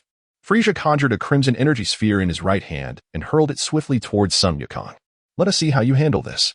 Even if you can withstand my might, this energy is not so easily endured. The energy blast surged forward with astonishing velocity, reaching Sun Wukong in the blink of an eye. Facing the impending attack, Wukong braced himself with both hands, preventing it from descending upon the earth. With immense effort, he hurled the blast skyward. Frieza, witnessing the thwarting of his assault, struck the ground with his tail, reducing stones to dust and causing cracks to spread. Yet, his furious expression swiftly faded, replaced by a sinister chuckle. Enough of this play. I shall eliminate you directly. He then positioned his legs slightly apart, hands clasped at his waist, lowering his head slightly. I will unleash my full power to swiftly dispose of you. This insignificant planet does not warrant my time. With a low growl, Frieza's aura erupted like boiling water, intensifying with each moment. The air around him rippled under the force of his energy, creating waves of disturbance. Lightning flickered in response to his overwhelming presence, scattering the clouds above, while those nearby felt the very earth tremble beneath them. Wukong, now is the time to strike, exclaimed Krillin, overwhelmed by Frieza's terrifying energy. Each of them unleashed their ultimate techniques, yet it seemed as though Frieza was shielded by an invisible barrier, rendering their efforts futile as they watched his power escalate. Wukong observed Frieza's rapidly swelling energy, his expression devoid of emotion. Become angry, Wukong, just as brother Xia Bai said. His inner voice urged him, but no signs of fury emerged. It seems I have no choice but to resort to the 20-fold Kaioken. My body, you must endure, Wukong declared to Frieza, whose energy had reached its zenith. Such overwhelming strength. Frieza taunted, relishing the power he seldom wielded. This ends now. You filthy monkey and your pathetic friends. He advanced, his footsteps creaking ominously, his tail swaying casually. Standing before Wukong, he crossed his arms, proclaiming, "This is the extent of my power. Feel despair, Wukong. Once you are annihilated, I shall execute every soul on this world. What a fine price that would fetch." Wukong gazed at Frieza, crackling with electricity, and offered a faint smile. You rejoiced too soon, Frieza. 20-fold Kaioken, you must hold on. As his muscles trembled and a crimson glow enveloped him, his rising aura astonished even Frieza. Oh, it appears to be a temporary boost in combat prowess, albeit at a considerable cost to your body. Very well, I shall bide my time. No one has ever compelled me to unleash my full strength, until now. Consider yourself fortunate. With a slight smile, Frieza curved his purple lips into a malevolent arc, folding his arms as he stood before Sun Wukong, observing him silently without any intention of intervening. Chapter 57, Transformation at Long Last. Sun Wukong successfully unleashed the 20-fold Kaioken, gazing at Frieza, who stood before him. I have kept you waiting, Frieza. I am eager to witness the full extent of my combat prowess. It is a rare delight to find an opponent capable of exchanging blows with me. Let us indulge in this. Ho ho ho, shall we begin? Are you so eager to meet your demise? Since you have so earnestly requested it, I shall graciously oblige. With a resounding clash, the two engaged in a fierce battle, their fists and feet colliding with tremendous force. The ground beneath them quickly began to sink, deeply indented by the shockwaves of their assaults. A powerful aura enveloped them, radiating outward and affecting the onlookers, including Krillin and the others, who found themselves caught in a whirlwind of debris and dust, forced to shield their eyes with their arms to catch a glimpse of the unfolding duel. As Xia Bai observed the beleaguered Sun Wukong, a sense of urgency gripped him. The battle must come to a swift conclusion, or else the 4 hours would soon elapse, rendering the heart flower ineffective. Having orchestrated this elaborate scene with great difficulty, exceeding the time limit would be disastrous. Frieza intensified his assault on Sun Wukong, who was already struggling to defend himself. After enduring Frieza's relentless attacks, Wukong's injuries multiplied, and the strain of his 20-fold Kaioken was becoming unbearable. Kamehameha. With a rapid motion, Sun Wukong shook off Frieza and unleashed the Kamehameha wave, his final strike. The white energy beam propelled Frieza into the air, while Wukong, gasping for breath beneath, assessed the situation. The surrounding crimson glow had vanished, and every slight movement inflicted excruciating pain upon him. Wukong, Krillin, and the others are flying towards you. Stay back. Frieza is not yet defeated. Frieza, having escaped Wukong's full-force strike, gazed at the substantial portion of his tail that was now missing and the disheveled state of his appearance. Suspended in midair, he howled in rage. You will perish. I shall first make you witness the agonizing demise of your comrades, and then it will be your turn. You have thoroughly enraged me, Sun Wukong. Frieza's blood-red gaze fixated on Wukong as he conjured a deadly beam directed at Krillin and the others. Frieza, cease at once. Krillin. Run. Son Wukong shouted, but the searing pain rendered him powerless. He could only watch helplessly as Krillin and Yamcha were struck in the head, collapsing to the ground. Staring at the fallen Krillin and Yamcha, Wukong froze, his gaze fixed on their outstretched hands reaching towards him, their mouths seemingly voicelessly calling his name. One was a companion from their training under Master Roshi, their bond forged through countless shared experiences, while the other was Yamcha, a friend from their childhood adventures. Yet now, they lay powerless before him, their vacant eyes appearing to still yearn to communicate something profound. As he witnessed Frieza gathering another deadly beam aimed at Tien and Piccolo, an overwhelming fury erupted within him. Lightning began to crackle around his form, and his hair subtly shifted. Observing Frieza's manic laughter as he prepared to unleash the beam upon Tien and Piccolo, Wukong's resolve intensified. I command you to stop, Frieza. Once barely able to stand, Wukong clenched his fists, leaned back, and roared towards the heavens. The lightning surrounding him intensified, and a halo of golden energy began to envelop him, transforming his once black hair into a radiant gold. Nanny? Frieza turned in shock to glance at the now transformed Goku, pausing the death ray he had readied. Goku calmly regarded Frieza for a moment before redirecting his attention toward Krillin and Yamcha. Ah, success. Xia Bai observed the newly transformed Goku with satisfaction, nodding approvingly. Although he had nearly run out of time, the outcome was commendable. After all, his efforts had not been in vain.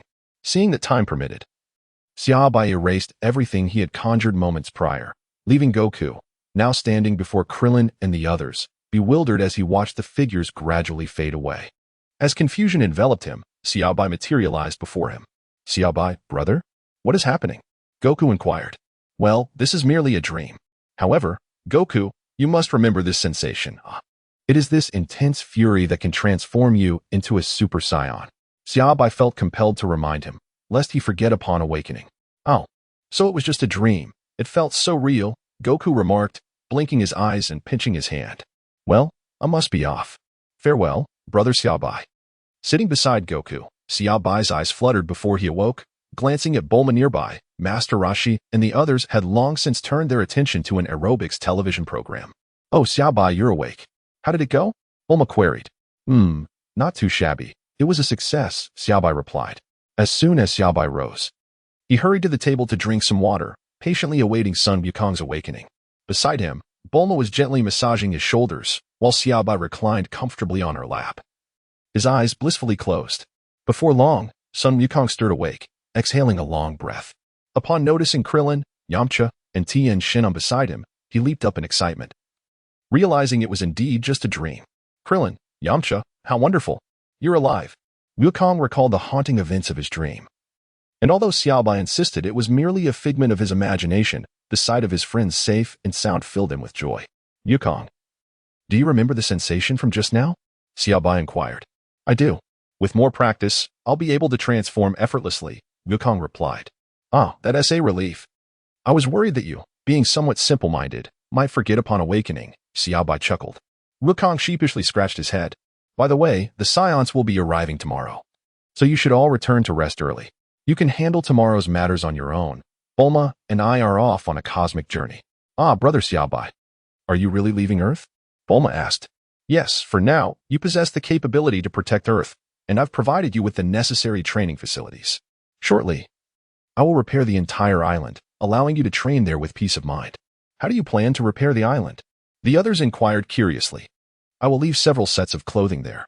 As for gravity, I'll set it to a maximum of 1,000 times.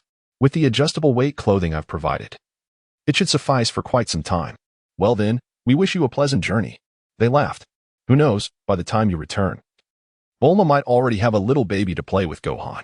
The mention of a little baby caused Bulma to blush profusely, her mind racing with thoughts. Chapter 58. Namek. The next day, Xia Bai set off with Bulma.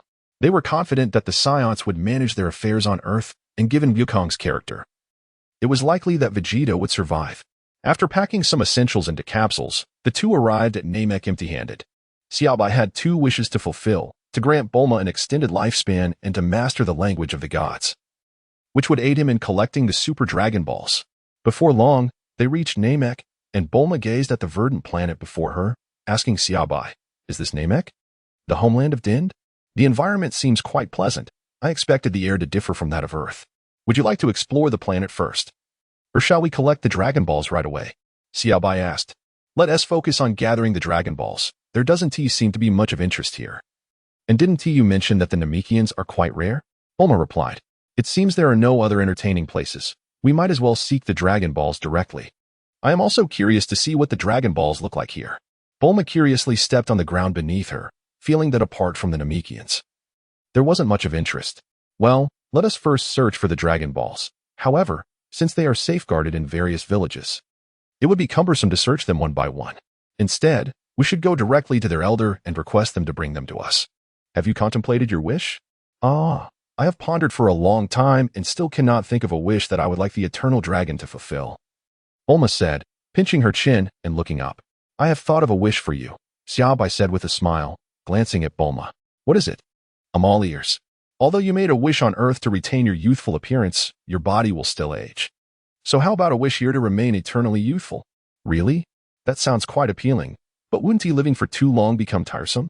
At first, Bulma found it agreeable. But upon deeper reflection, she wondered how one would spend such an extensive period, and she surmised that it might eventually become tedious. Xia Bai turned Bulma's head to face him and said, Bulma, have you forgotten that I am incapable of dying? Don't you wish to be by my side for eternity? Reflecting on his words, he continued, Indeed, ever since I made that wish on Earth, I have scarcely given it a thought. Your inquiry has rekindled my curiosity. Are you truly from Earth? I have yet to witness you seeking a wish from the dragon. Bulma fixed her gaze on Xia Bai and asked, Well, this is simply how I was made. There is no remedy for it. Come, let us search for the Dragon Balls, Xia Bai replied. Not waiting for Bulma to pose further questions, he embraced her and soared towards the elder's location. I knew it. It's always vague explanations with you, Bulma huffed. Sulking quietly in Xia Bai's embrace, Xia Bai let out an awkward chuckle, realizing he could not articulate his thoughts clearly. He immersed himself in the task of clutching Bulma tightly as he soared toward the residence of the Grand Elder. Before long, they arrived at the abode of the Grand Elder on Namek, where they were greeted by a combat-ready Namekian named Nail, who awaited their arrival. Guests, the Grand Elder requests your presence, Nail announced, leading the way. Thank you, Xia Bai replied, following closely behind Nail with Bulma in tow. It's truly remarkable.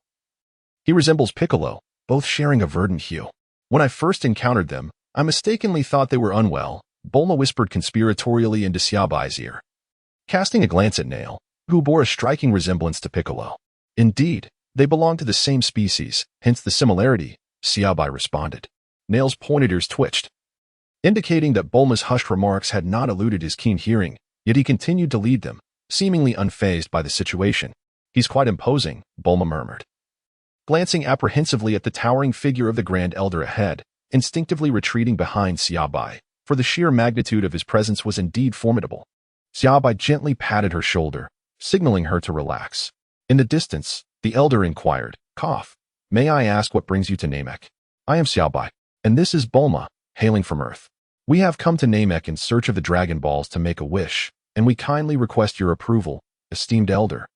Xia Bai implored earnestly, demonstrating that they were not malevolent beings quick to resort to violence over trivial matters. While I sense no malice in your intentions, I must clarify a few points. I hope you can understand, the elder replied with a cough. This is only reasonable. Please feel free to ask any questions. Xia Bai nodded, acknowledging that it was entirely reasonable. After all, one does not simply borrow another's belongings without due consideration, especially when the return of said items is uncertain. May I approach a bit closer, child? I wish to gauge your presence, the elder requested. I beg your pardon, but I am not fond of others touching my head. Please, feel free to ask your questions directly. If you wish to know how I came to be aware of the Dragon Balls, I can clarify that it is due to a deity on Earth, one of your own Namekians. As for how I discovered Namek, it was several months ago when I sensed the essence of your people while attuning to the cosmos. Strangely, upon sensing your presence, all of you knelt. I found myself quite curious. Just so happened I had some wishes to be fulfilled through Shinran, hence my arrival. With that, Xia Bai casually tore open a rift in space. And that is how I came here. Xia Bai spoke candidly, devoid of any pretentiousness. He felt remarkably amiable towards those who wished to pat his head, for he was not a malevolent being, was he? The elder of Namek, feeling a hint of awkwardness, cleared his throat twice and began to contemplate the situation. Here stood a formidable being, and he had just expressed a desire to touch his head. He pondered how to plead for mercy while maintaining a semblance of dignity. The elder regarded Xia Bai with calm eyes, sensing no malice. Reflecting on the day months ago when the entire population of Namek succumbed to an overwhelming pressure and lay prostrate in fear, sent a shiver down his spine. Nilu, swiftly prepare seats for Mr. Xia Bai and Miss Bulma. We must treat our esteemed guests with the utmost respect, the elder instructed the bewildered Nilu, who stood nearby. Lost in thought, I have already informed the other elders to bring the remaining 6 Dragon Balls. Please be patient, he added. A faint smile breaking through his aged visage as he addressed Xia Bai. In the presence of such strength, no display of reverence could be deemed excessive, after all. No one knew the temperament of such beings. Well then, I shall leave it to you, elder, Xia Bai replied with a nod. Although he was unaware of what had transpired in the elder's mind moments prior, the prospect of acquiring the Dragon Balls effortlessly discouraged him from further conversation. He seated himself beside Bulma, occupying the chair that Nilu had just brought, still looking dazed. Hey Xia Bai, what did you just say? Why did he suddenly decide to present the Dragon Balls? Bulma inquired, observing the elder's beaming smile. Oh, didn't you hear? I didn't say anything, Xia Bai responded. Thinking to himself that he had never threatened the elder, it was merely a conversation. Well, whatever the case, we will soon witness the Dragon Balls of Namek and the authentic Shenron. How exciting, Bulma said as she took a sip of the local beverage. Chapter 59. Returning to Earth in the evening, the elder sensed the atmosphere grow tense and exhilarating during the arrival of the Dragon Balls, continuously communicating with the other elders to expedite their arrival. What wishes does Mr. Xia Bai intend to make? If they exceed the capabilities of Shenron, they may remain unfulfilled. The elder mused with a smile blooming like a chrysanthemum. Well, Xia Bai pondered aloud, my first wish is for Bulma to remain youthful and possess a long lifespan. That should be feasible, right? Shenron ought to be able to grant that. Indeed, that wish is achievable, the elder confirmed after considering the request, recognizing it as within Shenron's power. My second wish is to master the language of the gods. And my third is to acquire a radar capable of locating the Super Dragon Balls. That should be uncomplicated, as they are not particularly difficult wishes, Xia Bai stated. Looking at the elder. Yes, those wishes should be within Shenron's capacity. The elders will arrive shortly with the Dragon Balls. Please bear with us. May I inquire, Mr. Xia Bai, about that child from Earth? The Grand Elder gradually felt a surge of courage within himself. Well, that's no problem. However, I am only familiar with the general circumstances, not the specifics. Thus, Xia Bai recounted to him what he knew about the celestial beings. After listening, the Grand Elder nodded and shared some past tales with Xia Bai. At that moment, several elders hurriedly arrived, each bearing the Dragon Balls, appearing quite travel-worn. Mr. Xia Bai, the Dragon Balls have arrived. We can make our wishes now, the Grand Elder remarked with a smile. Ah, then I appreciate your efforts. I will make the 3 wishes we discussed earlier. Very well, I shall summon the Dragon Forth, he declared. These Dragon Balls are indeed quite large. Much larger than those on Earth, Bulma exclaimed, gazing in wonder at the Dragon Balls cradled by the elders. Indeed, after all, they are the pseudo-legendary Dragon Balls capable of granting 3 wishes. I shall show you even larger ones in due time, Xia Bai replied, wrapping his arm around Bulma's slender waist. I'm truly curious. Such massive Dragon Balls must possess incredible power, she remarked. The Grand Elder then spoke a series of incomprehensible words. And the dragon from planet Namek, Purunga, emerged, proudly displaying its muscular form. It looks quite peculiar, Xia Bai noted. While the Earth-esque dragon resembles a traditional dragon, this one appears to be a variant. The Grand Elder entrusted the 3 wishes to his fellow elders to convey to the dragon. Before long, Xia Bai felt he had grasped the language of the gods, and he found himself holding a substantial device, along with a generous instruction manual provided by the dragon. Once the 3 wishes were fulfilled, the dragon vanished from sight. Xia Bai turned to Bulma and asked, How do you feel, Bulma? My body feels somewhat lighter, otherwise, I don't sense anything different. That must indicate success. I will find other means in the future. Making wishes from the dragon is merely a temporary measure. Yes, I am already quite satisfied. After conversing with Bulma, Xia Bai turned to the Grand Elder. Thank you, Grand Elder, for summoning the dragon to grant our wishes. As a token of my gratitude, I will establish a protective barrier with a radius of 10 miles around your residence for 200 years, ensuring your safety. Thank you. Mr. Xia Bai, the Grand Elder replied sincerely. Even if Xia Bai had not made any request from the dragon, they held no objections. They understood the literal meaning of Xia Bai's offer. For 200 years, they would face no risk of extermination. If an enemy were to target them for that duration, they would accept it, knowing that this time they had not suffered a loss. Xia Bai extended his left hand, and a radiant white light enveloped his face as he traced a circle around the mountain where the Grand Elder resided. A transparent protective barrier materialized. After observing, Xia Bai nodded, indicating completion. Only those granted permission may enter. Given the current hour, it would be prudent for you to rest here before embarking on your quest for the Dragon Balls, the Grand Elder suggested. There is no need to trouble the Grand Elder further. We shall return directly to Earth, Xia Bai replied, glancing at the three sons of Namek. Realizing that remaining here would hinder his sleep, it would be far easier to return, as opening a spatial portal to Earth poses no challenge. Farewell, Grand Elder, Xia Bai said as he stood up, preparing to depart with Bulma. Thank you, Grand Elder, Bulma added with a smile, waving goodbye. Goodbye, Mr. Xia Bai. Yes, farewell. Xia Bai took Bulma's hand, and they traversed the spatial portal back to their home on Earth. Phew, it appears communication was not overly difficult. The Grand Elder exhaled deeply. Grand Elder, what is the matter? Do you recall a few months ago, when you, as Xia Bai and Bulma returned home, they found themselves preparing dinner? Their timing quite fortuitous. Sitting languidly on the sofa, cradling Bulma in his arms, Xia Bai felt an odd sensation. Was this truly the cosmic journey he had envisioned? It was rather different from his imagination. Although they had merely gone to make a wish today, the convenience of Earth was astonishing. Travel to another planet for a day and return just in time for dinner? Such a notion seemed peculiar indeed. Hey Xia Bai, is this what you call a cosmic journey? Bulma queried, her brow furrowing. It feels strange. We don't even have a spaceship. It's as if we're merely playing on Earth. She pinched Xia Bai's nose playfully. Well, what can I say? I'm quite remarkable, after all. We got home quickly. If you fancy a spaceship, perhaps we could procure one from a planet tomorrow? Xia Bai suggested. That sounds feasible. We could buy a few spaceships and have them delivered home. I am certain my father would be intrigued. Once he thoroughly studies them, he might even be able to sell them. Surely, many wish to leave Earth and explore the universe, Bulma mused. Let us make it official then. Who knew you could find a lucrative venture for our family? You're quite resourceful. She planted a kiss on him. Oh, what do we have here? The briefs couple entered and immediately noticed Bulma's affectionate gesture. Startled, Bulma swiftly extricated herself from Xia Bai's embrace, her cheeks slightly flushed. Dad, Xia Bai and I plan to go to outer space tomorrow to buy a few spaceships. Would you be interested? Bulma inquired, looking at Dr. Brief's. Extraterrestrial technology? Indeed. I am quite interested. Earth's technology still struggles with space travel. If we could obtain ready-made spaceships for research, breakthroughs would be much more attainable.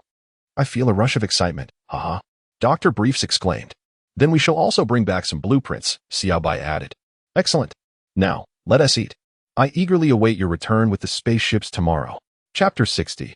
The Awakening of Beerus. The following day, as dawn broke, Xia Bai and Bulma sluggishly arose, preparing to embark on their quest for the Super Dragon Balls. Standing in the yard, Xia Bai glanced at the Super Dragon Ball radar, then addressed Bulma beside him. It's quite a distance away. Let us be on our way. Let us go. I've been curious about the Super Dragon Balls for ages. Off we go. Bulma declared enthusiastically, raising her fist toward the sky. Let us move. Xia Bai enveloped them in a protective shield and casually opened a rift in space, stepping through. Observing their departing figures and the rift they had created, Dr. Brief stood behind, perplexed, and adjusted the black cat on his shoulder, unable to comprehend how this spatial passage had materialized. On a distant, desolate planet in the 7th universe, a luminous spatial portal emerged, from which Xia Bai and Bulma emerged. They surveyed their surroundings, realizing they stood on a lifeless planet, composed solely of earth and small hills. Bulma, do not wander too far. The atmosphere outside may not be suitable for your lungs. It's best to remain within the protective barrier for a while. Xia Bai glanced at the radar in hand, its bright display indicating the location. What is the matter, Xia Bai? Bulma inquired, observing Xia Bai as he scrutinized the device. The radar shows that the Dragon Ball is right here, yet I see none in the vicinity of this planet. Is that so? Let me take a look. Bulma took the radar and confirmed the Dragon Ball's location. Surely the Eternal Dragon has not provided me with a counterfeit, she mused, glancing up at the sky and then down at the barren planet beneath their feet. With a light smack on Xia Bai's head, she exclaimed, You fool! This desolate planet is surely the Dragon Ball. Realization dawned on Xia Bai as he processed Bulma's words. He had overlooked the obvious in his eagerness. fixating on the sky while neglecting the barren land below. Haha, Bulma, you are truly clever. Otherwise, I would have searched for quite some time before realizing. Of course, I am a genius. I am the guardian of this Dragon Ball radar, Bulma declared, holding it triumphantly while gazing at the barren planet. Let me show you what a true Dragon Ball looks like, Xia Bai chuckled. After ascending from the planet, he gently stomped his foot down, and both he and Bulma watched the ensuing commotion below. With tremendous force, Xia Bai's action caused the entire barren planet to tremble, dislodging the layers of dust and debris that enveloped it. As everything cleared away, the magnificent visage of the Super Dragon Ball was revealed, a resplendent golden sphere adorned with 3 colossal stars, clearly visible to Xia Bai and Bulma from the sky. It's a 3-star ball, Xia Bai. It's truly enormous. But how do we collect it? Bulma was initially taken aback by the size of the Dragon Ball, but soon pondered how to retrieve it. I had intended to store it in my spatial pocket, but now that I think about it, that might be unnecessary. I could simply use telekinesis to carry it along. It's not heavy after all. Just imagine collecting a Dragon Ball that floats behind me like a game of Snake, eventually trailing 7 Dragon Balls. It would be quite a spectacle.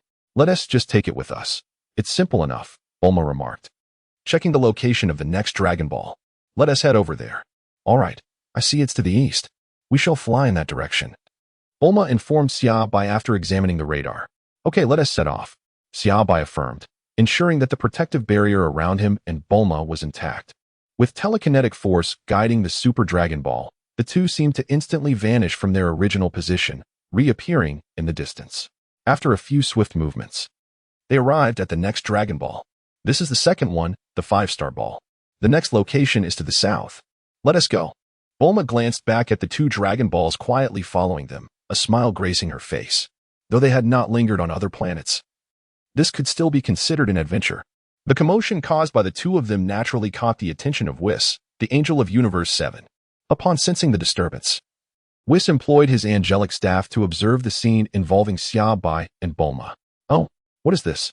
He mused, furrowing his brow as he witnessed Xia Bai and Bulma swiftly approaching the 3rd Dragon Ball, flanked by the 2 others. Their speed was astonishing, even to him. Not even his own travel method could match such swiftness. Contemplating his own capabilities, he realized he could not achieve such velocity either. When had such formidable beings emerged in Universe 7? Whis tilted his head in thought, recalling that the Kai had not reported on Xia Bai, and those aware of his power evidently held lesser status. Should he awaken Beerus? It had not occurred to him that someone so powerful could manifest in Universe 7 just a few months prior. Such an idea seemed implausible. How could humanity possess strength to that degree? This was perhaps their ingrained perception. Reflecting on Beerus's infamous temper, Whis concluded that it was better to refrain from unnecessary alarm. If something were to occur, it would be prudent to rouse him then. Given that the individual was collecting Dragon Balls, it was likely they would venture to Universe 6. Pondering how events might unfold, Whis cheerfully tended to his flowers, content with his task. Xia Bai also sensed Whis' gaze, yet chose to disregard it. At present, the 2 had already gathered 4 Dragon Balls, with 3 remaining in the 6th universe. Xia Bai and the others gazed at the apparent barrier before them. With a hint of curiosity, Bulma inquired about this peculiar obstruction, having never encountered such a phenomenon before. After offering a brief explanation of the 6th and 7th universes, Xia Bai proceeded to tear open a fissure in the barrier, allowing both of them to enter the 6th universe. Whis, startled, dropped the water flask he was holding to the ground. This was intolerable. What had transpired could hardly be deemed mere smuggling, as the boundary had been forcefully breached. Even a carefree demeanor could not mask the realization that the individual they had just witnessed possessed extraordinary strength. In countless years, Whis had never observed such an audacious transgression of cosmic borders. This matter warranted the attention of the god of destruction, who needed to be informed. Whis glanced in the direction of the 6th universe, surmising that his sister, Vados, was likely already aware of the situation. Given her penchant for stirring up trouble with Kampa, the hefty feline would undoubtedly have received the news. Clearing his throat, Whis entered Beerus's chamber, surveying the explosive devices designed to awaken Beerus. With a wave of his staff, he covered his ears, and all the alarms detonated, filling the room with a deafening cacophony. The abrupt explosion roused Beerus from his slumber, causing the feline to jolt upright, subsequently unleashing an irate roar. Whis, he bellowed, instinctively hurling a few destruction balls. Chapter 61. We are surrounded. Weiss swiftly eradicated the destruction balls and addressed the disheveled Beerus, who was swaying unsteadily in his pajamas. Lord Beerus, we have a situation. Ugh, I haven't slept in months. What could possibly be so urgent? If you don't provide me with a reasonable explanation, I shall erase you. Beerus grumbled while rubbing his eyes and yawning. Ah, but Lord Beerus, you cannot best me. Weiss replied, offering a cup of water with a smile. Fine, what is it? Beerus rolled his eyes. Someone is in the process of collecting the Super Dragon Balls. Their strength remains uncertain, yet their speed is remarkable. They have already gathered 4 and have just torn through the cosmic barrier into the 6th universe. The Super Dragon Balls? What purpose could they serve? Humans cannot even comprehend the language of the gods. Even if they were to gather them all, they might find it unfulfilling. However, to traverse the universe without so much as a greeting is a blatant disrespect. I detest those who do not honor me. Beerus changed into a different outfit, placing a hand on Weiss's shoulder. Weiss, let us proceed to the 6th universe, but do not reveal ourselves just yet. Kappa has likely been alerted, and we should observe how this fool handles the situation. Given your account of their speed, they should not perish so easily at Kappa's hands. With his head lowered, Beerus yawned, clearly still not fully awake. As you wish, Lord Beerus. The staff of destruction struck the ground, and a transdimensional cube enveloped them, swiftly transporting them to the 6th universe. In the realm of the gods of destruction, Kappa eagerly savored the delectable dishes prepared by Beerus' attendant, Whis. While listening to Whis recount the news of an individual who had illicitly crossed over from the 7th universe. This newcomer had already discovered a Super Dragon Ball in the 6th universe, bringing the total to 5. How ineptly does that fool, Beerus, manage his domain? Humph. Are Super Dragon Balls within the reach of mere mortals? To come here so brazenly, I dare say that if I were to eliminate him, that imbecile Beerus would hardly protest. Let us be off. Whis. Kappa meticulously licked the final drop of broth from his bowl, rising with satisfaction to wipe his mouth. Humph. Beerus has surely never tasted such exquisite fare. Once I deal with that mortal, we shall pay a visit to the 7th universe. Lord Kappa. You have not exercised in quite some time and have gained weight, Whis remarked, wiping the corners of his eyes, devoid of tears, as he spoke. Humph. First, let us locate that mortal. I shall handle him carefully and bring him before Beerus. It will count as exercise, I suppose. Indeed, Lord Kappa, your foresight is commendable. Of course, now let us depart. Xia Bai and Bulma were leisurely soaring through the skies, 6 Dragon Balls trailing behind them, with the 7th not far off. He could sense the movements of Beerus and Kappa, and it was likely that Kappa would arrive at the 7th Dragon Ball just as he did.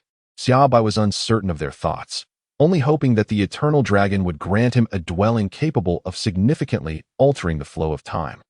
Though the exact multiplier remained a mystery. Xia Bai, why have you suddenly slowed down? Shouldn't we gather the Dragon Balls sooner? Bulma inquired, playfully tapping his head from her perch on his back. She felt a bit fatigued from standing for too long, so she allowed him to carry her. No rush. We still have the god and the angel looking for us, Xia Bai replied, planting a kiss on Bulma before continuing. The god and the angel? Are we in danger? Xia Bai, perhaps we should turn back, Bulma said, casting a worried glance at him. There's no need for concern, Bulma. They cannot harm me, and I won't allow anyone to lay a finger on you. Trust me, I won't recklessly engage if I'm not strong enough, Xia Bai reassured her, cradling Bulma in his arms and gazing into her eyes. Well, I hope so. If it comes to death, at least I would be with you. But alas, we still do not have a little one of our own, Bulma lamented, touching her abdomen. Suddenly recalling that they had yet to share a bedroom, her frustration grew, and she playfully swatted Xia Bai's head. Xia Bai, bewildered and at a loss, simply assumed that she was worried about potential dangers. In an attempt to comfort her, he offered a few soothing words, only to receive a playful tap on the head in return, leaving him genuinely perplexed. Ah, it seems my avenger has arrived. Xia Bai mused as he gazed at the multitude of spaceships blocking their path, realizing that he had been so engrossed in conversation with Bulma that he hadn't noticed their encirclement. Bulma, somewhat anxious, observed the numerous ships and glanced nervously at Xia Bai. Fear not, they are merely a band of petty minions, Xia Bai reassured her, stealing a quick kiss from her lips. For reasons unknown, Bulma felt an overwhelming surge of confidence. What was there to worry about? If her strength were truly lacking, how had she managed to survive these past few days? The individuals surrounding them would need spaceships to navigate, while she and Xia Bai could simply stand in the void of space. Thus, from a superficial perspective, their adversaries did not seem particularly formidable. Stay strong, Xia Bai, they must be after the Dragon Balls behind us, Bulma stated as she stepped away from Xia Bai's embrace to stand beside him. Indeed, we have not concealed them well. We are boldly flying about. And those Dragon Balls appear rather valuable. It is only natural that we would attract the attention of these cosmic pirates, Xia Bai replied, holding her hand firmly. Indeed, they possess remarkable audacity, Bulma remarked.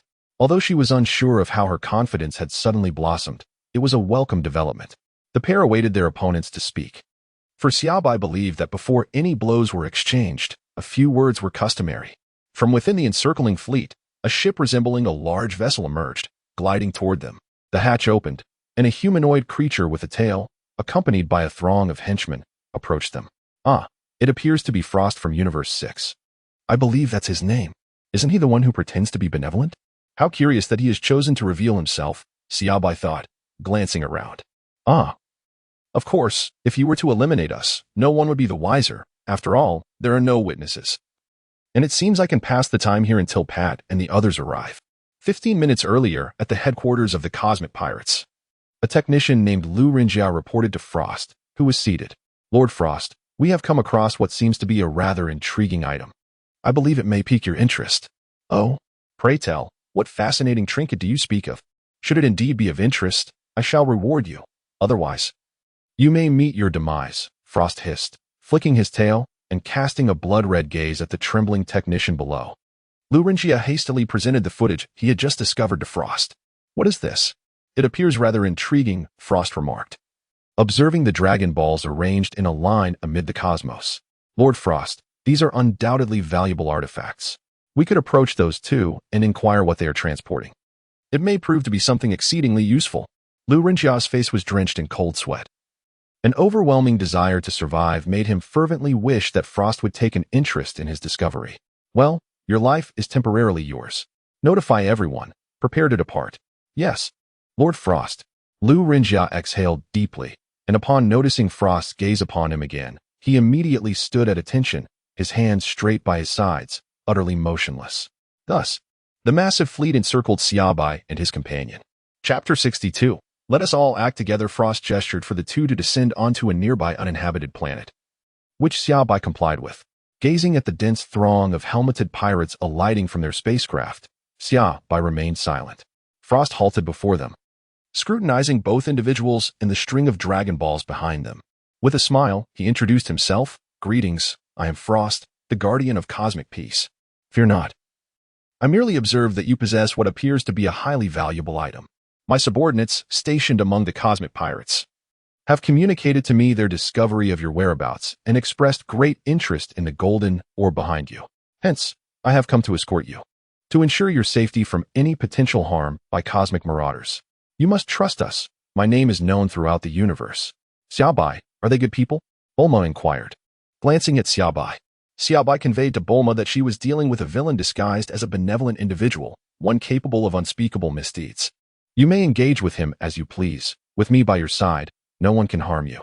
Upon receiving Xia Bai's message, Bulma was momentarily taken aback, astonished that such a courteous person could harbor wickedness. Nevertheless, her expression remained unchanged. The playful spirit within her ignited. After all, with Xia Bai to handle any repercussions, she felt liberated to act as she wished. Frost approached Bulma, extending his right hand across his chest in a courteous gesture. Esteemed and beautiful lady, I humbly apologize for my earlier discourtesy in overlooking your presence. I shall prepare some gifts shortly to convey my sincerest regrets. Bulma's large eyes blinked in surprise, her face lighting up with curiosity and delight. But I am quite eager to know what gifts you have in store. May I have a glimpse? I am certain that whatever you present will be of great value. How thoughtful of you. It is no wonder that beings across the universe hold you in such high regard. You truly are a remarkable individual. Xia Bai maintained a stoic expression, while his heart brimmed with fervor, silently encouraging Bulma, positioning himself as her staunchest supporter. Frost appeared utterly bewildered, caught off guard by the unexpected turn of events. Shouldn't you be refusing? I merely extended a polite gesture, and you truly think I am easily intimidated? Just wait until I discern the nature of those golden orbs behind you. I shall deal with you accordingly. Bulma observed Frost's silence, her face contorting into a sorrowful expression as she lamented. So, Lord Frost, your words were but a deception? How could you deceive me? With that, She leaned against Xia Bai's back, feigning tears. Frost felt as though a heavy stone lodged in his chest, discomfort enveloping him. However, he bore it, forcing a smile. How could that be? I was merely contemplating what exquisite gift might befit such a beautiful lady. Someone, fetch me some precious gems from my vault. Ensure they are of the utmost value, as that will express my sincere apologies. Yes, Lord Frost, came the prompt reply. Frost turned to Bulma with a beaming smile. Please, allow me a moment. I assure you, the gift will be to your satisfaction. Inwardly, Frost mused, ultimately. They all belong to me. Your lives are also under my dominion. What a pleasant thought that is. Let her have them. They are mine after all. An abrupt silence enveloped the atmosphere as each individual pondered their own thoughts, while Xia Bai communicated with Bulma in delight. Before long, one of Frost's subordinates emerged, bearing a chest and standing beside him. Hurry, present this to the lady, Frost commanded. Yes, Lord Frost. Bulma eagerly opened the chest, her eyes shimmering with joy at the dazzling treasures within, gems of varied hues, pearls, necklaces, and headdresses. She gratefully nodded at Frost, realizing that she had struck gold on this outing. There's so much here. I can even share with others, perhaps a little for Chi-Chi and Lanchi as well. Considering it is a windfall. Frost, his eyes gleaming with a cold intensity, glanced back at his bewildered subordinate. Did you really bring valuable items? Are you out of your mind? Observing the dazed expression on his subordinate's face, Frost felt an overwhelming fatigue wash over him, yet he resigned himself, reminding himself that they ultimately belonged to him. Just then, an irksome voice cut through the air. Lord Frost, did you not mention that cosmic pirates intended to rob us? I seem to see no signs of them. Xia Bai, watching Bulma try on various accessories, noted Frost's remarkable patience and decided to prolong the game. Given that time was still on their side, Frost replied, What is the matter? Should I fabricate another encounter with cosmic pirates and stage a confrontation? Very well. I shall prolong the act a little longer, but I must hasten the pace. My subordinates are currently risking their lives to report that they are en route. But out of caution regarding my strength, they are rallying additional forces from elsewhere. Mr. Xia Bai, if I may be so bold, might I inquire what those golden orbs behind you are? Oh, you refer to the Dragon Balls. The Dragon Balls? Frost's opponents lie lifeless, as does Xia Bai. Hence, it matters not to inform them. Let us conduct our affairs with precision and obliterate his entire headquarters, preventing any further complications arising from those seeking the Dragon Balls to resurrect Frost. Yes, that is the plan. Indeed, these are the Super Dragon Balls. Gathering all 7 can summon Shenron to grant wishes, fulfilling any desire. However, this must be a mere illusion. How could Mr. Xia Bai possibly believe in such ethereal concepts? Upon hearing this, Frost felt a tinge of disappointment. These seemingly captivating orbs hold no true value. Xia Bai displayed a countenance that suggested a desperate plea, exclaiming, Lord Frost, you must believe me. What I say is true. I had the fortune of visiting an omniscient being's abode and heard his words firsthand. He presented the Dragon Ball radar he had taken from Bulma, illustrating its purpose of locating the Dragon Balls, adding, the final one lies not far ahead. Is that truly the case? If we gather all 7, the dragon shall appear? No other requirements? A spell is necessary, Xia Bai replied. Pray, do share it with me. Certainly, Lord Frost. You have bestowed upon my wife such generous gifts, it is only fitting to trust me. The incantation is simple. Once the 7 Dragon Balls are assembled, one must call out, Come forth, dragon, and grant my wish. I desire to prosper. Is there nothing else? Frost's demeanor began to darken. I assure you, that is all. Laughter erupted from Frost, a wild and unrestrained mirth. I never imagined such wondrous things existed. I am exceedingly fortunate. His subordinates joined in the laughter, though they remained oblivious to the reason behind their lord's amusement. In the face of his laughter, they felt compelled to join in. To refrain from doing so would draw his ire, as he would surely remember those who did not partake. Chapter 63. The most awkward situation unfolds. Lord Frost. What is it that amuses you so? Xia Bai and Bulma exchanged perplexed glances as they regarded Frost. I have never encountered such fools as you two. Genuinely believing me to be a benevolent soul. Thank you for delivering the Dragon Balls. They are now mine. Lord Frost, were you deceiving us just now? How could you? We trusted you implicitly. Xia Bai's expression transformed into one of incredulity as he gazed at Frost. How could you betray us in such a manner? Lord Frost. Bulma interjected. Tu na-vi simpletons. It is we who are the cosmic pirates. And you, foul woman. Daring to attempt to wrest treasures from my grasp. What a fanciful notion. Just wait. Your liberation approaches. Out of pity for your impending demise, I shall offer you a piece of advice. Do not remain so gullible in your next life. Ahahaha. Frost and his subordinates regarded the two with the playful demeanor of a cat toying with a mouse. Yet they were met not with the panic they anticipated, but with a calm and composed facade from Xia Bai and Bulma. Oh, is this a facade of tranquility? How utterly amusing. Xia Bai cast a cold gaze at Frost and remarked, I initially intended to indulge in some theatrics with you to amuse Bulma. But your foul mouth has crossed a line. How dare you speak ill of her? I have never uttered a word against her, and you have set a perilous precedent.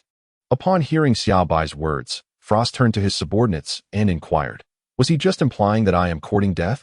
Am I mistaken? Lord Frost, you must have misheard. Lu Renjiao replied with utmost respect. Indeed, I too believe I must have misheard. Now, surrender the Dragon Balls, and I shall grant you a complete corpse, Frost declared, waving his hand dismissively. He pondered what wishes might be most advantageous, immortality or perhaps something else entirely. Oh, the dilemma was truly vexing. Bulma, are you frightened? Xia Bai asked, blocking her with his left hand. I trust you, Bulma replied, undeterred by the gazes around her, her eyes fixed intently on Xia Bai.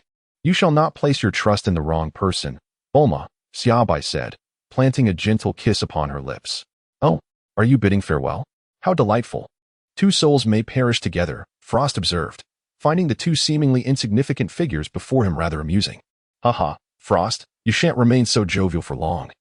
Xia Bai extended his right hand towards Frost's subordinates. Frost's amusement only grew as he watched Xia Bai's gesture. No one had ever made such a jest before. He found Xia Bai rather likable, captivated by his eloquence, and for a fleeting moment, he hesitated to enact his deadly intent. However, Frost's smile soon faltered into a stony expression. Xia Bai concentrated a fragment of his energy into his right hand, forming an enormous white energy orb that floated effortlessly before him. He turned and inquired, Bulma, should I close my eyes? It might get a bit intense. No need. With you by my side, I fear nothing. Excellent. As the two conversed, Frost felt a growing unease within him. He sensed that if this energy orb were to be unleashed upon him, it would spell certain doom.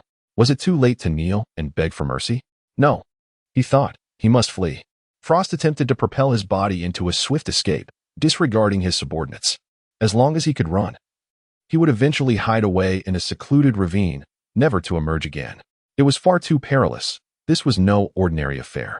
The most embarrassing realization in the world is believing oneself to be the puppeteer, only to discover that one is, in fact, the puppet. Frost frantically yearned to escape. Yet his body felt as heavy as lead, immobilized and unresponsive. Run. Move. He screamed inwardly in desperation. Xia Bai cast a cold glance at him, and Frost felt as though he had plunged into an icy abyss, his heart chilled to the core. He could only gaze vacantly at Xia Bai's ensuing actions. Xia Bai summoned a surge of energy from his hand, unleashing a multitude of radiant energy orbs that swiftly darted toward all of Frost's subordinates. In an instant, the indistinguishable energy projectiles reached the warriors before them, who could only watch in helplessness as the orbs pierced through their bodies, causing them to collapse lifelessly to the ground. The world fell eerily silent. Frost stared vacantly at his subjugated comrades, who had just moments ago shared laughter with him, now utterly annihilated. He felt no sorrow for their demise, only a profound dread stirring within the depths of his being. Frost, Xia Bai called out to him. Frost stiffly turned to face the demon before him, not expecting any reply. Xia Bai gestured towards a certain direction. That must be your stronghold, Frost. Frost nodded absently. Well, it is no more. Xia Bai hurled the remaining energy orbs in that direction before dusting off his hands and turning away. Returning to Bulma, he took her hand and ascended into the skies. Demon, you are the true demon. I cannot even begin to compare. Frost's laughter echoed. Indeed, you are the demon. Bulma. He calls me a demon. Xia Bai embraced Bulma. How could that be? You are the kindest person. He is the real demon, Bulma reassured him. Yes, let us depart. With that, Xia Bai held Bulma close, soaring back into the cosmos with 6 Dragon Balls in tow. Oh, I almost forgot to clear the debris. Xia Bai glanced down at the desolate planet below and at Frost, who remained rooted in place, motionless. He casually tossed an energy orb downward. As he watched the planet erupt in a brilliant explosion, illuminating the void, and Frost vanished completely, Xia Bai nodded in satisfaction, pleased with his control over the force. What a spectacular sight! Bulma exclaimed, gazing at the explosive display below. Indeed, it is quite magnificent, Bulma. Are you enjoying yourself? It's a pity about those jewels. Earth has none left. Bulma lamented, recalling her desire for them, which Xia Bai had denied. What good are such things? They have been touched by others. Once we return home, I shall get you something far better, Xia Bai assured her, holding Bulma tightly. You promised me. You must give it to me when we return, or I shall be upset. Bulma playfully pouted in Xia Bai's embrace. I shall certainly remember. Now, let us proceed. We must reach the 7th Dragon Ball. Yoshi, off we go. Synopsis. On a certain year, on a particular day, during a specific night, a child of Earth lay soundly asleep in bed. Perhaps due to the winter chill, he instinctively tightened the blanket around him, unknowingly dreaming of something delightful. A serene smile gracing his face. Suddenly, someone delivered a swift kick, causing the blanket to slip away, and the boy fell to the ground without making a sound. Upon closer inspection, only an empty shell remained.